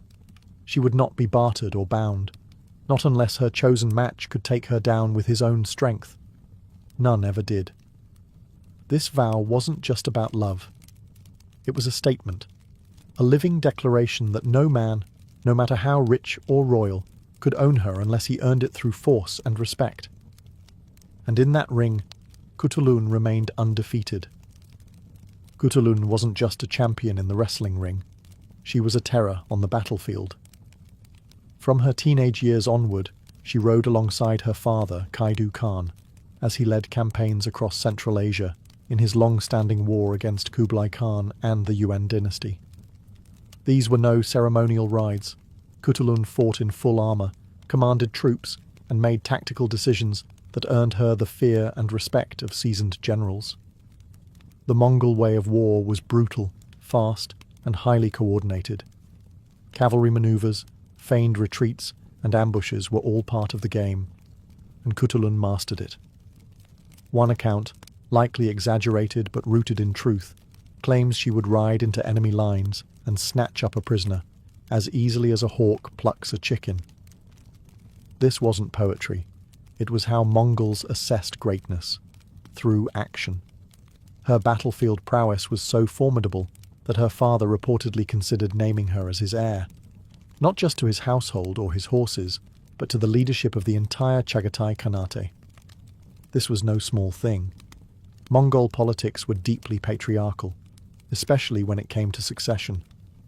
Leadership wasn't simply inherited, it had to be won, endorsed by powerful male nobles and military leaders. For Kaidu to even consider Kutulun as his successor meant she had done more than earn his trust. She had proven, time and again, that she was a commander equal to or better than her brothers, but therein lay the problem. Kutulun had many brothers, 15 by most counts, and not all of them were fond of being outshone by their sister. Resentment simmered. Whispers of jealousy and scandal began to circulate, some even suggesting that her closeness to her father was unnatural. Others accused her of seeking too much power for a woman. Yet Kaidu stood by her. During his many campaigns against the Yuan dynasty and their allies, Kutulun remained one of his most reliable commanders. She led her own units, charged into battle, and brought home victories. Soldiers followed her not because of her name, but because of her record. She wasn't a token warrior, she was the real thing. And with every campaign, her legend grew, not just as a woman among men, but as a warrior among warriors. As Kutulun's fame on the battlefield surged, so did the whispers. To her father, Kaidu Khan, Kutulun was more than just a daughter. She was his right hand, his most trusted general, and, according to some sources, his preferred successor. While her brothers bickered and schemed, Kutulun remained unwavering in her loyalty. She was bold, strategic, and brutally effective. In a world where trust could mean life or death, Kaidu had no doubts about her. But the rest of the Mongol aristocracy wasn't as confident. The idea of a woman inheriting power, let alone ruling an entire Khanate, was enough to send shockwaves through the traditionalist ranks. Sure, Mongol women had historically enjoyed more freedom than their counterparts in other parts of the medieval world. They could own property, advise on politics, even ride into war. But to rule outright? That was a different story. As Kaidu's health began to decline, the issue of succession became urgent. Kutulun remained his obvious choice in terms of loyalty and merit. But politics doesn't always reward merit. Her brothers, cousins, and various Mongol nobles saw an opportunity to block her rise, and they began to act. Some spread rumours that her relationship with Kaidu was inappropriate, crossing lines of familial closeness. Others accused her of using sorcery or feminine manipulation to win influence. These weren't just idle gossip. They were calculated attacks meant to discredit her in the eyes of the tribal councils. But Kutulun didn't back down. She continued to appear at Kaidu's side during military councils. She commanded troops with the same unshakable confidence. Her power was visible, undeniable. And yet, it wasn't enough. Even her father began to sense the political storm brewing. Despite his unwavering support, he could see that naming her as heir might divide the Khanate, or worse, spark a civil war after his death. Mongol rule depended on strength and unity. A disputed succession could unravel everything he had built. In the end, Kaidu never officially named Kutulun his successor, not because she was unworthy, but because her worth made her dangerous to those clinging to an old world. She had fought harder, led better, and remained more loyal than any man around her. And still, the throne stayed just out of reach. For now. For years, Kutulun had stood firm. She would only marry the man who could defeat her in wrestling. None had succeeded, and with every broken suitor sent home horseless, her legend grew, along with the pressure to abandon her vow. Kaidu's tolerance had limits. While he respected her independence and military skill, he was still a father, and more importantly, a Khan with political obligations. The Mongol world was built on strategic marriages, and Kaidu needed alliances to strengthen his hold against Kublai Khan and rival tribes. Having an unmarried daughter, even one as formidable as Kutulun, left a glaring opportunity untapped. Eventually, the tension became too great to ignore. Kaidu, under pressure from his advisors and other noble houses, reportedly urged Kutulun to reconsider her terms. The political climate was shifting.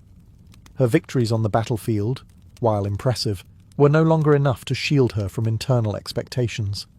And so, reluctantly, Kutulun married. The identity of her husband remains shrouded in mystery. Some sources say he was a man accused of plotting against Kaidu, and the marriage was her way of demonstrating loyalty to her father, choosing to wed the accused man herself to prove his innocence. Others claim the man was selected for political reasons, someone deemed worthy by the tribal council, even if he hadn't bested her in sport. What is certain, however, is that Kutulun did not marry for love, and she did not marry on her own terms. Her wrestling challenge disappeared. Her resistance, at least publicly, had ended. But if her opponents expected her to fade quietly into domestic life, they were sorely mistaken. Even after marriage, Kutulun continued to command troops. She still rode into battle. She maintained her position at her father's side until his final days. The title of wife changed little about her role in the political and military affairs of the Chagatai Khanate. Still, her marriage marked the beginning of a shift. The legend of the unconquered warrior princess had met the realities of dynastic politics. Even Kutulun, fierce as she was, could not completely escape the demands of the world she was born into. Yet she had made her point, on the battlefield, on the wrestling ground, and in the hearts of her people. She had never been defeated. Not really. In 1301, everything changed. Kaidu Khan, the powerful warlord who had defied Kublai Khan, kept the western steppe in check and trusted his daughter more than any of his sons, died. His passing sent a tremor through the Chagatai Khanate. Without a clear successor, the line of inheritance fractured immediately. Kaidu had never officially named Kutulun as his heir, despite her unmatched military record and steadfast loyalty. Whether he feared political backlash or believed the nobles would never accept a woman, he left the throne open, and the wolves descended. Her brothers, particularly Orus and Chapar, scrambled to fill the vacuum. Some claimed Kaidu had whispered a name on his deathbed. Others insisted they had always been the rightful heirs. What followed wasn't just a succession debate. It was a power struggle laced with betrayal, rivalry, and violence. Kutulun didn't stand idle. Though she may not have been formally recognized as the Khan's successor, she wielded more influence than most of her male relatives combined. Her support, or opposition, could make or break a claim. Soldiers still followed her. Local leaders still respected her. Many believed she should rule, and there are reports, fragmentary and debated, that Kutulun attempted to claim leadership in the immediate aftermath of Kaidu's death. If true, this would have made her one of the few women in Mongol history to vie openly for power at the Khanal level. But the odds were against her. The steppes' traditions were not ready to accept a female Khan, no matter how capable she was. The same commanders who had once praised her in battle now turned to her brothers, fearing the political instability that might come from breaking patriarchal norms. Kutulun's opposition grew louder. Her options grew fewer. In the end, Chapar seized power, backed by influential nobles and opportunists. Kutulun was sidelined, but not entirely erased.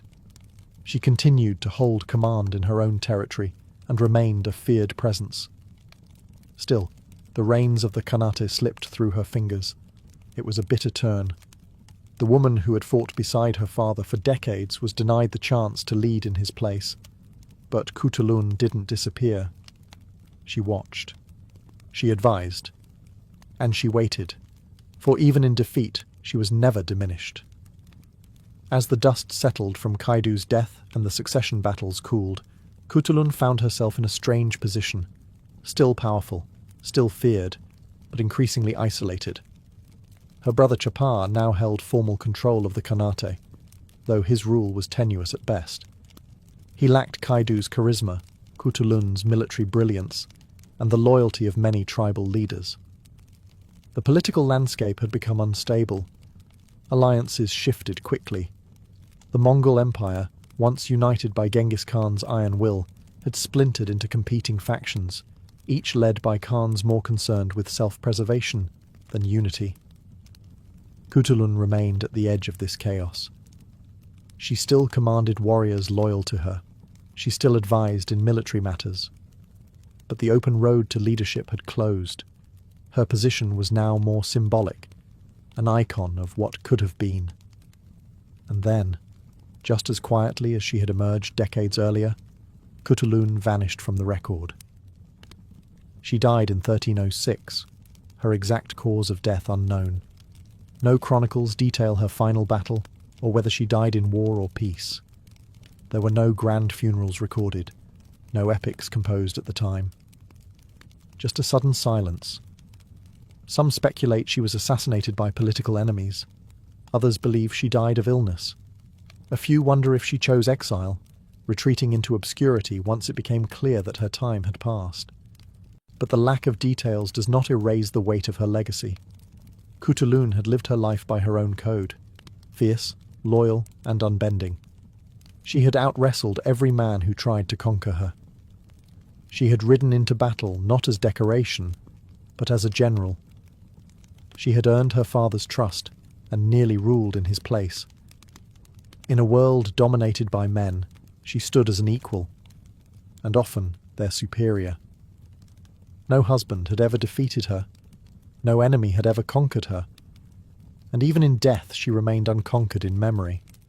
While her brothers' names faded into the footnotes of Mongol history, Kutulun became legend.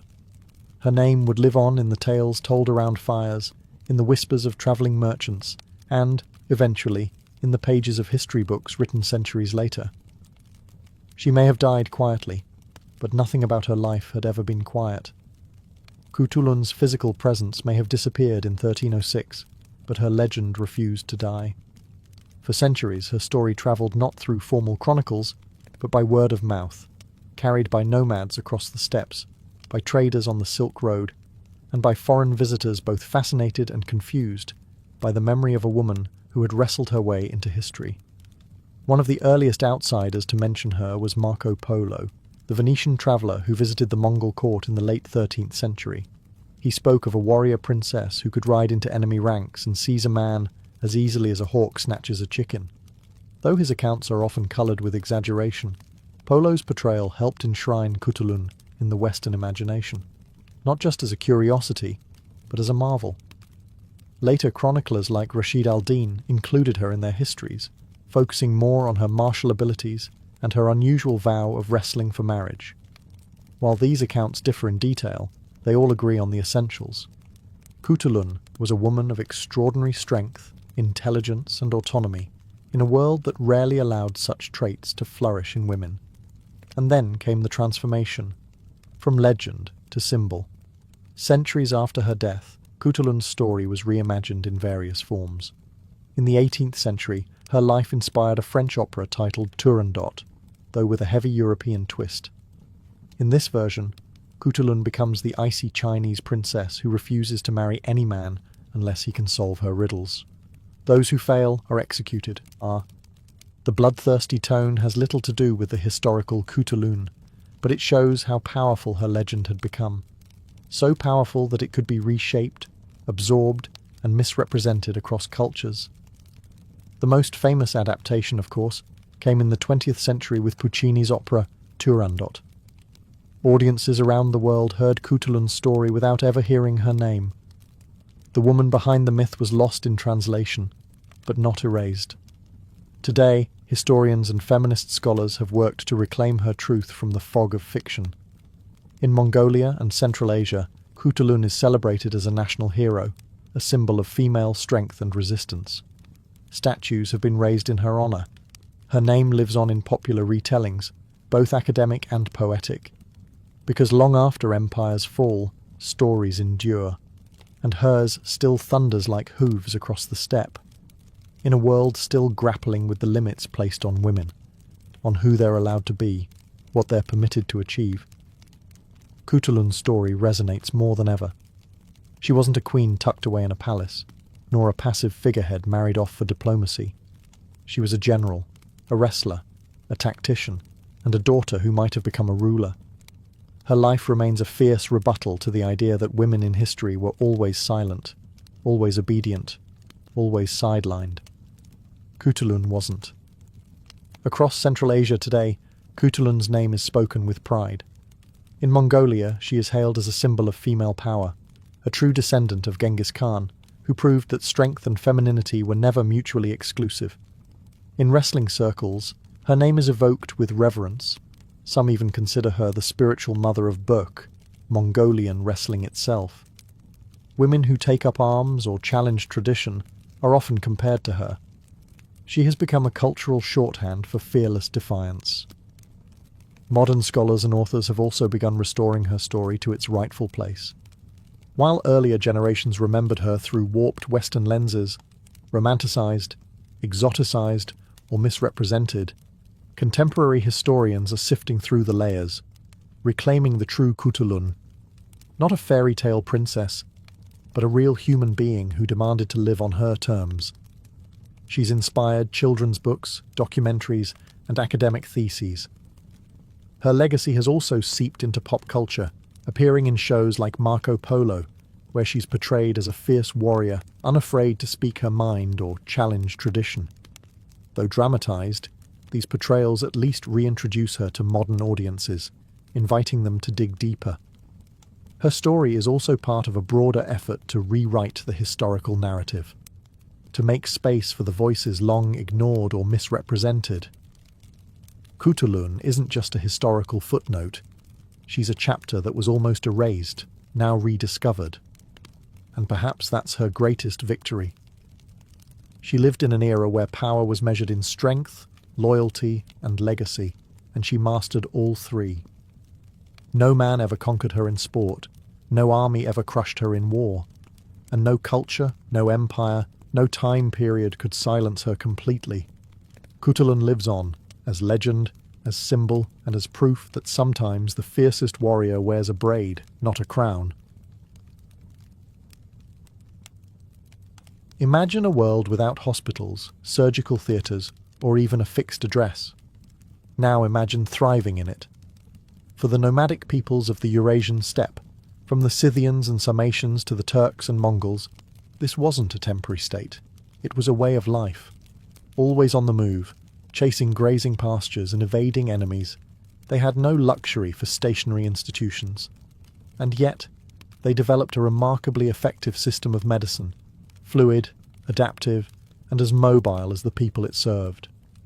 Nomadic medicine wasn't centered around buildings or bureaucracy. It was carried on horseback, stored in saddlebags, and passed down through spoken word, observation, and spiritual ritual. There were no clinics, no white coats. The healer came to you, or sometimes rode beside you into battle. This was medicine born out of necessity and honed by generations of intimate observation of the land, animals, and people. Nomads treated wounds in the field, under the open sky. They cured infections in felt tents. They delivered babies miles from the nearest settlement. Their methods may seem simple to modern eyes, but they were anything but primitive. Theirs was a holistic approach. Healing was not just about treating a physical symptom, it was about restoring balance between body, soul, and spirit. Illness was often seen as the result of disharmony with the natural world, with one's ancestors, or with unseen spirits. And so, medicine among the steppe peoples was never just a science, it was also deeply spiritual. Knowledge came not from books, but from lived experience. The role of healer often fell to shamans, elders, or those with an inherited calling. They memorized plant lore, knew how to reduce fevers with goat's milk or willow bark, and could set a broken bone using leather straps and smooth river stones. But they also spoke to spirits, performed purification rituals, and interpreted dreams. Nomadic medicine was shaped by resilience. You couldn't wait for a specialist. You had to know how to act, quickly and wisely. Every rider, every mother, every elder was expected to know something about health, because survival depended on it. In a world that moved with the wind and lived on horseback, medicine had to keep up. And somehow it did. In the world of nomadic medicine, the most powerful healer wasn't a doctor in a white coat, it was the shaman. Shamans held a unique place in steppe societies.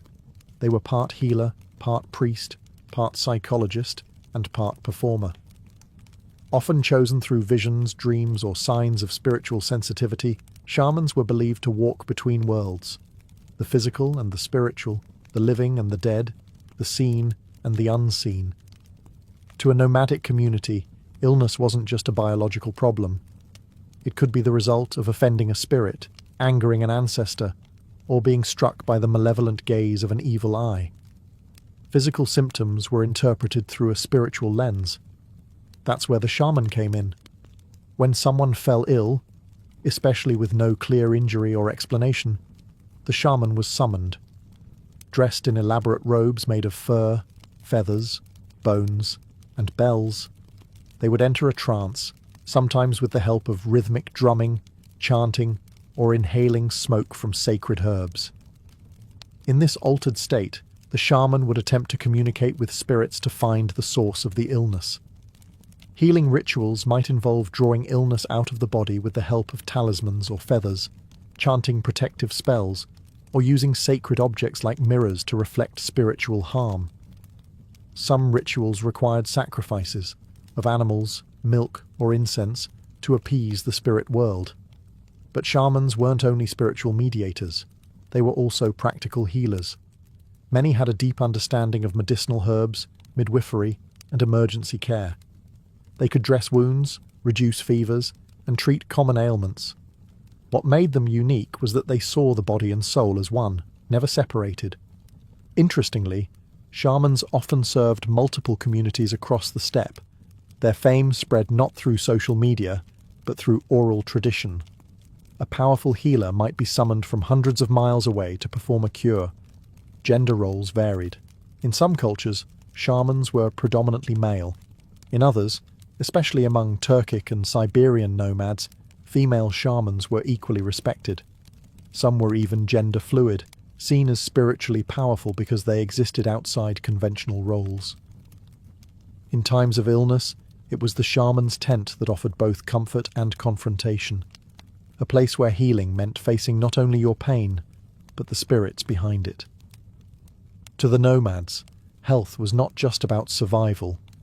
It was about balance with the world you rode through, and the worlds you couldn't see. With no apothecaries or stocked pharmacies, nomadic healers relied on what the land offered, and the steppe offered more than you'd think.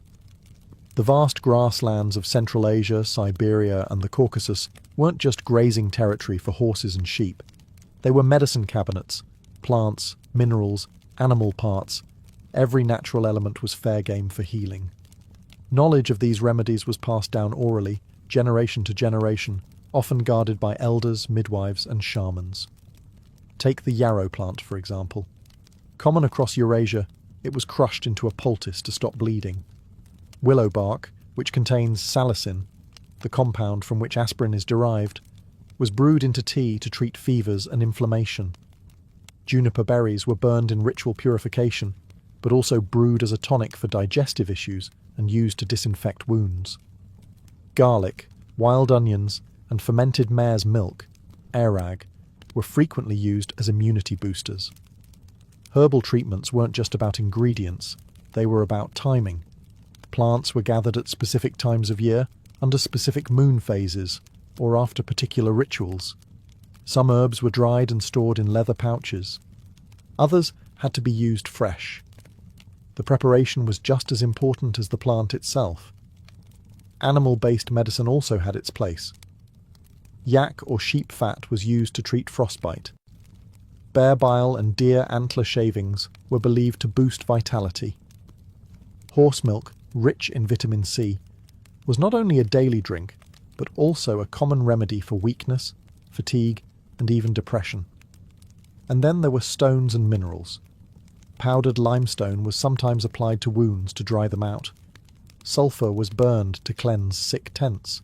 Salt was essential, not only for preservation, but for purging and disinfecting. What's striking about nomadic pharmacology is its holistic nature. Remedies were rarely administered alone. A tea came with a prayer. A wound was treated while a charm was tied around the wrist. Physical and spiritual healing went hand in hand. Healers knew their environments intimately. They could look at a patch of wildflowers and tell you which were safe to eat, which could calm a cough, and which would kill a man by morning. That knowledge wasn't written down, it was lived. And if you wanted to survive the open steppe, you didn't just need a sword. You needed someone who could tell roots from poison. Nomadic life wasn't just about tending livestock or herding across open plains. It was a life of war, raids, and physical hardship. And when bones cracked or blood flowed, healing had to be swift, smart, and mobile. Battlefield medicine was a vital skill among nomads, especially for warrior cultures like the Scythians, Huns, Turks, and Mongols. In these societies, everyone knew how to ride and fight, and that meant injuries were common. From broken ribs to deep lacerations, nomadic healers had to act fast, often with nothing more than a saddlebag of tools and a sharp mind. Bone setting was one of the most valued healing arts. Dislocations, fractures, and joint injuries were treated using surprisingly advanced techniques. Healers used animal sinew or strips of rawhide as makeshift splints. Smooth stones or carved bone braces kept limbs immobile. Dislocated joints were popped back into place with controlled leverage, a skill that was part art, part brute force. Wounds were cleaned using boiled water, alcohol from fermented milk, or infused herbal tonics. Cauterization was commonly practiced, heating a metal tool in fire and pressing it to a wound to stop bleeding and prevent infection. Painful? Yes, but effective. It meant the difference between life and death in an age before antibiotics. Suturing techniques also existed. Horsehair or sheep gut could be used as thread, and bone needles were common. Wounds were stitched, then sealed with natural resins or animal fat to protect them from dirt and bacteria. In serious cases, bloodletting was employed, not always out of superstition, but as a method to relieve swelling, bruising, or perceived imbalances in the body. Horns, blades, and even leeches were used, depending on the tribe and the condition. Interestingly, battlefield surgery didn't only happen after a fight, it often took place during it. Some shamans or senior warriors carried small kits to dress wounds mid-battle. Quick thinking and crude field dressings kept soldiers fighting longer and helped prevent infection from setting in early. Even dentistry wasn't ignored. Cracked or rotting teeth were pulled using iron tools. For toothaches, they applied a paste made of clove oil, ground bone, and wild herbs directly to the gum. Nomads couldn't afford long recovery times. Their medicine had to be portable, fast, and effective. It wasn't pretty, but it worked. And when you live in a world where danger gallops just over the next hill, that's all that mattered. Among nomadic peoples, the birth of a child was both a blessing and a battlefield. Without permanent shelters, maternity wards, or trained obstetricians, childbirth on the steppe was a dangerous yet sacred event, handled almost entirely by women, using a mix of experience, herbal knowledge, spiritual ritual, and sheer resilience. Midwives were central to this world.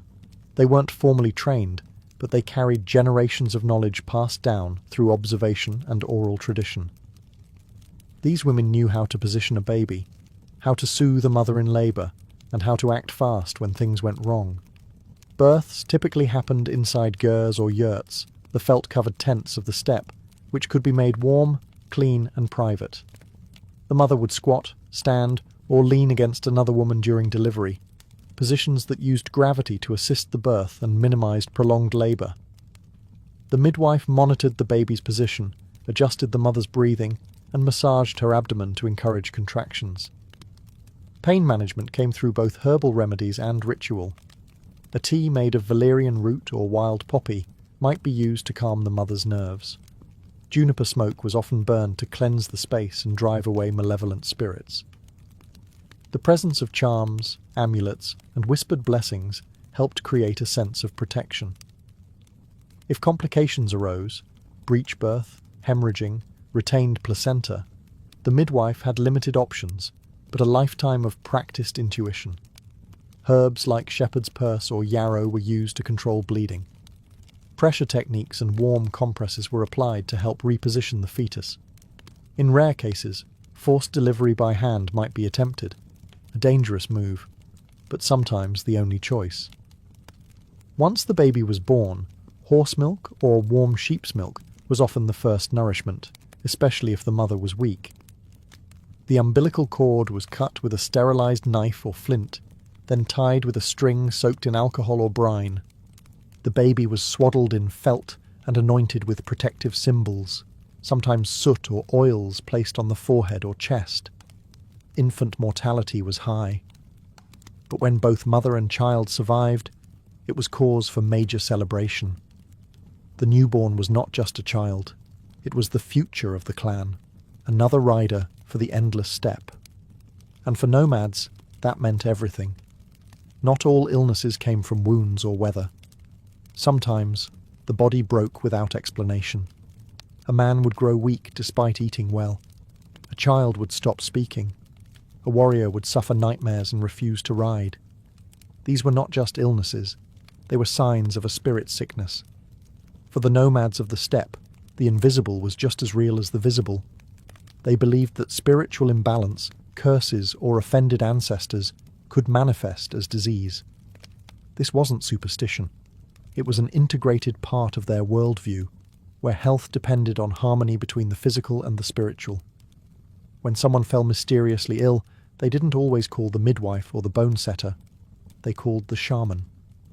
The shaman would examine the symptoms, not just physical ones, but emotional and behavioral changes.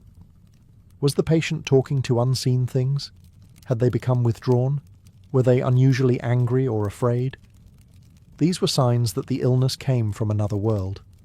Diagnosis involved ritual. The shaman might burn herbs like mugwort or juniper, chant to the ancestors, or use objects like bones, mirrors, or drums to read the spirit world. The illness could be caused by a wandering soul, an angry ancestor, or a demonic force. Sometimes it was said that the person's soul had left the body and become lost.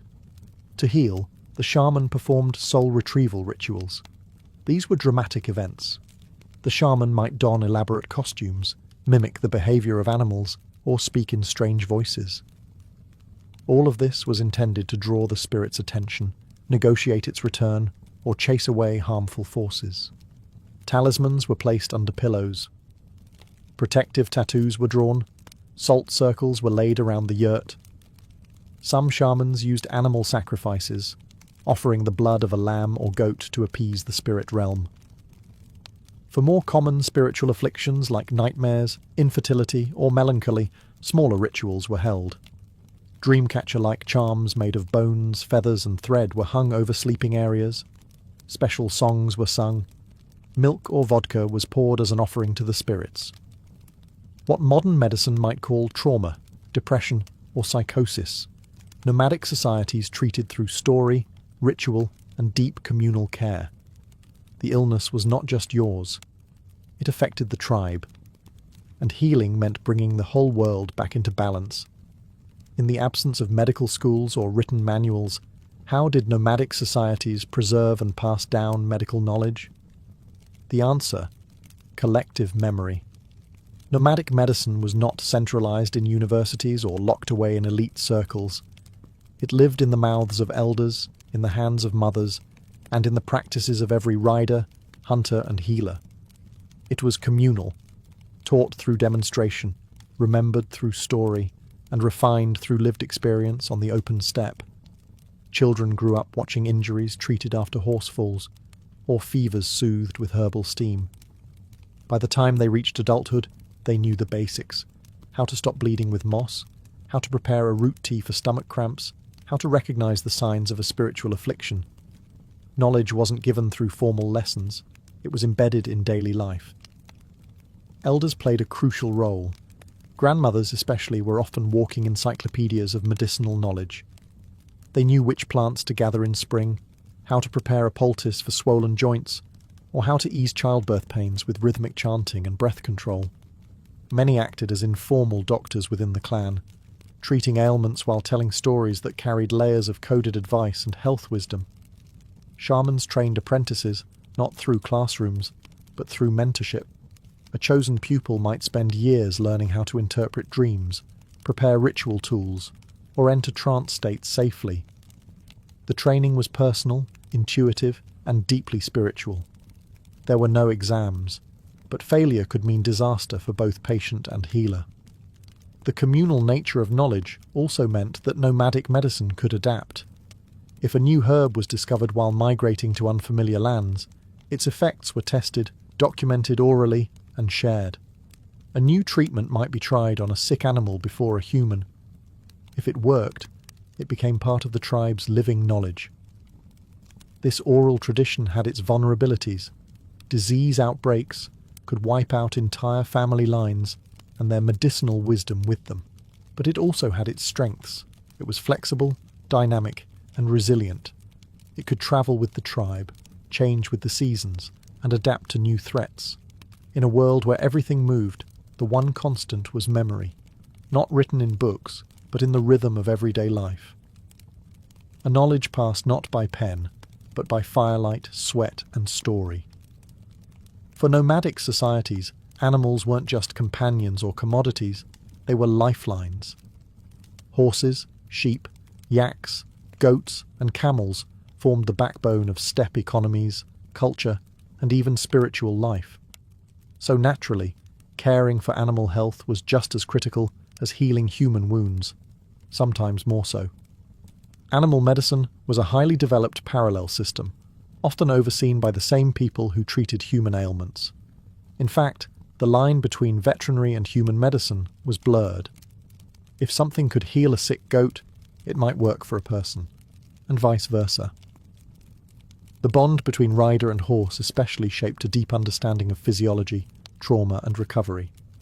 Common illnesses like hoof rot, skin infections, respiratory issues, or parasites were treated with herbal mixtures, poultices, and smoke. Burned juniper and wormwood smoke wasn't just used for humans, it was also waved over stables to disinfect the air and repel pests. Fleas and ticks were driven off with crushed garlic rubbed into the animal's fur or skin. For deeper infections or open wounds, healers might use heated metal to cauterize, just like with humans. Horse fat or sheep tallow was applied to wounds to prevent cracking and promote healing, especially in winter. Broken bones in animals were rare but not impossible, and were treated with wooden braces and tightly wrapped leather bindings, followed by enforced rest. The animal might be hobbled or kept close to camp while it healed. Colic in horses, a potentially fatal condition, was treated with massaging, herbal tonics, and in some cases forced walking to restart the digestive system. For milk animals, mastitis, a breast infection, was known and treated with warm compresses and constant milking to relieve pressure. What's remarkable is that these treatments were learned without books, lab testing, or diagnostics. They came from generational observation and close living with animals. A nomadic herder could look at a camel's gait and know something was wrong. A grandmother could hear the tone of a sheep's bleat and recognize fever. The spiritual dimension was never far off either. Animals were believed to be affected by spirits just like people. A shaman might bless a sick horse or perform a cleansing ritual for a herd stricken with illness. Because if the animals died, the people didn't just lose wealth. They lost movement, milk, meat, and mobility. Healing the herd meant healing the heart of nomadic life. Though modern hospitals, pharmaceuticals, and globalized healthcare have changed the way we view medicine, the legacy of nomadic healing still lingers, quietly resilient, often overlooked, but remarkably enduring. Many of the remedies once carried in leather pouches and whispered in wind-swept tents have found validation in modern science. Willow bark is now recognized as the natural precursor to aspirin. Juniper smoke is understood to have antimicrobial properties. Techniques like bone setting, herbal poultices, and warm compresses continue to be used around the world, some unchanged for centuries. But more than the remedies themselves, it's the philosophy behind nomadic medicine that still speaks to us today. Steppe healing was built on adaptability. It didn't rely on sterile labs or climate-controlled pharmacies. It relied on being observant, inventive, and grounded in nature. It wasn't about cure so much as balance, restoring harmony between the body, the community, the spirit world, and the land. This mindset is returning. In a world increasingly overwhelmed by synthetic quick fixes and impersonal healthcare systems, there's a growing hunger for holistic medicine, for plant-based treatments, and for respectful integration of traditional knowledge. What was once dismissed as superstition is now being re-evaluated as a body of experiential wisdom, tested, adapted, and preserved through the sheer necessity of survival. In Mongolia and across Central Asia, nomadic medicine is still practiced. Healers still prepare teas from wild herbs, still perform shamanic rituals, still teach children the signs of a sick animal or the first symptom of frostbite. Even among modernized populations, remnants of this tradition persist, woven into cultural identity like thread through felt. Of course, not all steppe medicine was safe or effective. Some rituals were based on belief rather than biology. But the human insight, the awareness of emotional health, the power of communal care, the role of nature in healing, remains timeless. Nomadic medicine teaches us that healing doesn't have to be high-tech to be profound. It shows that care can exist in a tent, on a mountain, in the middle of nowhere, that a healer doesn't need a degree to be wise, that health is as much about connection, to people, to place, to purpose, as it is about biology. And in that lesson, the steppe still speaks.